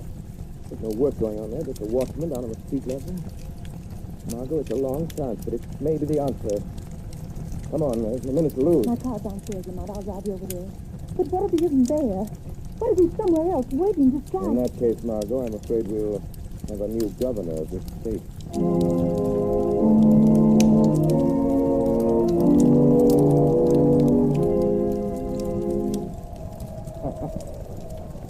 Just a couple of minutes now, Joe. Just a couple of minutes, and the governor's car will come along. And then I'll do the last thing you asked me to do, Joe. Twin velocity 0. Range 300 yards. He'll die quick, Joe. Like you died.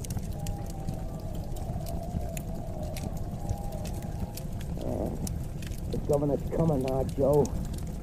That's his automobile with all the flags on it. That's him, sitting in the back with all those fellas around him. But I can pick them out. I won't miss, Joe.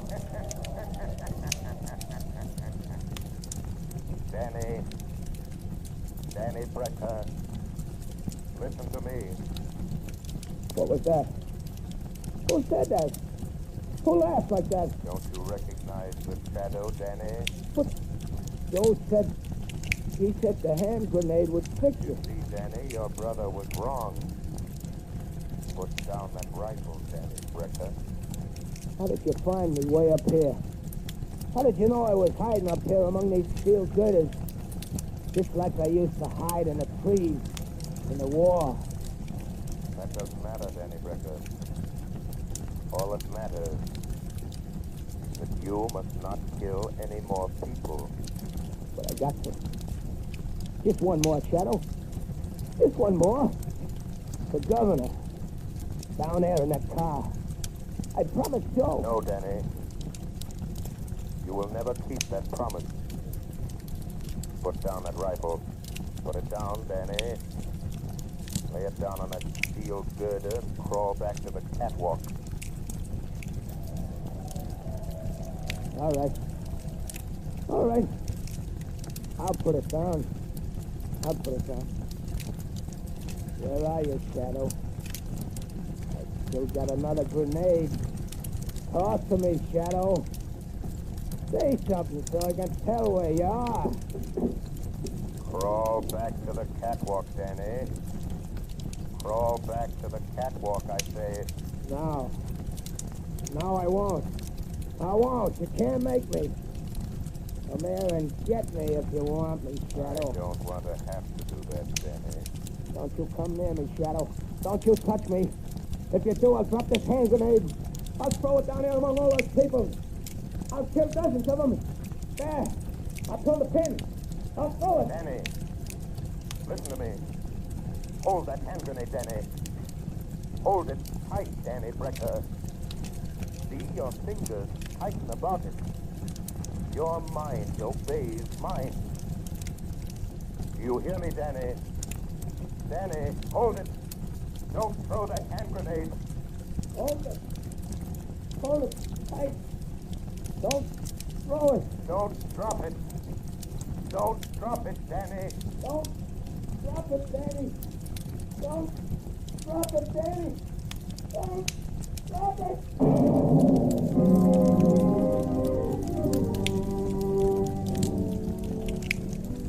Yes, Commissioner Wasteland. A high-powered rifle fell into the street, fell right in front of the government's car. Glad no one was hurt. This is the 30th floor. This is where the bomb went off. Blew the guy to pieces. Good heavens, he must have had a time bomb that went off too quick. Any idea who it was? Yep. They found an identification card and some newspaper clippings in his pocket and what was left of him. It was Danny Brecker, Joe Becker's brother. Well, I guess that's that. Don't suppose we'll ever know what really happened. Anyway, there's one consolation. It's as if a shadow fell down on this case just as badly as we did. Not quite, Commissioner Weston. Oh, so you got here in time to take credit for this, eh, Shadow? There is no credit. No glory in the death of Danny Brecker, Commissioner Weston. He was a victim. A human instrument of destruction. Fashioned by mankind. That teaches men to kill their enemies in time of war, yet expects them to forget their murderous art in time of peace. Danny Brecker was an enemy of society. A killer. But only because you and I and countless thousands made him one. No, Commissioner. There is no glory in this for you, or the Shadow, or for any man.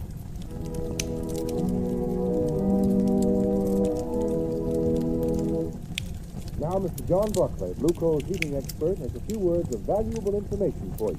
Thank you, Ken Robert. Good evening, friends. This summer, you no longer need to skimp on your hot water to save money on gas bills.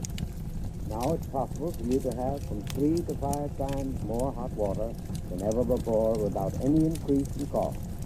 In fact, I'm sure I can tell you of a way to guarantee a greater supply of hot water at lower cost. As the first step toward an unlimited supply of really hot water, ask your Blue Coal dealer about hot water tank heaters, sometimes described as bucket-a-day stoves. These heaters are very inexpensive and can be installed at a reasonable cost.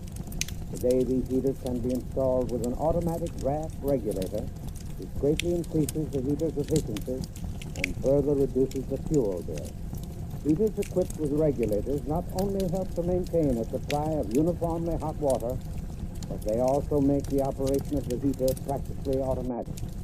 Your Blue Coal dealer will be glad to tell you all about these heaters and quote a price on the size best suited to your requirements. I thank you. Thank you, Mr. Barclay. And friends, follow Mr. Barclay's advice. And remember this, you can show Blue Coal and the Shadow just how much you really enjoy this program by mailing the request for your free and postpaid copy of the Shadow magazine tonight. I'll repeat the address. Blue Coal, 120 Broadway, New York City, or Blue Coal in care of the station to which you are listening. Don't forget, mail your letter or postcard tonight. And for better heat at less cost, phone your nearest Blue Coal dealer tomorrow. You have just heard a dramatized version of one of the many copyrighted stories which appear in the Shadow magazine.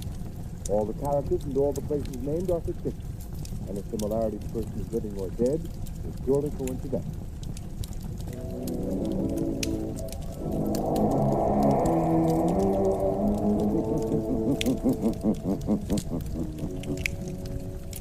As you sow evil, so shall you reap evil. Crime does not pay. The Shadow knows. Next week, same time, same station, Blue Coal, America's finest anthracite, again presents another thrilling adventure of the Shadow. Be sure to listen and be sure to burn blue coal, the solid fuel for solid comfort. This is the...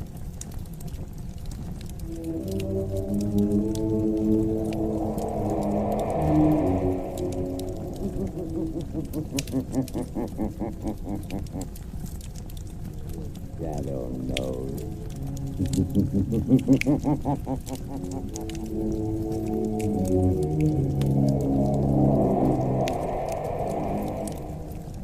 Again, Blue Coal Dealers present radio's strangest adventurer, the Shadow. Mystery man who strikes terror into the very hearts of sharpshooters, lawbreakers, and criminals. Today, Blue Coal brings you the Shadow's latest adventure, the White Legion. Ladies and gentlemen, in just a moment, our last adventure with the Shadow for this season will begin.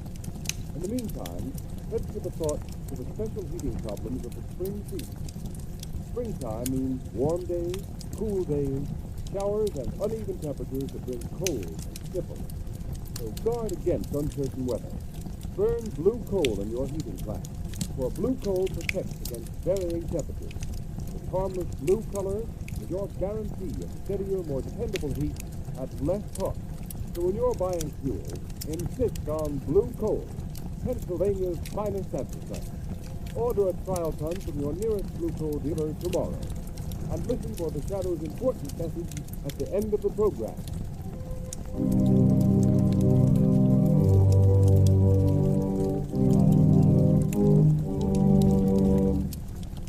Miss, will you bring me those papers?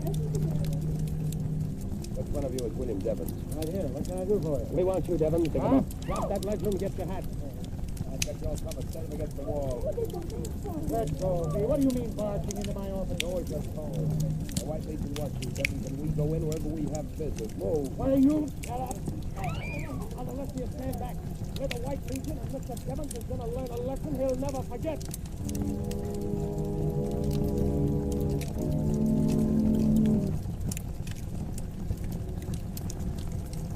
Prisoner William Devons confessed his part of the conspiracy against the sacred institutions of the White Legion. We give him to the All-High Commander. Have you anything to say, Devon? I plead with you, don't kill me. I've got a wife and children. Silence! Please, let me go. Give him another taste of the whip. Now secure the prisoner and hand him over the trap door. Go! Open the trap.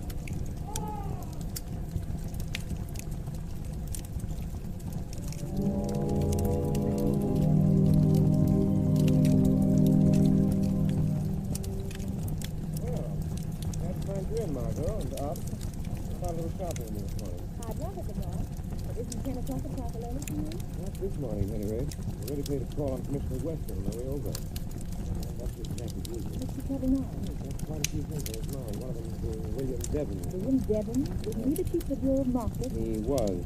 This morning, his body was found far out at sea, bound hand and foot, and apparently thrown from a ship. Truly, atrocious murder. Good heavens, Lamont, any clues? So far, none. Another thing bothering the commissioner is the matter of this White Legion. The White Yes. Legion? A band of men calling themselves avengers of injustice. They're taking the law into their own hands, terrorizing, assaulting, and abducting, often in broad daylight and in the most unexpected places. That's strange. I haven't seen anything about it in the papers. So far, it's been kept out of the papers, but in spite of that, enough has gotten out to demand that the native Western is something to be done immediately. Poor Commissioner Weston, he seems to have his hands full. And on top of all that, young Alton Parker's life has been threatened. He's the assistant district attorney. His life threatened? Why? Well, Parker's prosecuting a case against Red Collins, a gangster accused of killing Boss Houseman a couple of months ago. The trial comes up this week. That's all sorts of politics, actually. Weston seems to think the White Legion is mixed up in that, too. Then the White Legion has some connection with politics? It's possible. However, if we're going to start suspecting people, we could begin at the top of the City Hall crowd and go to the bottom. It's Weston's problem, not ours. Want to go shopping with me? Why not? What are we going for? Oh, a little exercise with a few shirts. Come along.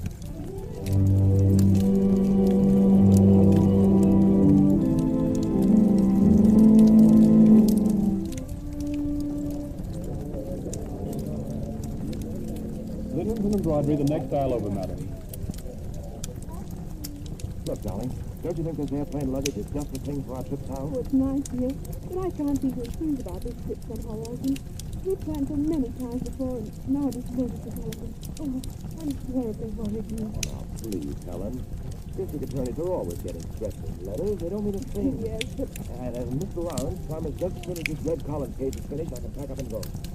Start trial tomorrow. Can't last more than a week. I know. I'm sorry to be so tired. Alton! Those men I saw when we came in the door, they're coming this way.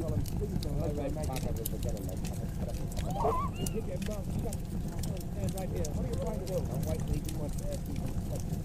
Is that so? Well, take this. All right, stand back over here. This is an arrest. Drag him out. Get back there. We're all arrested. That's right. Take the cleaners. Look out there, Steve. Would you please clear the aisle, please? That's right. They put that guy in the car and drove off with him. The cop at the corner went after him. Will somebody please look after her? I'd better phone the police. You all right, Margot? I think so, but I beg your pardon. This must be her husband's picture. Paper. Got it all over. I'll pick him up. Here, let me help you. Oh, my husband.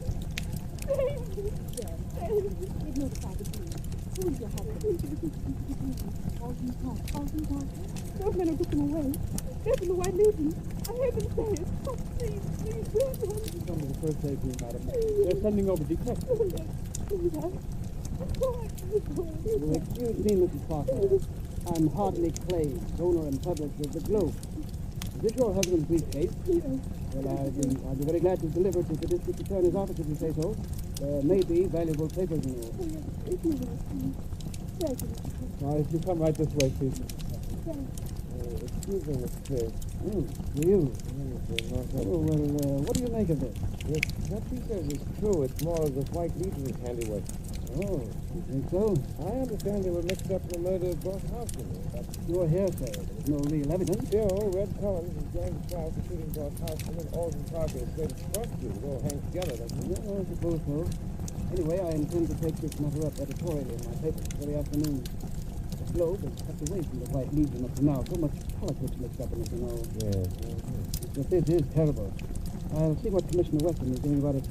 Well, I must go along now. Is that paper on the floor out of the briefcase? Yes? Oh. It's been out of the sales folder. Special today. White goods sale. Oh, yes, I see. Well, I'll get this briefcase down to the district attorney's office. Glad to have met you, sir. Very glad to have met you, Mr. Clay. Oh, here you are, Margaret. Go right now? Yes, it's something to shock me. Oh, this is an outrage, Lamont. You ought to do something. The Shadow ought to do something. I imagine you're right. Where did you get these papers? I think they fell out of Alton Parker's briefcase. They're rather important, I believe. You see the title on them? Yes. Evidence, the state versus Red Collins. But why are you... Oh, I'm beginning to see. Yes. The Shadow is doing something about the White Legion, Margot. What's more, I expect to have a very busy afternoon.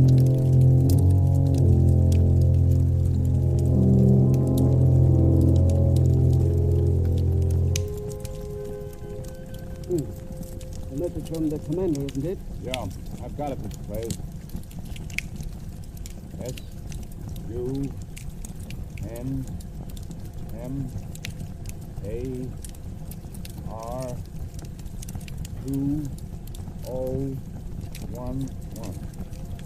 So I'll put it on your desk. Thank you. See who that is at the door. Yes, sir.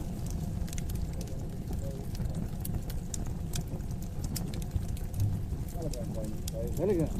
What permission? Oh, here. Congratulations on your splendid editorial in this afternoon's Globe. It's almost convincing. What? Signed, The Shadow. What? The Shadow? Stop trembling, you fool. But the Shadow is after We'll us. take care of the Shadow just as we take care of the rest of them. He can't bluff. Hey, wait. The door's opening. Pardon the intrusion, Mr. Clay. Who is that? Who speaks? I am the one they call Shadow. Who's here? I've heard of you and your trick, Shadow. Where are you? Here. Don't be alarmed because you can't see me. Only come for a short visit, Mr. Clay. Why honor me with your presence? The newspaper editor, I thought you might like to hear the news. What news? The White Legion is about to be exposed. White Legion. Oh? I presume you'll want to run an extra on that. Well, yes, of course. I'm sure I'll be very pleased. Fair-minded citizens of this city and state can force an expose of that organization. You sound like your own editorial. If you're insinuating that I have some connection with the White Legion, you're very much mistaken. I never insinuate, Mr. Clay. Simply wanted to keep you posted. Next time you hear my voice, Blaze, be ready to run your extras. It will be the signal that the White Legion is doomed.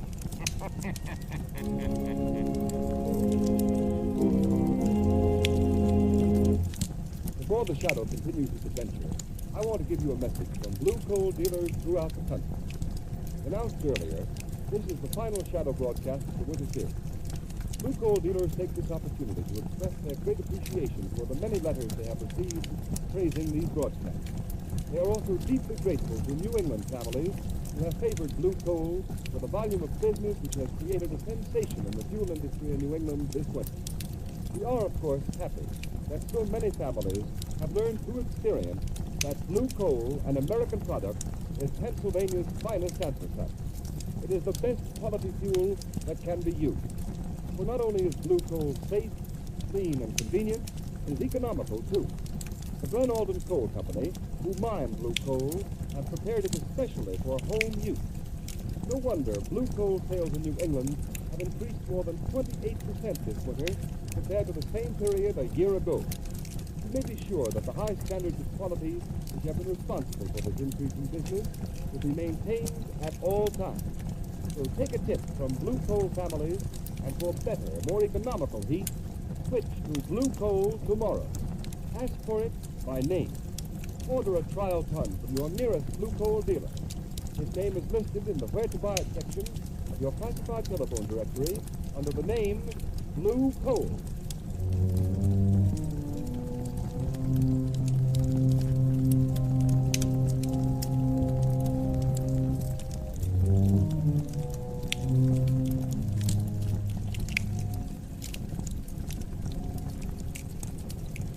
Let me see those notes, Margot. What makes you think Cotton and Page is mixed up with this White Legion now?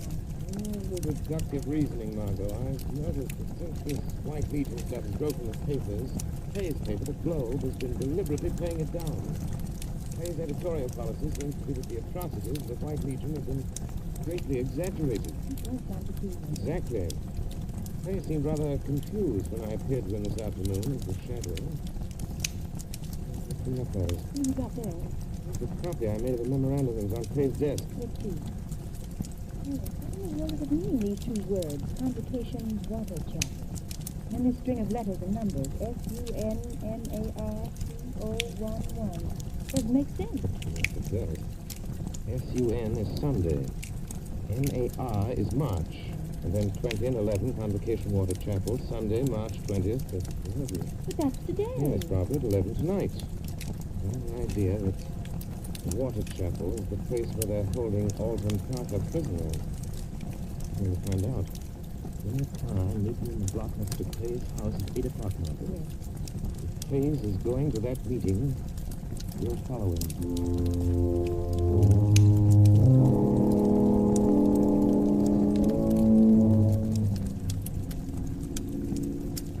Slow down, Margot. I'll get too close to Hartley Clay's car. I was rolling in with the left, we don't even car. Can you see their car through the field glasses, you know? Yes, it's ran down that side road toward the bay. There's a small shack on the edge of the water. That shack must be the place they call the water shack. Yes. Apparently right on the edge of the channel. It goes out to sea. Let's stop here, Margaret. Sit down. All right, there's a small entrance there. You can see better now. That fog doesn't get any thicker. There's a motorboat tied up the wharf. 3 cars parked there by way. Hey, they're getting off. They're going toward the shack. I don't see any lighting there. Where are they going? There's a figure dressed in a long white robe and a mask with a white cap on his head. I think I can't see the person. What are you going to do now? Somehow I've got to get out there. I right. Let's see him now. Bill by the front door. Oh, look, Lamar. There's a rowboat lying in. Good idea, Martin. Since we only one oar, but what do we know? Inlet apparently leads down into the channel. Please be careful. There's a terrible current rushing out to sea, and in that fog you won't be able to see anything. Oh, I'll be all right. If you don't hear from me by 6 o'clock in the morning, get in touch with Commissioner Wasteland. Give him a location of this place and a warning to bring a few men with us. I get what I expect. Enough evidence to wipe out the White Legion from top to bottom.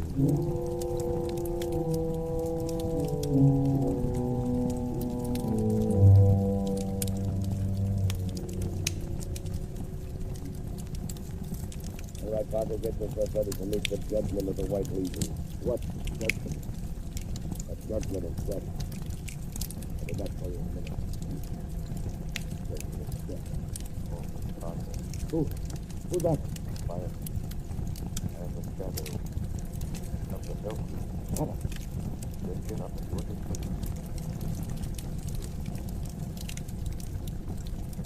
Step out, Parker, and follow me.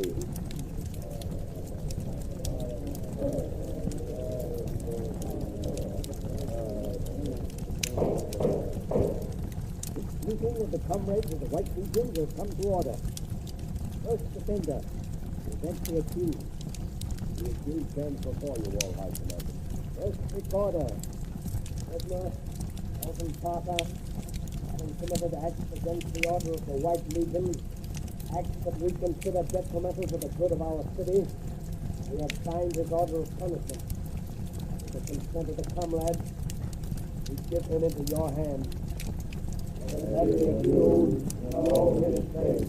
Elton Parker, have you anything to say? Yes, I have. I was to have perpetrated a murder tomorrow. A man known as Red Collar. By your help and instigation, killed Al Hausman, your political rival. It's common knowledge that this White Legion of yours sides for the party in power at City Hall. And all your sanctimonious chatter about the good of our city doesn't fool anybody. Prosecuting criminals is my job. If that prosecution endangers the lives and reputations of one political troop or another, it's no concern of mine. What is your Parker? You have 1 more minute. I know why you're getting rid of me. Because your White Legion is mixed up in the worst scandal this state has ever known. And I know what that scandal is. If you, with your robes and masks, see what that scandal is, you wouldn't be members of the scandal. But ask your leaders what kind of money grasping racket they're running. Ask him, the one that sits there on his smartphone. Who tore off my mask? You fool! Get back. Here it is, Commander. That's it. Come to order, men! And the accused over the step. You are sentenced to die, Elton Parker. You'll take it in, all of it. The power beyond your reach that will make you pay. You mean the shadow?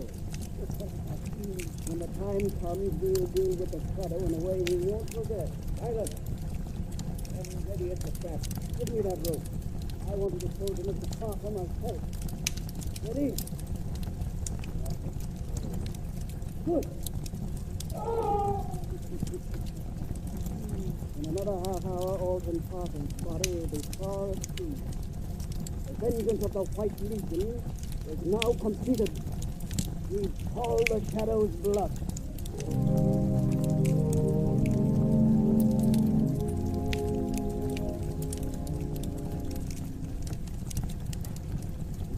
Good morning, Commissioner.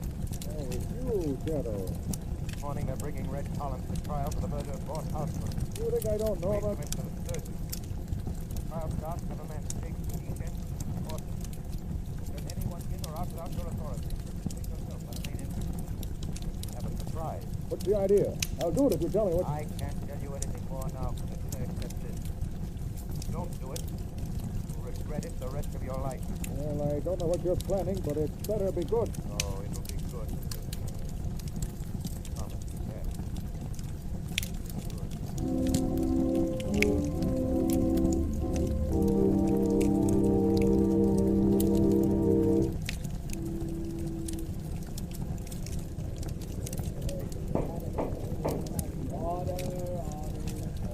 Your Honor, I request that this man man who calls himself Red Collins, he's reprimanded for his insults to me, the district attorney. Proceed to the case, please. Collins, who paid you to murder Boss Houghton?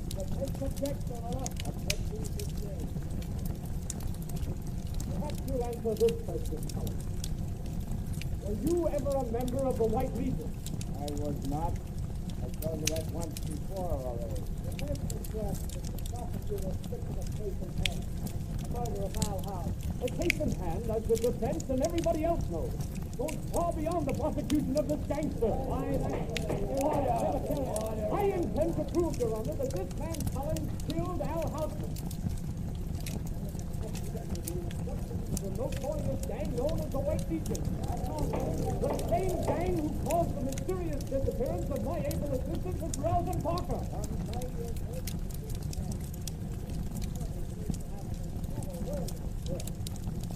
Look at this note. You and I standing at the Houseman the day before he was killed. I told you that once already. So, why? Why did you write in such a threatening way? Scaring that they're paying me the money, that's why. I told you that once, too. Mr. Collins is lying. Who's that? Can either read or write. I command that he identify himself.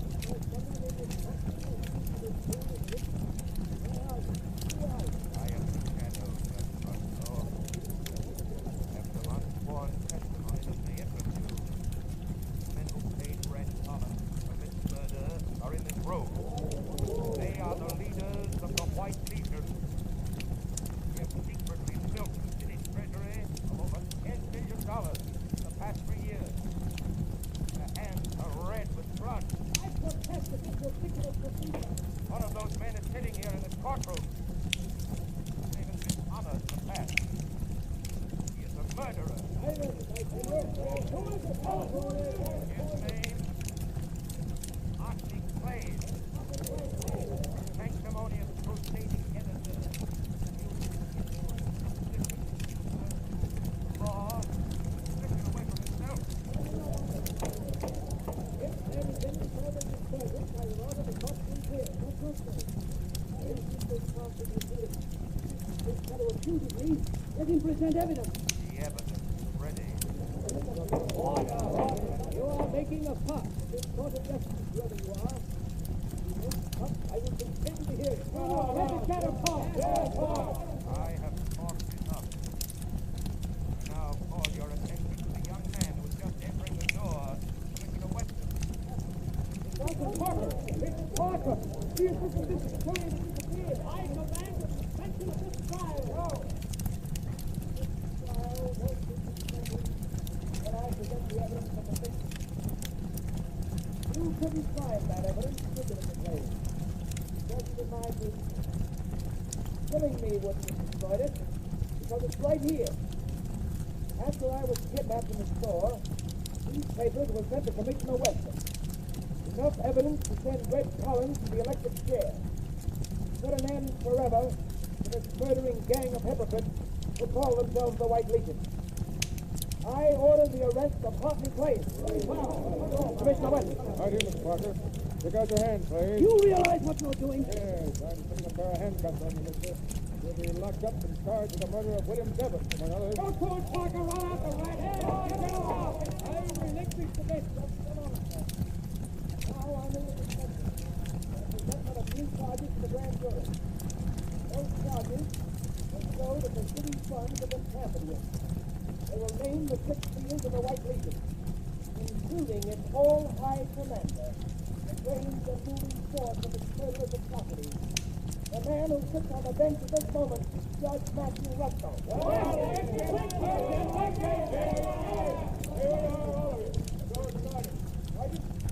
Place Judge Russell under arrest.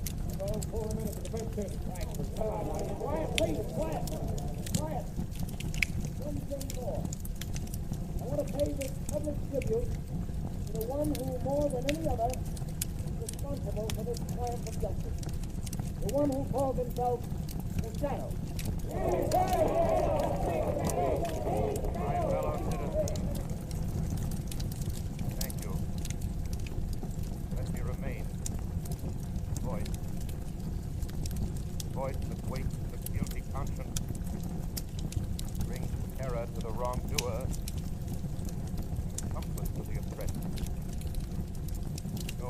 only the shadow.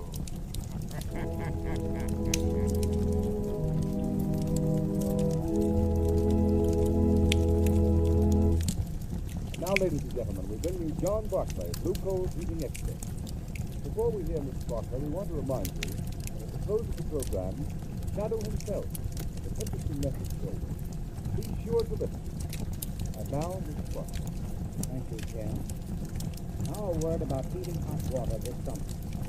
Many listeners have had the experience of preparing to take a shower only to discover the hot water supply has been exhausted.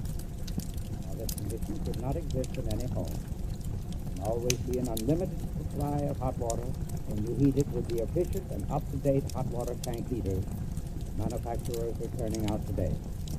These heaters are still known in many communities as bucket-a-day or pot stoves. Their cost is trifling, even when installed with automatic gas regulators, which make their operation semi-automatic. They guarantee a generous supply of really hot water at a cost of about one-third present gas rate. I suggest that you ask your Blue Coal dealer about this hot water heating equipment. Very glad to quote a price on the size best suited to your requirements. Thank you, Mr. Barclay. Now, ladies and gentlemen, an interesting message we promised. The part of Lamont Cranston and the Shadow has been played by one of the most distinguished figures in the theater today, Mr. Orson Welles, famous for his production of Shakespeare in Modern Dress, a director of the Mercury Theater, producer of Broadway hits like Julius Caesar and The Shoemaker's Holiday. Mr. Welles, still a very young man, is making for himself a unique place in the field of dramatic art. We have been indeed fortunate in having Mr. Welles on our Shadow program. Now, I know all of you would like to hear a few words from Mr. Welles.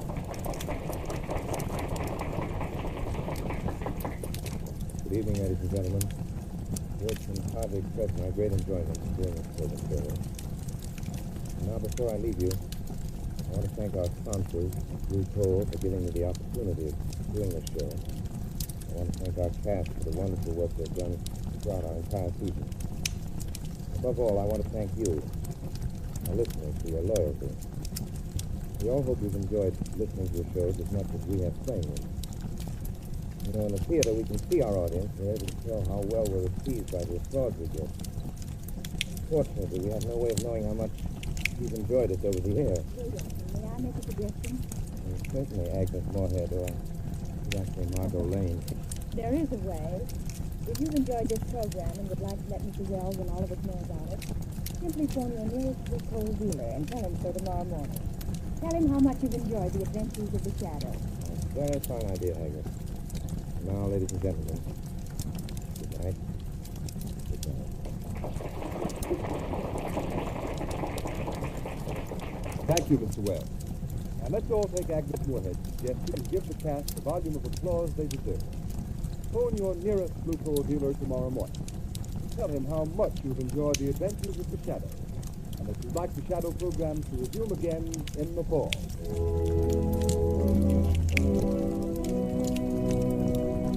You have just heard a dramatized version of one of the many copyrighted stories which appear in the Shadow magazine. All the characters and all the persons named are fictitious. Any similarity to persons living or dead is purely coincidental.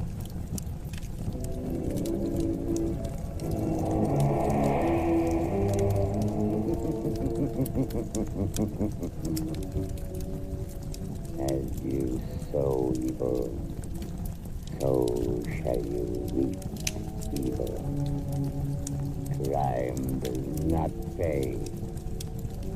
The Shadow knows.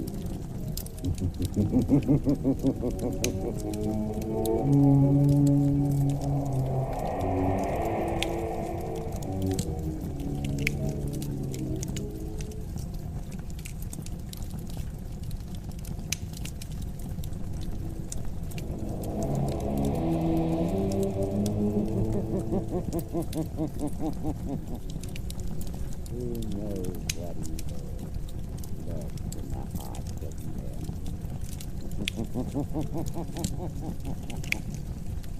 The Shadow knows.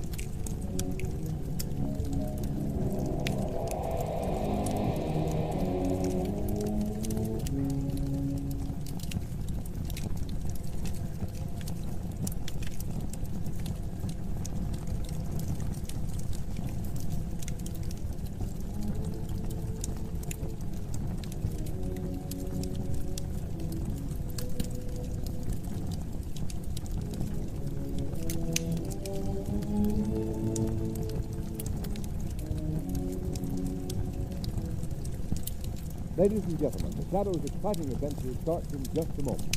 But first, here's one of the most important announcements ever made in the history of motoring. It's about a new kind of tire. The new Goodrich Safety Silvertown. And it's really two great tires combined in one. Because inside the tire, you get the famous golden fly protection against high-speed blowouts. And outside, it has the amazing new Lifesaver tread. Road tests by the nation's largest independent testing laboratory have proved that this new Silvertown with the Lifesaver tread gives greater resistance to skid than any other tires tested, including tires listed at from 40% to 70% higher in price. Furthermore, these impartial tests also prove that the new Silvertown averaged 19.1% more non-skid mileage than other tires priced the same. Think of it. That's the same as saying you'll get every 6 mile free. Remember, this new Silvertown is different from any other tire you've ever seen or ridden on before.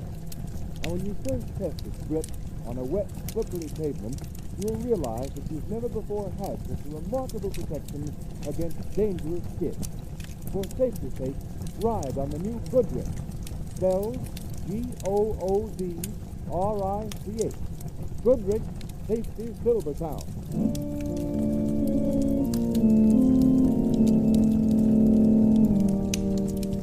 The Shadow, Lamont Cranston, a man of wealth, a student of science, and a master of other people's minds, devotes his life to righting wrongs, protecting the innocent, and punishing the guilty.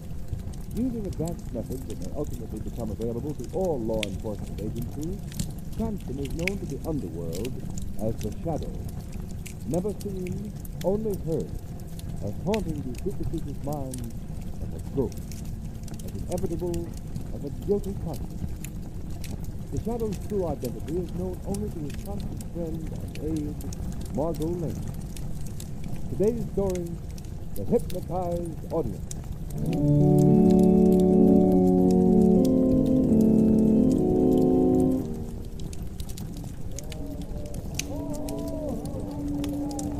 Hold it there, Mr. Khan. That's just the pose we want. Look this way, Mr. Khan. Gentlemen of the press, please.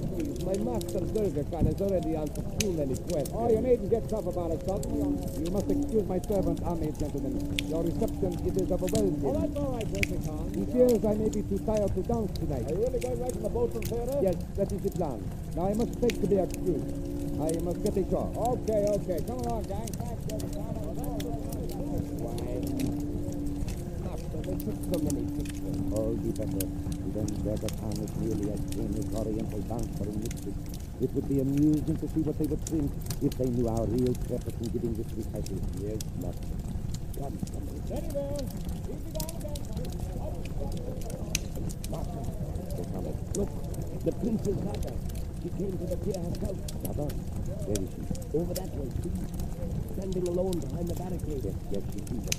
She was a fool. Come, send him enough while I talk to the Princess. Yes, Master. Zada. Oh, dear Gatan, what a sad day is this for thy father's house. Quiet. Separation is down. You should have a son. My nerves are made of steel. My husband is... Brother, my brother. I shall rescue it. No, they will kill him. Dear Gatan, and they're electric. In 24 hours, my brother shall be free. We have not got 24 hours. We have to close We him. set for free tomorrow morning. There is still time. We will delay the electrocution. That's done.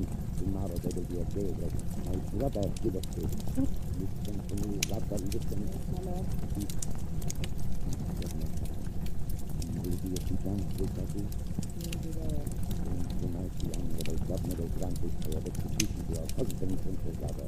Stay of 24 hours. This will be long enough. Now that I am here, these prison words will be no trouble.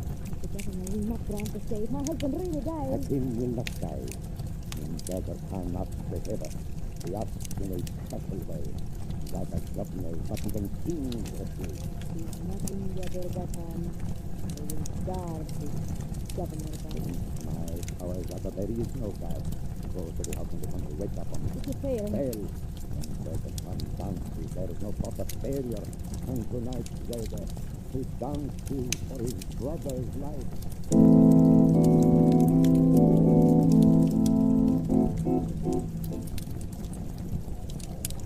Cigarette, Margot? Oh, thank you, Lamont. You must admit the man isn't ours. Yes, of course. Burger Town is certainly the greatest Oriental dance of the day.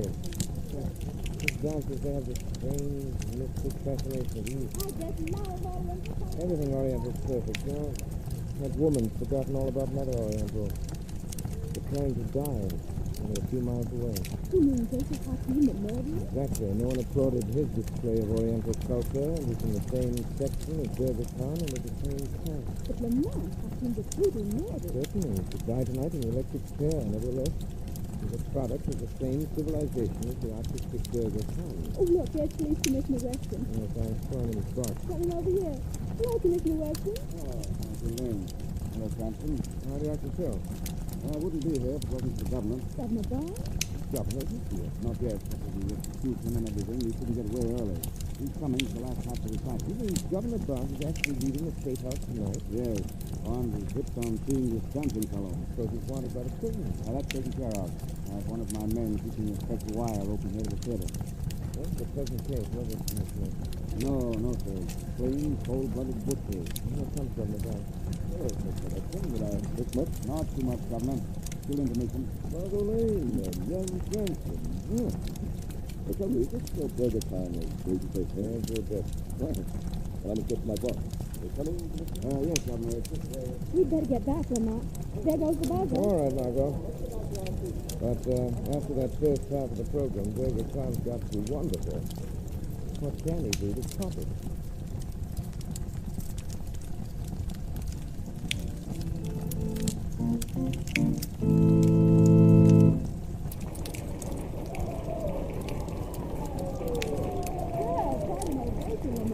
I don't like to look through the bright flames from that lamp on the altar. Well, Lamont, it's a lovely blue one. I've seen that color before. I've only seen it once, Margot.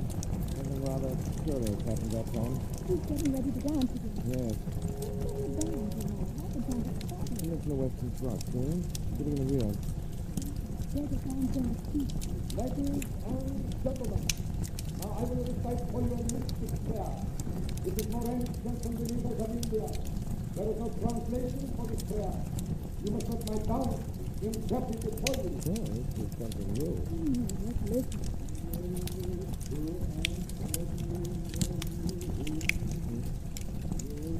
Doesn't make sense.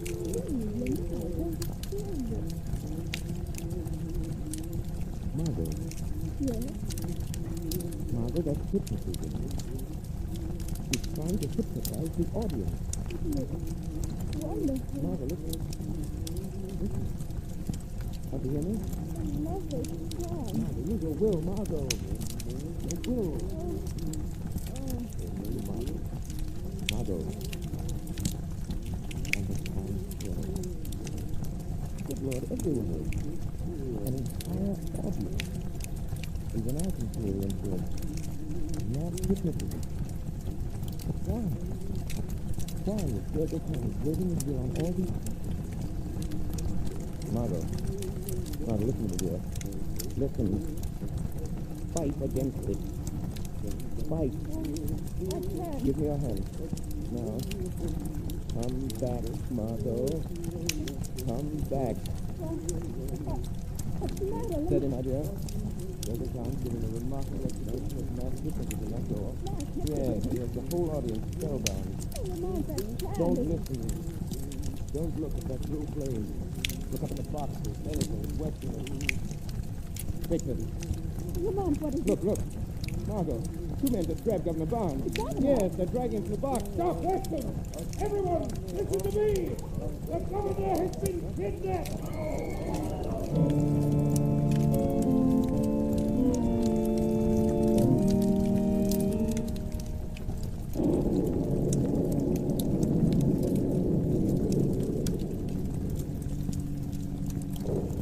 What a thunderstorm.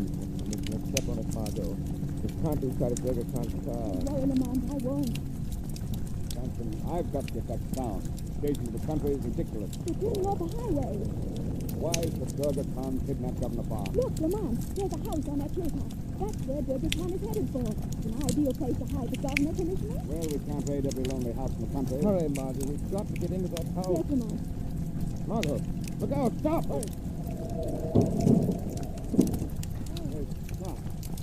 There's that telephone pole. The storm has blown it over, halfway into the road. Yes, you could cut the wires if you wanted to. Cut the motor, Margaret. Here, walk the rest of the way. Shall I come along? No, you stay here. Hurry up, Cranston. Let's get this whole thing over. Get the shortwave radio equipment ready and stand by for call. Yes. Do be careful, Lamont.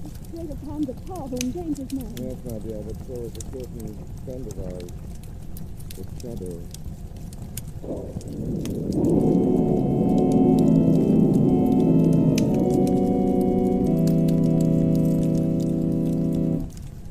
Ladies and gentlemen, how will this exciting adventure of the Shadow turn out? One moment and we shall see.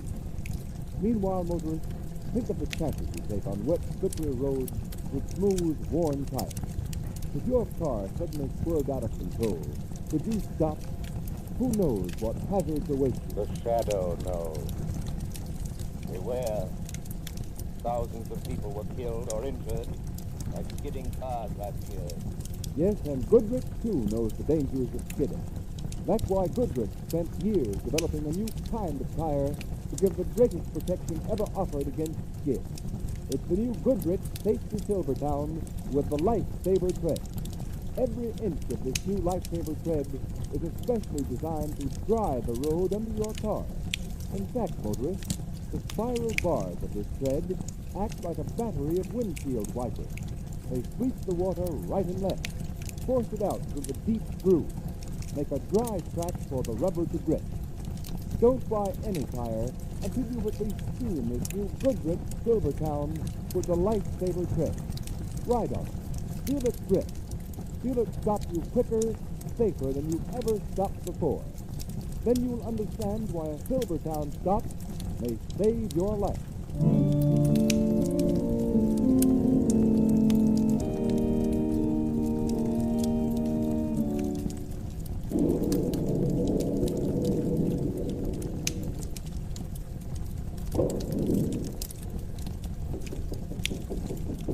No answer from Mr. Weston.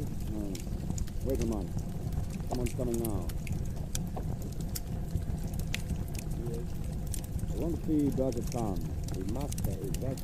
I'm sorry, I'm Commissioner Weston, Police Department. You cannot enter. Go away. Now, look here. The master must not be Hold on disturbed. there. What is it? Two gentlemen, master. Police. It's Commissioner Weston, Dr. Tom. Yes, master. Get in. Thank you. Good evening, gentlemen. Sorry to disturb you, Dr. Tom. Business commissioner. Have you the hour for a special call? We'd just like to ask you some questions here about the governor's good killing. So? You may go, Ahmed. Gentlemen, I know nothing. You don't mind if we look around a bit? Just a formality? Look around? Well, Yes. You mean you desire to search my house? merely a matter of routine, sir. Routine or no routine, it is an insult. You don't understand, sir. We home observers come to be searched like the enemy, the common criminal. That is, I will not allow it. Dr. Tom's blood is royal. In every country in the world, its privacy is respected. I will complain to your governor. You're fortunate to go and get a search warrant for the town. Cranston, do you think all this is necessary? The town really has nothing to hide.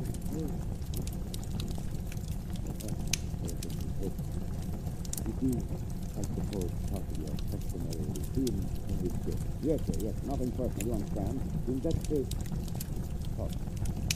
I will conduct you as such. Now, come through here.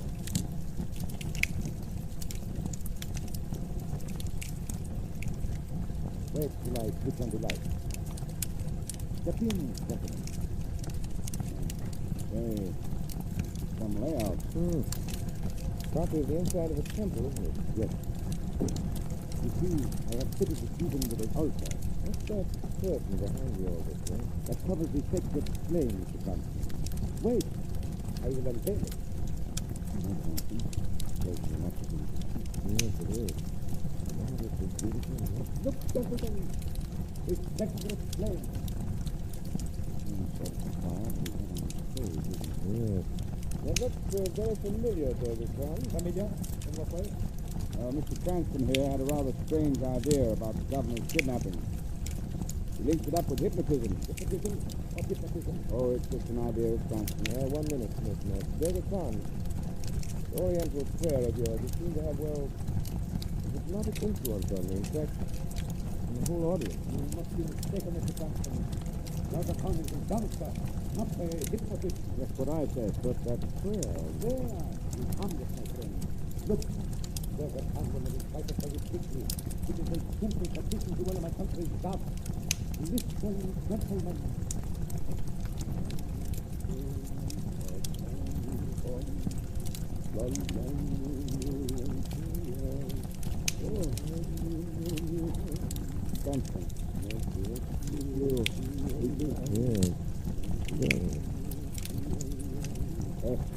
That's enough, Don.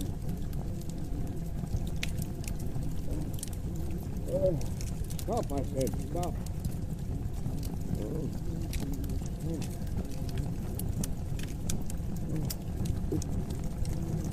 Stop. Wake up. Stop. Try to turn away. I'll shoot.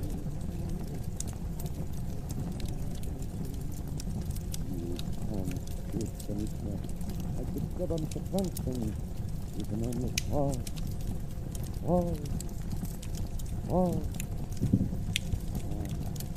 Leave full. Did you think that he took the power of Dr. Khan? Now, touch my heart, too. You will find your government place in my hands, no? You lie still. Dr. Khan is our master. Will return before you awake. Yes?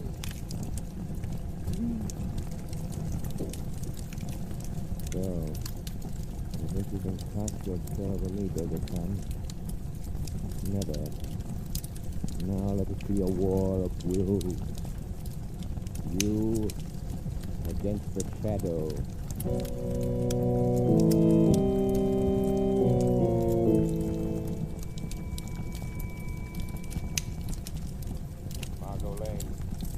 Margot Lane. The shadow calling Margot Lane. Governor Barnes is here, so is Commissioner Weston. Both prisoners. Crazy Mike, now listen.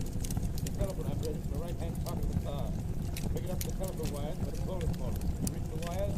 Yes, I can't go. You get the operator out and raise the call and send help. Then tell her to stay off the wire. Yes, if I'm right, the governor will make a call here very soon. You must intercept that call. You must pose to the operator of the state prison and the warden's secretary. Her name is Miss Pierce. Take the governor's message. Give out a stay of execution for the murderer, Joseph Hakeem. Say you will give the warden that message, understand? Yes, sir. I'll protect the governor. Durga Khan does not know about the shadow. That is all.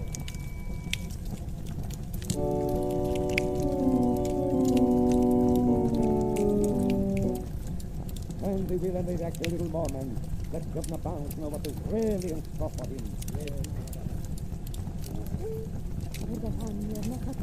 I'm not going to start. My brother is not to die for a full hour. In half that time, the governor will be begging to do our bidding. Quiet, brother. Brother Khan commands here. Listen to me, Governor Barnes. Either you form this prison and stop the execution, or this monster will grow worse and worse. I will not do it. Nothing is going to play my turn. Yes? I am not a turn of the wheels in. What about those two men down there? I have hypnotized them, put them to sleep. I sent Ahmed to find them. Men, with the wheel.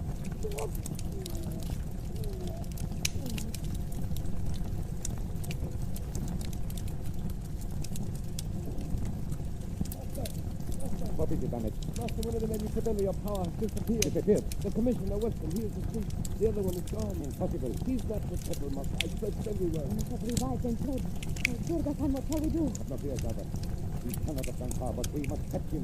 We must search the house. Yes, Master. And you must do you hunt through the ground. Come, brother, come.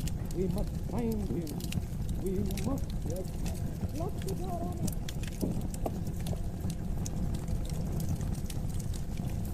Governor Barnes. A friend, Governor. I am here in the shadows. You cannot see me, but I am here to help you. Some call me the shadow. Mr. Governor Barnes, Durga Khan does not know I'm in this room. Well, It's not so easy. Listen, Governor Barnes. Take it close. I've got the hope. Make that phone call to take it to Durga Khan. You must.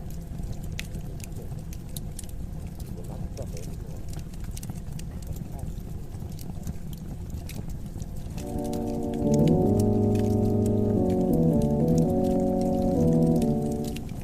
I'll do it.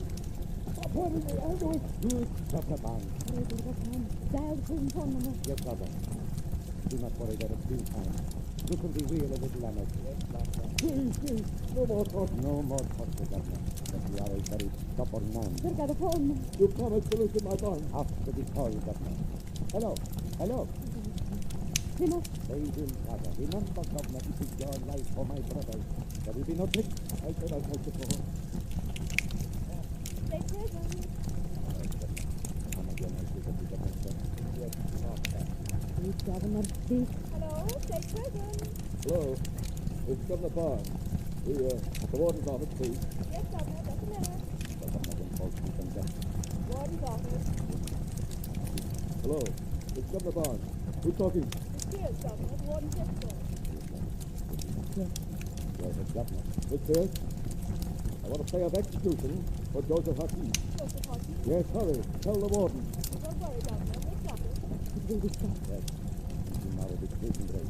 And your husband will be a free man. You'll never get away with it. You think your friends can face that call, Governor? Perhaps. But when they reach there, we will be gone. Hakeem, my husband, free. What about me? You promised I'd go free if I made the call. That's the Governor Ahmed. You annoyed me. Yes. You treacherous devil! Oh. You're gagged, Master Roger. And you're not a fool, Governor. You would make me good a witness. I cannot let you leave to accuse me. Ahmed, silence the Governor. Forever. With your knife. You fool! You dropped the knife. No, man. Someone bit my arm. There is no one here. There is, Princess. I am here. The shadow. There is only the voice. Are you that speaks and not see? One whose power is greater than yours, Durga Khan. The shadow. You cannot stop us now, brother. Ahmed, get the car ready. You are wrong, Durga Khan. I can't stop you. No, shadow.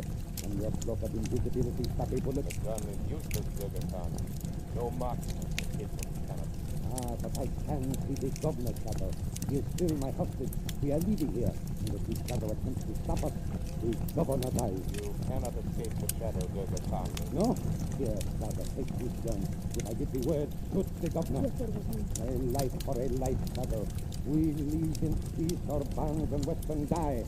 Now, you must bargain with me, Shadow. Gracious Durga Khan. He talks while his brother dies. His brother died? My brother lives. I saved him. Sada, this man with his dreams of power has deceived you. He has not saved Joseph Hakeem. You must be mad. Even now, Princess, your husband is dead. While for Shadow and follow. Truth, Durga Khan. You cannot stop the course of justice by the power of your will. Hakeem is dead. Your kidnapper is straight. You lie, Shadow. Shoot the Governor. Princess, wait. Thou will obey my order. Listen, Princess. Oh, Shadow.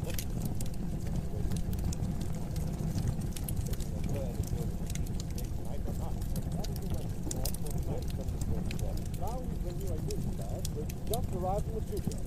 Exactly 2 minutes ago, Joseph Hakeem was executed at state prison for murder. Hakeem walked to the death chamber unaided, and There must be some mistake. You have so many promises. You, the first brother. The mistake was in my trusting you. That was the mistake, Princess Radha. Radha, put that gun down. Radha, Durga Khan, speak. Durga Khan, speak for the last time. Put down a gun, Princess. My husband is dead. What is there left from me, brother?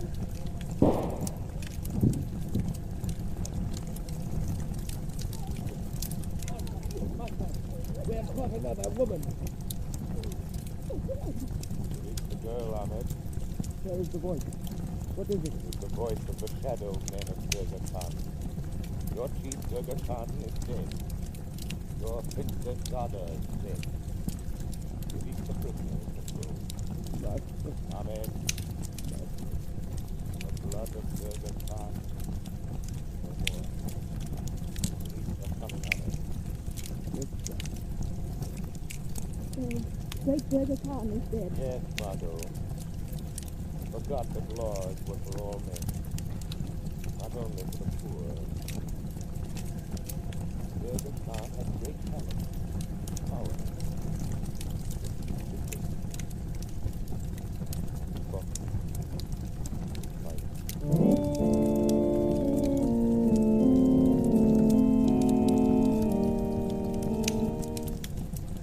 You have been listening to a dramatized version of one of the many copyrighted stories which appear in the Shadow magazine.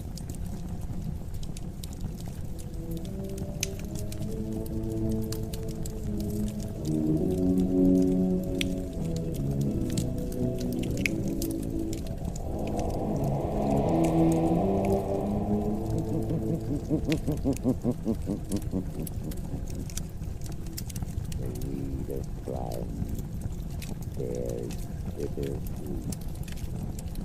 Crime does not pay. The shadow knows.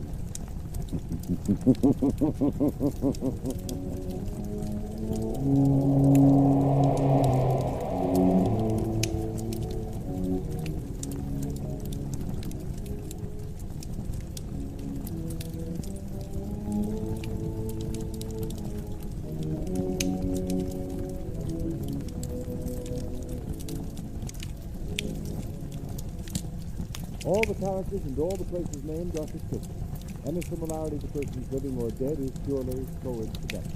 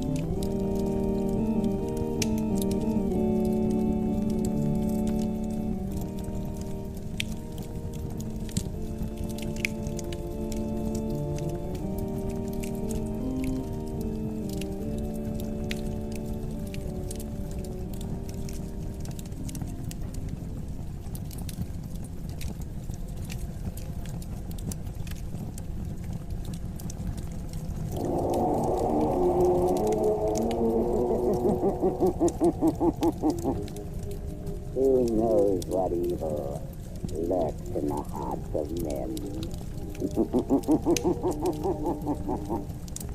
The shadow knows.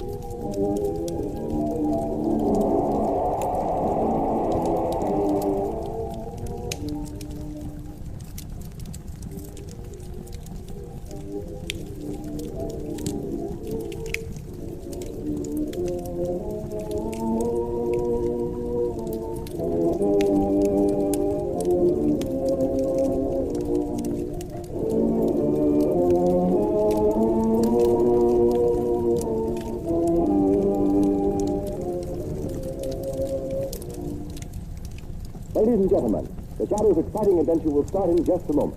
But first, I have an announcement that should be set screaming across every front page in America, because it's all about the safest thing on wheels.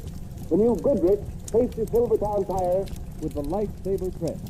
Imagine, not only does this sensational Silvertown give you the greatest skid protection you have ever known, and Golden Fly blowout protection that has already saved thousands of motorists' lives. It gives you both of these life-saving features at no extra cost. The new Goodrich Lifesaver Tread has a truly amazing action on wet, slippery roads. It does to the rain-drenched roads what your windshield wiper does to the windshield. Its spiral bars that never end act like a whole battery of windshield wipers.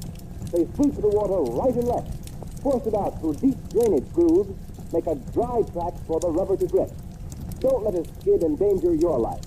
Don't let a blowout throw your car out of control. Start riding on the new Goodrich, spelled Goodrich,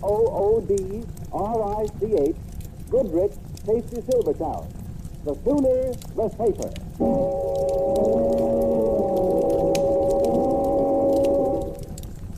The Shadow, Lamont Cranston, a man of wealth, a student of science, and a master of other people's minds, devotes his life to righting wrongs, protecting the innocent, and punishing the guilty. Using advanced methods that may ultimately become available to all law enforcement agencies, Cranston is known to the underworld as the Shadow. Never seen, only heard, as haunting to superstitious minds as a ghost, as inevitable as a guilty conscience. The Shadow's true identity is known only to his constant friend and aide, Margot Lane. Today's story, Death from the Deep.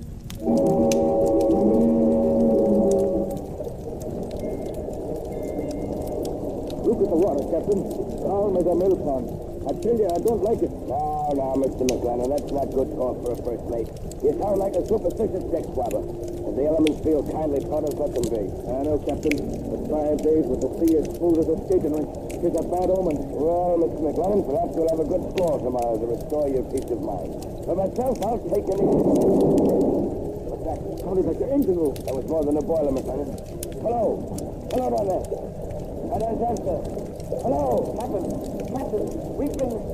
Hello down there, we've been what? Captain Jones, look there. Look that white path on the water coming toward us. It's a torpedo. We're not at war. Hold fast, Captain. It's going to hit amidships.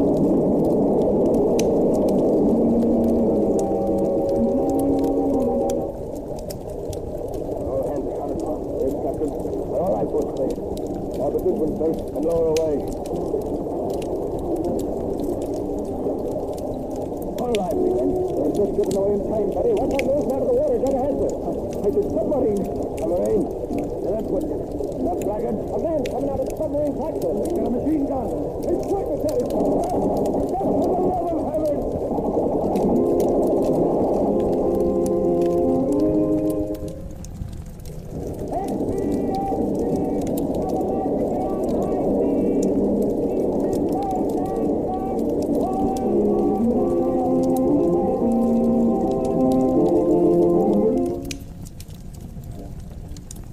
Actually seems to be disease. I wish to cancel my reservation on the Princess Marie. But, madam, didn't you... I'm not sailing, I tell you. Why, it'd be suicide. But, Mr. Williams, you can ship your goods with us. Our boats are safe. No boat is safe. But you'd be insured. Yes, it's 4 times the usual rate. Oh, no. You can cancel my shipment. Gentlemen of the Maritime Commission, we are confronted with a vital problem. In the past 3 months, there have been exactly 18 ships mysteriously sunk on the high seas. Ships belonging to the United States, Great Britain, Germany, Italy, Japan, in fact, every major power. This series of unexplainable marine disasters has created a panic throughout the nautical world. Passenger reservations are being canceled, freight shipments are being withdrawn, crews are deserting the ship. Gentlemen, something has got to be done. Waiter, some more coffee, Margot? Yes, please, Lamont. 2 more coffees, waiter. Now, what were you saying, Lamont? Just this. 3 months ago, Margot, the first ship disappeared. A few days later, a second ship was sunk. This time, the bullet-ridden bodies of the crew were found dead, afloat in their lifeboats after days. Each succeeding disaster has been increasingly horrible. And now all shipping is at a standstill. These atrocities could not have been brought about by international jealousies because each of the ships sunk has been owned by a company in a different country. But who can be responsible? I'm not sure.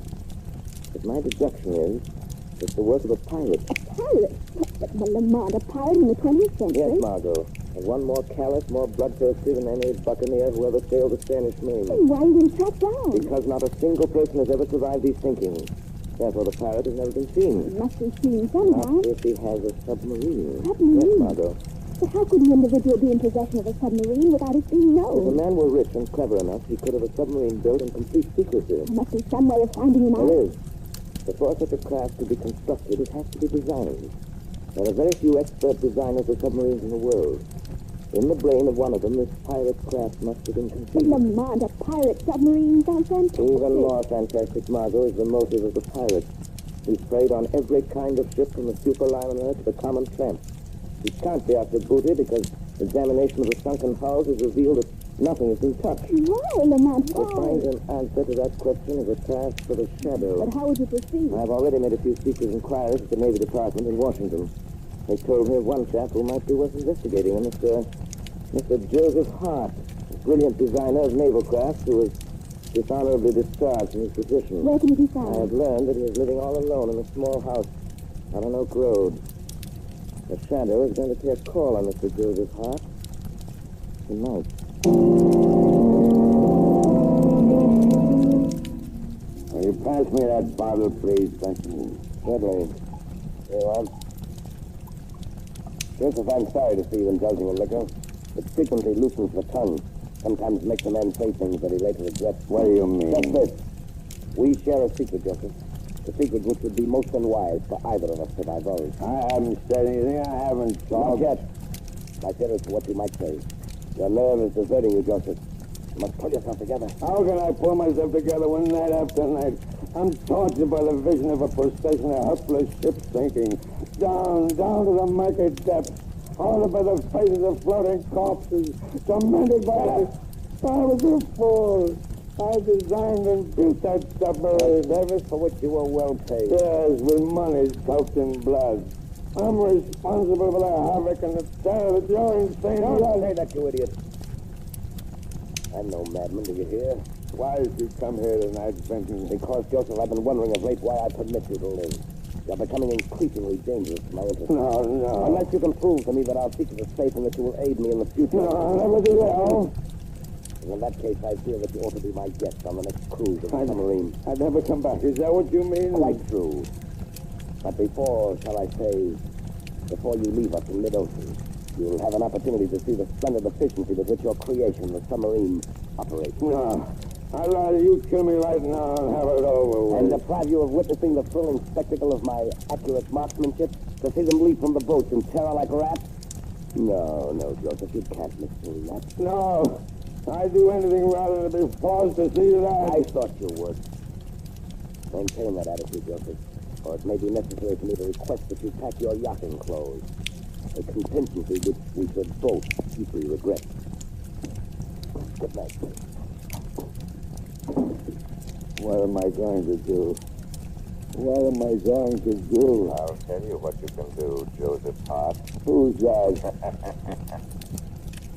There's a way to save you from the evil domination of Barry Vincent. Who are you? I am the voice of one who has come to help you. I am the instrument of your righteous vengeance. I am the Shadow. The Shadow? With my assistance, you can compensate for some of the wrong that you have done. But how? Tell me the secret that you share with Vincent. Oh, no. I can't. I'm afraid. More to fear if you remain silent. The Shadow already knows enough to hang you, Joseph Hart. You haven't got anything on me. I heard every word that passed between you and Vincent in this room. No. Tell me what I want to know and save yourself. Or perhaps, as Vincent so aptly put it, you prefer to pack your yachting clothes. Nothing can save me. What I've done is done. I can never escape my conscience. Then your conscience must tell you that it's your duty to do all that you can do to stop Vincent's outrages. Yes, you're right. Now tell me the secret.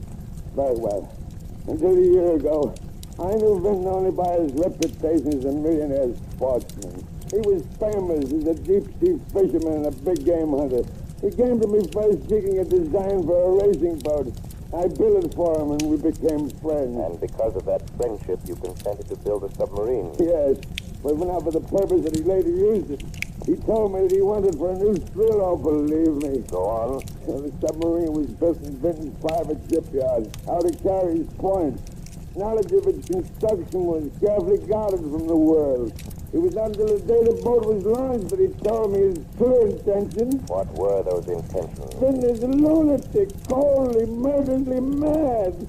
He'd always been a killer, but he's tired of shooting lions and gaffing marlin. Now his warped brain had turned to what he regarded as a new sport. Thinking of ships and the ruthless slaying of defenseless men.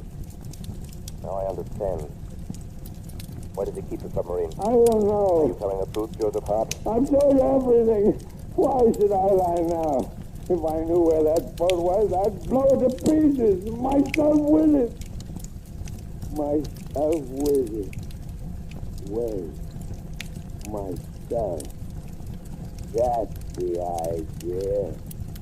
That's how I could fool Barry Benson. Why should I wait to die at his hand? No. What are you doing? I'll fool Barry Benson. Here, put down that gun. No more tortured, sleepless nights. I see no more screaming headlines. Another boat sunk and another.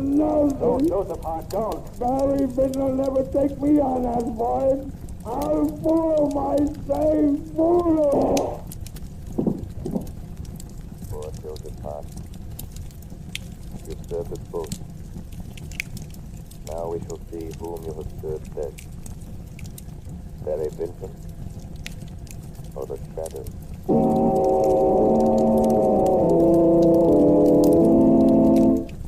Ladies and gentlemen, in a moment the Shadow will be back on the air with surprises, suspense, and a thrilling, unexpected climax.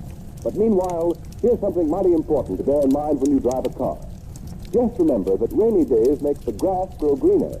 They may bring out the best in flowers, but they bring out the worst in roads. Yes, beware. A road that's plenty safe when dry may become a dangerous skid trap when wet, sending your car skidding, spinning, swerving off the road. Motorists, why take this chance when you can now get a sensational new kind of tire that will stop you quicker, safer than you've ever stopped before? The new Goodrich Safety Silvertown with the Lifesaver Tread. Impartial tests conducted by the country's largest independent testing laboratory against the regular and premium price tires of America's 6 largest manufacturers proved that no tire tested, regardless of price, came up to the new Silvertown in non-skid action. Furthermore, these unbiased tests showed that the new Goodrich Silvertown with Lifesaver Tread gave more non-skid mileage than any of the other tires tested in its own price range. Imagine, the new Goodrich Silvertown averaged 19.1% more miles before the tires wore smooth, which is the same as saying you'll get every 6th mile free.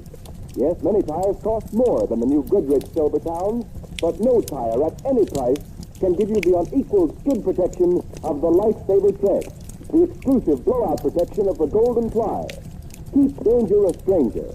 Put a set of these life-saving long mileage tires on your car without delay.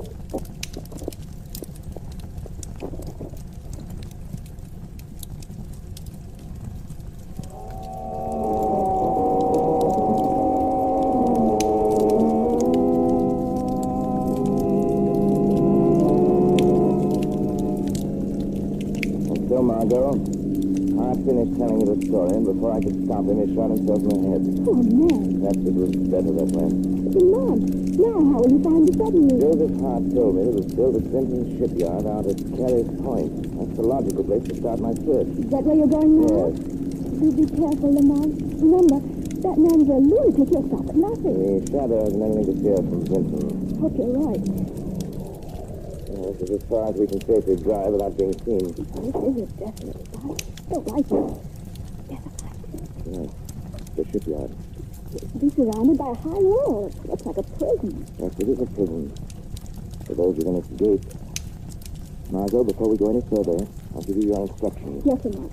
I've already been in touch with the United States Coast Guard. They promised me their full cooperation. Yes. Once I found the submarine and know Vincent's plan, I shall communicate with you by our private wireless. And then? Then you will relay my message directly to the Coast Guard headquarters in Washington. I understand.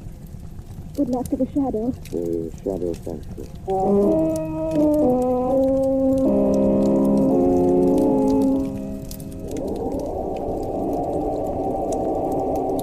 All right, let it down easy now. Okay, Phil.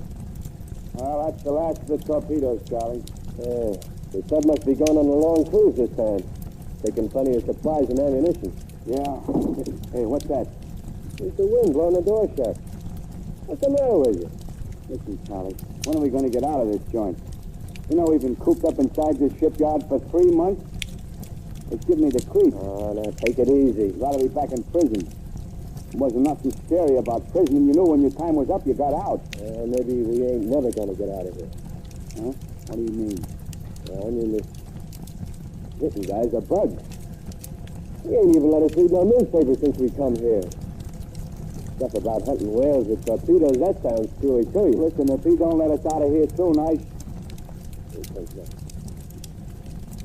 Are all the torpedoes aboard? yes, sir. We just sent down the last load. Very well, take care of these empty crates. Let me let you alone. Yes, sir. Mr. Vinton? Yes? We was wondering if me and Charlie here was just talking about the, how we've been in the shipyard here a long time now, and what Phil is trying to say, Mr. Vinton, is could we have a couple of days off on the outside? I'm afraid that would be impossible. Oh, but Mr. Vinton, it's been 3 months. I've got a wife and kids. You're being well paid, aren't you? Oh, sure. You're giving us plenty of dough, all right, but we ain't getting no chance to spend it. You will remain here as services are expired. What if we don't want to stay here that long? What if we up and leave? Yeah, I wouldn't advise you to attempt that. You remember what happened to your associate, Mr. Hadley, when he tried to, as you say, up and leave? He fell from the wall. You mean that wasn't no accident? No. He was shot down. Oh. So, do you still want to quit? I thought. Good night, gentlemen. Guess we're in here for a long, long time. Yeah, maybe you are. And I'm going to figure a way to get out of here, see? Perhaps I can be of some assistance. Who said that?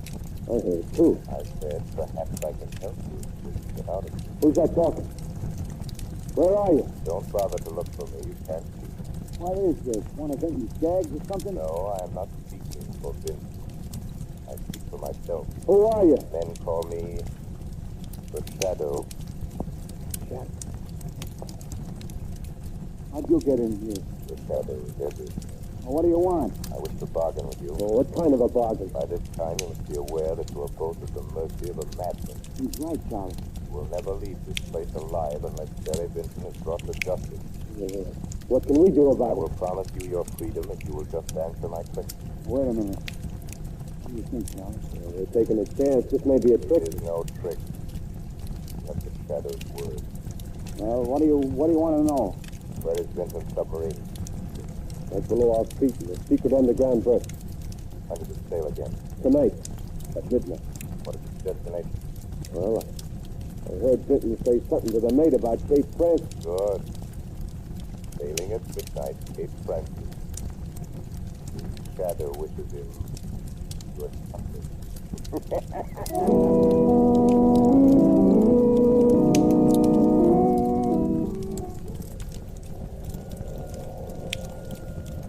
Calling Margot Lane. Calling Margot Lane. Proceed as instructed. Communicate the following information to Coast Guard headquarters. Pirate submarine sails at midnight for waters off Cape Francis. Will press on Coast Guard the importance of the following directions. Implicitly, it wished to bait the madman who is terrorizing the Atlantic.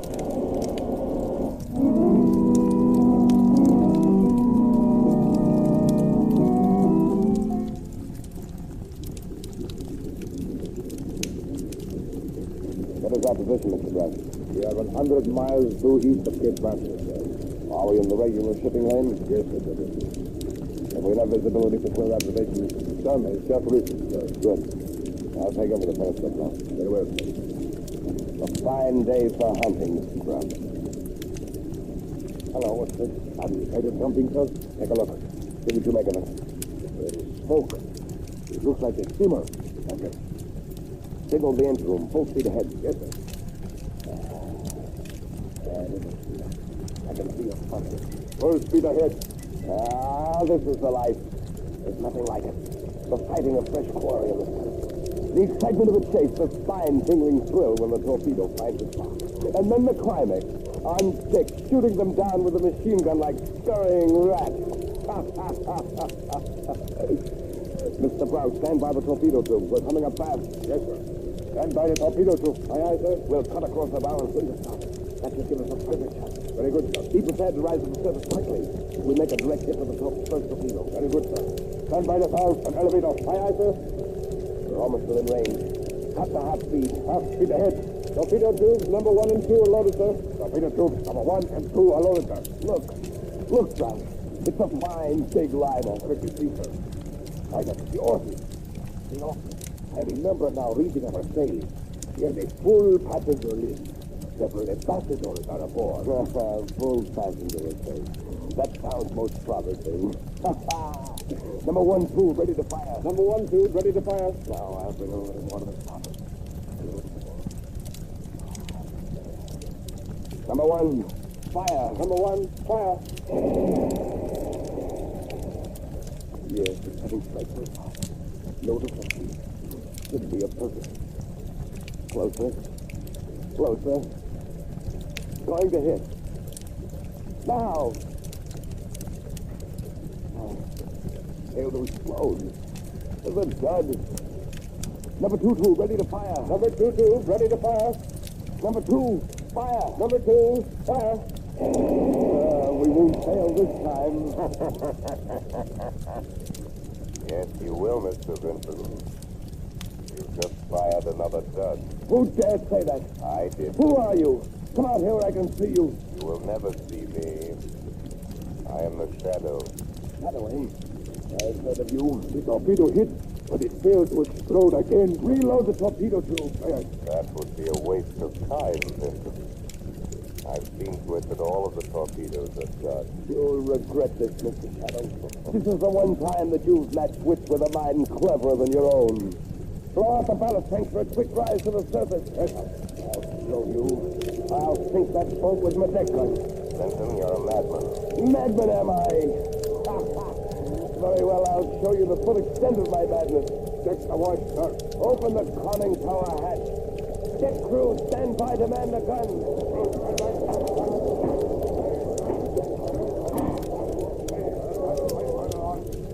Aren't you coming up on deck, Shadow, to witness the kill? I am already on deck, Vincent. Devil plague you. How did you get up here? Show yourself. That is unnecessary, but never fear. I'll stay near you. The guns are jammed, sir. Jammed? Why, that's impossible. I neglected to tell you, Vincent, that I rendered your gun useless. Oh, so you think this is outwitting me, Shadow. But you're wrong. Signal the engine room full speed ahead. Aye, aye, sir. Steer directly to that vessel's side. What are you doing now, Vincent? The prow of this submarine is equipped with a ramming device. With it, we can sink any vessel afloat without injury to us. You didn't foresee that, did you, Shadow? In a few moments, we will rip open the hull of that liner and send it to the bottom as effectively as with any torpedo. So you don't believe me? Oh, yes, I believe you. But that liner is completely deserted. It was set adrift there by the Coast Guard. It's a veritable floating mine with enough explosives aboard to blow you to kingdom come. You're lying. You'll know soon enough. You haven't far to go. Reverse engine! Reverse engine! Will we stop in time? We're getting closer. No. No, we're stopping. We're stopping. We're not going to hit. You see, Shadow, I've outwitted you after all. No, Vincent. Maneuvered your submarine alongside the ship just as I planned. All right, up there. Here's your men. Hold up your hands. Hold your hands, all of you. Coast Guard, a trap. It's a trap. Yes, a trap, Mary Vincent. And this ends your reign of piracy and ruthless murder. Very smart, aren't you, Shadow? But not as smart as you think you are. He's going inside the submarine. He's closing the hull.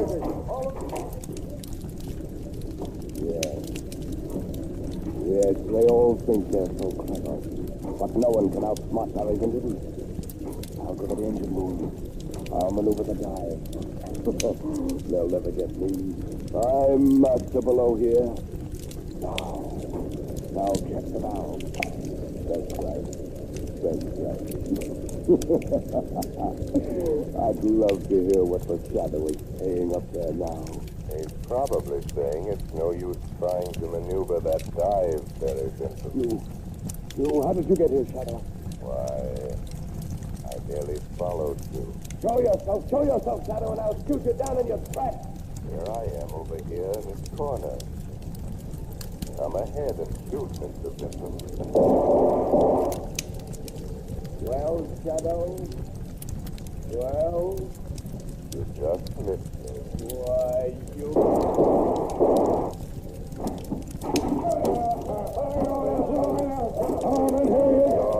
Your is deplorable, Mr. Benson. Who are you? That does not matter. Why don't you tell them who you are, you glory seeker? I seek no glory.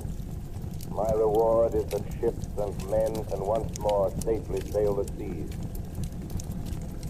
The Shadow's work is done.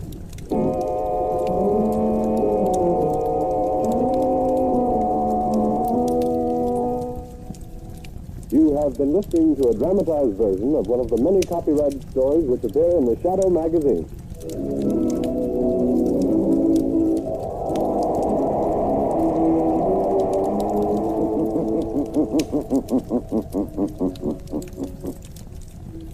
The weed of crime bears bitter fruit. Crime does not pay. The Shadow knows.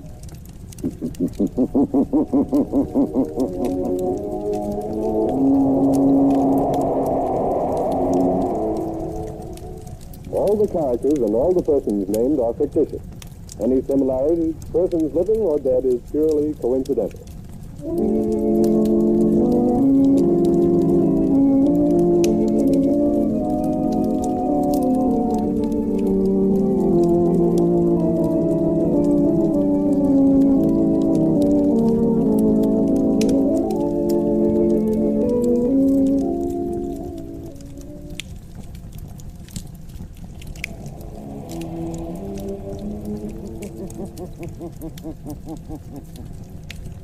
Who knows what is left in the hearts of men?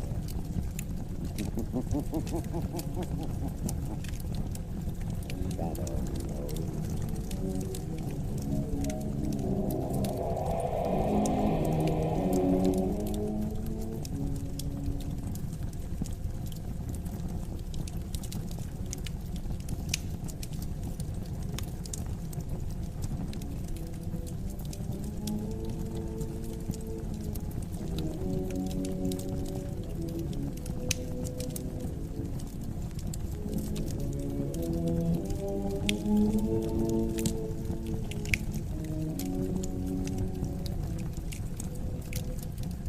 Ladies and gentlemen, the Shadow's exciting adventure starts in a moment.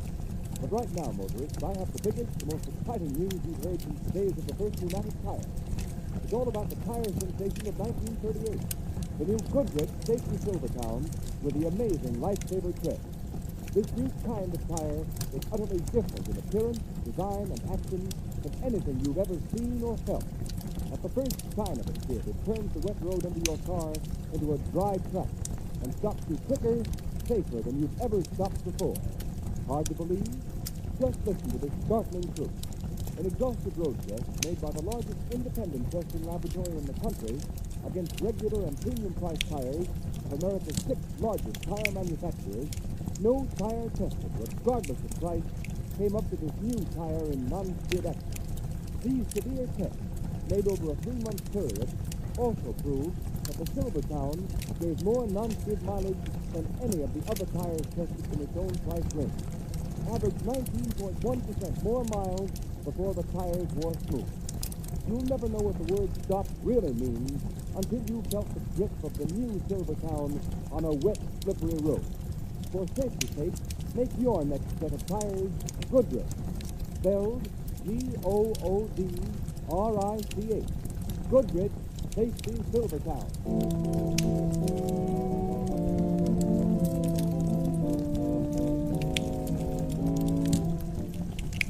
The Shadow, Lamont Cranston, a man of wealth, a student of science, a and a master of other people's minds, devotes his life to righting wrongs, protecting the innocent, and punishing the guilty. Using advanced methods that may ultimately become available to all law enforcement agencies, Cranston is known to the underworld as the Shadow. Never seen, only heard, as haunting to superstitious minds as a ghost, as inevitable as a guilty conscience. The identity of the Shadow is known only to his friend and aide, Margot Lane. Today's story, The Firebug.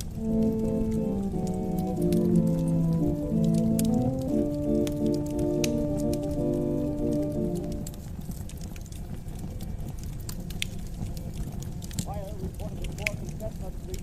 Blaze at 4th and Chestnut. Fire reported at 4th and Chestnut Street. Blaze at 4th and Chestnut.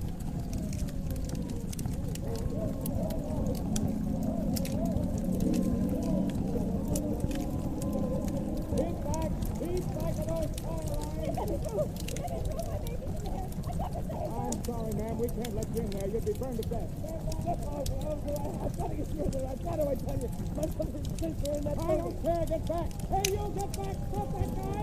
Come on, get in there. Stop him.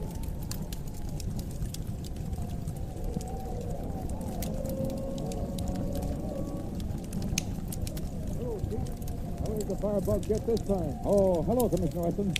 I had a notion this to bring you out. Near as we can check, it's 3 dead and 6 badly burned. That's bad.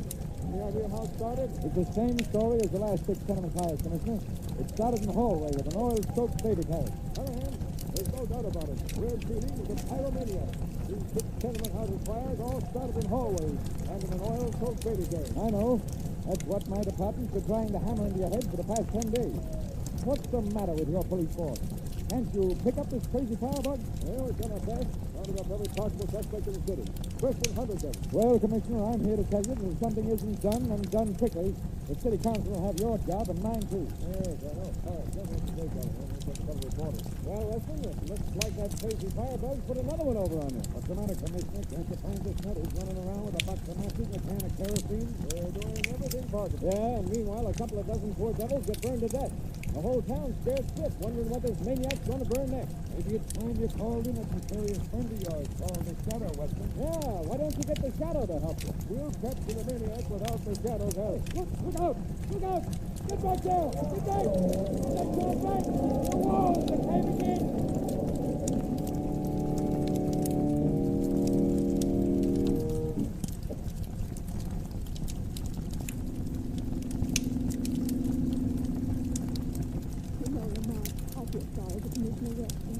Newspapers are writing the life out of him.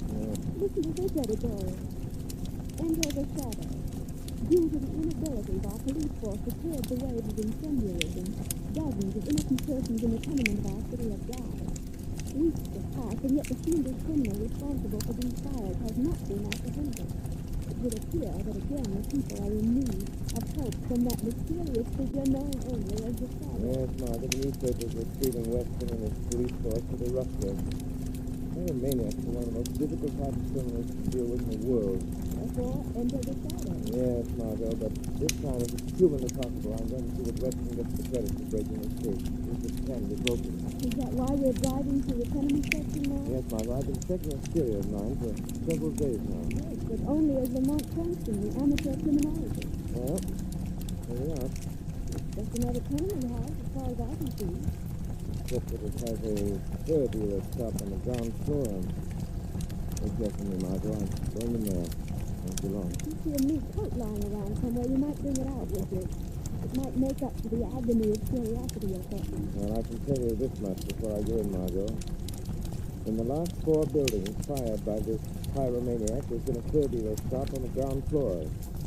The man who runs the shop here had his establishment in the last place that went up in flames. Well, he certainly moved into another fire, Jack. Exactly, Margot, and I'm curious to know why.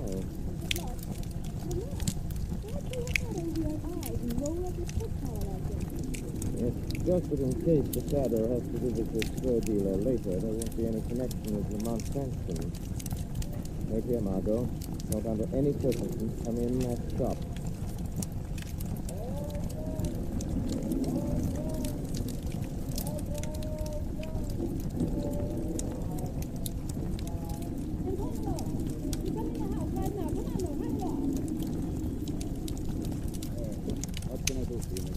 I'm trying to match a piece of fur. You seem to have quite a collection of... I don't sell retail. Just thank you. Typically you said your stop over at 4th and Chestnut.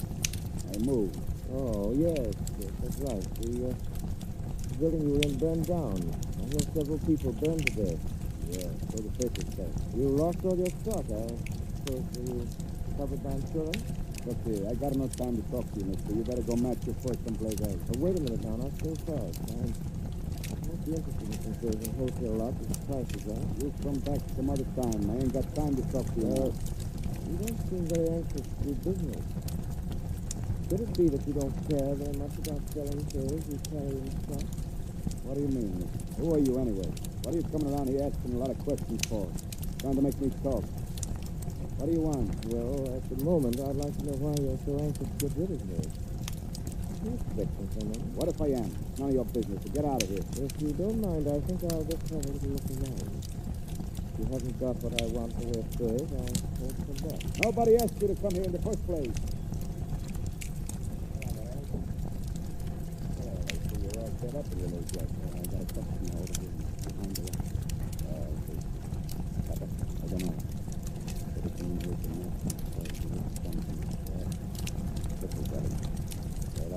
And pull down the flag. We'll soon find out what he said. Okay. We better take him to the hospital. And once they pick up the brass knuckles and do the trick of the roof off and at him. That's good. Yeah. All right, I don't know.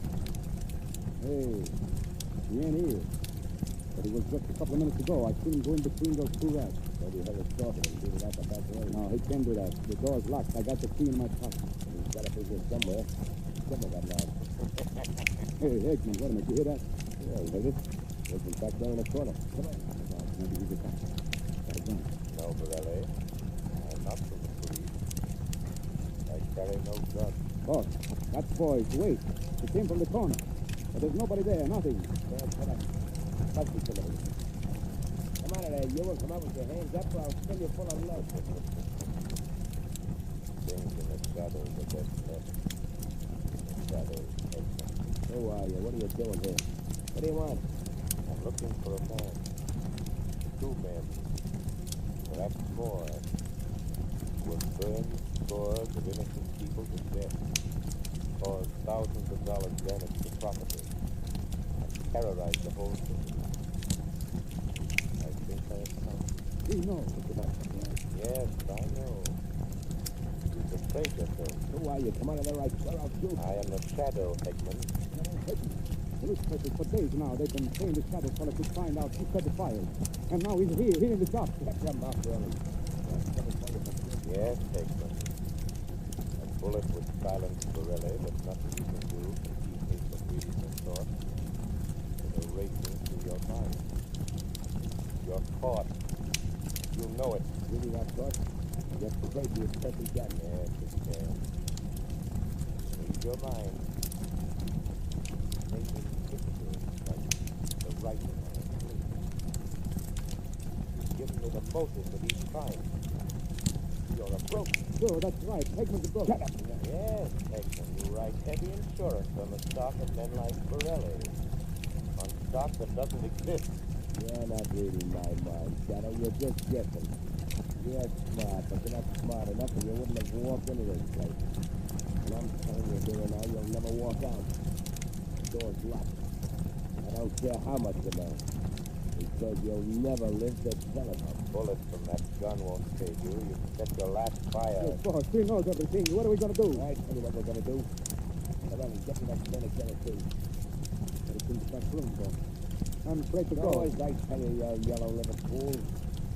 So I set my last fire. How about that over there? Your last fire. I really don't stand there. Do as I tell you. Get that kerosene. Go on. Hey, but this shadow, I can't see him. I don't know where he is. Listen, you fool. I tell him about the shadow. He has some trick of being able to appear in the room without being seen. But he's there all right. And if he lays a hand on you, if he tries to stop you, grab hold of him, and I'll do the rest. Go on, I tell you. So you don't work alone, Shadow. You set a trap there.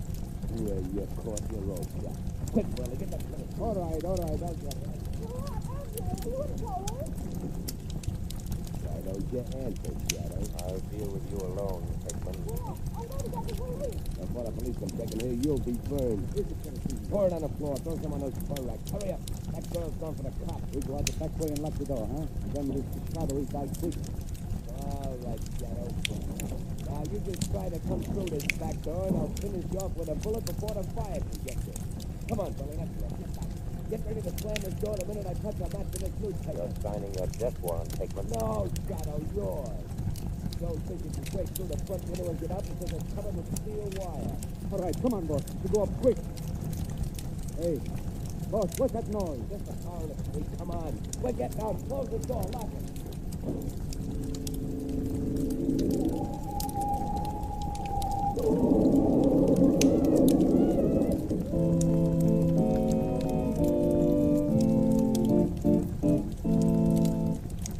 Ladies and gentlemen, is the shadow on the right track? The next few minutes will give the answer. Right now, motorists, remember this. When you're tempted to try squeezing the last 1,000 miles out of a worn tire, watch out. You may save 50 cents at present tire prices, but who knows? The shadow knows. Suppose you had a skid, a blowout, or getting it up along some fast, crowded highway. Think what it might cost you in repair bills, doctor bills, hospital bills. Take the shadow's advice. Play safe. Yes, motorists. And the way to play doubly safe is to ride on the new Goodrich Safety Silvertown. Because this new safety sensation is really two great tires combined in one. Outside, every new Silvertown has the lightsaber tread that reduces the danger of skidding as never before. Gives you and your family a new feeling of security no matter how wet the weather. Inside the Silvertown tire is the famous golden fly protection against high-speed blowouts that has already saved thousands of lives. Why should you risk your neck to skid or blowout when today you can get life-saving protection against both of these common driving hazards without paying a cent extra? Replace unsafe tread-worn tires with a set of the new Goodrich Safety Silvertown. The tires that give you the skid protection of the sensational lifesaver tread, plus golden fly blowout protection at no extra cost.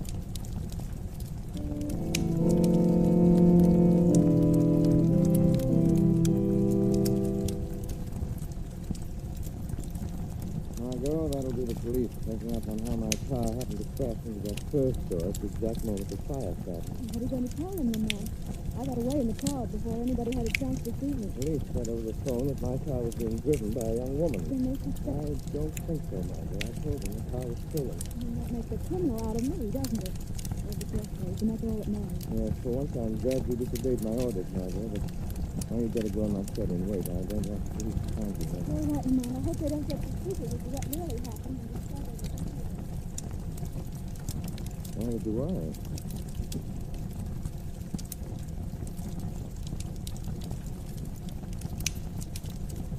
Oh, good evening, Sergeant. Come in. Sorry to keep you waiting. That's all right, Mr. Sampson.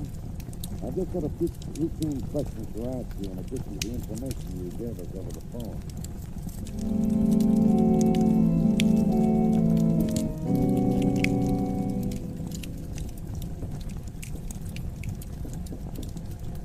Thank you, Ronnie. Let me in there. What did you find out? Where'd that girl go? I see her slip out of the car, and I follow. She get in a taxi, but she don't get away from me. Where'd you know? I follow her to where she lives. You get her tonight if you say so, boss. Perhaps you'll lead us to the shadow. But how do you know for sure this shadow got away? It's in the papers. They put the fire out before it spread upstairs, and now the cops are looking for you as the owner of the place. Hey, look, boss. You say you take care of me if the police get after me. You swore it. Don't worry about the cops. I'll get you on a sign in a day or two. First, we gotta get the shadow. As long as he's alive, we're both as good as in the death house. Yeah, sure, but how are we going to get it? Throw that girl, you said. We'll get her, leave a note for this guy Lamont she was calling to before she drove that car into the store. And I'll bet you 2 to 1 he's the shadow. When he comes together, we'll walk into a trap he won't get out of. Yeah, that's it, boss. We get him here in your place. We make a big fire down here in the cellar and we get rid of both of them, huh? Yeah. Come on. Show me where this girl is. We gotta get a hold of her tonight or it may be too late.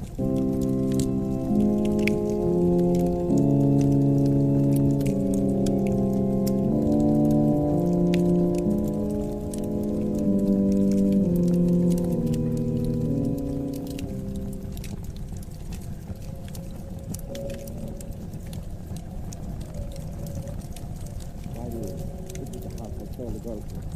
That's the window in the bedroom there. Got a maid, but I think she's gone now. Okay. We got plenty of time to get the food since that light went out. Go in the window into her room and get her, Lorraine. But suppose she wake up. Maybe she's screaming. Not a big gag you put in her mouth, before that. Choke the forest. You wait here and help me carry her down the pirate street, huh, boss? Yeah, I'll wait right here that woman. While you're getting her, I'll finish note on the curtain. Now go on, get that window up and get in there. Okay. Don't jump on anything. Just grab her, slap that gag in her mouth, and hold it on the floor. One thing and step. All right, I got it. You watch.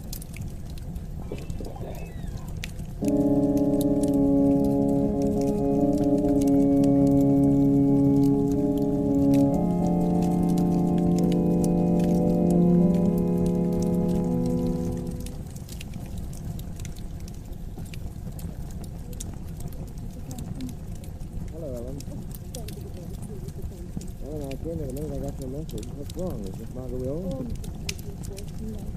Margot, she's gone. She's been taken right out of the bed and out of the window. She's been spirited away. How do you know? Did you see it happen? No, I was in the room, very clean. And I ran in here and there was the note. Note? Where? In the bedroom there. Pinch the curtains. Please, look, please. Heavens, Ellen. What has happened? Oh, about an hour ago, I think. The clock had just struck 2. You notified the police? Oh, no, I didn't dare, because I read that note first, and it said not to call the police or the charge of the killer. Here, read it. You did right in not calling the police, Ellen. Margot's here. Perhaps you could lead them to me. Oh, what they're going to do to me. Oh, for some ransom. No, it isn't that, Ellen. Oh, but Mr. I can't explain now, but listen, Ellen.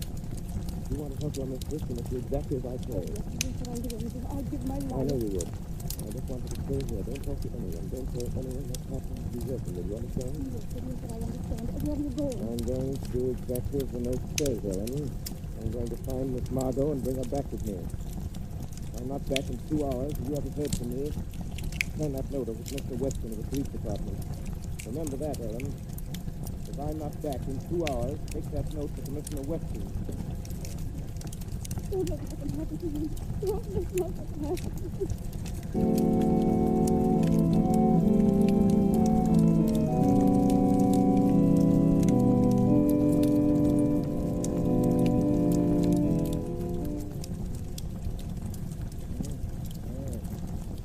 Oh, sir. That's fine time and I should be calling. Hello? Hello? You! How did you get my private number, Shadow? I've had it for a long time. Well, now what does it get down? I suppose you caught the firebug. I suppose you're all set to make a monkey out of me and the whole police force. Newspapers have done you and your force a grave injustice in this matter. Not my doing. So what? Would it be worth the loss of a few hours to trap the firebug before morning? Who are they? Where are they? I have an appointment with them for next hour. I'll give it to them. They're yours. They're ready to take them. With them, you can have the honor and credit of ending their reign of terror. What am I supposed to do? Wait here and twiddle my thumbs? No. Throw a cordon of bushes down by 4th Street in the river and cruise to Medley Square. Oh, you're crazy. That'd take half my force. Worth it. All right. What then? Been up to headquarters. Not there from me by 4:30 and no food delivered. Telling you where to find the firebug. Bother you.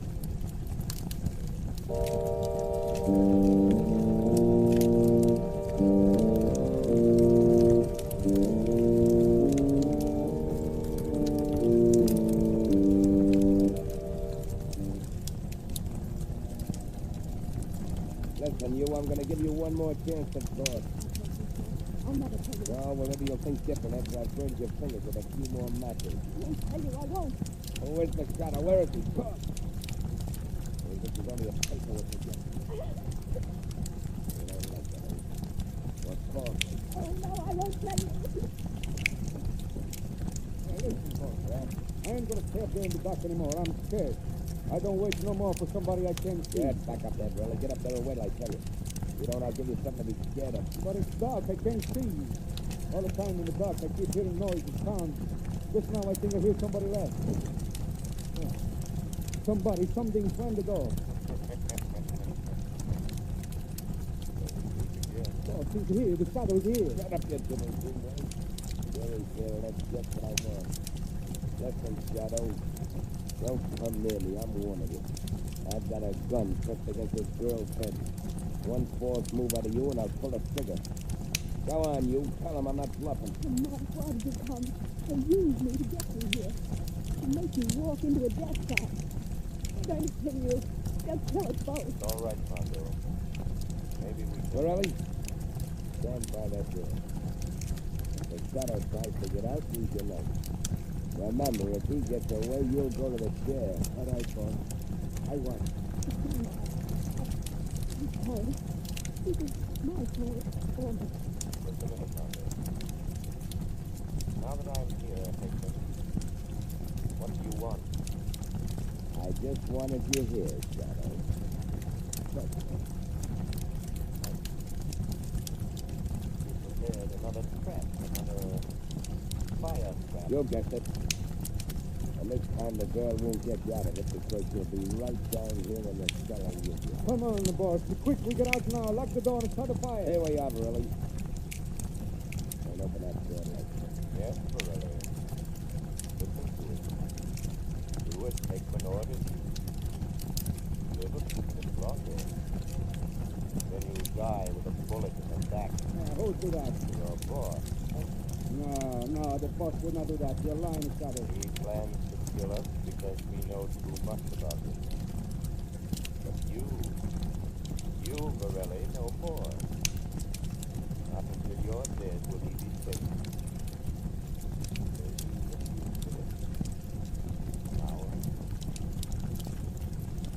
What do you mean, Shadow? Don't listen to him, please. I'm not going to touch you. Again, I can read Hickman's mind, Morelli. Don't you believe him, Kelly? He's just trying not to get this. But we can read the mind. In the shop, we better. Ah, no, I tell you, you're my friend. You know too much about Hickman, Morelli. The Shadow is right. I know too much. Only when I'm dead will you be safe, boss. You can keep a secret. Only when one is dead, Morelli. When one is dead, Morelli. Listen to me. When one is dead. When one is dead. When one is dead. Well, listen, man. That's it. When one is dead. Now, Morelli, keep away from me. Put that knife away. Don't listen to him. He's hypnotized your mind. That's another one of his shadows. Go on, all right. All right. Yeah, I meant to kill you, Morelli. I was going to do it the minute we got rid of the shadow and his girl. But I don't need them now. I got them trapped, and I'll give you yours now. Here.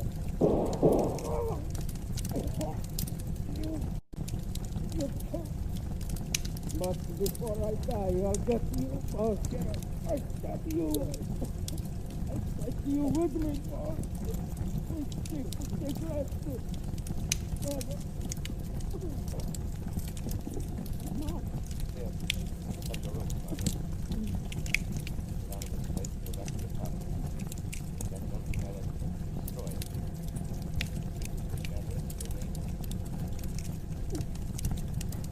Come with me, please.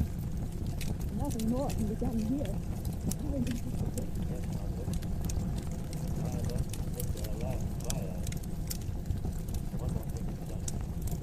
What's that? Getting back to the West. I promised him I'd give him credit for capturing the city. He and Master Police Force were busy waiting out there on the street. Shadow.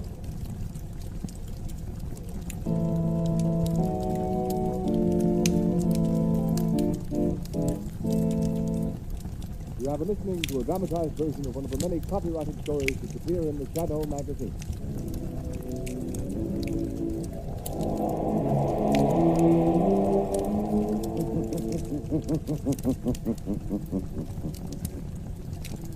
The weed of crime bears bitter fruit.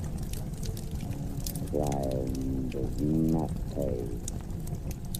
The Shadow knows.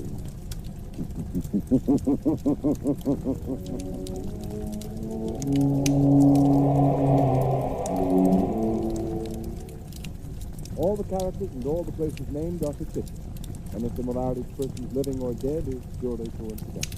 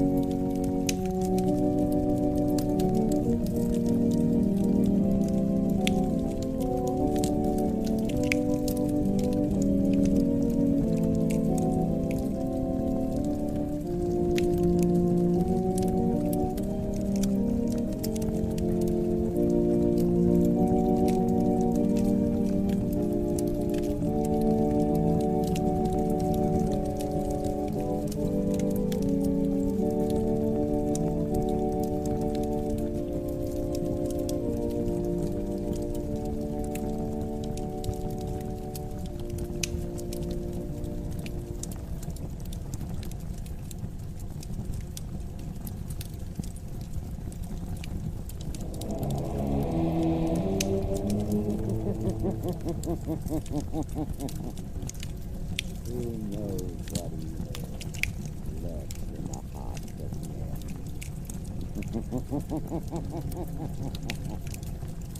The shadow knows.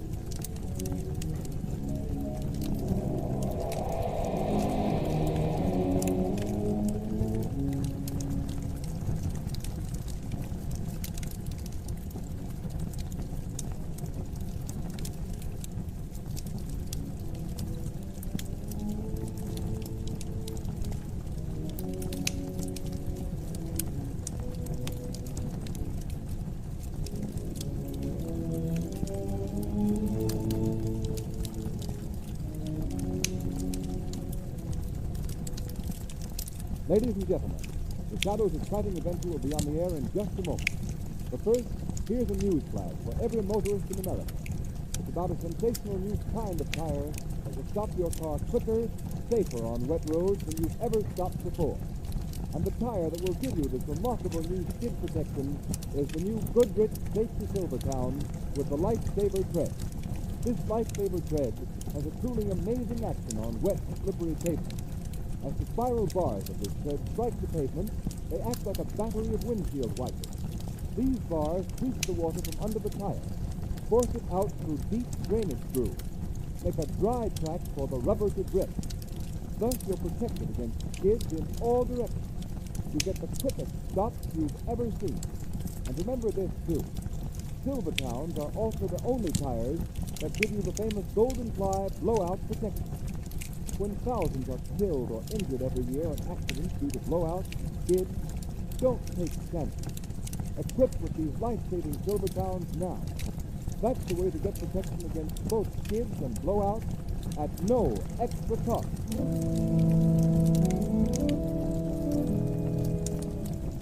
The Shadow, Lamont Cranston, a man of wealth, a student of science, and a master of other people's minds, devotes his life to righting wrongs, protecting the innocent, and punishing the guilty. Using advanced methods that may ultimately become available to all law enforcement agencies, Cranston is known to the underworld as the Shadow.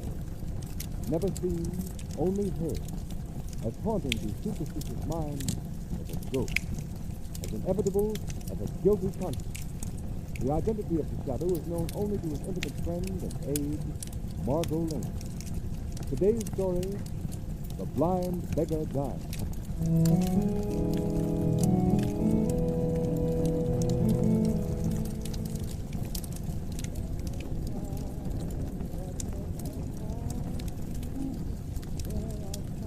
Evening singing, Jim. It's chilly tonight, isn't it? Indeed it is. Thank you, sir. Well, Jim, listen up tonight. I'm going out with a new boyfriend. He's awful nice. All the luck in the world, you miss. Thank you.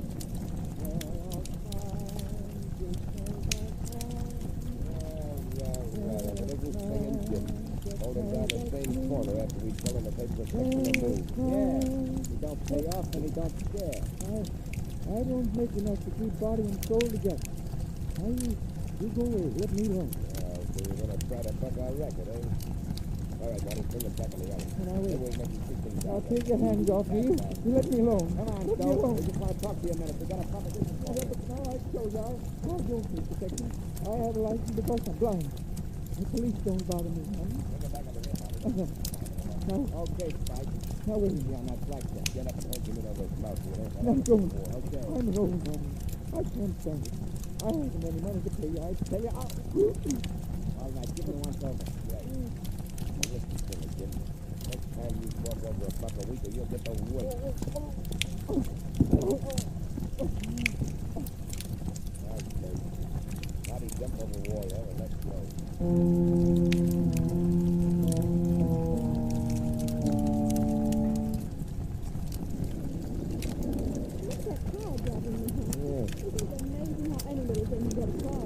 Sometimes those little things turn out to be big things, Margot. That's just Lamont Cranston, the amateur criminologist coming to the court. Oh, look. They're trying to get in that alleyway. Somebody's hurt, probably.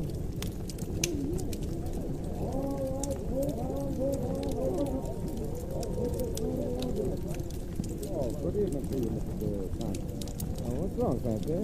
Poor old Stevens, somebody found him in the alley all smashed up. Looks like a truck run over him. All right, out of the way. Move on now. Move on. Oh, Jim. The man. Look at his face and head. Doesn't know what he's been doing. Oh, don't. I can't pay. I can't. Oh. Somebody beat him up. But who'd do a thing like that? I don't know, Margot. I know things, Jim, for years. Well, everybody knows him and help him out. Margot, let's get it bad. I'll go to the hospital, see what I can do for you. Go and listen, reach the eye. Want to come along? Yes, I hope you're not too late.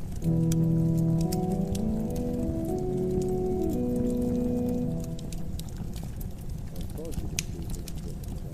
Maybe, Doctor. Put this in touch. Let's see what this is. What has happened? The only police reported there were hit and run cases. My opinion is due to some blunt incident. Pipe things like that. He's right here.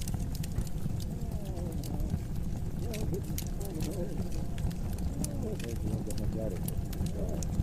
I would like to know. There's no stop. Singing Jim. It's Lamont Sampson. I come to help you. Miss Lane is here too. You remember her. Hello, Jim. Oh, situation. Let me go. Don't hit me again. I'm afraid it's delirious, Margot. Jim, listen. We're not going to hurt you. You're safe now. Who hit you? Why did they do it to you? They told me I had to pay $1 a week. I did not call to somebody else. Some phony didn't know how to make too much. No. Don't hit me. No. Oh, please. Nobody could be as low as to try to make a racket out of begging, organizing, and making contribute. It's hard to believe, Margot, but it's going to it. Wait a minute. Jim, listen to me. Who did this? Who's been trying to make you pay money to me? Oh, my God. Let go of me, Mark. No, I can't pay. Apple Mary can't pay you. You took Apple Mary's stand. Now you're trying to take mine. Don't hit me again. Don't. I'd better get the doctor. Yes, Margot, but I'm afraid it's more than that. Said singing Jim, it's on his last ballot. Singing Jim.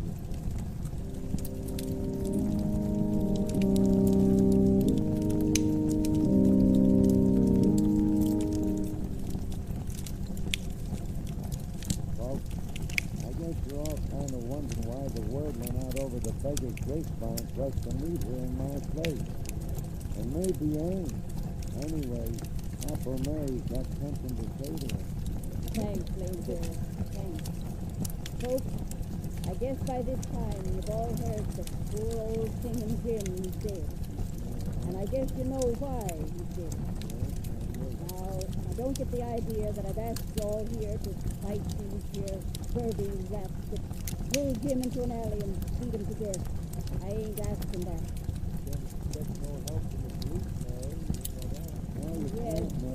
Yes, we tried that. They just laugh at the idea of anybody trying to make us pay for the right to make a living on the street. The only way we know how. Selling apples like I do. Singing like Jim did. Selling pencils and shoelaces like Lane Bill did. No, we can't expect no help from the police. But why don't they get the guys who shooted him? They're investigating it, so they say. What are you going to do, Mary? Jim's death was just a warning to the rest of us. If we pay up or get the thing. No, it don't. Yeah, no, it don't. Because something happened. Somebody's going to help us but can't help ourselves. Who is it, Mary? Now, before I tell you, I want to remind you that I'm not a drinking woman, and I ain't given to hearing things, and I ain't easy convinced. But last night, late, somebody talked to me at my stand. Somebody that you've all heard of. Somebody that you that have got your eyesight don't believe in because nobody's ever seen. Who was it, Mary? The shadow. Oh, he wouldn't bother trying to help folks like us. Oh, you're wrong. You're wrong because he asked me to call all your folks together. He promised that he'd come here tonight and tell us how he can help you.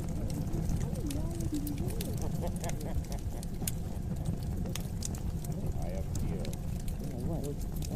Where'd that last come from? Wait, don't be frightened. I understand. I've come here because you respect my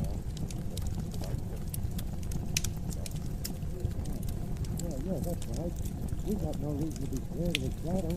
We ain't done anything wrong. Yeah, we ought to be glad he's willing to help us out.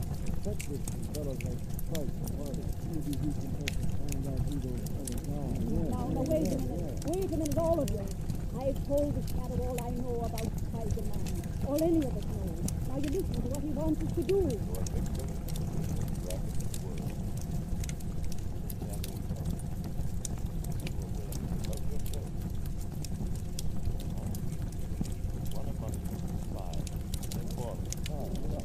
Where is he? Point him out. No. No sooner or later, we could say it. There's too many of you to single out for one. Not by mine. What do you want us to do, Father? We'll do anything you say. Go on doing as you have to do. Then approach you again. Think or follow me.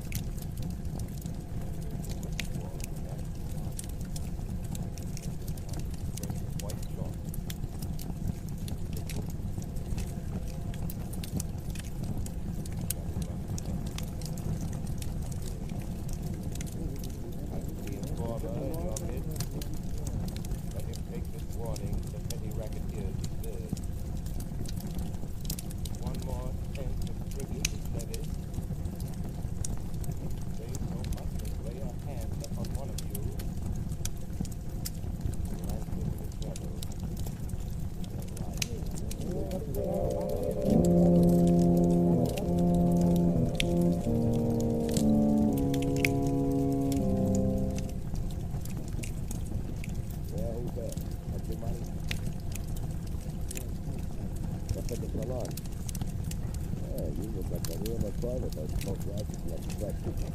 I used to make a living taking this blind and lame jag before you told me how to make some music.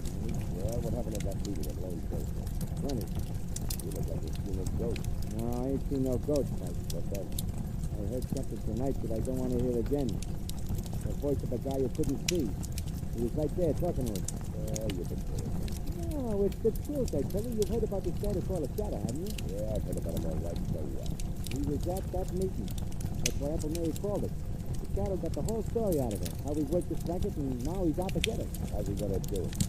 Got it all fixed for the beggars to put their distress signs on the wall of the National Army. First time we started collecting more dough.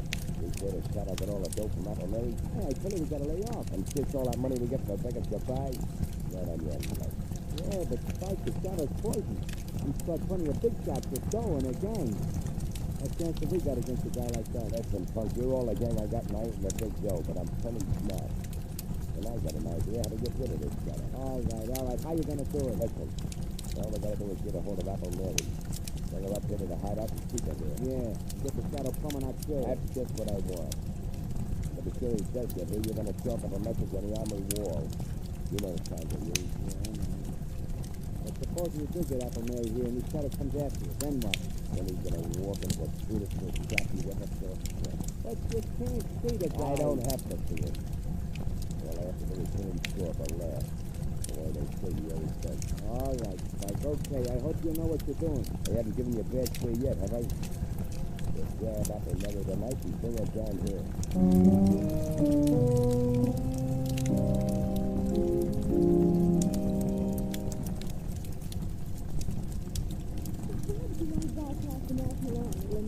I'm looking for handwriting on the wall, my dear. The shadow made arrangements with Apple Mary and her friends to communicate with him that way. They'd like to find a more strong-arm tactic. Yes. But a reckless bravado about a petty criminal that you won't find a big-time crook. Don't forget that, I'm not forgetting it for a minute, Margaret. They say little snakes are more deadly than the big ones. Just the time I'll give it the honor. What is it, Lamont? Writing on the wall. Maybe what I'm looking for. Circles and numbers? Yes. Message and message from Apple Mary. She needs help. To get into the shadow in the basement is 19 River Street. I'll drive you there, Lamont. All right, Margot. Not all the way. Stop a block from that address and let me out. Very well, Lamont. Shall I wait for you? Yes, Margot. Wait half an hour. If I'm not back by then, notify the police to raid that house. Why, Lamont? What makes you think? I don't think Apple Mary sent that message, Margot. I have a feeling the shadows being invited to walk into a trap.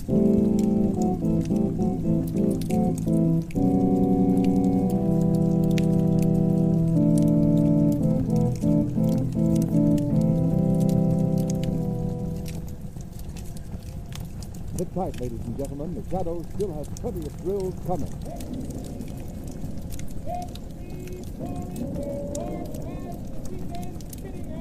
Yes.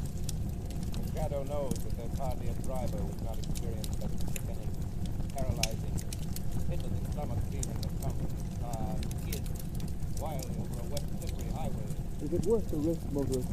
Especially when you can now get a tire that will stop you quicker, safer on wet roads than you've ever stopped before. A tire that will put real blowout protection between your car and the road. And if you Goodrich take to Silvertown with the Lifesaver Tread skid protection and Golden Fly blowout protection, costs nothing extra. It's one of the best safety investments you can make. So play safe. Equip your car with these life-saving Goodrich, spelled Goodrich, Goodrich Take to Silvertown tires before it's too late.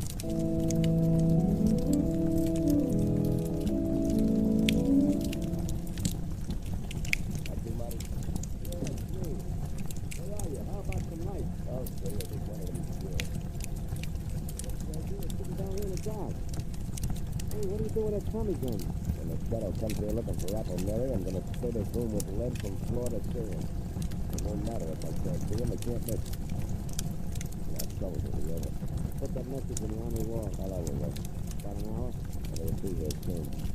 That guy moves fast from what I hear. Well, how are you going to know when the Shadow gets here? What if he don't talk or laugh? He's got to open that door already. He can't walk through it. Here they go. He comes as close to being a ghost as anything I ever want to answer against. How's he do it? How's he keep you from seeing him? I hypnotism, whatever that is. Yeah? I know a guy in a circus that could do that. They tried to send it, but that happens. I don't get up on another one here. That's not good. That's good. Hey, you. Apple Mary. Come on out here. Don't think I'm scared of the scum of the earth like you two. Pipe down. We want to see. Go over here and jump into this. Hey, Hayden, come on. Take your hands off. Blind, but I take those guys as some scavengers. Take that can away from her. You might get free with it. Give me that stick. I'll give it to you. Here, take it. Who are you, sweet devil? Put on that chair and hold it there. Come on, sit down there. Yeah, I got my knife. Put it out. He tries and thing with the Shadow shows up. Let her have it. Right between his shoulders. Okay. If you know what's good for you, you'll sit still, Mary. Shadow. So you know he's after you. So there was a squeal at the meeting. No, that was no squeal. It was me. I'm expecting your pal the Shadow most anytime now. I put a little message from you on the army wall. Telling him to come here. Yeah. Just wait till that door swings open. That's the only way to get in. Or out. This Shadow guy's got a gun. Starts blazing away, you'll get yours, Mary. Shadow doesn't need a gun. Get him up, buddy. Just make the basement door close.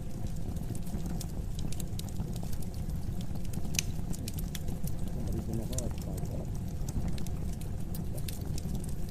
Get them off of the house. Get the Tommy gun ready.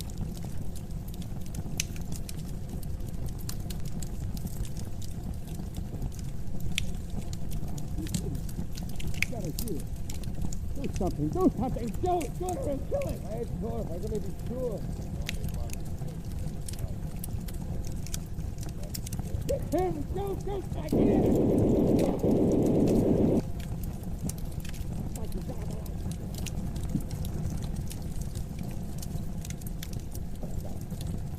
I got the plan.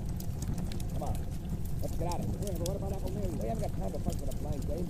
Now listen, Apple Mary. You know, tell your friends we'll be stealing. Tell them the Shadow's dead. Tell them if we have any more trouble making selections, I'll get with King and Jim and the Shadow Cop. Tell them that for us. Come on, man.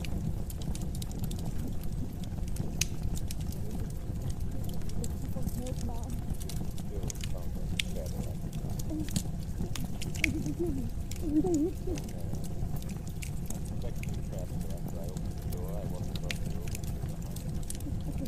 came from near the door.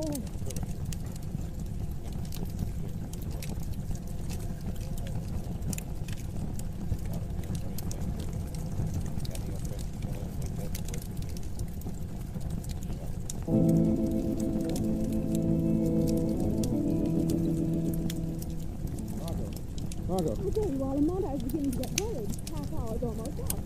What happened? I'll tell you later. Quick, start the car. You see men running down the street? That tall one and the short heavy one? Yes, follow them, but be careful. Don't get too close. Where are they? Where are they going? They murdered Singing Jim. They tried to murder the Shadow. We'll find out where they go, Margot, and then I'll telephone Commissioner Weston to surround the place.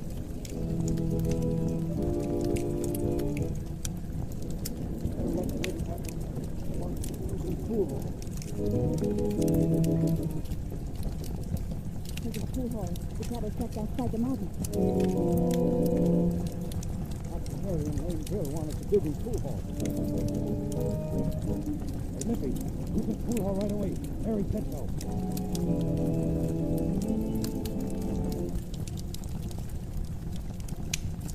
What's the matter with this guy? I thought you were so foolish. You missed that setup, man. I can't keep my mind on the game. I can't stop thinking about that. I think it's okay, I tell you. I got the Shadow. I said, no, look. You heard him fall, didn't you? Yeah, but nothing. We got nothing to worry about. Shadow's out of the way. We got to fix the dig and forget about it. We've been here all evening.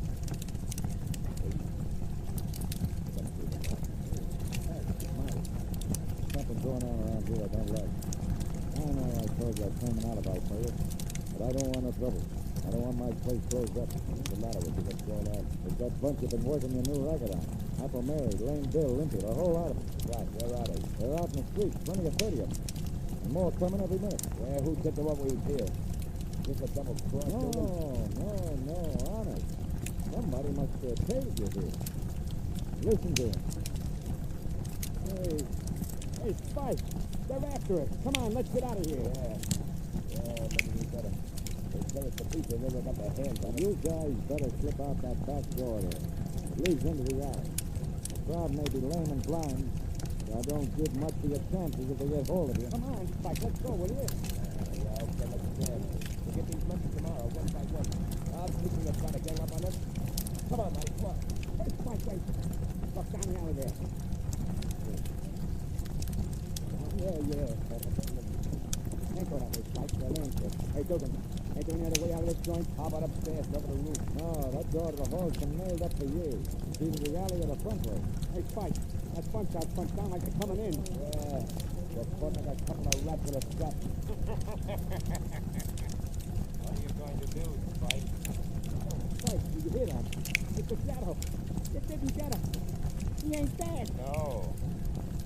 No, you will not go to the electric chair for the murder of the cat.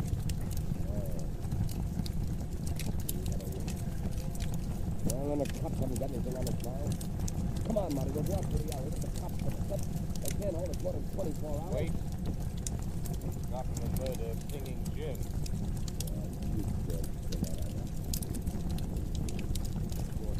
Yeah, the key's gone, Spike. I locked that door, Spike. I have to. The front door is unlocked. You walk out that door. Singing Jim's friends are out there waiting for you. What are we going to do? They're the lane, the hall, the blinds, and their strength and their numbers. The strength of a long-suffering fury that means your death. They get their hands on you. What do you want, Shadow?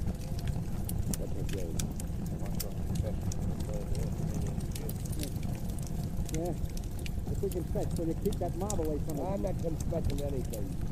I'm not writing myself a one-way ticket to that death house. Take your choice. Chance before a legal jury or have a mob. Quick. Stop him! Stop him, Shadow! House the best. Yeah, we killed Singing Jim. It was Spike. He slugged him in that alley, yeah. Don't move, Spike. One false move. These tormented people will kill you. Mary, same you. Wait, everybody.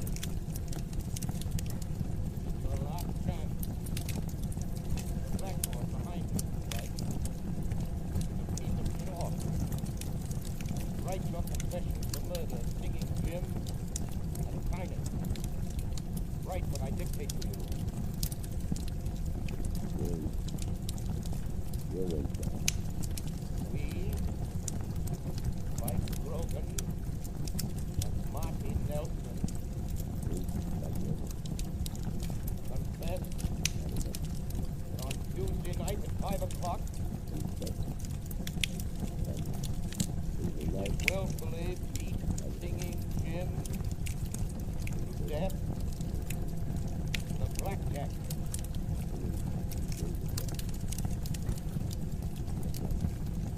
Sign it. Are you, Marty? Okay.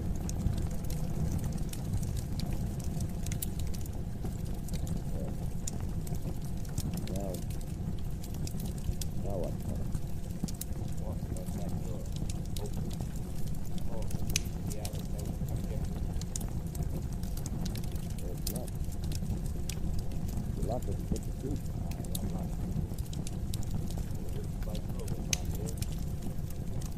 Beyond that door, a fine old woman with a sword in one hand, a finely balanced spear in the other. Wait for you. Muster long enough. When the lady jumps, you again your muster is.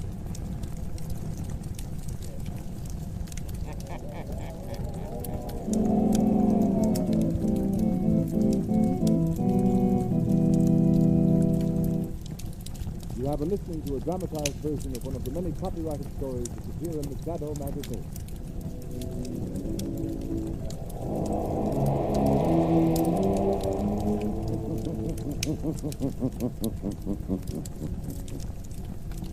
The weed of crime bears bitter fruit. Crime does not pay. The shadow knows.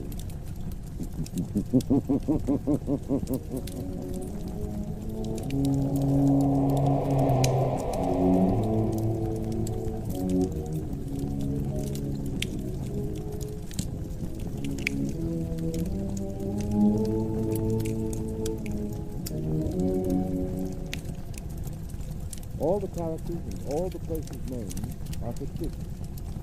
Any similarity to persons living or dead is purely coincidental.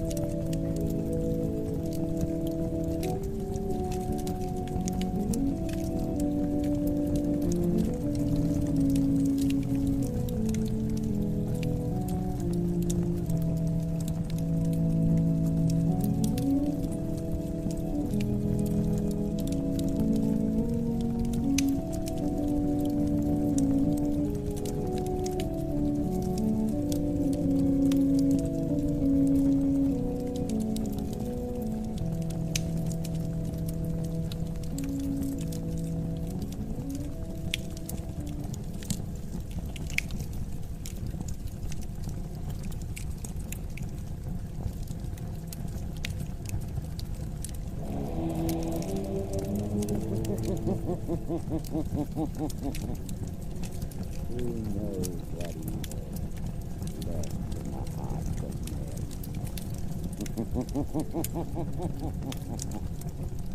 The shadow knows.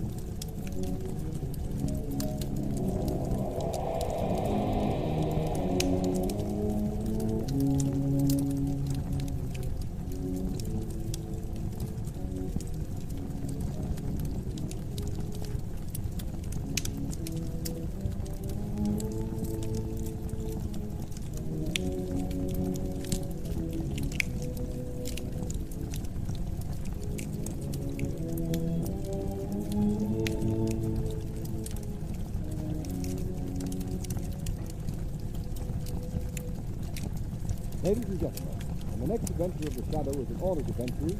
The news about his exploits are often known to the underworld almost as soon as they happen. And I want to tell you that the news about the new Goodrich Silvertown tire is traveling like wildfire among motorists all over America. It's because this new Silvertown is so sensational in action and appearance, it's really a new kind of tire. You've never seen anything like it. It even looks different, for its tread is wider and flatter, and every inch of the tread is covered with row upon row of never-ending spiral bars. And those spiral bars do the same job on a wet, slippery road as your windshield wiper does to your windshield. They sweep the water right and left. They force the water out through the deep drainage grooves. Thanks to that lifesaver tread, your tire actually has a drier, safer road surface for the rubber to grip. Just think of it.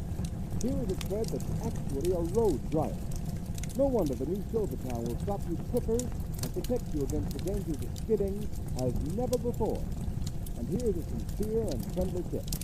Don't fail to see and drive on the new Goodrich Silvertown the very first chance you get. Get a free demonstration. Take it from me, you'll get the driving thrill of a lifetime. And remember, only the new Silvertown offers you two great life-saving features. Lifesaver tread skid protection and the famous Golden Fly blowout protection at no extra cost. The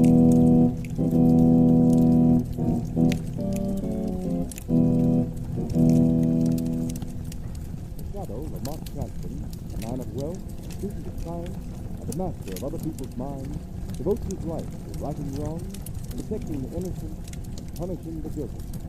Using advanced methods that may ultimately become available to all law enforcement agencies, Cranston is known to the underworld as the Shadow. Never seen, only heard, as haunting the superstitious minds of the ghost, as inevitable as guilty conscience. The Shadow's true identity is known only to his constant friend of age, Margot Lane. Today's story, The Power of the Mind.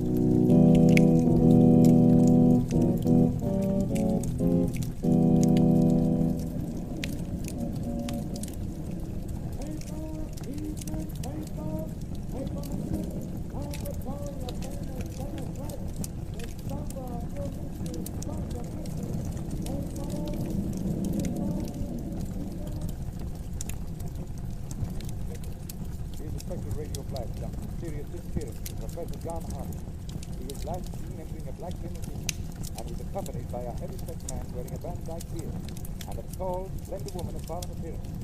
Secret Service agents are reporting investigating the case, using importance attached to the present reported discovery of a new type explosive, more powerful than any known to munition makers in any country in the world.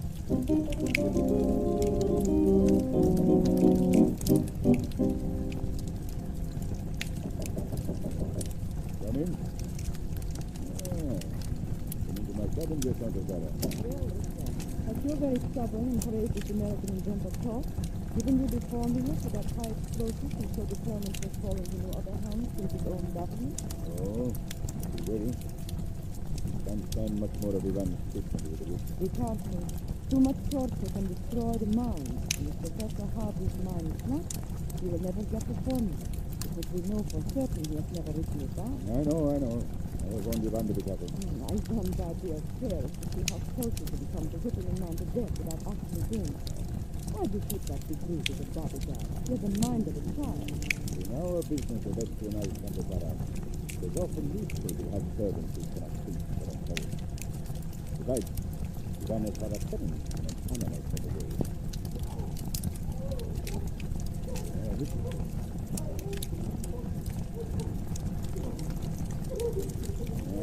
Did you hear that? Success at last, my dear Hunter. I think Professor Hardy is ready to give us the formula. Surely. I tell you where I hit the gold. I found it. But I hid it. I found it at the end of the rainbow. And I hid it. I hid it. But I'll tell you. I warned you. His mind is not. Ivan, you fool. I told you to be careful. Give me that whip. I told you. I don't trust him hard. I don't. Oh, stop it. What good will it do you to beat Ivan? It doesn't even feel it. It's your fault. You should have watched him better. Oh, you're telling me what to do, are you, Hunter? It's about time someone did. Certainly bungled here. Now how are you going to get this formula? The man's out of his mind. No amount of physical talk can make him tell it. Yeah. Take him back down to the hold of the ship, Ivan. Come, Professor. Come with me.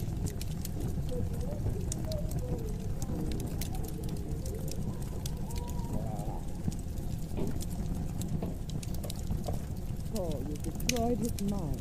Good work. Like having the formula in a sealed envelope and throwing it in the fire. Now what are you going to report to headquarters? Take fire, Donna.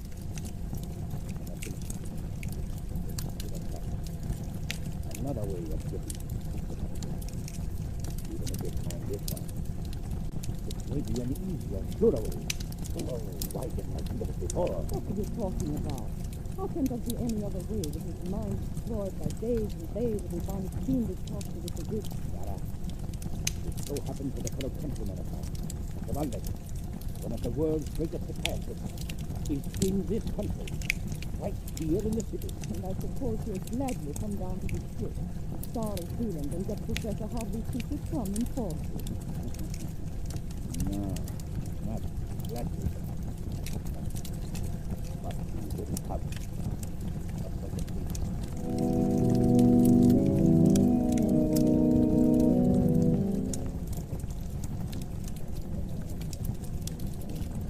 Enjoyed your lecture very much, Dr. Waldeck. I thought it's an honor tonight.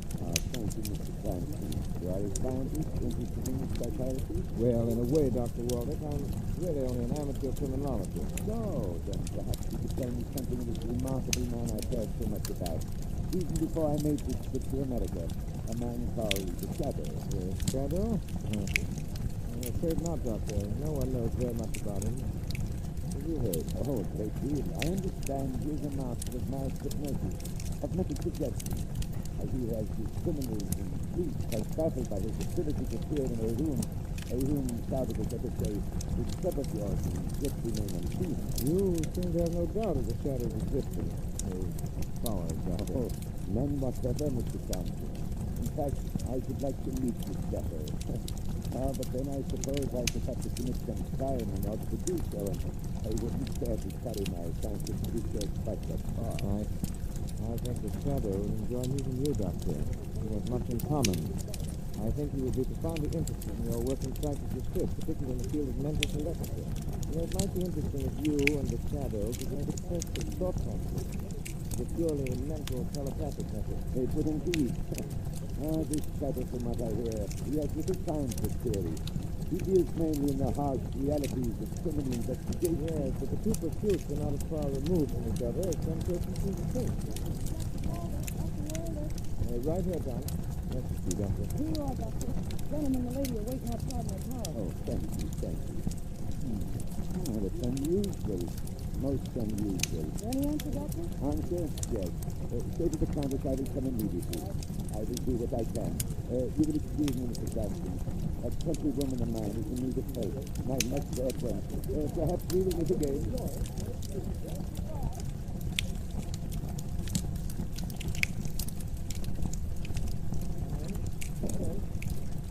So here you are, Lamont Cranston. I thought you planned to take me to Plymouth. We're an hour late. Oh, no, I'm terribly sorry, Margot. You're sorry. But Margot Lane, your assistant, is hungry. What's the matter, Lamont? You seem preoccupied. Is anything troubling you? Yes, Margot, something is troubling me, but I'm just not know what it is. Did it be Dr. Waldo? Ever since you talked to him at the club last night, you've been wondering if you suspected that you were the Shadow. I don't think you know it, Margot. You worried about it. Think of it all day long. I've had the feeling that Dr. Waldo has been trying to get in touch with me, or rather, I think with the Shadow. Yes. Margot, Waldo practiced what he speaks. He's a master of mental telepathy. The Shadow isn't exactly a novice at mental telepathy either. Makes you think he's trying to get in touch with you. I think it is. All day, my mind is kept reverting to Dr. Destroy, coupled with Waldeck's name. Waldeck's name of another name. Star of Zealand. That sounds like the name of a ship. Perhaps, but it doesn't make sense. Well, it seems to me it'd be easy to find out if Dr. Waldeck's in trouble. Why not call his hotel? I've been on the point of doing it several times. Yeah. Give me that phone. Let me call. You, Lamont? Wrapped up in things like thought transmission, yes, the obvious, telephone, So I have a different system like this. Hello? Will you connect me with Dr. Wardell, please? What? Are you sure? Secretary's had no word either. Never mind, thank you. No, he hasn't been seen or heard from since he left your club last night at 11 o'clock. He is in trouble. He has been trying to communicate with me. Shadow. Lamont, that other man, Charles Dealing. Maybe you can find to let you know where he is. Yeah, just I'm sure of it. Charles Dealing. Said it sounded like the name of the ship. Well, possible. How did I get this? Shipping news. It is. Sailing, arrival, departures, and port. Margot. There is such a ship in port. Charles Dealing. Freighter, general cargo, Pier 82.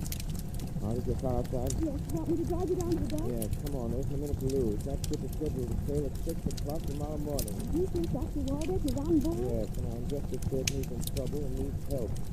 Help from the shadow.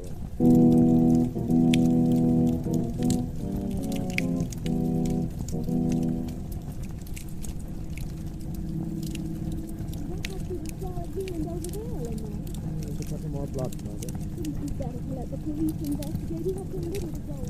Not even be sure there is anything wrong. Margot, that's how people might have a spreading of police and don't count to be an to a man not even reported this thing. How on earth do you ship to ship without help? It would take hours. Well, it won't be necessary. I'll know if there's anything wrong. It's well, it's there. 5 minutes after I walk in Johnstown. I'm going aboard to get shadow. You're nearly there.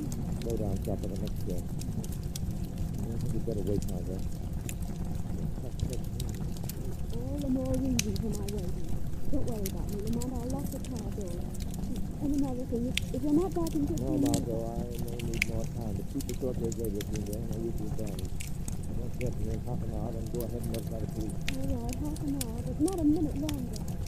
If I knew what you're walking into, Lamont. Not like this mental telepathy blind man's stuff. I would be why, Margot, but during the ride down there, I've had a stronger feeling than I did at first. Dr. Waldeck is in desperate need of help. Stay in the car, Margot. Lock the doors and sit tight till I come back. Please, yes, and shadow.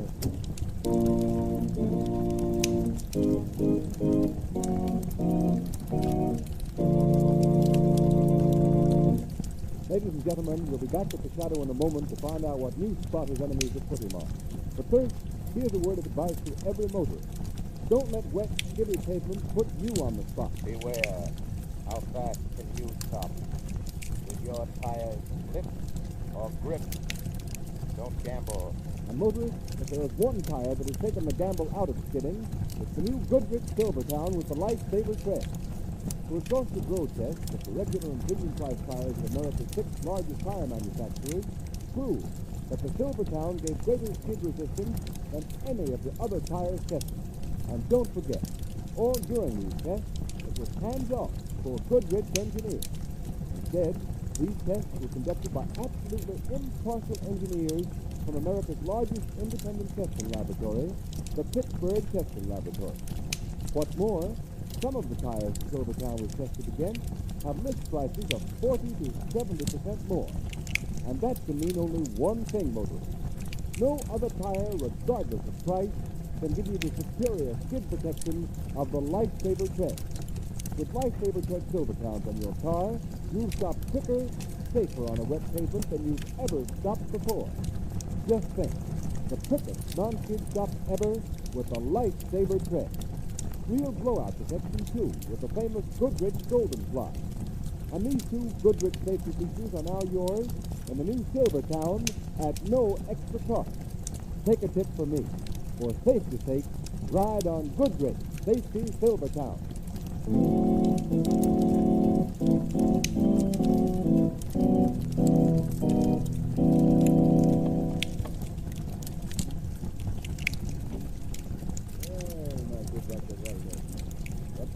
You had with our stubborn mental patient, eh? None with that.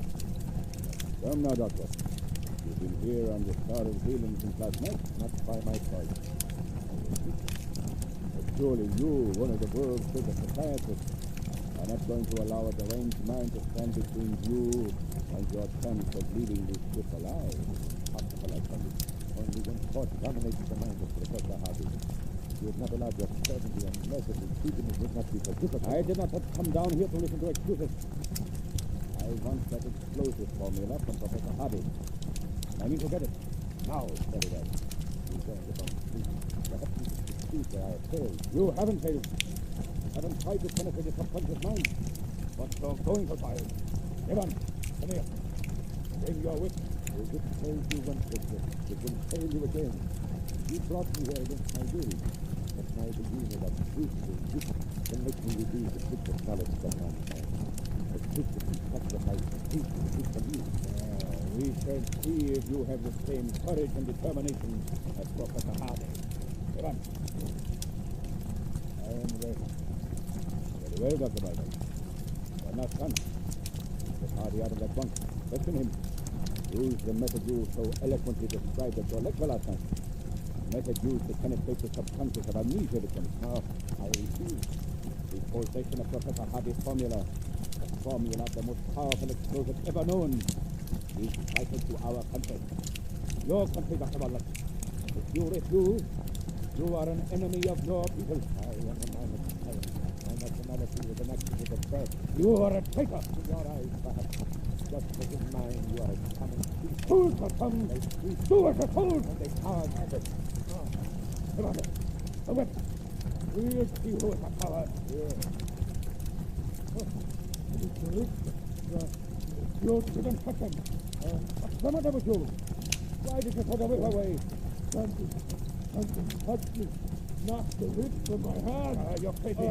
You dropped it. Get it. No, I swear. Something knocked it from my hand. Pick up that whip, I say. Pick it up. But the whip, it moves. It moves like a living thing. Like a snake. Oh, that is it, Dr. Werner. Trying to save yourself by fogging Ivan's mind. Making him see by hypnotic trance. Whips move like snakes then. Well, I'll show you. I can use the whip too. Stay where you are, Doctor. How do you think you can stop me pulling the trigger of this gun? Your servant is not imagining things with you. He is not seeing things that have not happened. He is not hypnotized. Something knocked the whip from my hand. I swear. You hear that? Laughter.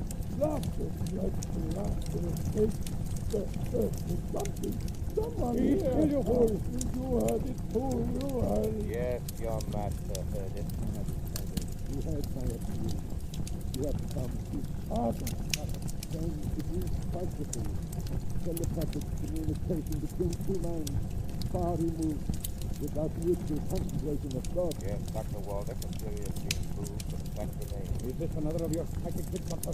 Richter, surely your activities in Espionage have brought you in contact with those who warned you against the Shadow. The Shadow? So you are the Shadow? Oh, that got work you to do. Yes, but in a manner beyond your comprehension. Hey, man, get out, quick! Close the iron door. Don't open it again until I order it. Your gun is trembling, Richter. Dr. Waldeck is right. You are a coward. At least I don't hide in shadows. Oh, you've come to save Dr. Waldeck. I came here in answer to his call for help, but now that I'm here... Now that we're here, Shadow, you will remain. You have walked into a trap that will hold you until I am ready to deal with you in my own way. You and Waldeck and Professor Hardy there. You, Shadow, may even be useful in the event that the good doctor hates me. Hello, Captain. Witness speaking. Yes, sir. Order your crew to the post. Cut off. We sail at once. But is that such a blood? Obey my orders. We sail at once. Yes, sir. I think for that. There. Get on. Open the door. Don't waste your time in trying to get out of this hole here. Even you cannot walk through steel doors, Shadow. In a few hours, we will be at sea, and you'll be beyond help. As for you, Dr. Waldeck, I advise you to enlist the aid of the Shadow in securing Professor Hardy's secret, if you value your life.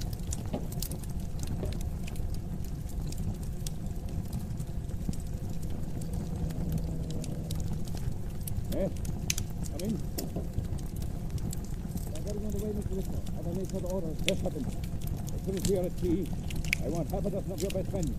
Arm them with rifles and revolvers. Have them report here to me. early. Oh, good morning, Captain. Oh, Mr. Waddington, have you been in your cabin? I haven't left it until now. Why? Why do you ask? What's wrong? Are you speak up? A young woman was seen coming on board just before we crossed over. What? Are you sure? Yes. My second mate mentioned it, but I thought it was Cousin Sarah. Couldn't have been. Captain, take every member of your crew you can get. Search the ship. Find that woman and bring her here. Yes, sir. We will find her, Mr. Boss.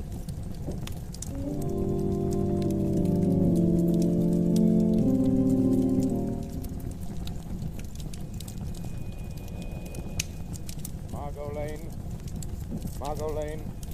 Notify police and Coast Guard. Notify police and Coast Guard. Professor John Hardin, Dr. Walter, prisoners in hold at Star of Zealand. Aboard Star of Zealand, proceeding to sea. Proceeding to sea. Repeat message. Margot Lane. Repeat message. Margot, repeat. Why don't you answer? Why don't you answer? Was that you talking, Shadow? Yes. Running my system for help on my portable radio is coming wrong. I can't get an answer. I am profoundly sorry for the situation in which we find ourselves.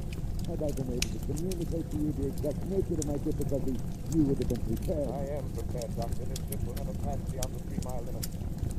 Stop, sir. But how? I'm going to use this radio again. Star of Zealand calling Coast Guard. Star of Zealand calling Coast Guard. Go ahead, Star of Zealand. Go ahead. Professor John Harding, missing scientist, wanted by the Secret Service, prisoner firing aboard Star of Zealand. Proceeding down bay, stop and search, prepared for armed resistance. That is all. Okay, Star of Zealand. That Coast Guard cutter will investigate immediately. You are indeed prepared, Shadow. But do not underestimate the cunning of Victor. At the first sign of danger, he will attempt to destroy the Professor Hardy and myself and you. We must be prepared for that. Professor Hardy's mind completely gone? No. For the past 24 hours, I have been keeping him. I've induced hypnotic sleep. He should be nearly rational now. Then awaken him. No time to lose. Very well. Professor Hardy. Professor Hardy. It's time to wake.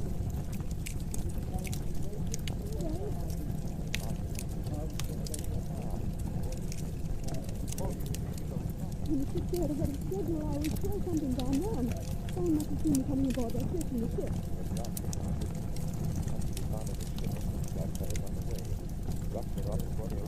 Don't worry about me. We're passing down the channel. It's only a couple of 100 yards from shore.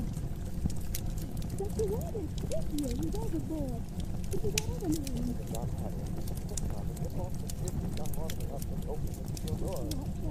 Don't worry, I can swim 10 times the distance. There's a cargo door open on the port side. Guys, far out, Margot. Margot, be careful of the suction of the pillars.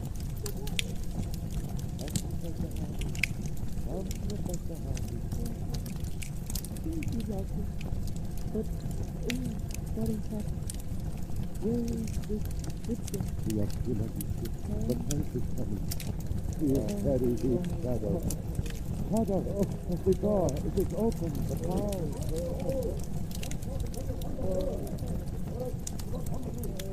The door is open. Stop and get back behind the door. Out of sight. But girls, she opened it. But they can't get off the ship. They can't be far from here. Maybe they hide. Maybe. Ivan, you fool! Why did you close that door? I did not touch it.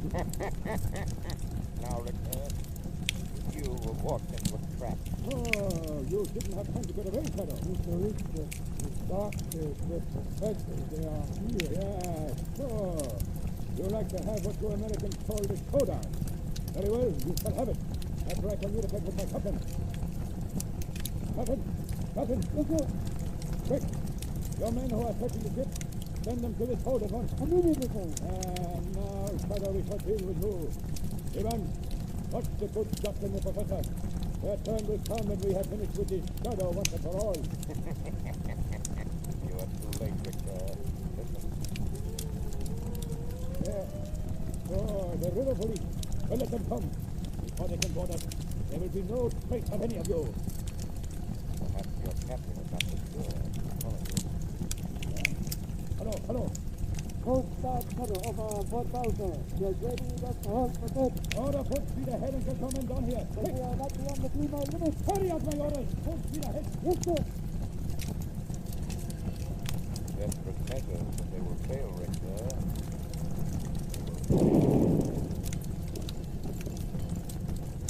That was a blank of warning. Your captain is being sensible. Stop the engine. Let them come. Let them search the ship. I'll find nothing. Nothing. But I'm going to push it. I'll never think to look for bodies in the ballast tank. Come. No. No, Richter. We're not going to add murder to your list of crimes. Behind! Quick! Got hold of the chandelier. Take my gun. It's on the floor. The shadow's here between me and the wall. Shoot him. No. No. Oh, there is nothing there. I see nothing. Shoot him. They are mad. Shoot him. Dr. Waldeck, pick it up. Pick it up. Yes. Put up your hands, Victor. No, you don't. You'll never turn me over to the police.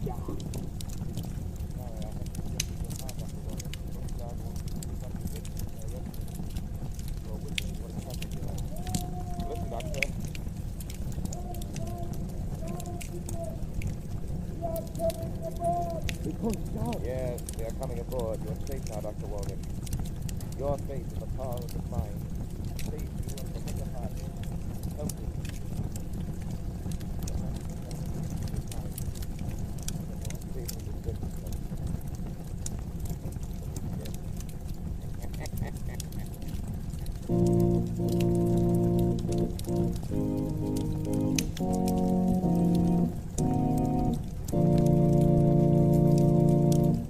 You're listening to a dramatized version of one of the many copyrighted stories that appear in the Shadow magazine.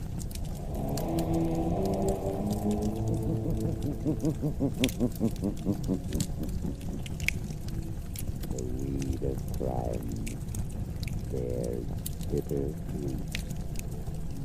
Crime does not pay. The Shadow knows.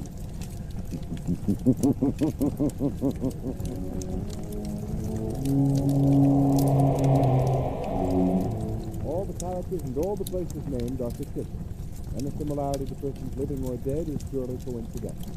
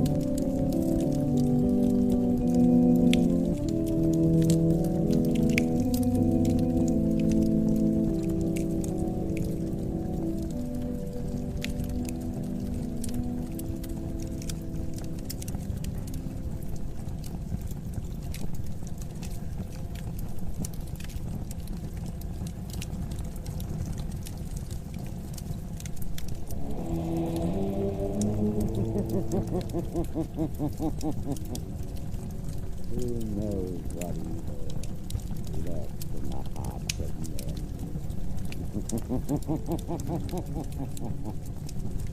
The Shadow knows.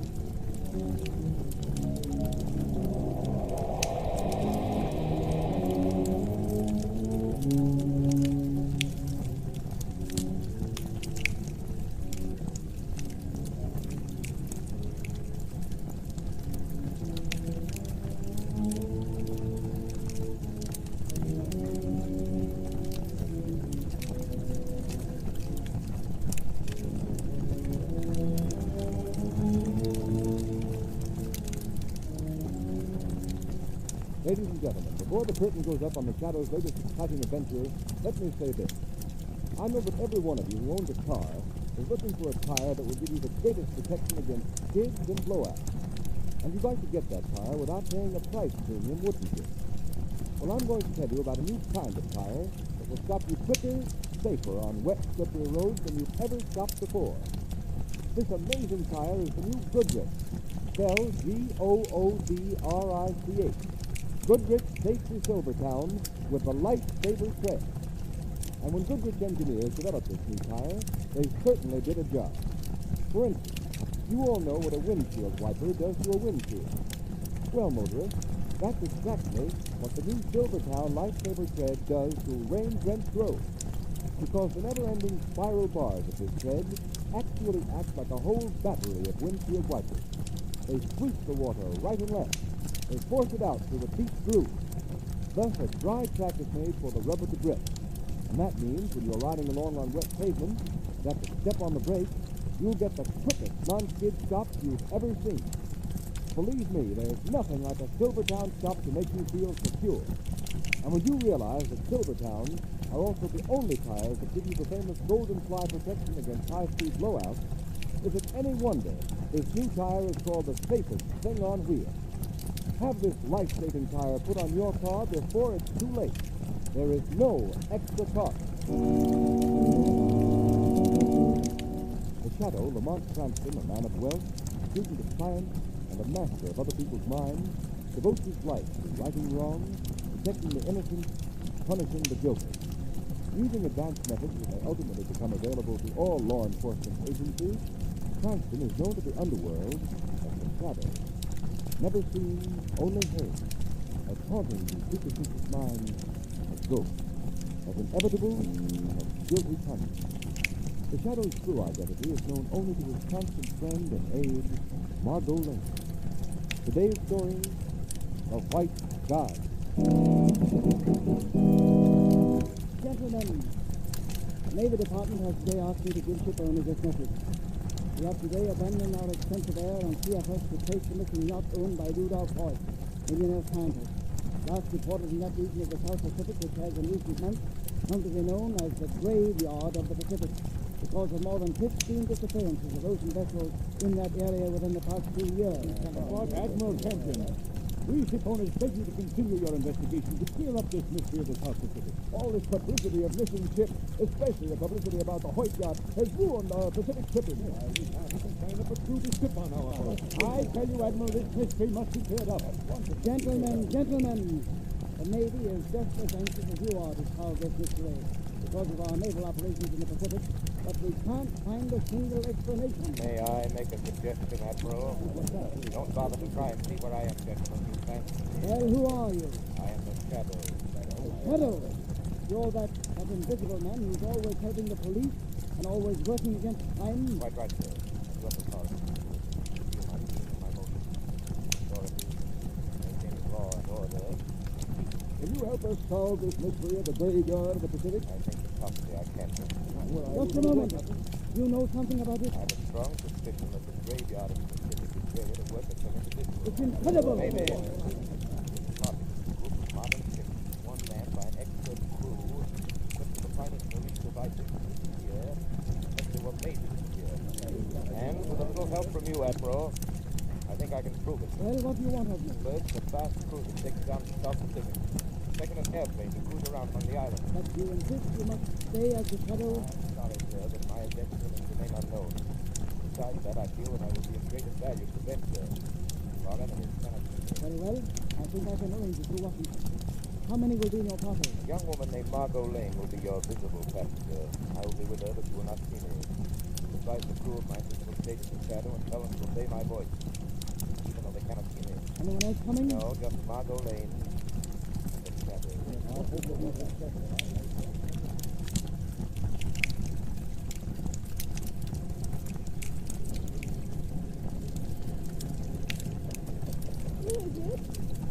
The shadow, Margot. May I come in your cabin for a moment? Certainly. Okay, lock the door now. Inside. We're all alone alone. It's safe for you to become visible now as Lamont Cranston. Well, how do you like being an honored guest? A Navy cruiser. Very exciting, Lamont. But how do you expect to find this graveyard of the Pacific? No one knows where it is. Well, that's what I've got to find out. How? I'm not quite sure yet. Is there any way I can help? Yes, Margot. This cruiser will put in at one of the South Pacific Islands tomorrow. I'm going ashore. I may be gone a day or two or a week. Trying to get my information. I'd like you to stay close to the shortwave stuff. The moment I have any information, I'll contact you, please. As soon as you hear from me, do the thing I asked you to do at once.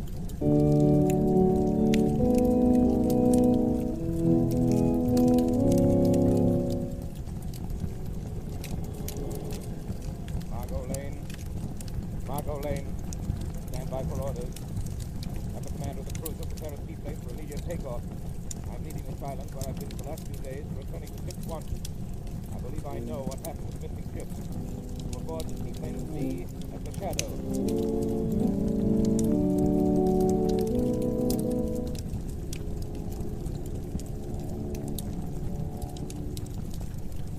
Where is this seaplane taking us? Taking us to an island on which there lives someone the natives call the White Star. A witch doctor told me about it. White Star? Yes. The witch doctor's description is obviously a man who has managed to overawe the ignorant natives with elemental experiments in chemistry and physics. He passes off magic. Pilot, what made the plane lurch like that? I don't know, Shadow. There it is again. Something's tugging at the plane. Tugging at the airplane? Yeah. The motors have gone crazy. I can hardly keep them going. Pilot, we're descending. No, we're being pulled down. Look, we're heading toward that island. You're right, Margot. Look, the wreckage of boats. Crashed on the rocks. Deserted in those coves. This must be... Yes, Margot. The graveyard of the Pacific. Hey, look at the wings of the plane. The rivets have been torn out. Yes. There goes a white wing strut. We're diving into the sea. Pilot, can you level the plane off? No, I can't. Level off or we'll all be buried in the plane at the bottom of the sea. Okay, get ready to jump. We're gonna hit the water.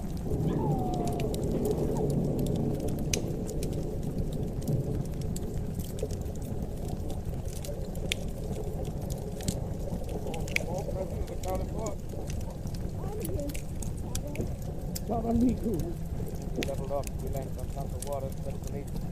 Yeah, I wait for a moment. I couldn't make it. Well, I suggest we make to the island there. Pay a visit. White God.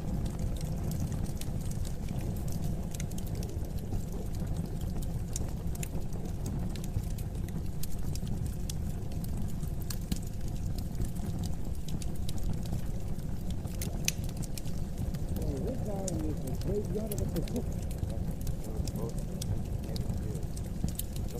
Piled up on the rocks. Some of them out there in the cold. Yeah. Well, it's deserted. Yes, I don't think so.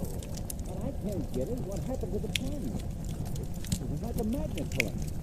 Might be more truthful poetry. What do you mean? I have an idea that this island is a huge magnet. A natural magnet, you mean, because of rocks and minerals? No, a man-made magnet. No, I don't think so. There's no natural magnet strong enough to attract ocean vessels, triple airplanes. What? See this hill in back of it? Yeah. Rises up like a sugar cane. I was noticing from the air that there's a huge hole at the top of the hill. This must be an extinct volcano. I have an idea that this is inserted into a magnet. A magnet pulling ships to their destruction. Well, I don't think you can.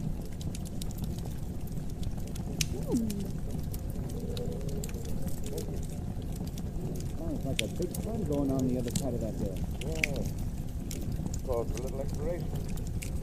I'll go you and the pilot back here. Hey, Nick, I'm not going to miss the fireworks. I'm going with you, too. All right, just this. Go around the other side of the island, come up through the woods that's off the plane. Don't want to stop at any cannibals. Okay, let's go. Hope they don't try to make us bank it off.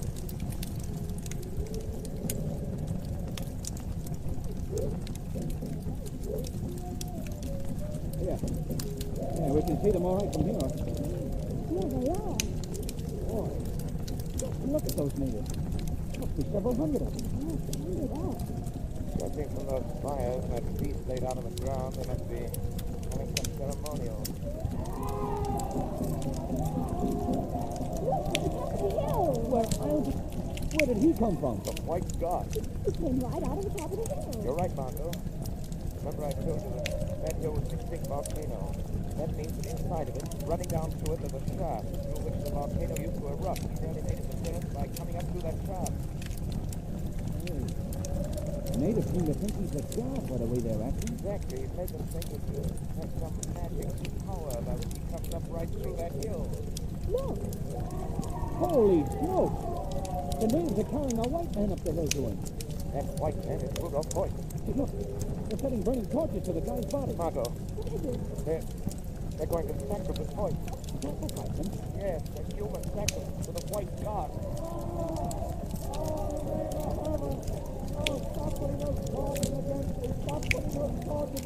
Mr. Hoyt!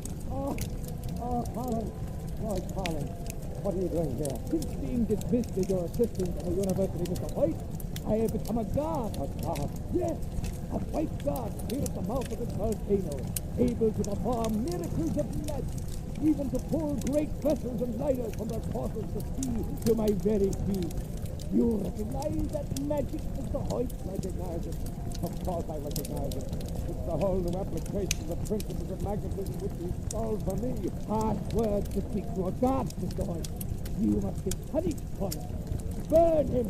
Apply the torches to his body.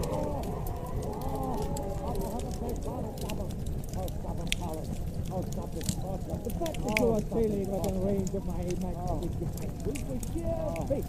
Sheer coincidence, but I am delighted to have the opportunity of receiving you and your colleagues. What have you done with my daughter? With the others from the yacht? You enjoying them presently. Where are they?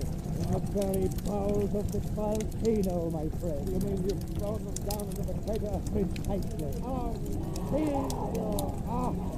I will not attempt violence, Mr. White.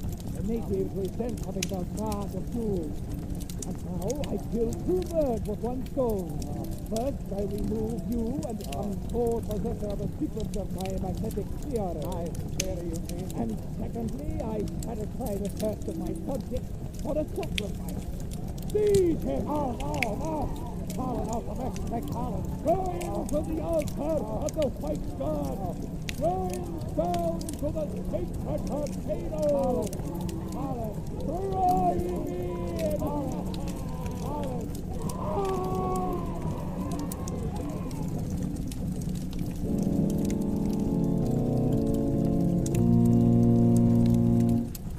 Ladies and gentlemen, how will the Shadow defeat his enemy this time?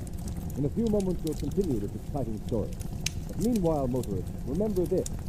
The roads you travel on may be perfectly safe when dry, but deadly enemies when wet. Yes, beware.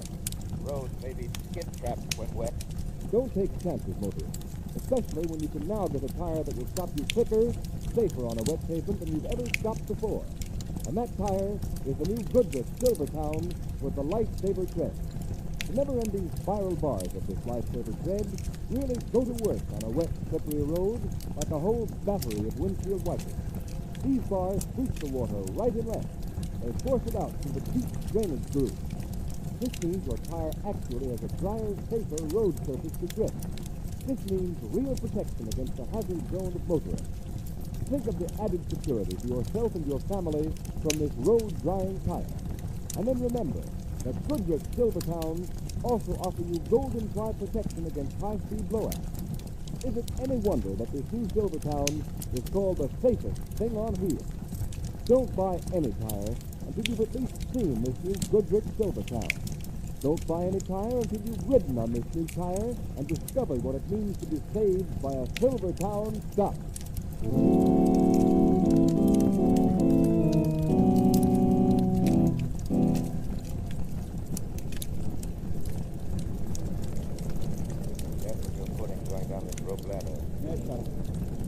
You're done for.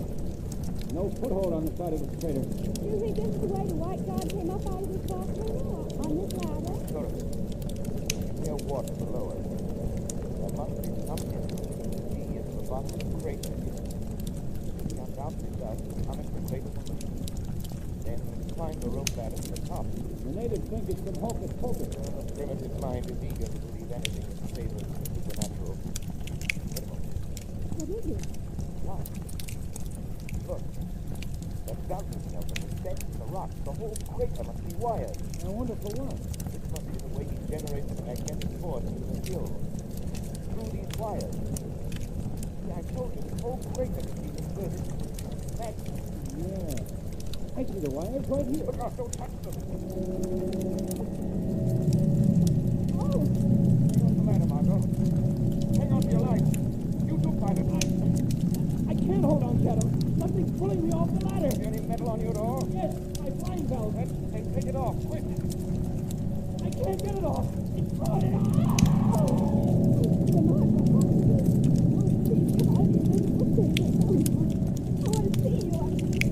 That flying belt. The magnetism in the mountain attracted it. Dashed it against the walls of the hill. This touching the wire set the whole magnetizing and keep it going, Margot. We're inside a huge, monstrous magnet that'll pull everything metallic for miles around to destruction. The vibrations are taking me off. I can't hold on any longer. There's water down below. Dive into it, Margot. Maybe we can find a way to swim out of here. Dive, Margot. All right, Lamont. Good. I'm following you. Now, there must be a way to get out of here. Out of the sea. Better find it before the mountain crushes us to death through with its vibration.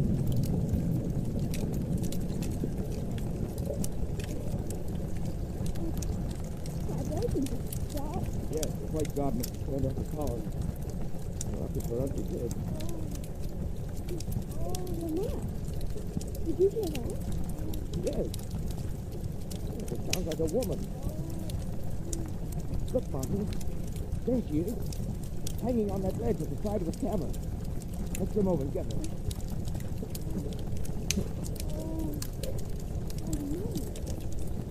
She's more dead than alive. She must get out of here. All right. I managed to support her all right. Got her. All right. Take her someplace where we can take her through. Restore her.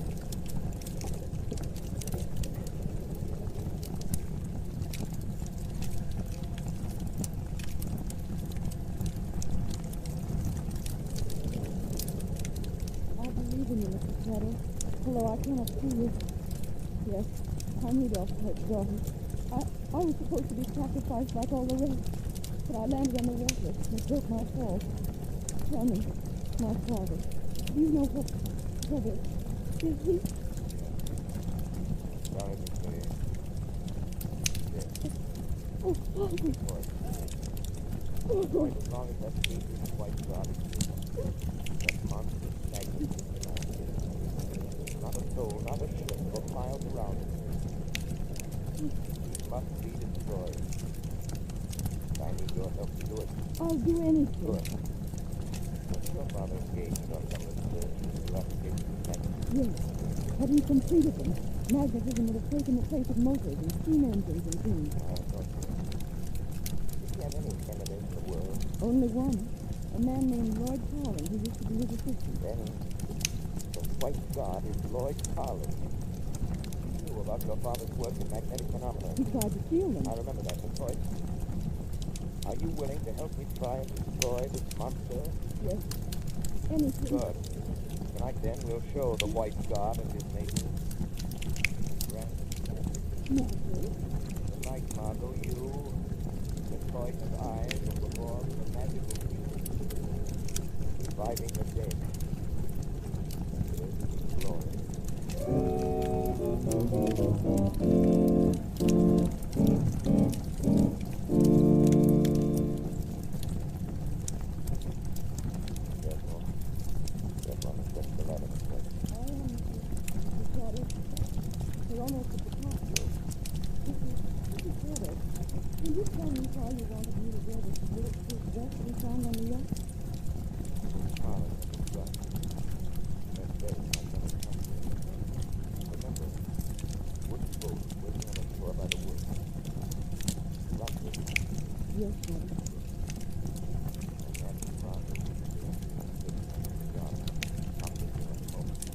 There it is now. See the light shooting across the mouth of the shaft? Yes.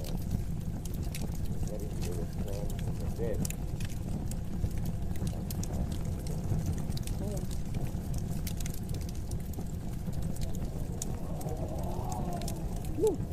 does it seem? I could hardly miss you in that searchlight. Now, walk down to that ledge. I'll be with you. Although you and the natives cannot see it. Yes, Mr. Shadow. Remember, let me do the talking. A masculine voice coming from Marie and Carnegie's woman grew quite a shock.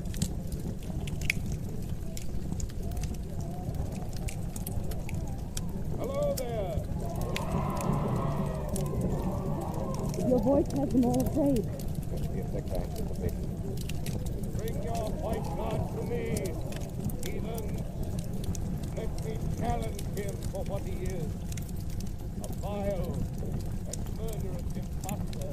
Do the natives understand that kind of language? Harlan hears me. That's all I mentioned to him. Where is this white god?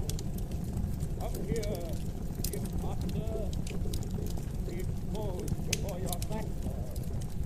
Be exposed for what you are. Here he comes now, Mr. Shadow. Remember, don't be afraid of his voice. No matter what he does. Greetings, Mr. Carlin. What nonsense is this? Nonsense? Yes. Your voice has voice. Yes, I lost my voice temporarily. You threw me down into the crater. When it returned, it was the voice of a man. I'm in no mood for joking. You're hiding in the shadows and speaking for at least right there. Who are you? Where are you? Tell me or I'll shoot. A waste of bullets. Shooting into the shadows, Carlin. I'll hit you. You think you can shoot invisibility or change, Carlin? A great science. Whoever you are, you can't stop me from destroying Ellie Hoyt here as I destroyed her father. Come!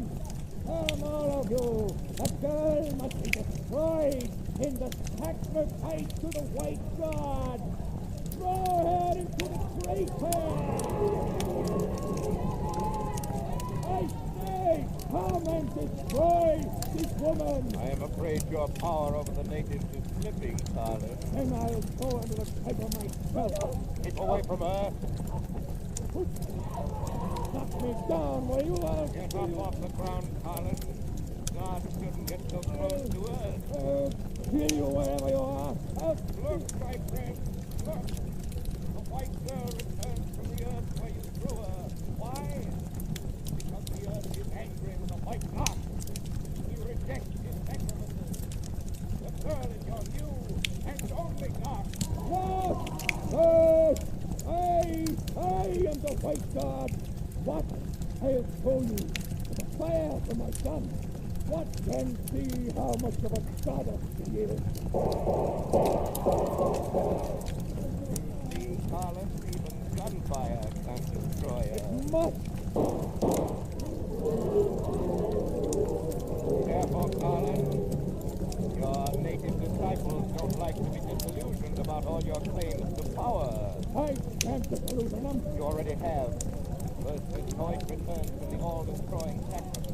Then your gunfire fails to phase her. What other magic have you to hold your followers? I'll show you. Shadow, he's running up the hill. He's running to the top of the crater. Not his sacrificing device. We must stop it. I'll show you who's all powerful here. Shadow! Shadow, if he starts that magnetizing device, we'll all be taken from the crater to our death. Then run to your life, boy. Run to the boat. Go to the woods. But he's already at the top of the crater. Run to your life. I'm going to stop him if I can. Powerful, my invisible friend, when my magnetic mechanism takes you off the hill to the rock below and crushes you.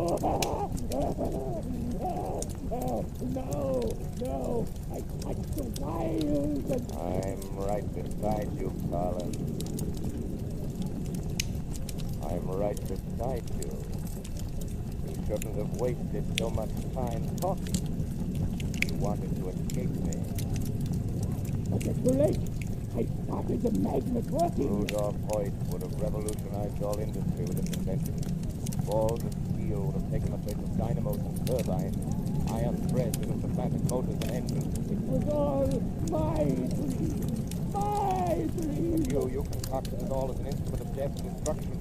Use it to awe the natives who did your fiendish bidding against the unfortunate souls you lured here. The natives are coming to kill you, Carlos. They'll throw you down the crater.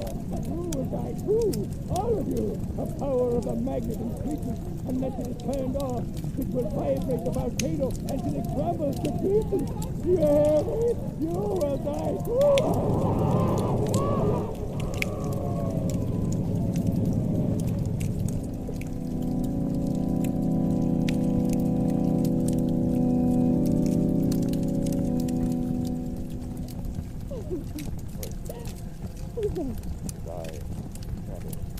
But I thought, weren't you here with the rest of them in the volcano crumble?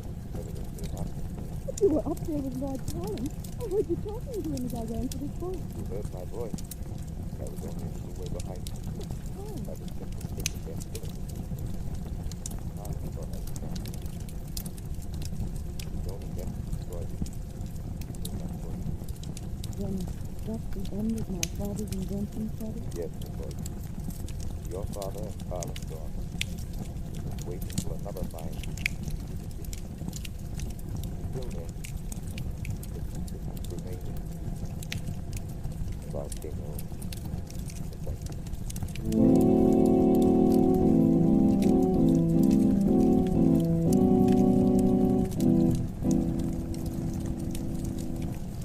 You have been listening to a dramatized version of one of the many copyrighted stories which appear in the Shadow magazine.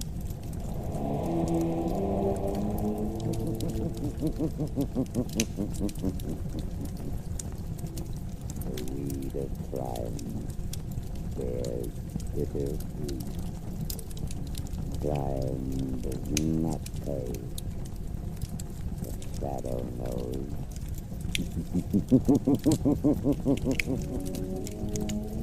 All the characters and all the places named are fictitious. Any similarity to persons living or dead is purely coincidental.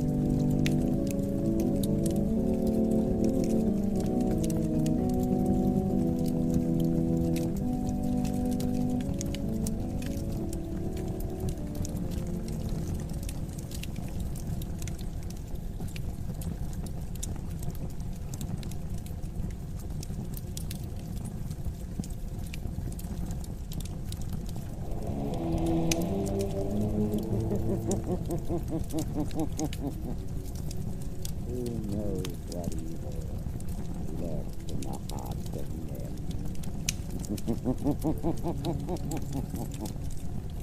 The shadow knows.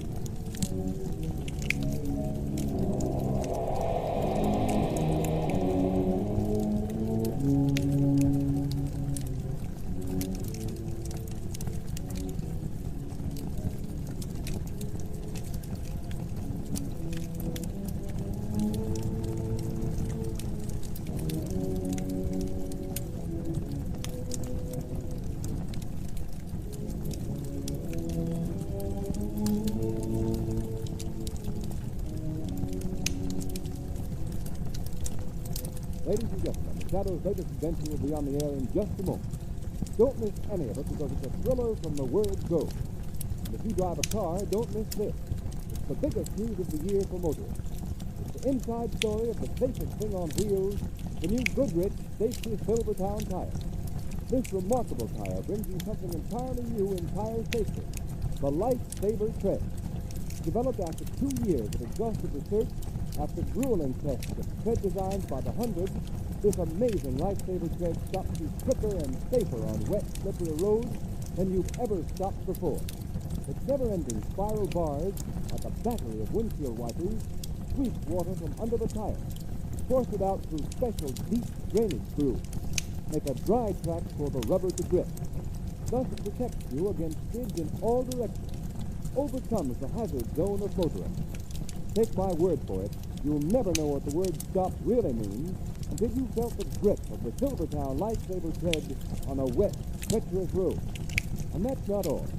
Silvertowns are the only tires in the world that give you golden ply blowout protection. And think of it, you get both of these priceless safety features, skid protection and blowout protection, at no extra cost. Tomorrow isn't a bit too soon to start riding on Goodrich, spelled Goodrich. Goodrich, Safety Silvertown.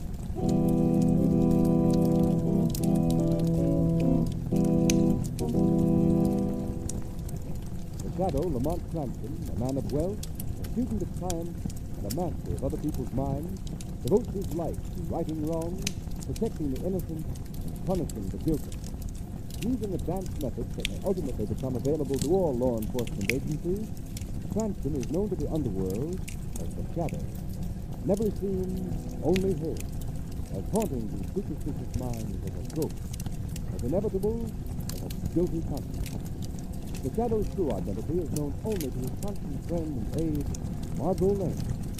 Today's story, aboard the steamship Amazon.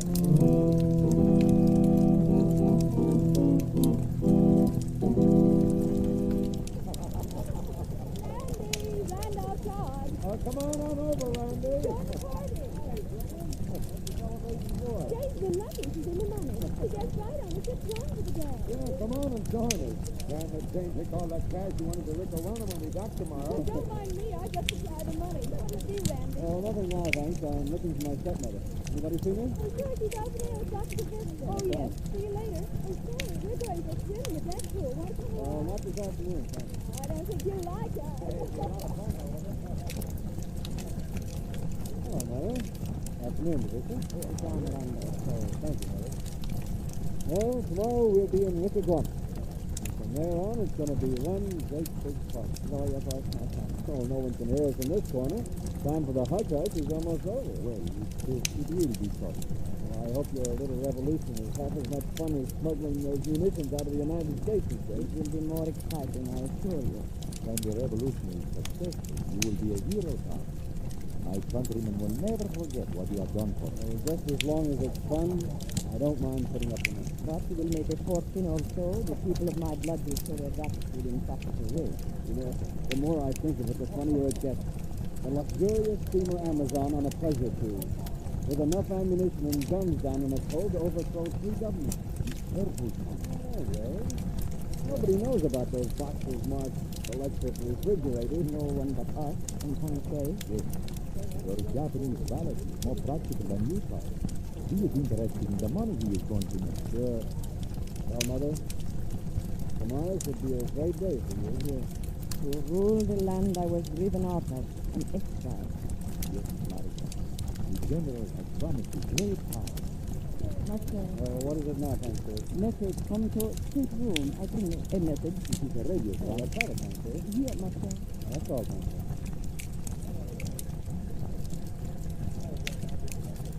Oh, boys, it's getting cold. Cold. Then it's from headquarters, yes.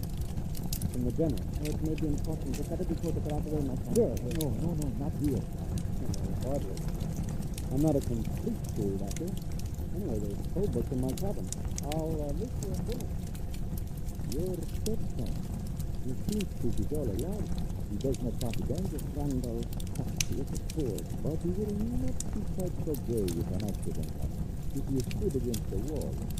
That is the unfortunate part of the book. Yes, for him. But you see where you can do all you can. No, my friend, I have not forgotten that.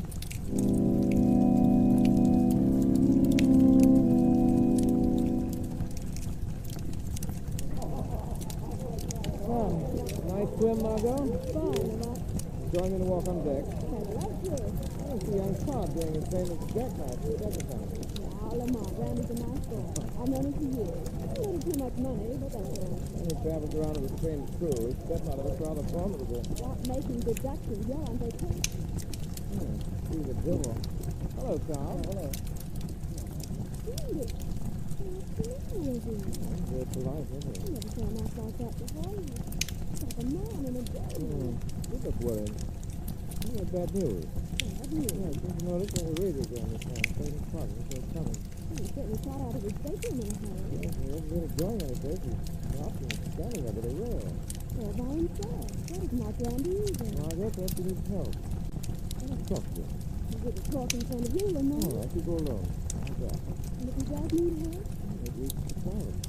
See you later. Yeah, that was interesting. Nice day, isn't it, Randy?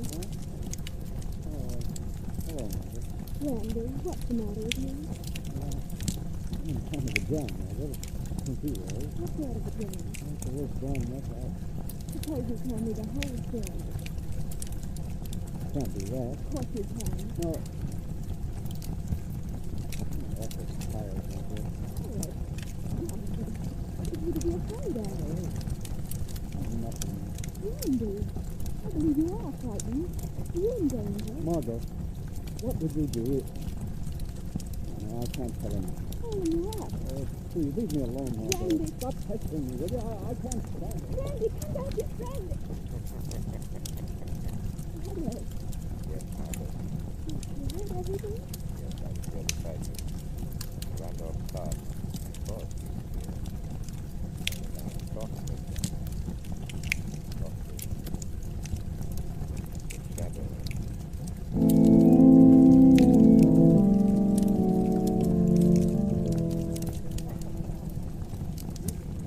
Dr. Digista, have you seen Randolph? No, Maria. I thought surely he'd be here dancing. No, he did not even come to dinner. I'm serious looking for him. I thought there was something wrong. Let's go to the boy's house. Really can't say it now. Can't say. Did my stepson? My master has gone back to his bedroom. Good. He is right. He walks up and down. We must see about this. Please come, both of you. That radiogram, Maria. Perhaps that is what upset him. Here is the second. Open the door. Yes, you do so. Shut the door, Francis. Yes, we thought you were coming to the dance. Something better, Master, maybe. No. Randolph, stop handling that old dagger and look at me. An ancient Indian knife we know about. Randolph, we want to know why you are acting like this. What did the general say in his radiogram? Radiogram? Yes. What was the message? Nothing important. Just good wishes. Really? May I see the message? No. Pour it up and threw it overboard. You tried it? Yes, it wasn't important. That message was from the general. We had a right to see it. You said, Randolph. what difference does it make? You're saying it before. You think Master lie. Oh, so he's right, Randolph. Lying. I said I threw the message overboard. You're a poor liar, Randolph. Give me that. I tell you, I grab him. Oh, no, look out and stab the knife. Hold him, Master.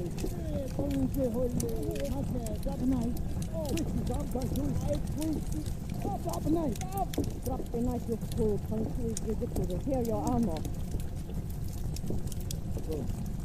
Go through his pockets, Teresa, and pick up the knife. Oh, you can't do it. No, well, can't do it. It won't get anywhere. Find the radio message, Doctor, and the coaches. Here it is. In the book. And they decode the top. Read it. The entire land is covered by government. Blow up ammunition to prevent capture. Master, lie. So what if I say? Can't take that message seriously. It is an order. It's insane. Think of all the people on this boat. I won't do a thing like that. You set off the ammunition, they'd all be killed. What is that to us? Fools, these fellows together. This is mass murder. Innocent people. I didn't mind fighting in your community war, but this... You are a traitor to your people. Your people, not mine. The passengers on this boat are mine. We'd like to slaughter them. I'll show up the whole scheme. For what? Either you call the whole thing off, or I go to the captain. No, monsieur. You can't hold me forever. Oh, you would betray. We have one of these is the fate of traitors. Mother, put down that knife. The knife that is for the traitor. Ha! Marita! Truly, not that we all country. Mr. Oh, well. He's dead. No, do not be a fool that is had the tyrant in view. But I the murder. It is not murder. The knife is Randall. His grip alone is on the handle. I put by the blade. I swore he shot his steps until himself three times. Mr. is very wise. Yes, we can say when they ask questions that we three left him alone and went to dinner. Later, in the dark, we shall carry out the general's command. Blow. Yes, yes. Blow up the ship.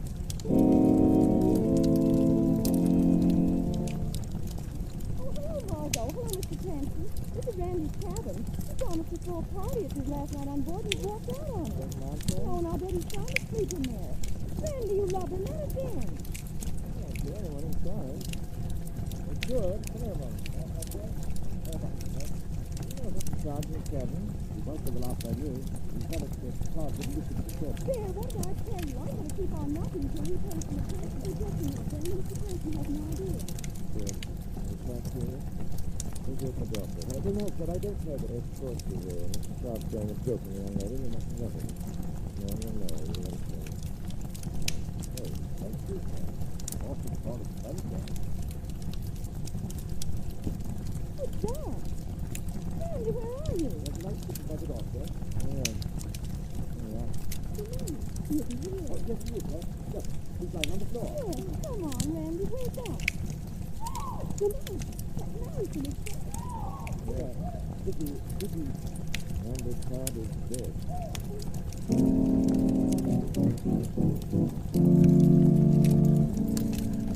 Oh, my poor Randall. I'm sorry, Mr. Todd.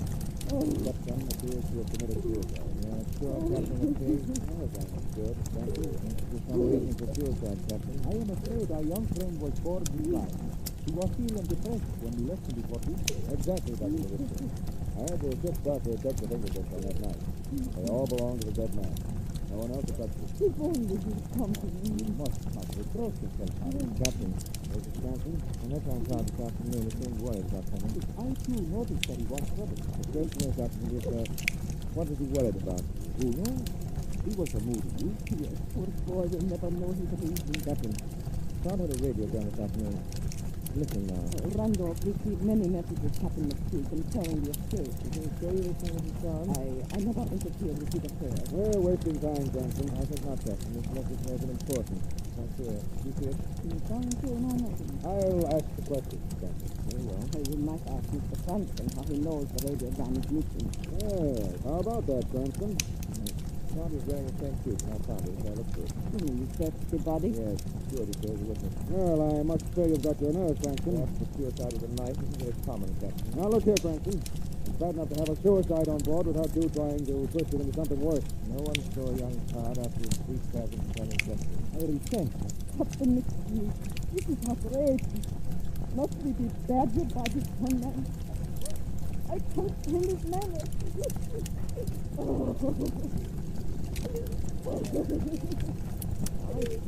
That's enough from you, Cranston. I nearly can't. I've had more than enough of your impudence.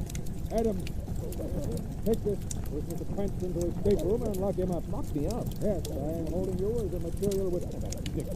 And Adam, put a man on the deck outside Cranston's cabin window. He shall stay in his room. Coming. I'll see you again, Captain. Very soon.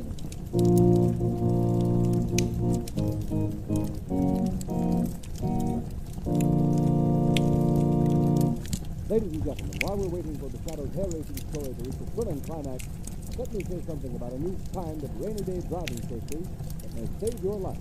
Because who knows? The Shadow knows. When there's wet, slippery film on the highways, there's always the grim uncertainty that your car may start sliding, swerving, spinning off the road. Why gamble with fate? Yes, motorists, and why gamble on tires when the new Goodrich Silvertown with its lifesaver tread offers you such marvelous skid protection?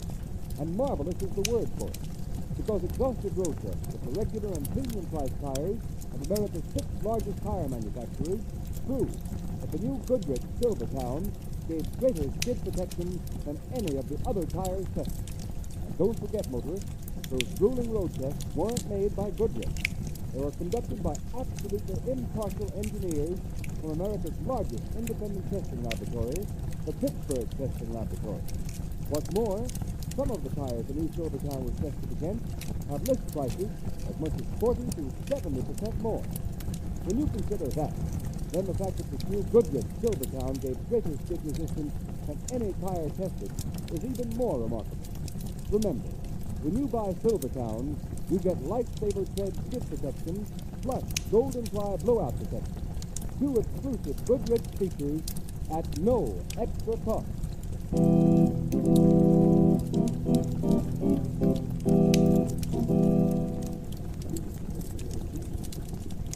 Here, this go in that bag here.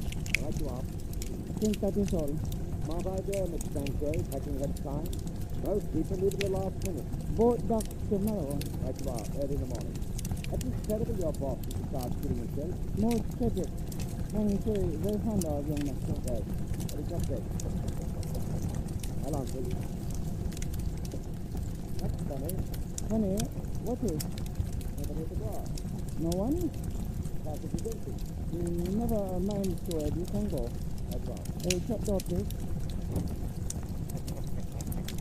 Stuart, I said go. Who laughed? I did not do it. You. Where are you? I cannot see you. I am here beside you, Kang Shui. Only voice. Yes, Kang Shui. The shadow is a voice. Asking for the truth. The truth about Randolph Todd's death. Kang Shui know nothing. Kang Shui lies. The shadow knows. Where is the radiogram your young master got this afternoon? I not know. You're a wicked servant, Kang Shui. Where is the radiogram? I did nothing. Where is it? Here in pocket. Please. It's on the table. Yes, Shadow. Why did you take it? What did it say? I give it to you. No. Go away, please. No, Kang Shui, not until I know the truth.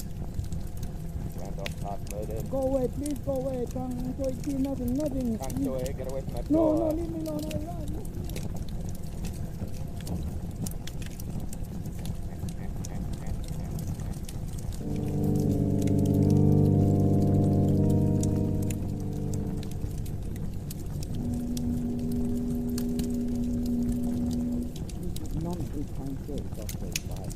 No, true. Kang Shui, true, Shadow. No, ma'am. Just Shadow. I don't believe it. It's true, Mr. Shadow. Take radiogram from Kang Shui. The radiogram? You gave it to him? You cannot fight Shadow. Cannot. Fool. There is the answer to not doing him. He's living in the fog. No fog in Kang Shui cabin. Then we won't mind the fog a little later tonight. Luckily, you better shut the window. Look at the way the curtains are blowing in. That's funny. That's not been a breath of air all night. But the curtains were blowing for a moment.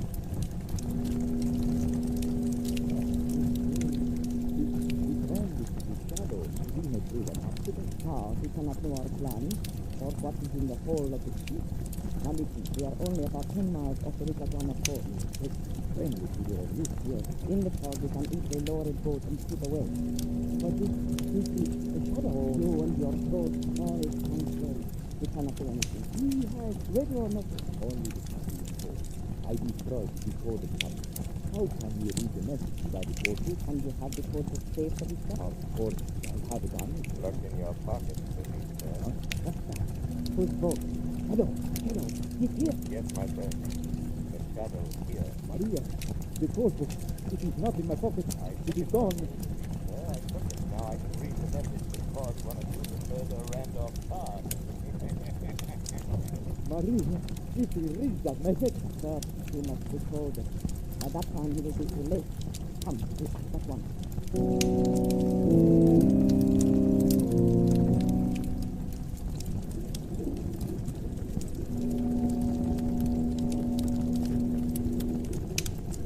Half speed ahead.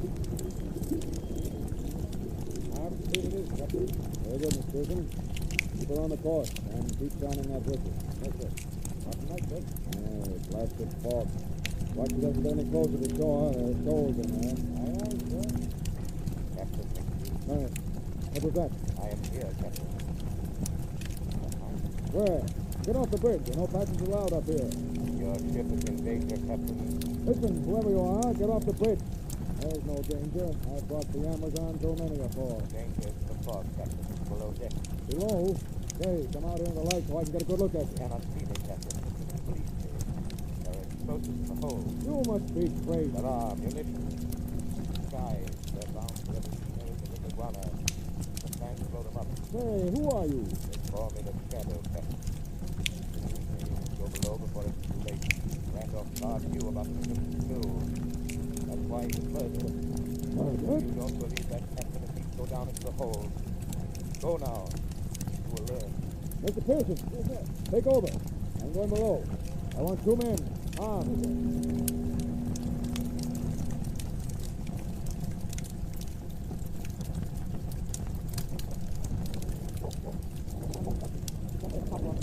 Yes, sorry. Come to it. Undo that hatch. Yes, sir, yes. This one has the fuse hit me. Start tying up to the cargo. If one box blows up below though, yes. And the ship with it. What is it? Come on, come. Come to it. Quick, quick, ambulance. Yes, sir. Yes. Up, uncle. Everybody quick. Come on, the light of the world.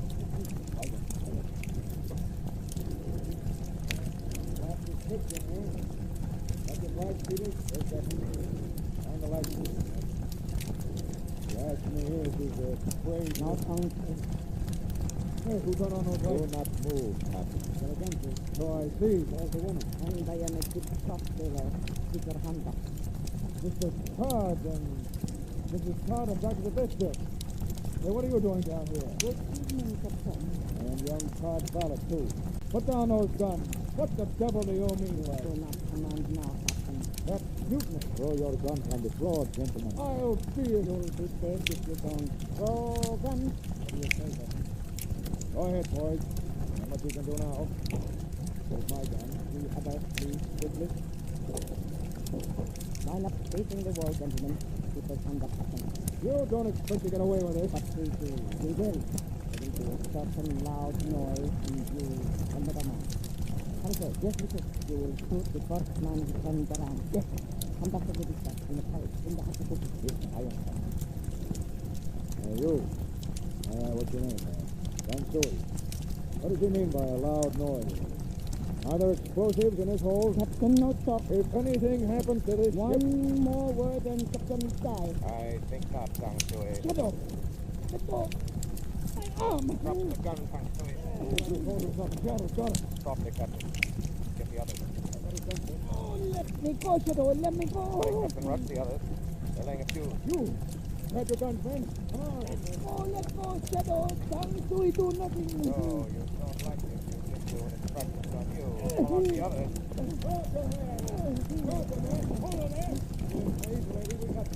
Oh, Shadow. This is your doing. No, Mrs. Todd, yours. Shadow merely helps the cause of justice. Hey, these are munitions, all right. Look at that. Powder. High explosive shells. That's to blow the ship right out of the water. That was their idea, Captain. All right. Hope you feel satisfied. Smuggling, piracy, assault with a deadly weapon, sabotage. You'll spend the rest of your lives behind bars. No, Captain, not all. Ransui will die for the murder of his master, Randolph Todd. Oh, no, I did not. You will hang, Ransui. I tell you truth, Shadow. Mrs. Todd, one time, suffrage lady, she saw knife by blade. Wait, look out!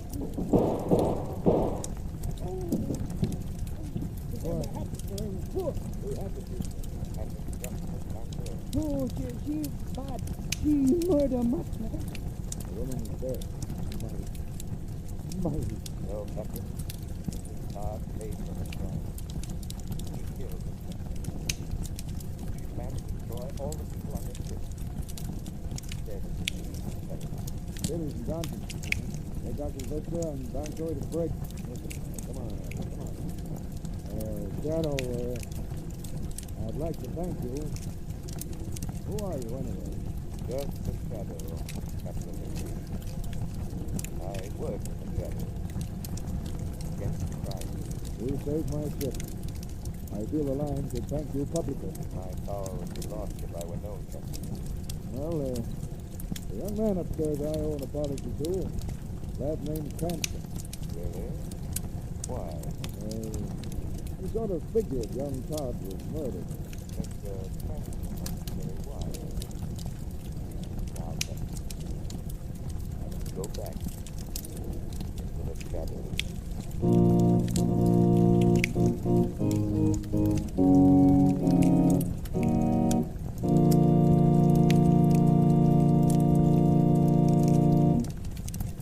You have been listening to a dramatized version of one of the many copyrighted stories which appear in the Shadow magazine.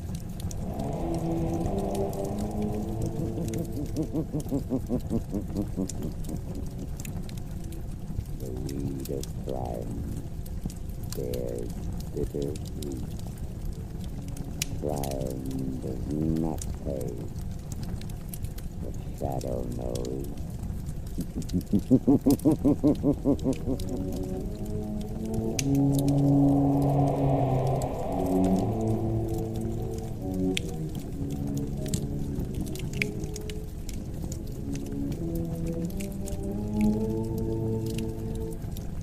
All the characters and all the places named are fictitious. Any similarity to persons living or dead is purely coincidental.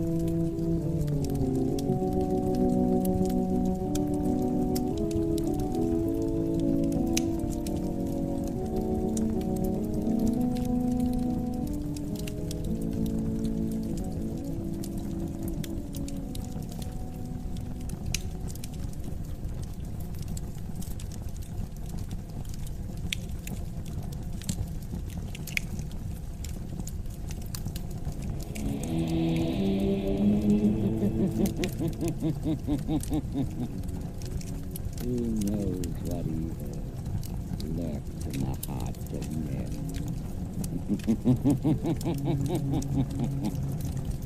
The Shadow knows.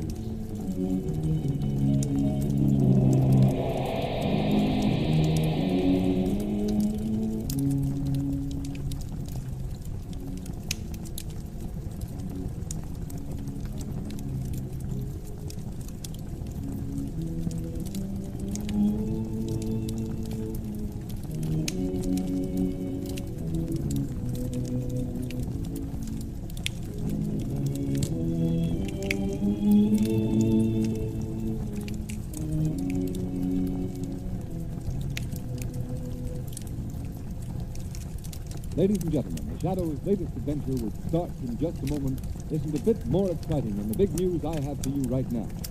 It's all about a new kind of tire that's making motoring history. Yes, you guessed it. It's the new Goodrich Safety Silvertown with the Lifesaver tread. Believe me, motorists, you've never seen or ridden on any tire like it. As the Lifesaver tread spiral bars whirl over wet, slippery pavement, they sweep the water right, left, force it out through deep drainage grooves. This means that there's a dry track under your car for the rubber to grip. Means that you'll stop quicker, safer than ever before. Treat your family to real protection against dangerous skid. Make your next tires good grip. Spelled Goodrich. Good Grit, Safety Silvertown.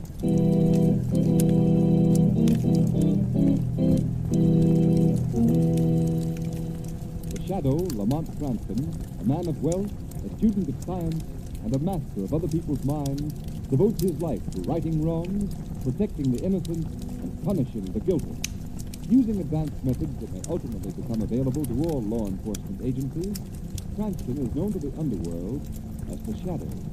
Never seen, only heard, as haunting to superstitious minds as a ghost, as inevitable as a guilty conscience. The Shadow's true identity is known only to his constant friend and aide, Margot Lane. Today's story, Murders in Wax.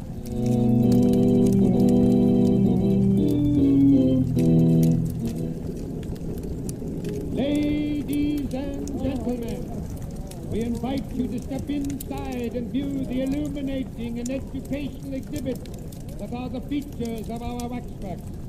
See Bluebeard actually slaying his 8 wives. See Custer's last stand. See the capture of George Keegan, public enemy #1, and many other thrilling, lifelike tableaus. The price of admission is only 1 dime, 10 cents. Our lecture is just starting, and if you hurry, you'll be just in time to witness the complete show on the inside. Step right up now. How many for the 2, please. Gentlemen, if you'll just step over here to the next platform, I shall describe to you the details of the feature tableau of our exhibit. Hey, they look like real people, don't they? Yeah, how do they make them? With what? Gee. This tableau is a dramatic reenactment of the capture of George Keegan, the notorious gang chief of Prohibition Day. Oh, that's what I was... He was arrested in the manner shown right here. No doubt you all recognize the figures of the brave men who personally led the police squad who made the capture. On the left, the wax figure of our own Mayor Lewis. Center, our District Attorney Armstrong. And right, Police Commissioner Wasteland. Were they really there when Keegan was caught? George Keegan's arrest put an end to the wave of crime and lawlessness that gripped our city for a decade. He is now imprisoned in the state penitentiary for the rest of his natural life. Gee, the girl in the tableau sure looks lifelike. Yeah. Ask them who she is. Okay. Hey, Cap, who's that girl? I just coming to that, brother. The little lady seated in the chair was Keegan's gun mom, Edna Kelly. She was with him in the hideout at the time of the raid. Hey, look, the wax figure fell off the chair. Now, don't get excited, folks. It's only a wax figure. I just set it up again and... It's real. It's the body. A dead body. A dead body of Edna Kelly. Hey, it's really Edna Kelly. Edna Kelly, how'd she get here? She's been murdered.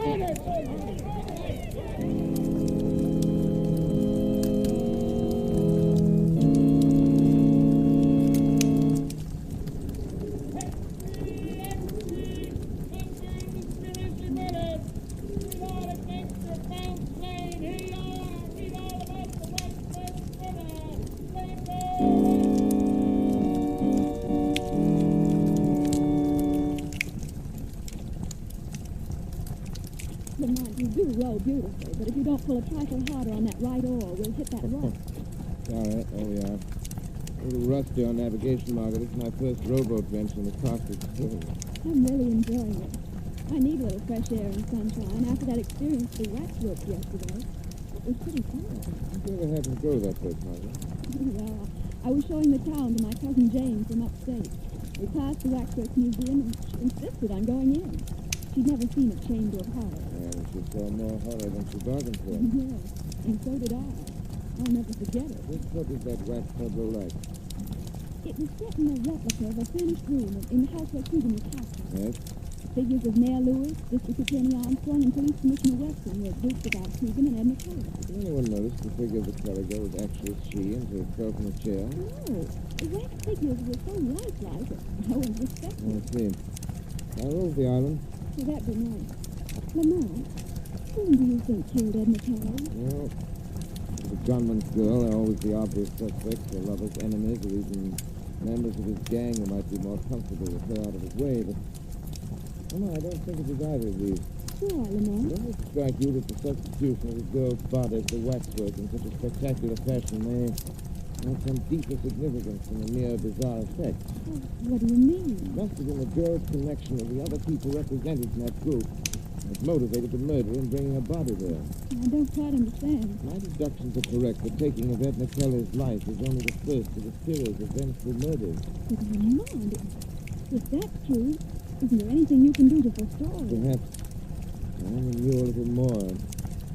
I only knew where the killer plans to strike next. Surely the Shadow can find that out. Your help, Margot? Perhaps he can.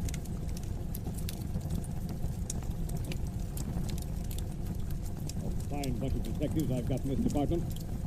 Call yourselves a homicide squad? That's a laugh. But Commissioner Weston, we've combed this city. Hogan, you checked on the story of the museum proprietor. Commissioner, you talked to him yourself. You verified his statements? Yes, Chief, they're solid. The murderer entered the Waxwork Museum by a back door. We found Jimmy. After he put Edna Kelly's body in a tableau, he took the wax image of her outside and buried it under some trash in the alley. Did you go over the image for fingerprints, Cardona? Yeah, but we couldn't find anything. Tell him about the face. Oh, yeah, Commissioner. Funny thing, the face of the wax dummy had been sliced with a knife across the left cheek. Why didn't you tell me that before?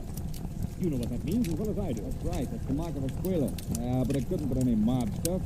The probation report shows that Edna Kelly's been going straight ever since Keegan was sent away. If you ask me, I think it was a lunatic that done it. No sane guy had set a dead girl's body up for exhibition in that waxworks joint. It looks to me like one of them love things. Some guy carrying a torch for Kelly. You're both wrong. There's no lunatic that committed that murder. And Edna Kelly hasn't gone out with anyone since Keegan started his stretch. When what, Chief? Edna Kelly was murdered for vengeance by someone who wanted to settle a score with her lover, George Keegan. Keegan can't be reached in the big house, so they take it out on the girl. And what about the mark of the squealer on the face of the wax figure? That ties right in. That was the murderer's way of telling Keegan what he thought of him. Keegan has saved his neck by squealing on a dozen guys. Say, that's right. Of course it's right. Cardona, first thing in the morning, I want you and Hogan to conduct a general roundup of every known enemy of George Keegan. That won't do any good, Commissioner. It's the Shadow. Don't trouble to find him. Why are you here, Shadow? To aid you in capturing the murderer of Edna Kelly. What do you know about the case? I know that you shouldn't be wasting your men's time rounding up possible suspects, while the real assassin is left free to strike his next blow. Now, see here, Shadow. Don't tell me how to run my department. Hold on, Weston. I have every reason to suspect that the placing of the Kelly girl's body in the wax tableau is intended as a warning of other deaths to follow. Other deaths? You think there's going to be more killings? Be quiet, Hogan. Tell me what you mean, Shadow. I mean that the other people represented in that wax tableau are in danger of being killed too. They're the mayor, the district attorney, you yourself, Commissioner Weston. That sounds preposterous. Not at all. Advise you to act quickly. One of you may be at this moment imminent peril. Oh, come, Shadow. What possible motive could the murderer of the girl have for wishing to kill us as well? I think that you're... Excuse me. Hello? Mrs. Armstrong, the district attorney's wife wants to talk to you. Put her on. Hello. Yes, Mrs. Armstrong. This is Commissioner Weston. I'm dreadfully worried about John. What's wrong? Shortly after dinner, he went out. Said he might take a walk. Several hours passed and didn't return. Fallen asleep. When I woke up a few minutes ago, he still hadn't come back. He said, like John, Commissioner. What time is it now? It's after 2 a.m. Well, now don't be alarmed, Mrs. Armstrong. He's probably detained somewhere on business. I'll try to locate him for you and call you back. Oh, thanks. District attorney has disappeared. Disappeared! Say, Well, Commissioner Weston? You think, Shadow, that... Yes, Commissioner. I fear that the killer has struck again. Can't be. If I were you, I would go to the Waxworks Museum. Once. May arrive in time to stop this murderer completing his monstrous work.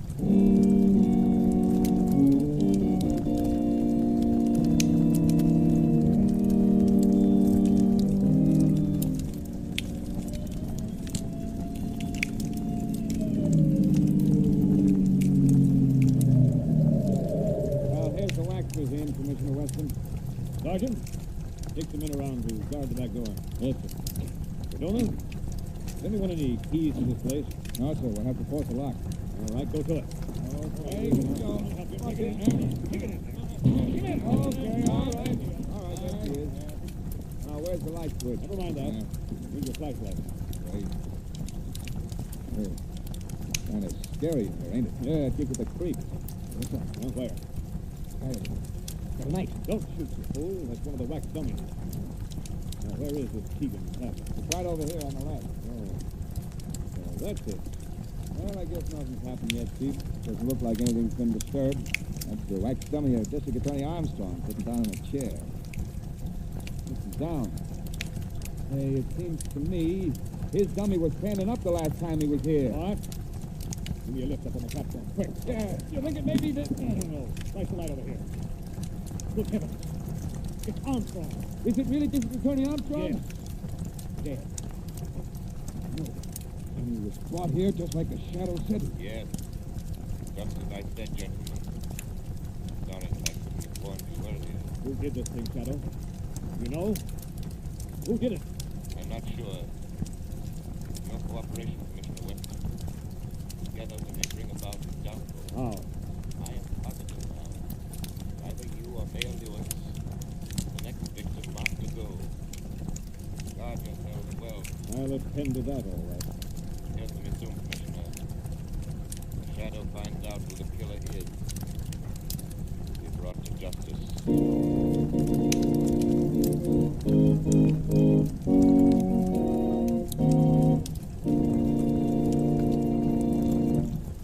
Ladies and gentlemen, let's leave the Shadow's exciting adventures for a moment.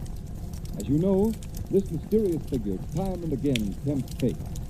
But do you realize that unless the tires on your car give you real skid protection, you are tempting fate every time you drive on wet roads? Will you win or lose? Nobody knows. The Shadow knows. Thousands are killed or injured every year. Cars slide, swerve, spin, across wet, glistening roads.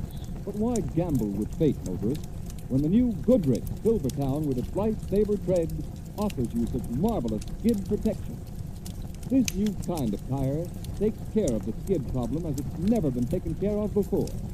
Here's the evidence. From the largest independent testing laboratory in America, the famous Pittsburgh Testing Laboratory. Their impartial engineers tested the regular and premium-priced tires of the nation's 6 largest tire manufacturers. And did Goodrich Silvertown come through with flying colors? Motorists, those impartial tests prove that no other tire tested, regardless of price, came up to the Silvertown in resistance to skid. What's more, the new Silvertown gave more non-skid mileage than any tire tested in its price class. It averaged 19.1% more miles before the tires wore smooth. And that's the same as saying you'll get every 6 mile free. So when you think of greater safety for yourself and family, remember this impartial record of the Silvertown's amazing performance. Have your car equipped with the safest thing on wheels, the new Goodrich Safety Silvertown. Remember, you pay no price premium for this life-saving Silvertown.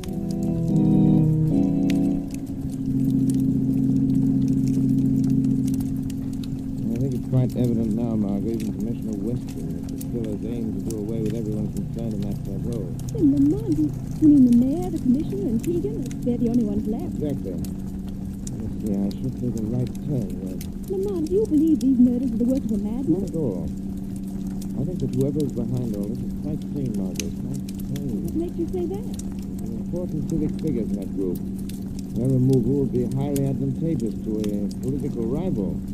Surely political rivalry wouldn't be sufficient motive for these horrible crimes. I wonder. And besides the girl, Edna Kelly, how would she fit into that system? That's what we're driving up here to find out. Yeah, there's the prison now. Cheerful looking spot. I'll drive you up to the gate and let you out. I shan't do anything. Why not? The warden, Mr. Driscoll, has never been a particular admirer of mine. Feeling which I reciprocate. Why, Lamont? Well, I had occasion to expose the graft-ridden conditions in this prison a few years ago. Naturally, that didn't make me too popular with Mr. Driscoll. Here we are. Now, remember what I told you? I think so. I'm a reporter from the Daily Globe. I'm to act for an interview with Edna Kelly's sweetheart, Keegan. And when I see him, I'll try to find out from him.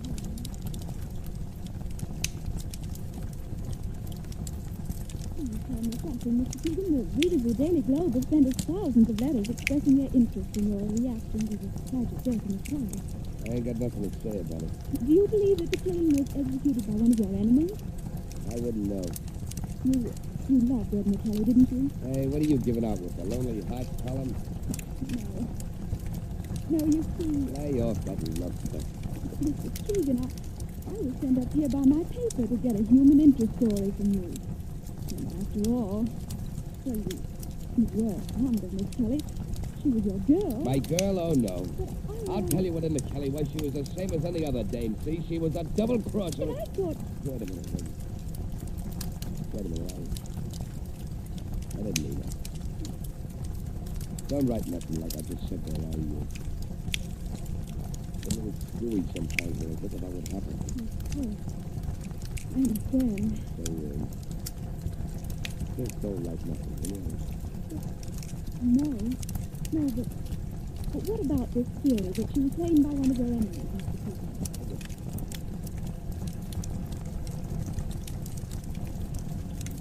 I tell you, Lamont, he flared up so suddenly when I asked him if he really loved her. I was scared to death. He called her a double-crosser, eh? But he regretted it the next second. He asked me to be sure and not write anything about it. Most interesting, Margot. Thank you for your excellent work. But has what I told you helped you unravel any? Greatly. Well, what happens now? I think that there are many more interesting facts to be learned there at prison. Yes? This evening, the Shadow should pay a call on his old friends. Warden Victor.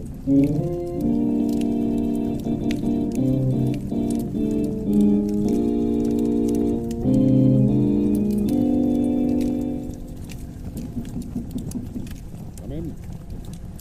Can I see you for a minute, Warden? What's the trouble, Terry? Well, it's about Keegan. Oh, what about him? Well, I put him in solitary like you told me. Yes, yes. That was this morning I done that. Hey, Terry, what are you trying to tell me?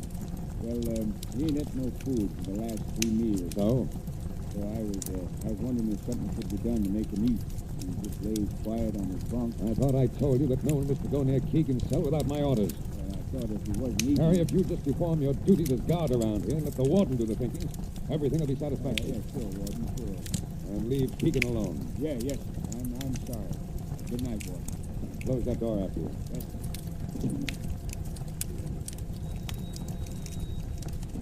Hello? Yes? Oh, yes. Did you get away all right? Good. Yeah? I'll get him back here before daylight, no matter what happens. Yeah, okay. Tell him I hope he does a good job. Huh? Yeah. Yeah. Goodbye. Huh? Who's that? Won't you share your little joke with me? Harry, are you outside that door? Is that you talking?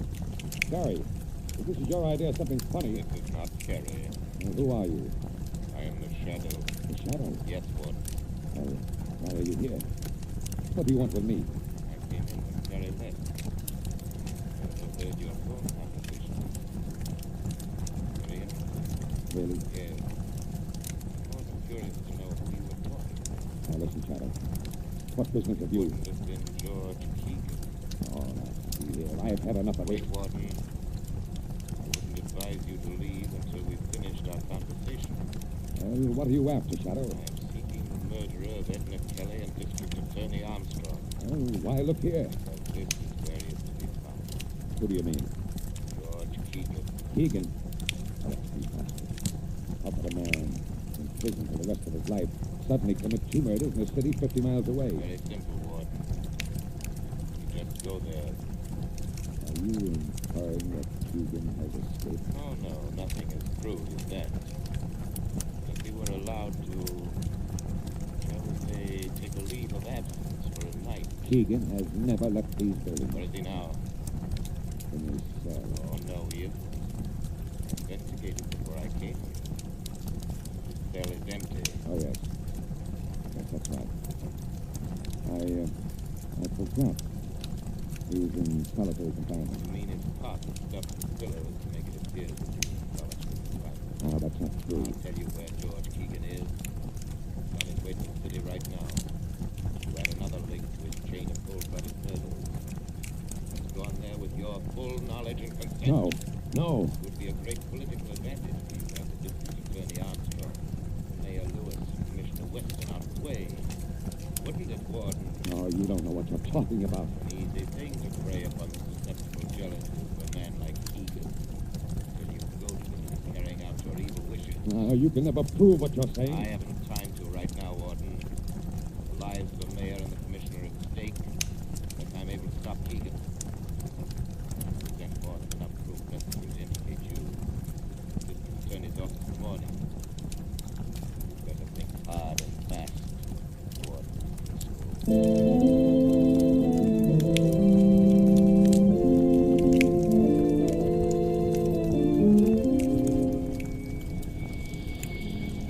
Margot Lane.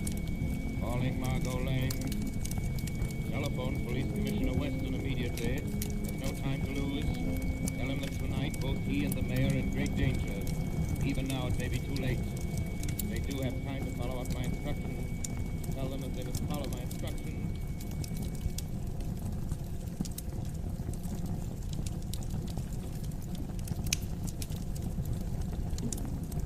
All right, Mr. Mayor. Stay sitting at that desk and keep your back to me. I got a gun here. Don't turn around. Just listen. I'm George Keegan. Remember me? You were one of the heroes that made the pinch when I was picked up. You must remember. That even got a little statue of you and me down at the rescue museum. Now do you know? You'd better know, Mr. Mayor. Because I'm sending you down personally to take that statue's place. Well, why don't you take it? Are you scared before?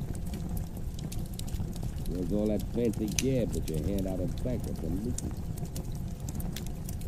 Come on, speak up. Come on, what's the matter with you? Speak up, will you? All right, then you get yours just the same.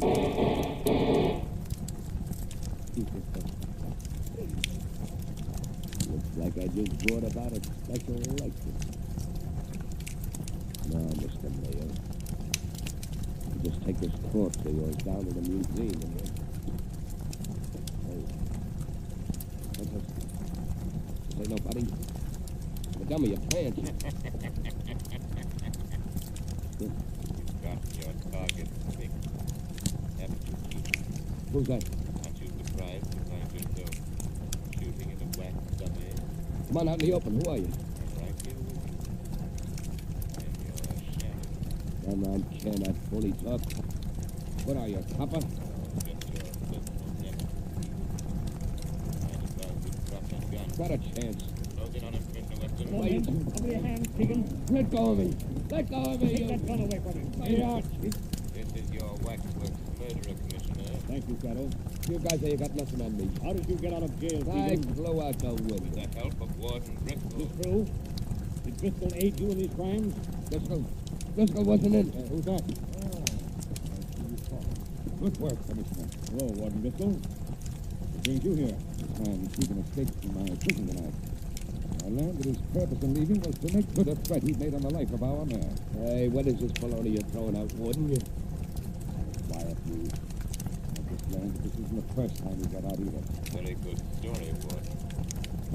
Only I think that George Keegan would tell us the difference. Shadow, you here? Yes.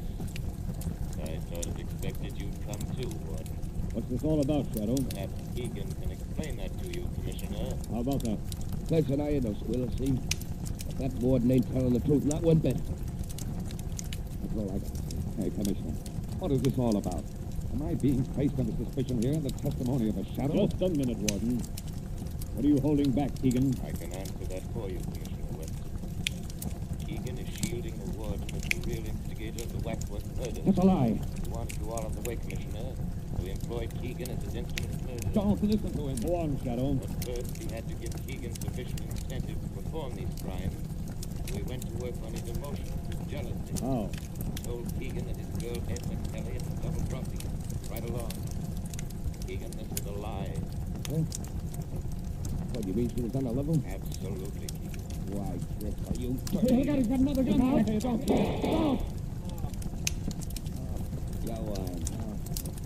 Go on, roll in pain. Just like Edna done before she died. Try to talk. That's what she done, too. And I laughed at her. I laughed at her. Laughed at her. That's what I did. Take him away. Laughed at her. Driscoll is dead, Commissioner. Well, perhaps that's for the best. Oh, Shadow. Are you still there? Yes, Commissioner. I want to thank you heartily for this night's work. I seek no credit, Commissioner. However, I have a suggestion for you. What's that? The Wax Museum decides to create a new tableau depicting this present event. It might be wise for you to arrange to be excluded. Give people...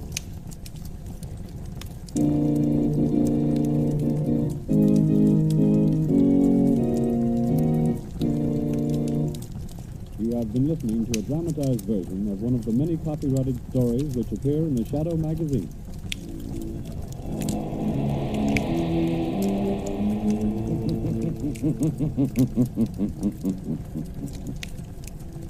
The weed of crime bears bitter fruit. Crime does not pay. The Shadow knows. All the characters and all the places named are fictitious. Any similarity to persons living or dead is purely coincidental.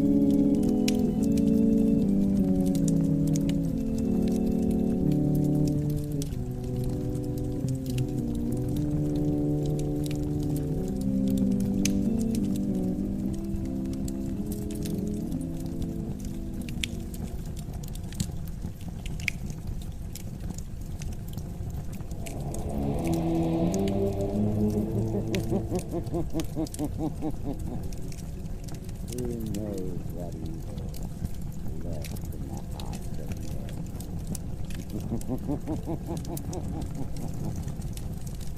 Shadow knows.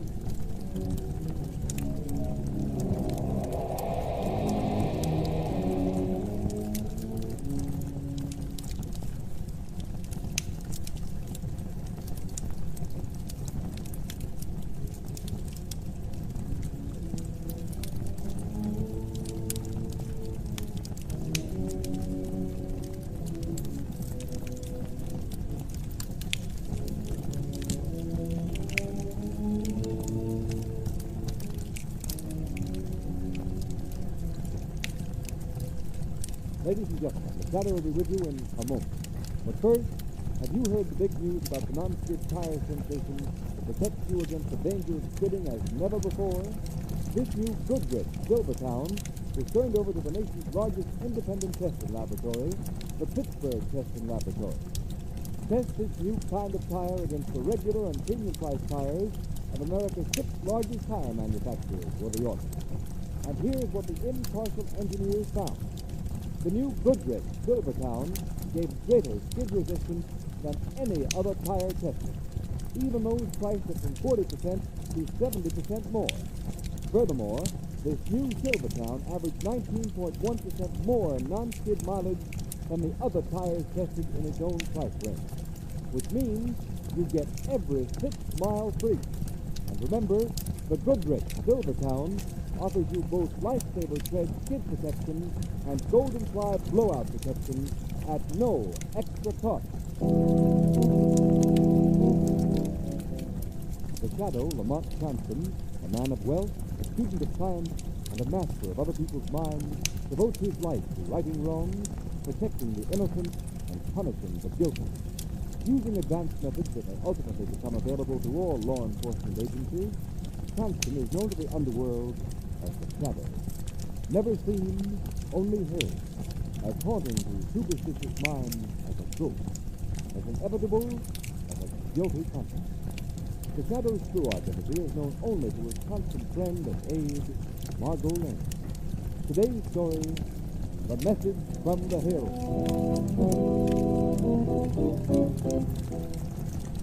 Hand me that map, Jake. Okay, boss. Put it out on the table, Gordon. Okay. Now, let's check the whole thing once more. All right. Here's the blooming group of island we're camped on right now. Yeah? It ain't so much bigger than that dot at that. Oh, shut up, Jake. And here's Funny Island. Okay. There's Mount Wally and the Desert Diamond Line. Right smack in the middle. Okay? 3 weeks from the coast and double house by trail. Isolated, you might say. All right, Lanny. Is our plane in good shape? Stop hold. Yeah, so you can find that mountain. Well, I thought they're often enough. Limey, we don't want to get tangled up with the mining company's plane. We will. The plane goes up from the coast on Friday. Comes back on Saturday. We pay our little visit to the diamond mine in between. You're sure they ship the diamonds out every 3 months? Listen, sure. I've worked for the Saturday trade for over a year. I know. Well, looks foolproof to me. And there's enough diamonds in one of them shipments to keep us all like aristocrats. The rest of the native boys in good shape, Jake? Yeah, boss. Team of the South Sea. They can fight? They may have to. About this Major Whitefish. They left the chief. He's a tough little buddy. Oh, we'll take care of him.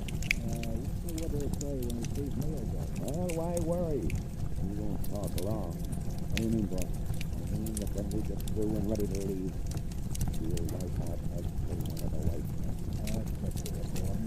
Don't leave no witnesses. They'll all be sworn.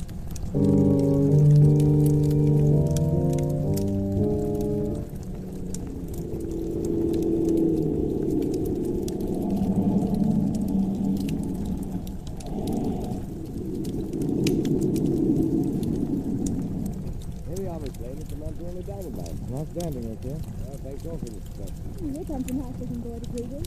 That's technically 50% of the diamond mine. I had visitors for you. Name, may I present my sentence? How do you do? And Mr. Lamont Cranston, Mr. Cranston. We're glad to be there. Lovely here on your mountain top. That's luck. You have to dance, eh? Right. There you are. I suppose this is one of the few rarest secluded places left on the Earth's surface, if I imagine it is. By the way, Ned, where are the others? Major Whiteside off in the hills with 3 junior engineers. See them all at mess tonight. These males out there, Ricky. Kind of pretend all of them. By the way, how is Ken? Still down in the mouth? Like, Ken good. What's the matter with him? Ken is our houseman, butler, cook, and so on. These mornings, his son, who lives on a small island about 1,000 miles from here. Poor fellow. When did he hear? Months ago. Same night he sick, the boy died. But I thought you had no wireless station here. No, we haven't. Then Genghis wife told him by telepathy. told him he believes his son dead because of a mental message sent out It's telepathy. ridiculous, isn't it? I don't know. Oh, God, no, Mr. Jackson. You don't believe this, right? Frankly, I don't think it is all rot. I believe when two minds are queuing, sometimes they can't communicate. That's 1,000 miles of ocean. The end of the earth. Oh, after all, You laugh too loudly, Mr. Jackson. Your disbelief has been a rude shock if you stay in the Orient long. You can never tell what strange things may happen today, tonight.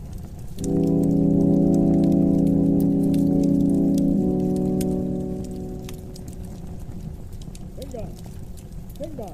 Oh, confound the fellow, no good, Major. You heard about his morning with his son. To be sure, you know, I told Finger there can't be any truth to his notion, but that doesn't alter his belief. Speak of anything great on that.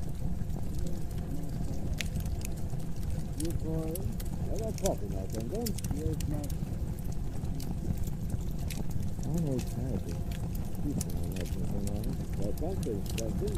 Finger's a good houseman. That's all I know about him. Major, Ricky tells us that on his flight next week he takes out a quarterly shipment of diamonds. Yes. Coming off the size of a packet of a stone.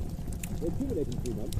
Is it risky? I don't accumulate. I think Brooke might be trying to line away from the town. Not suspense.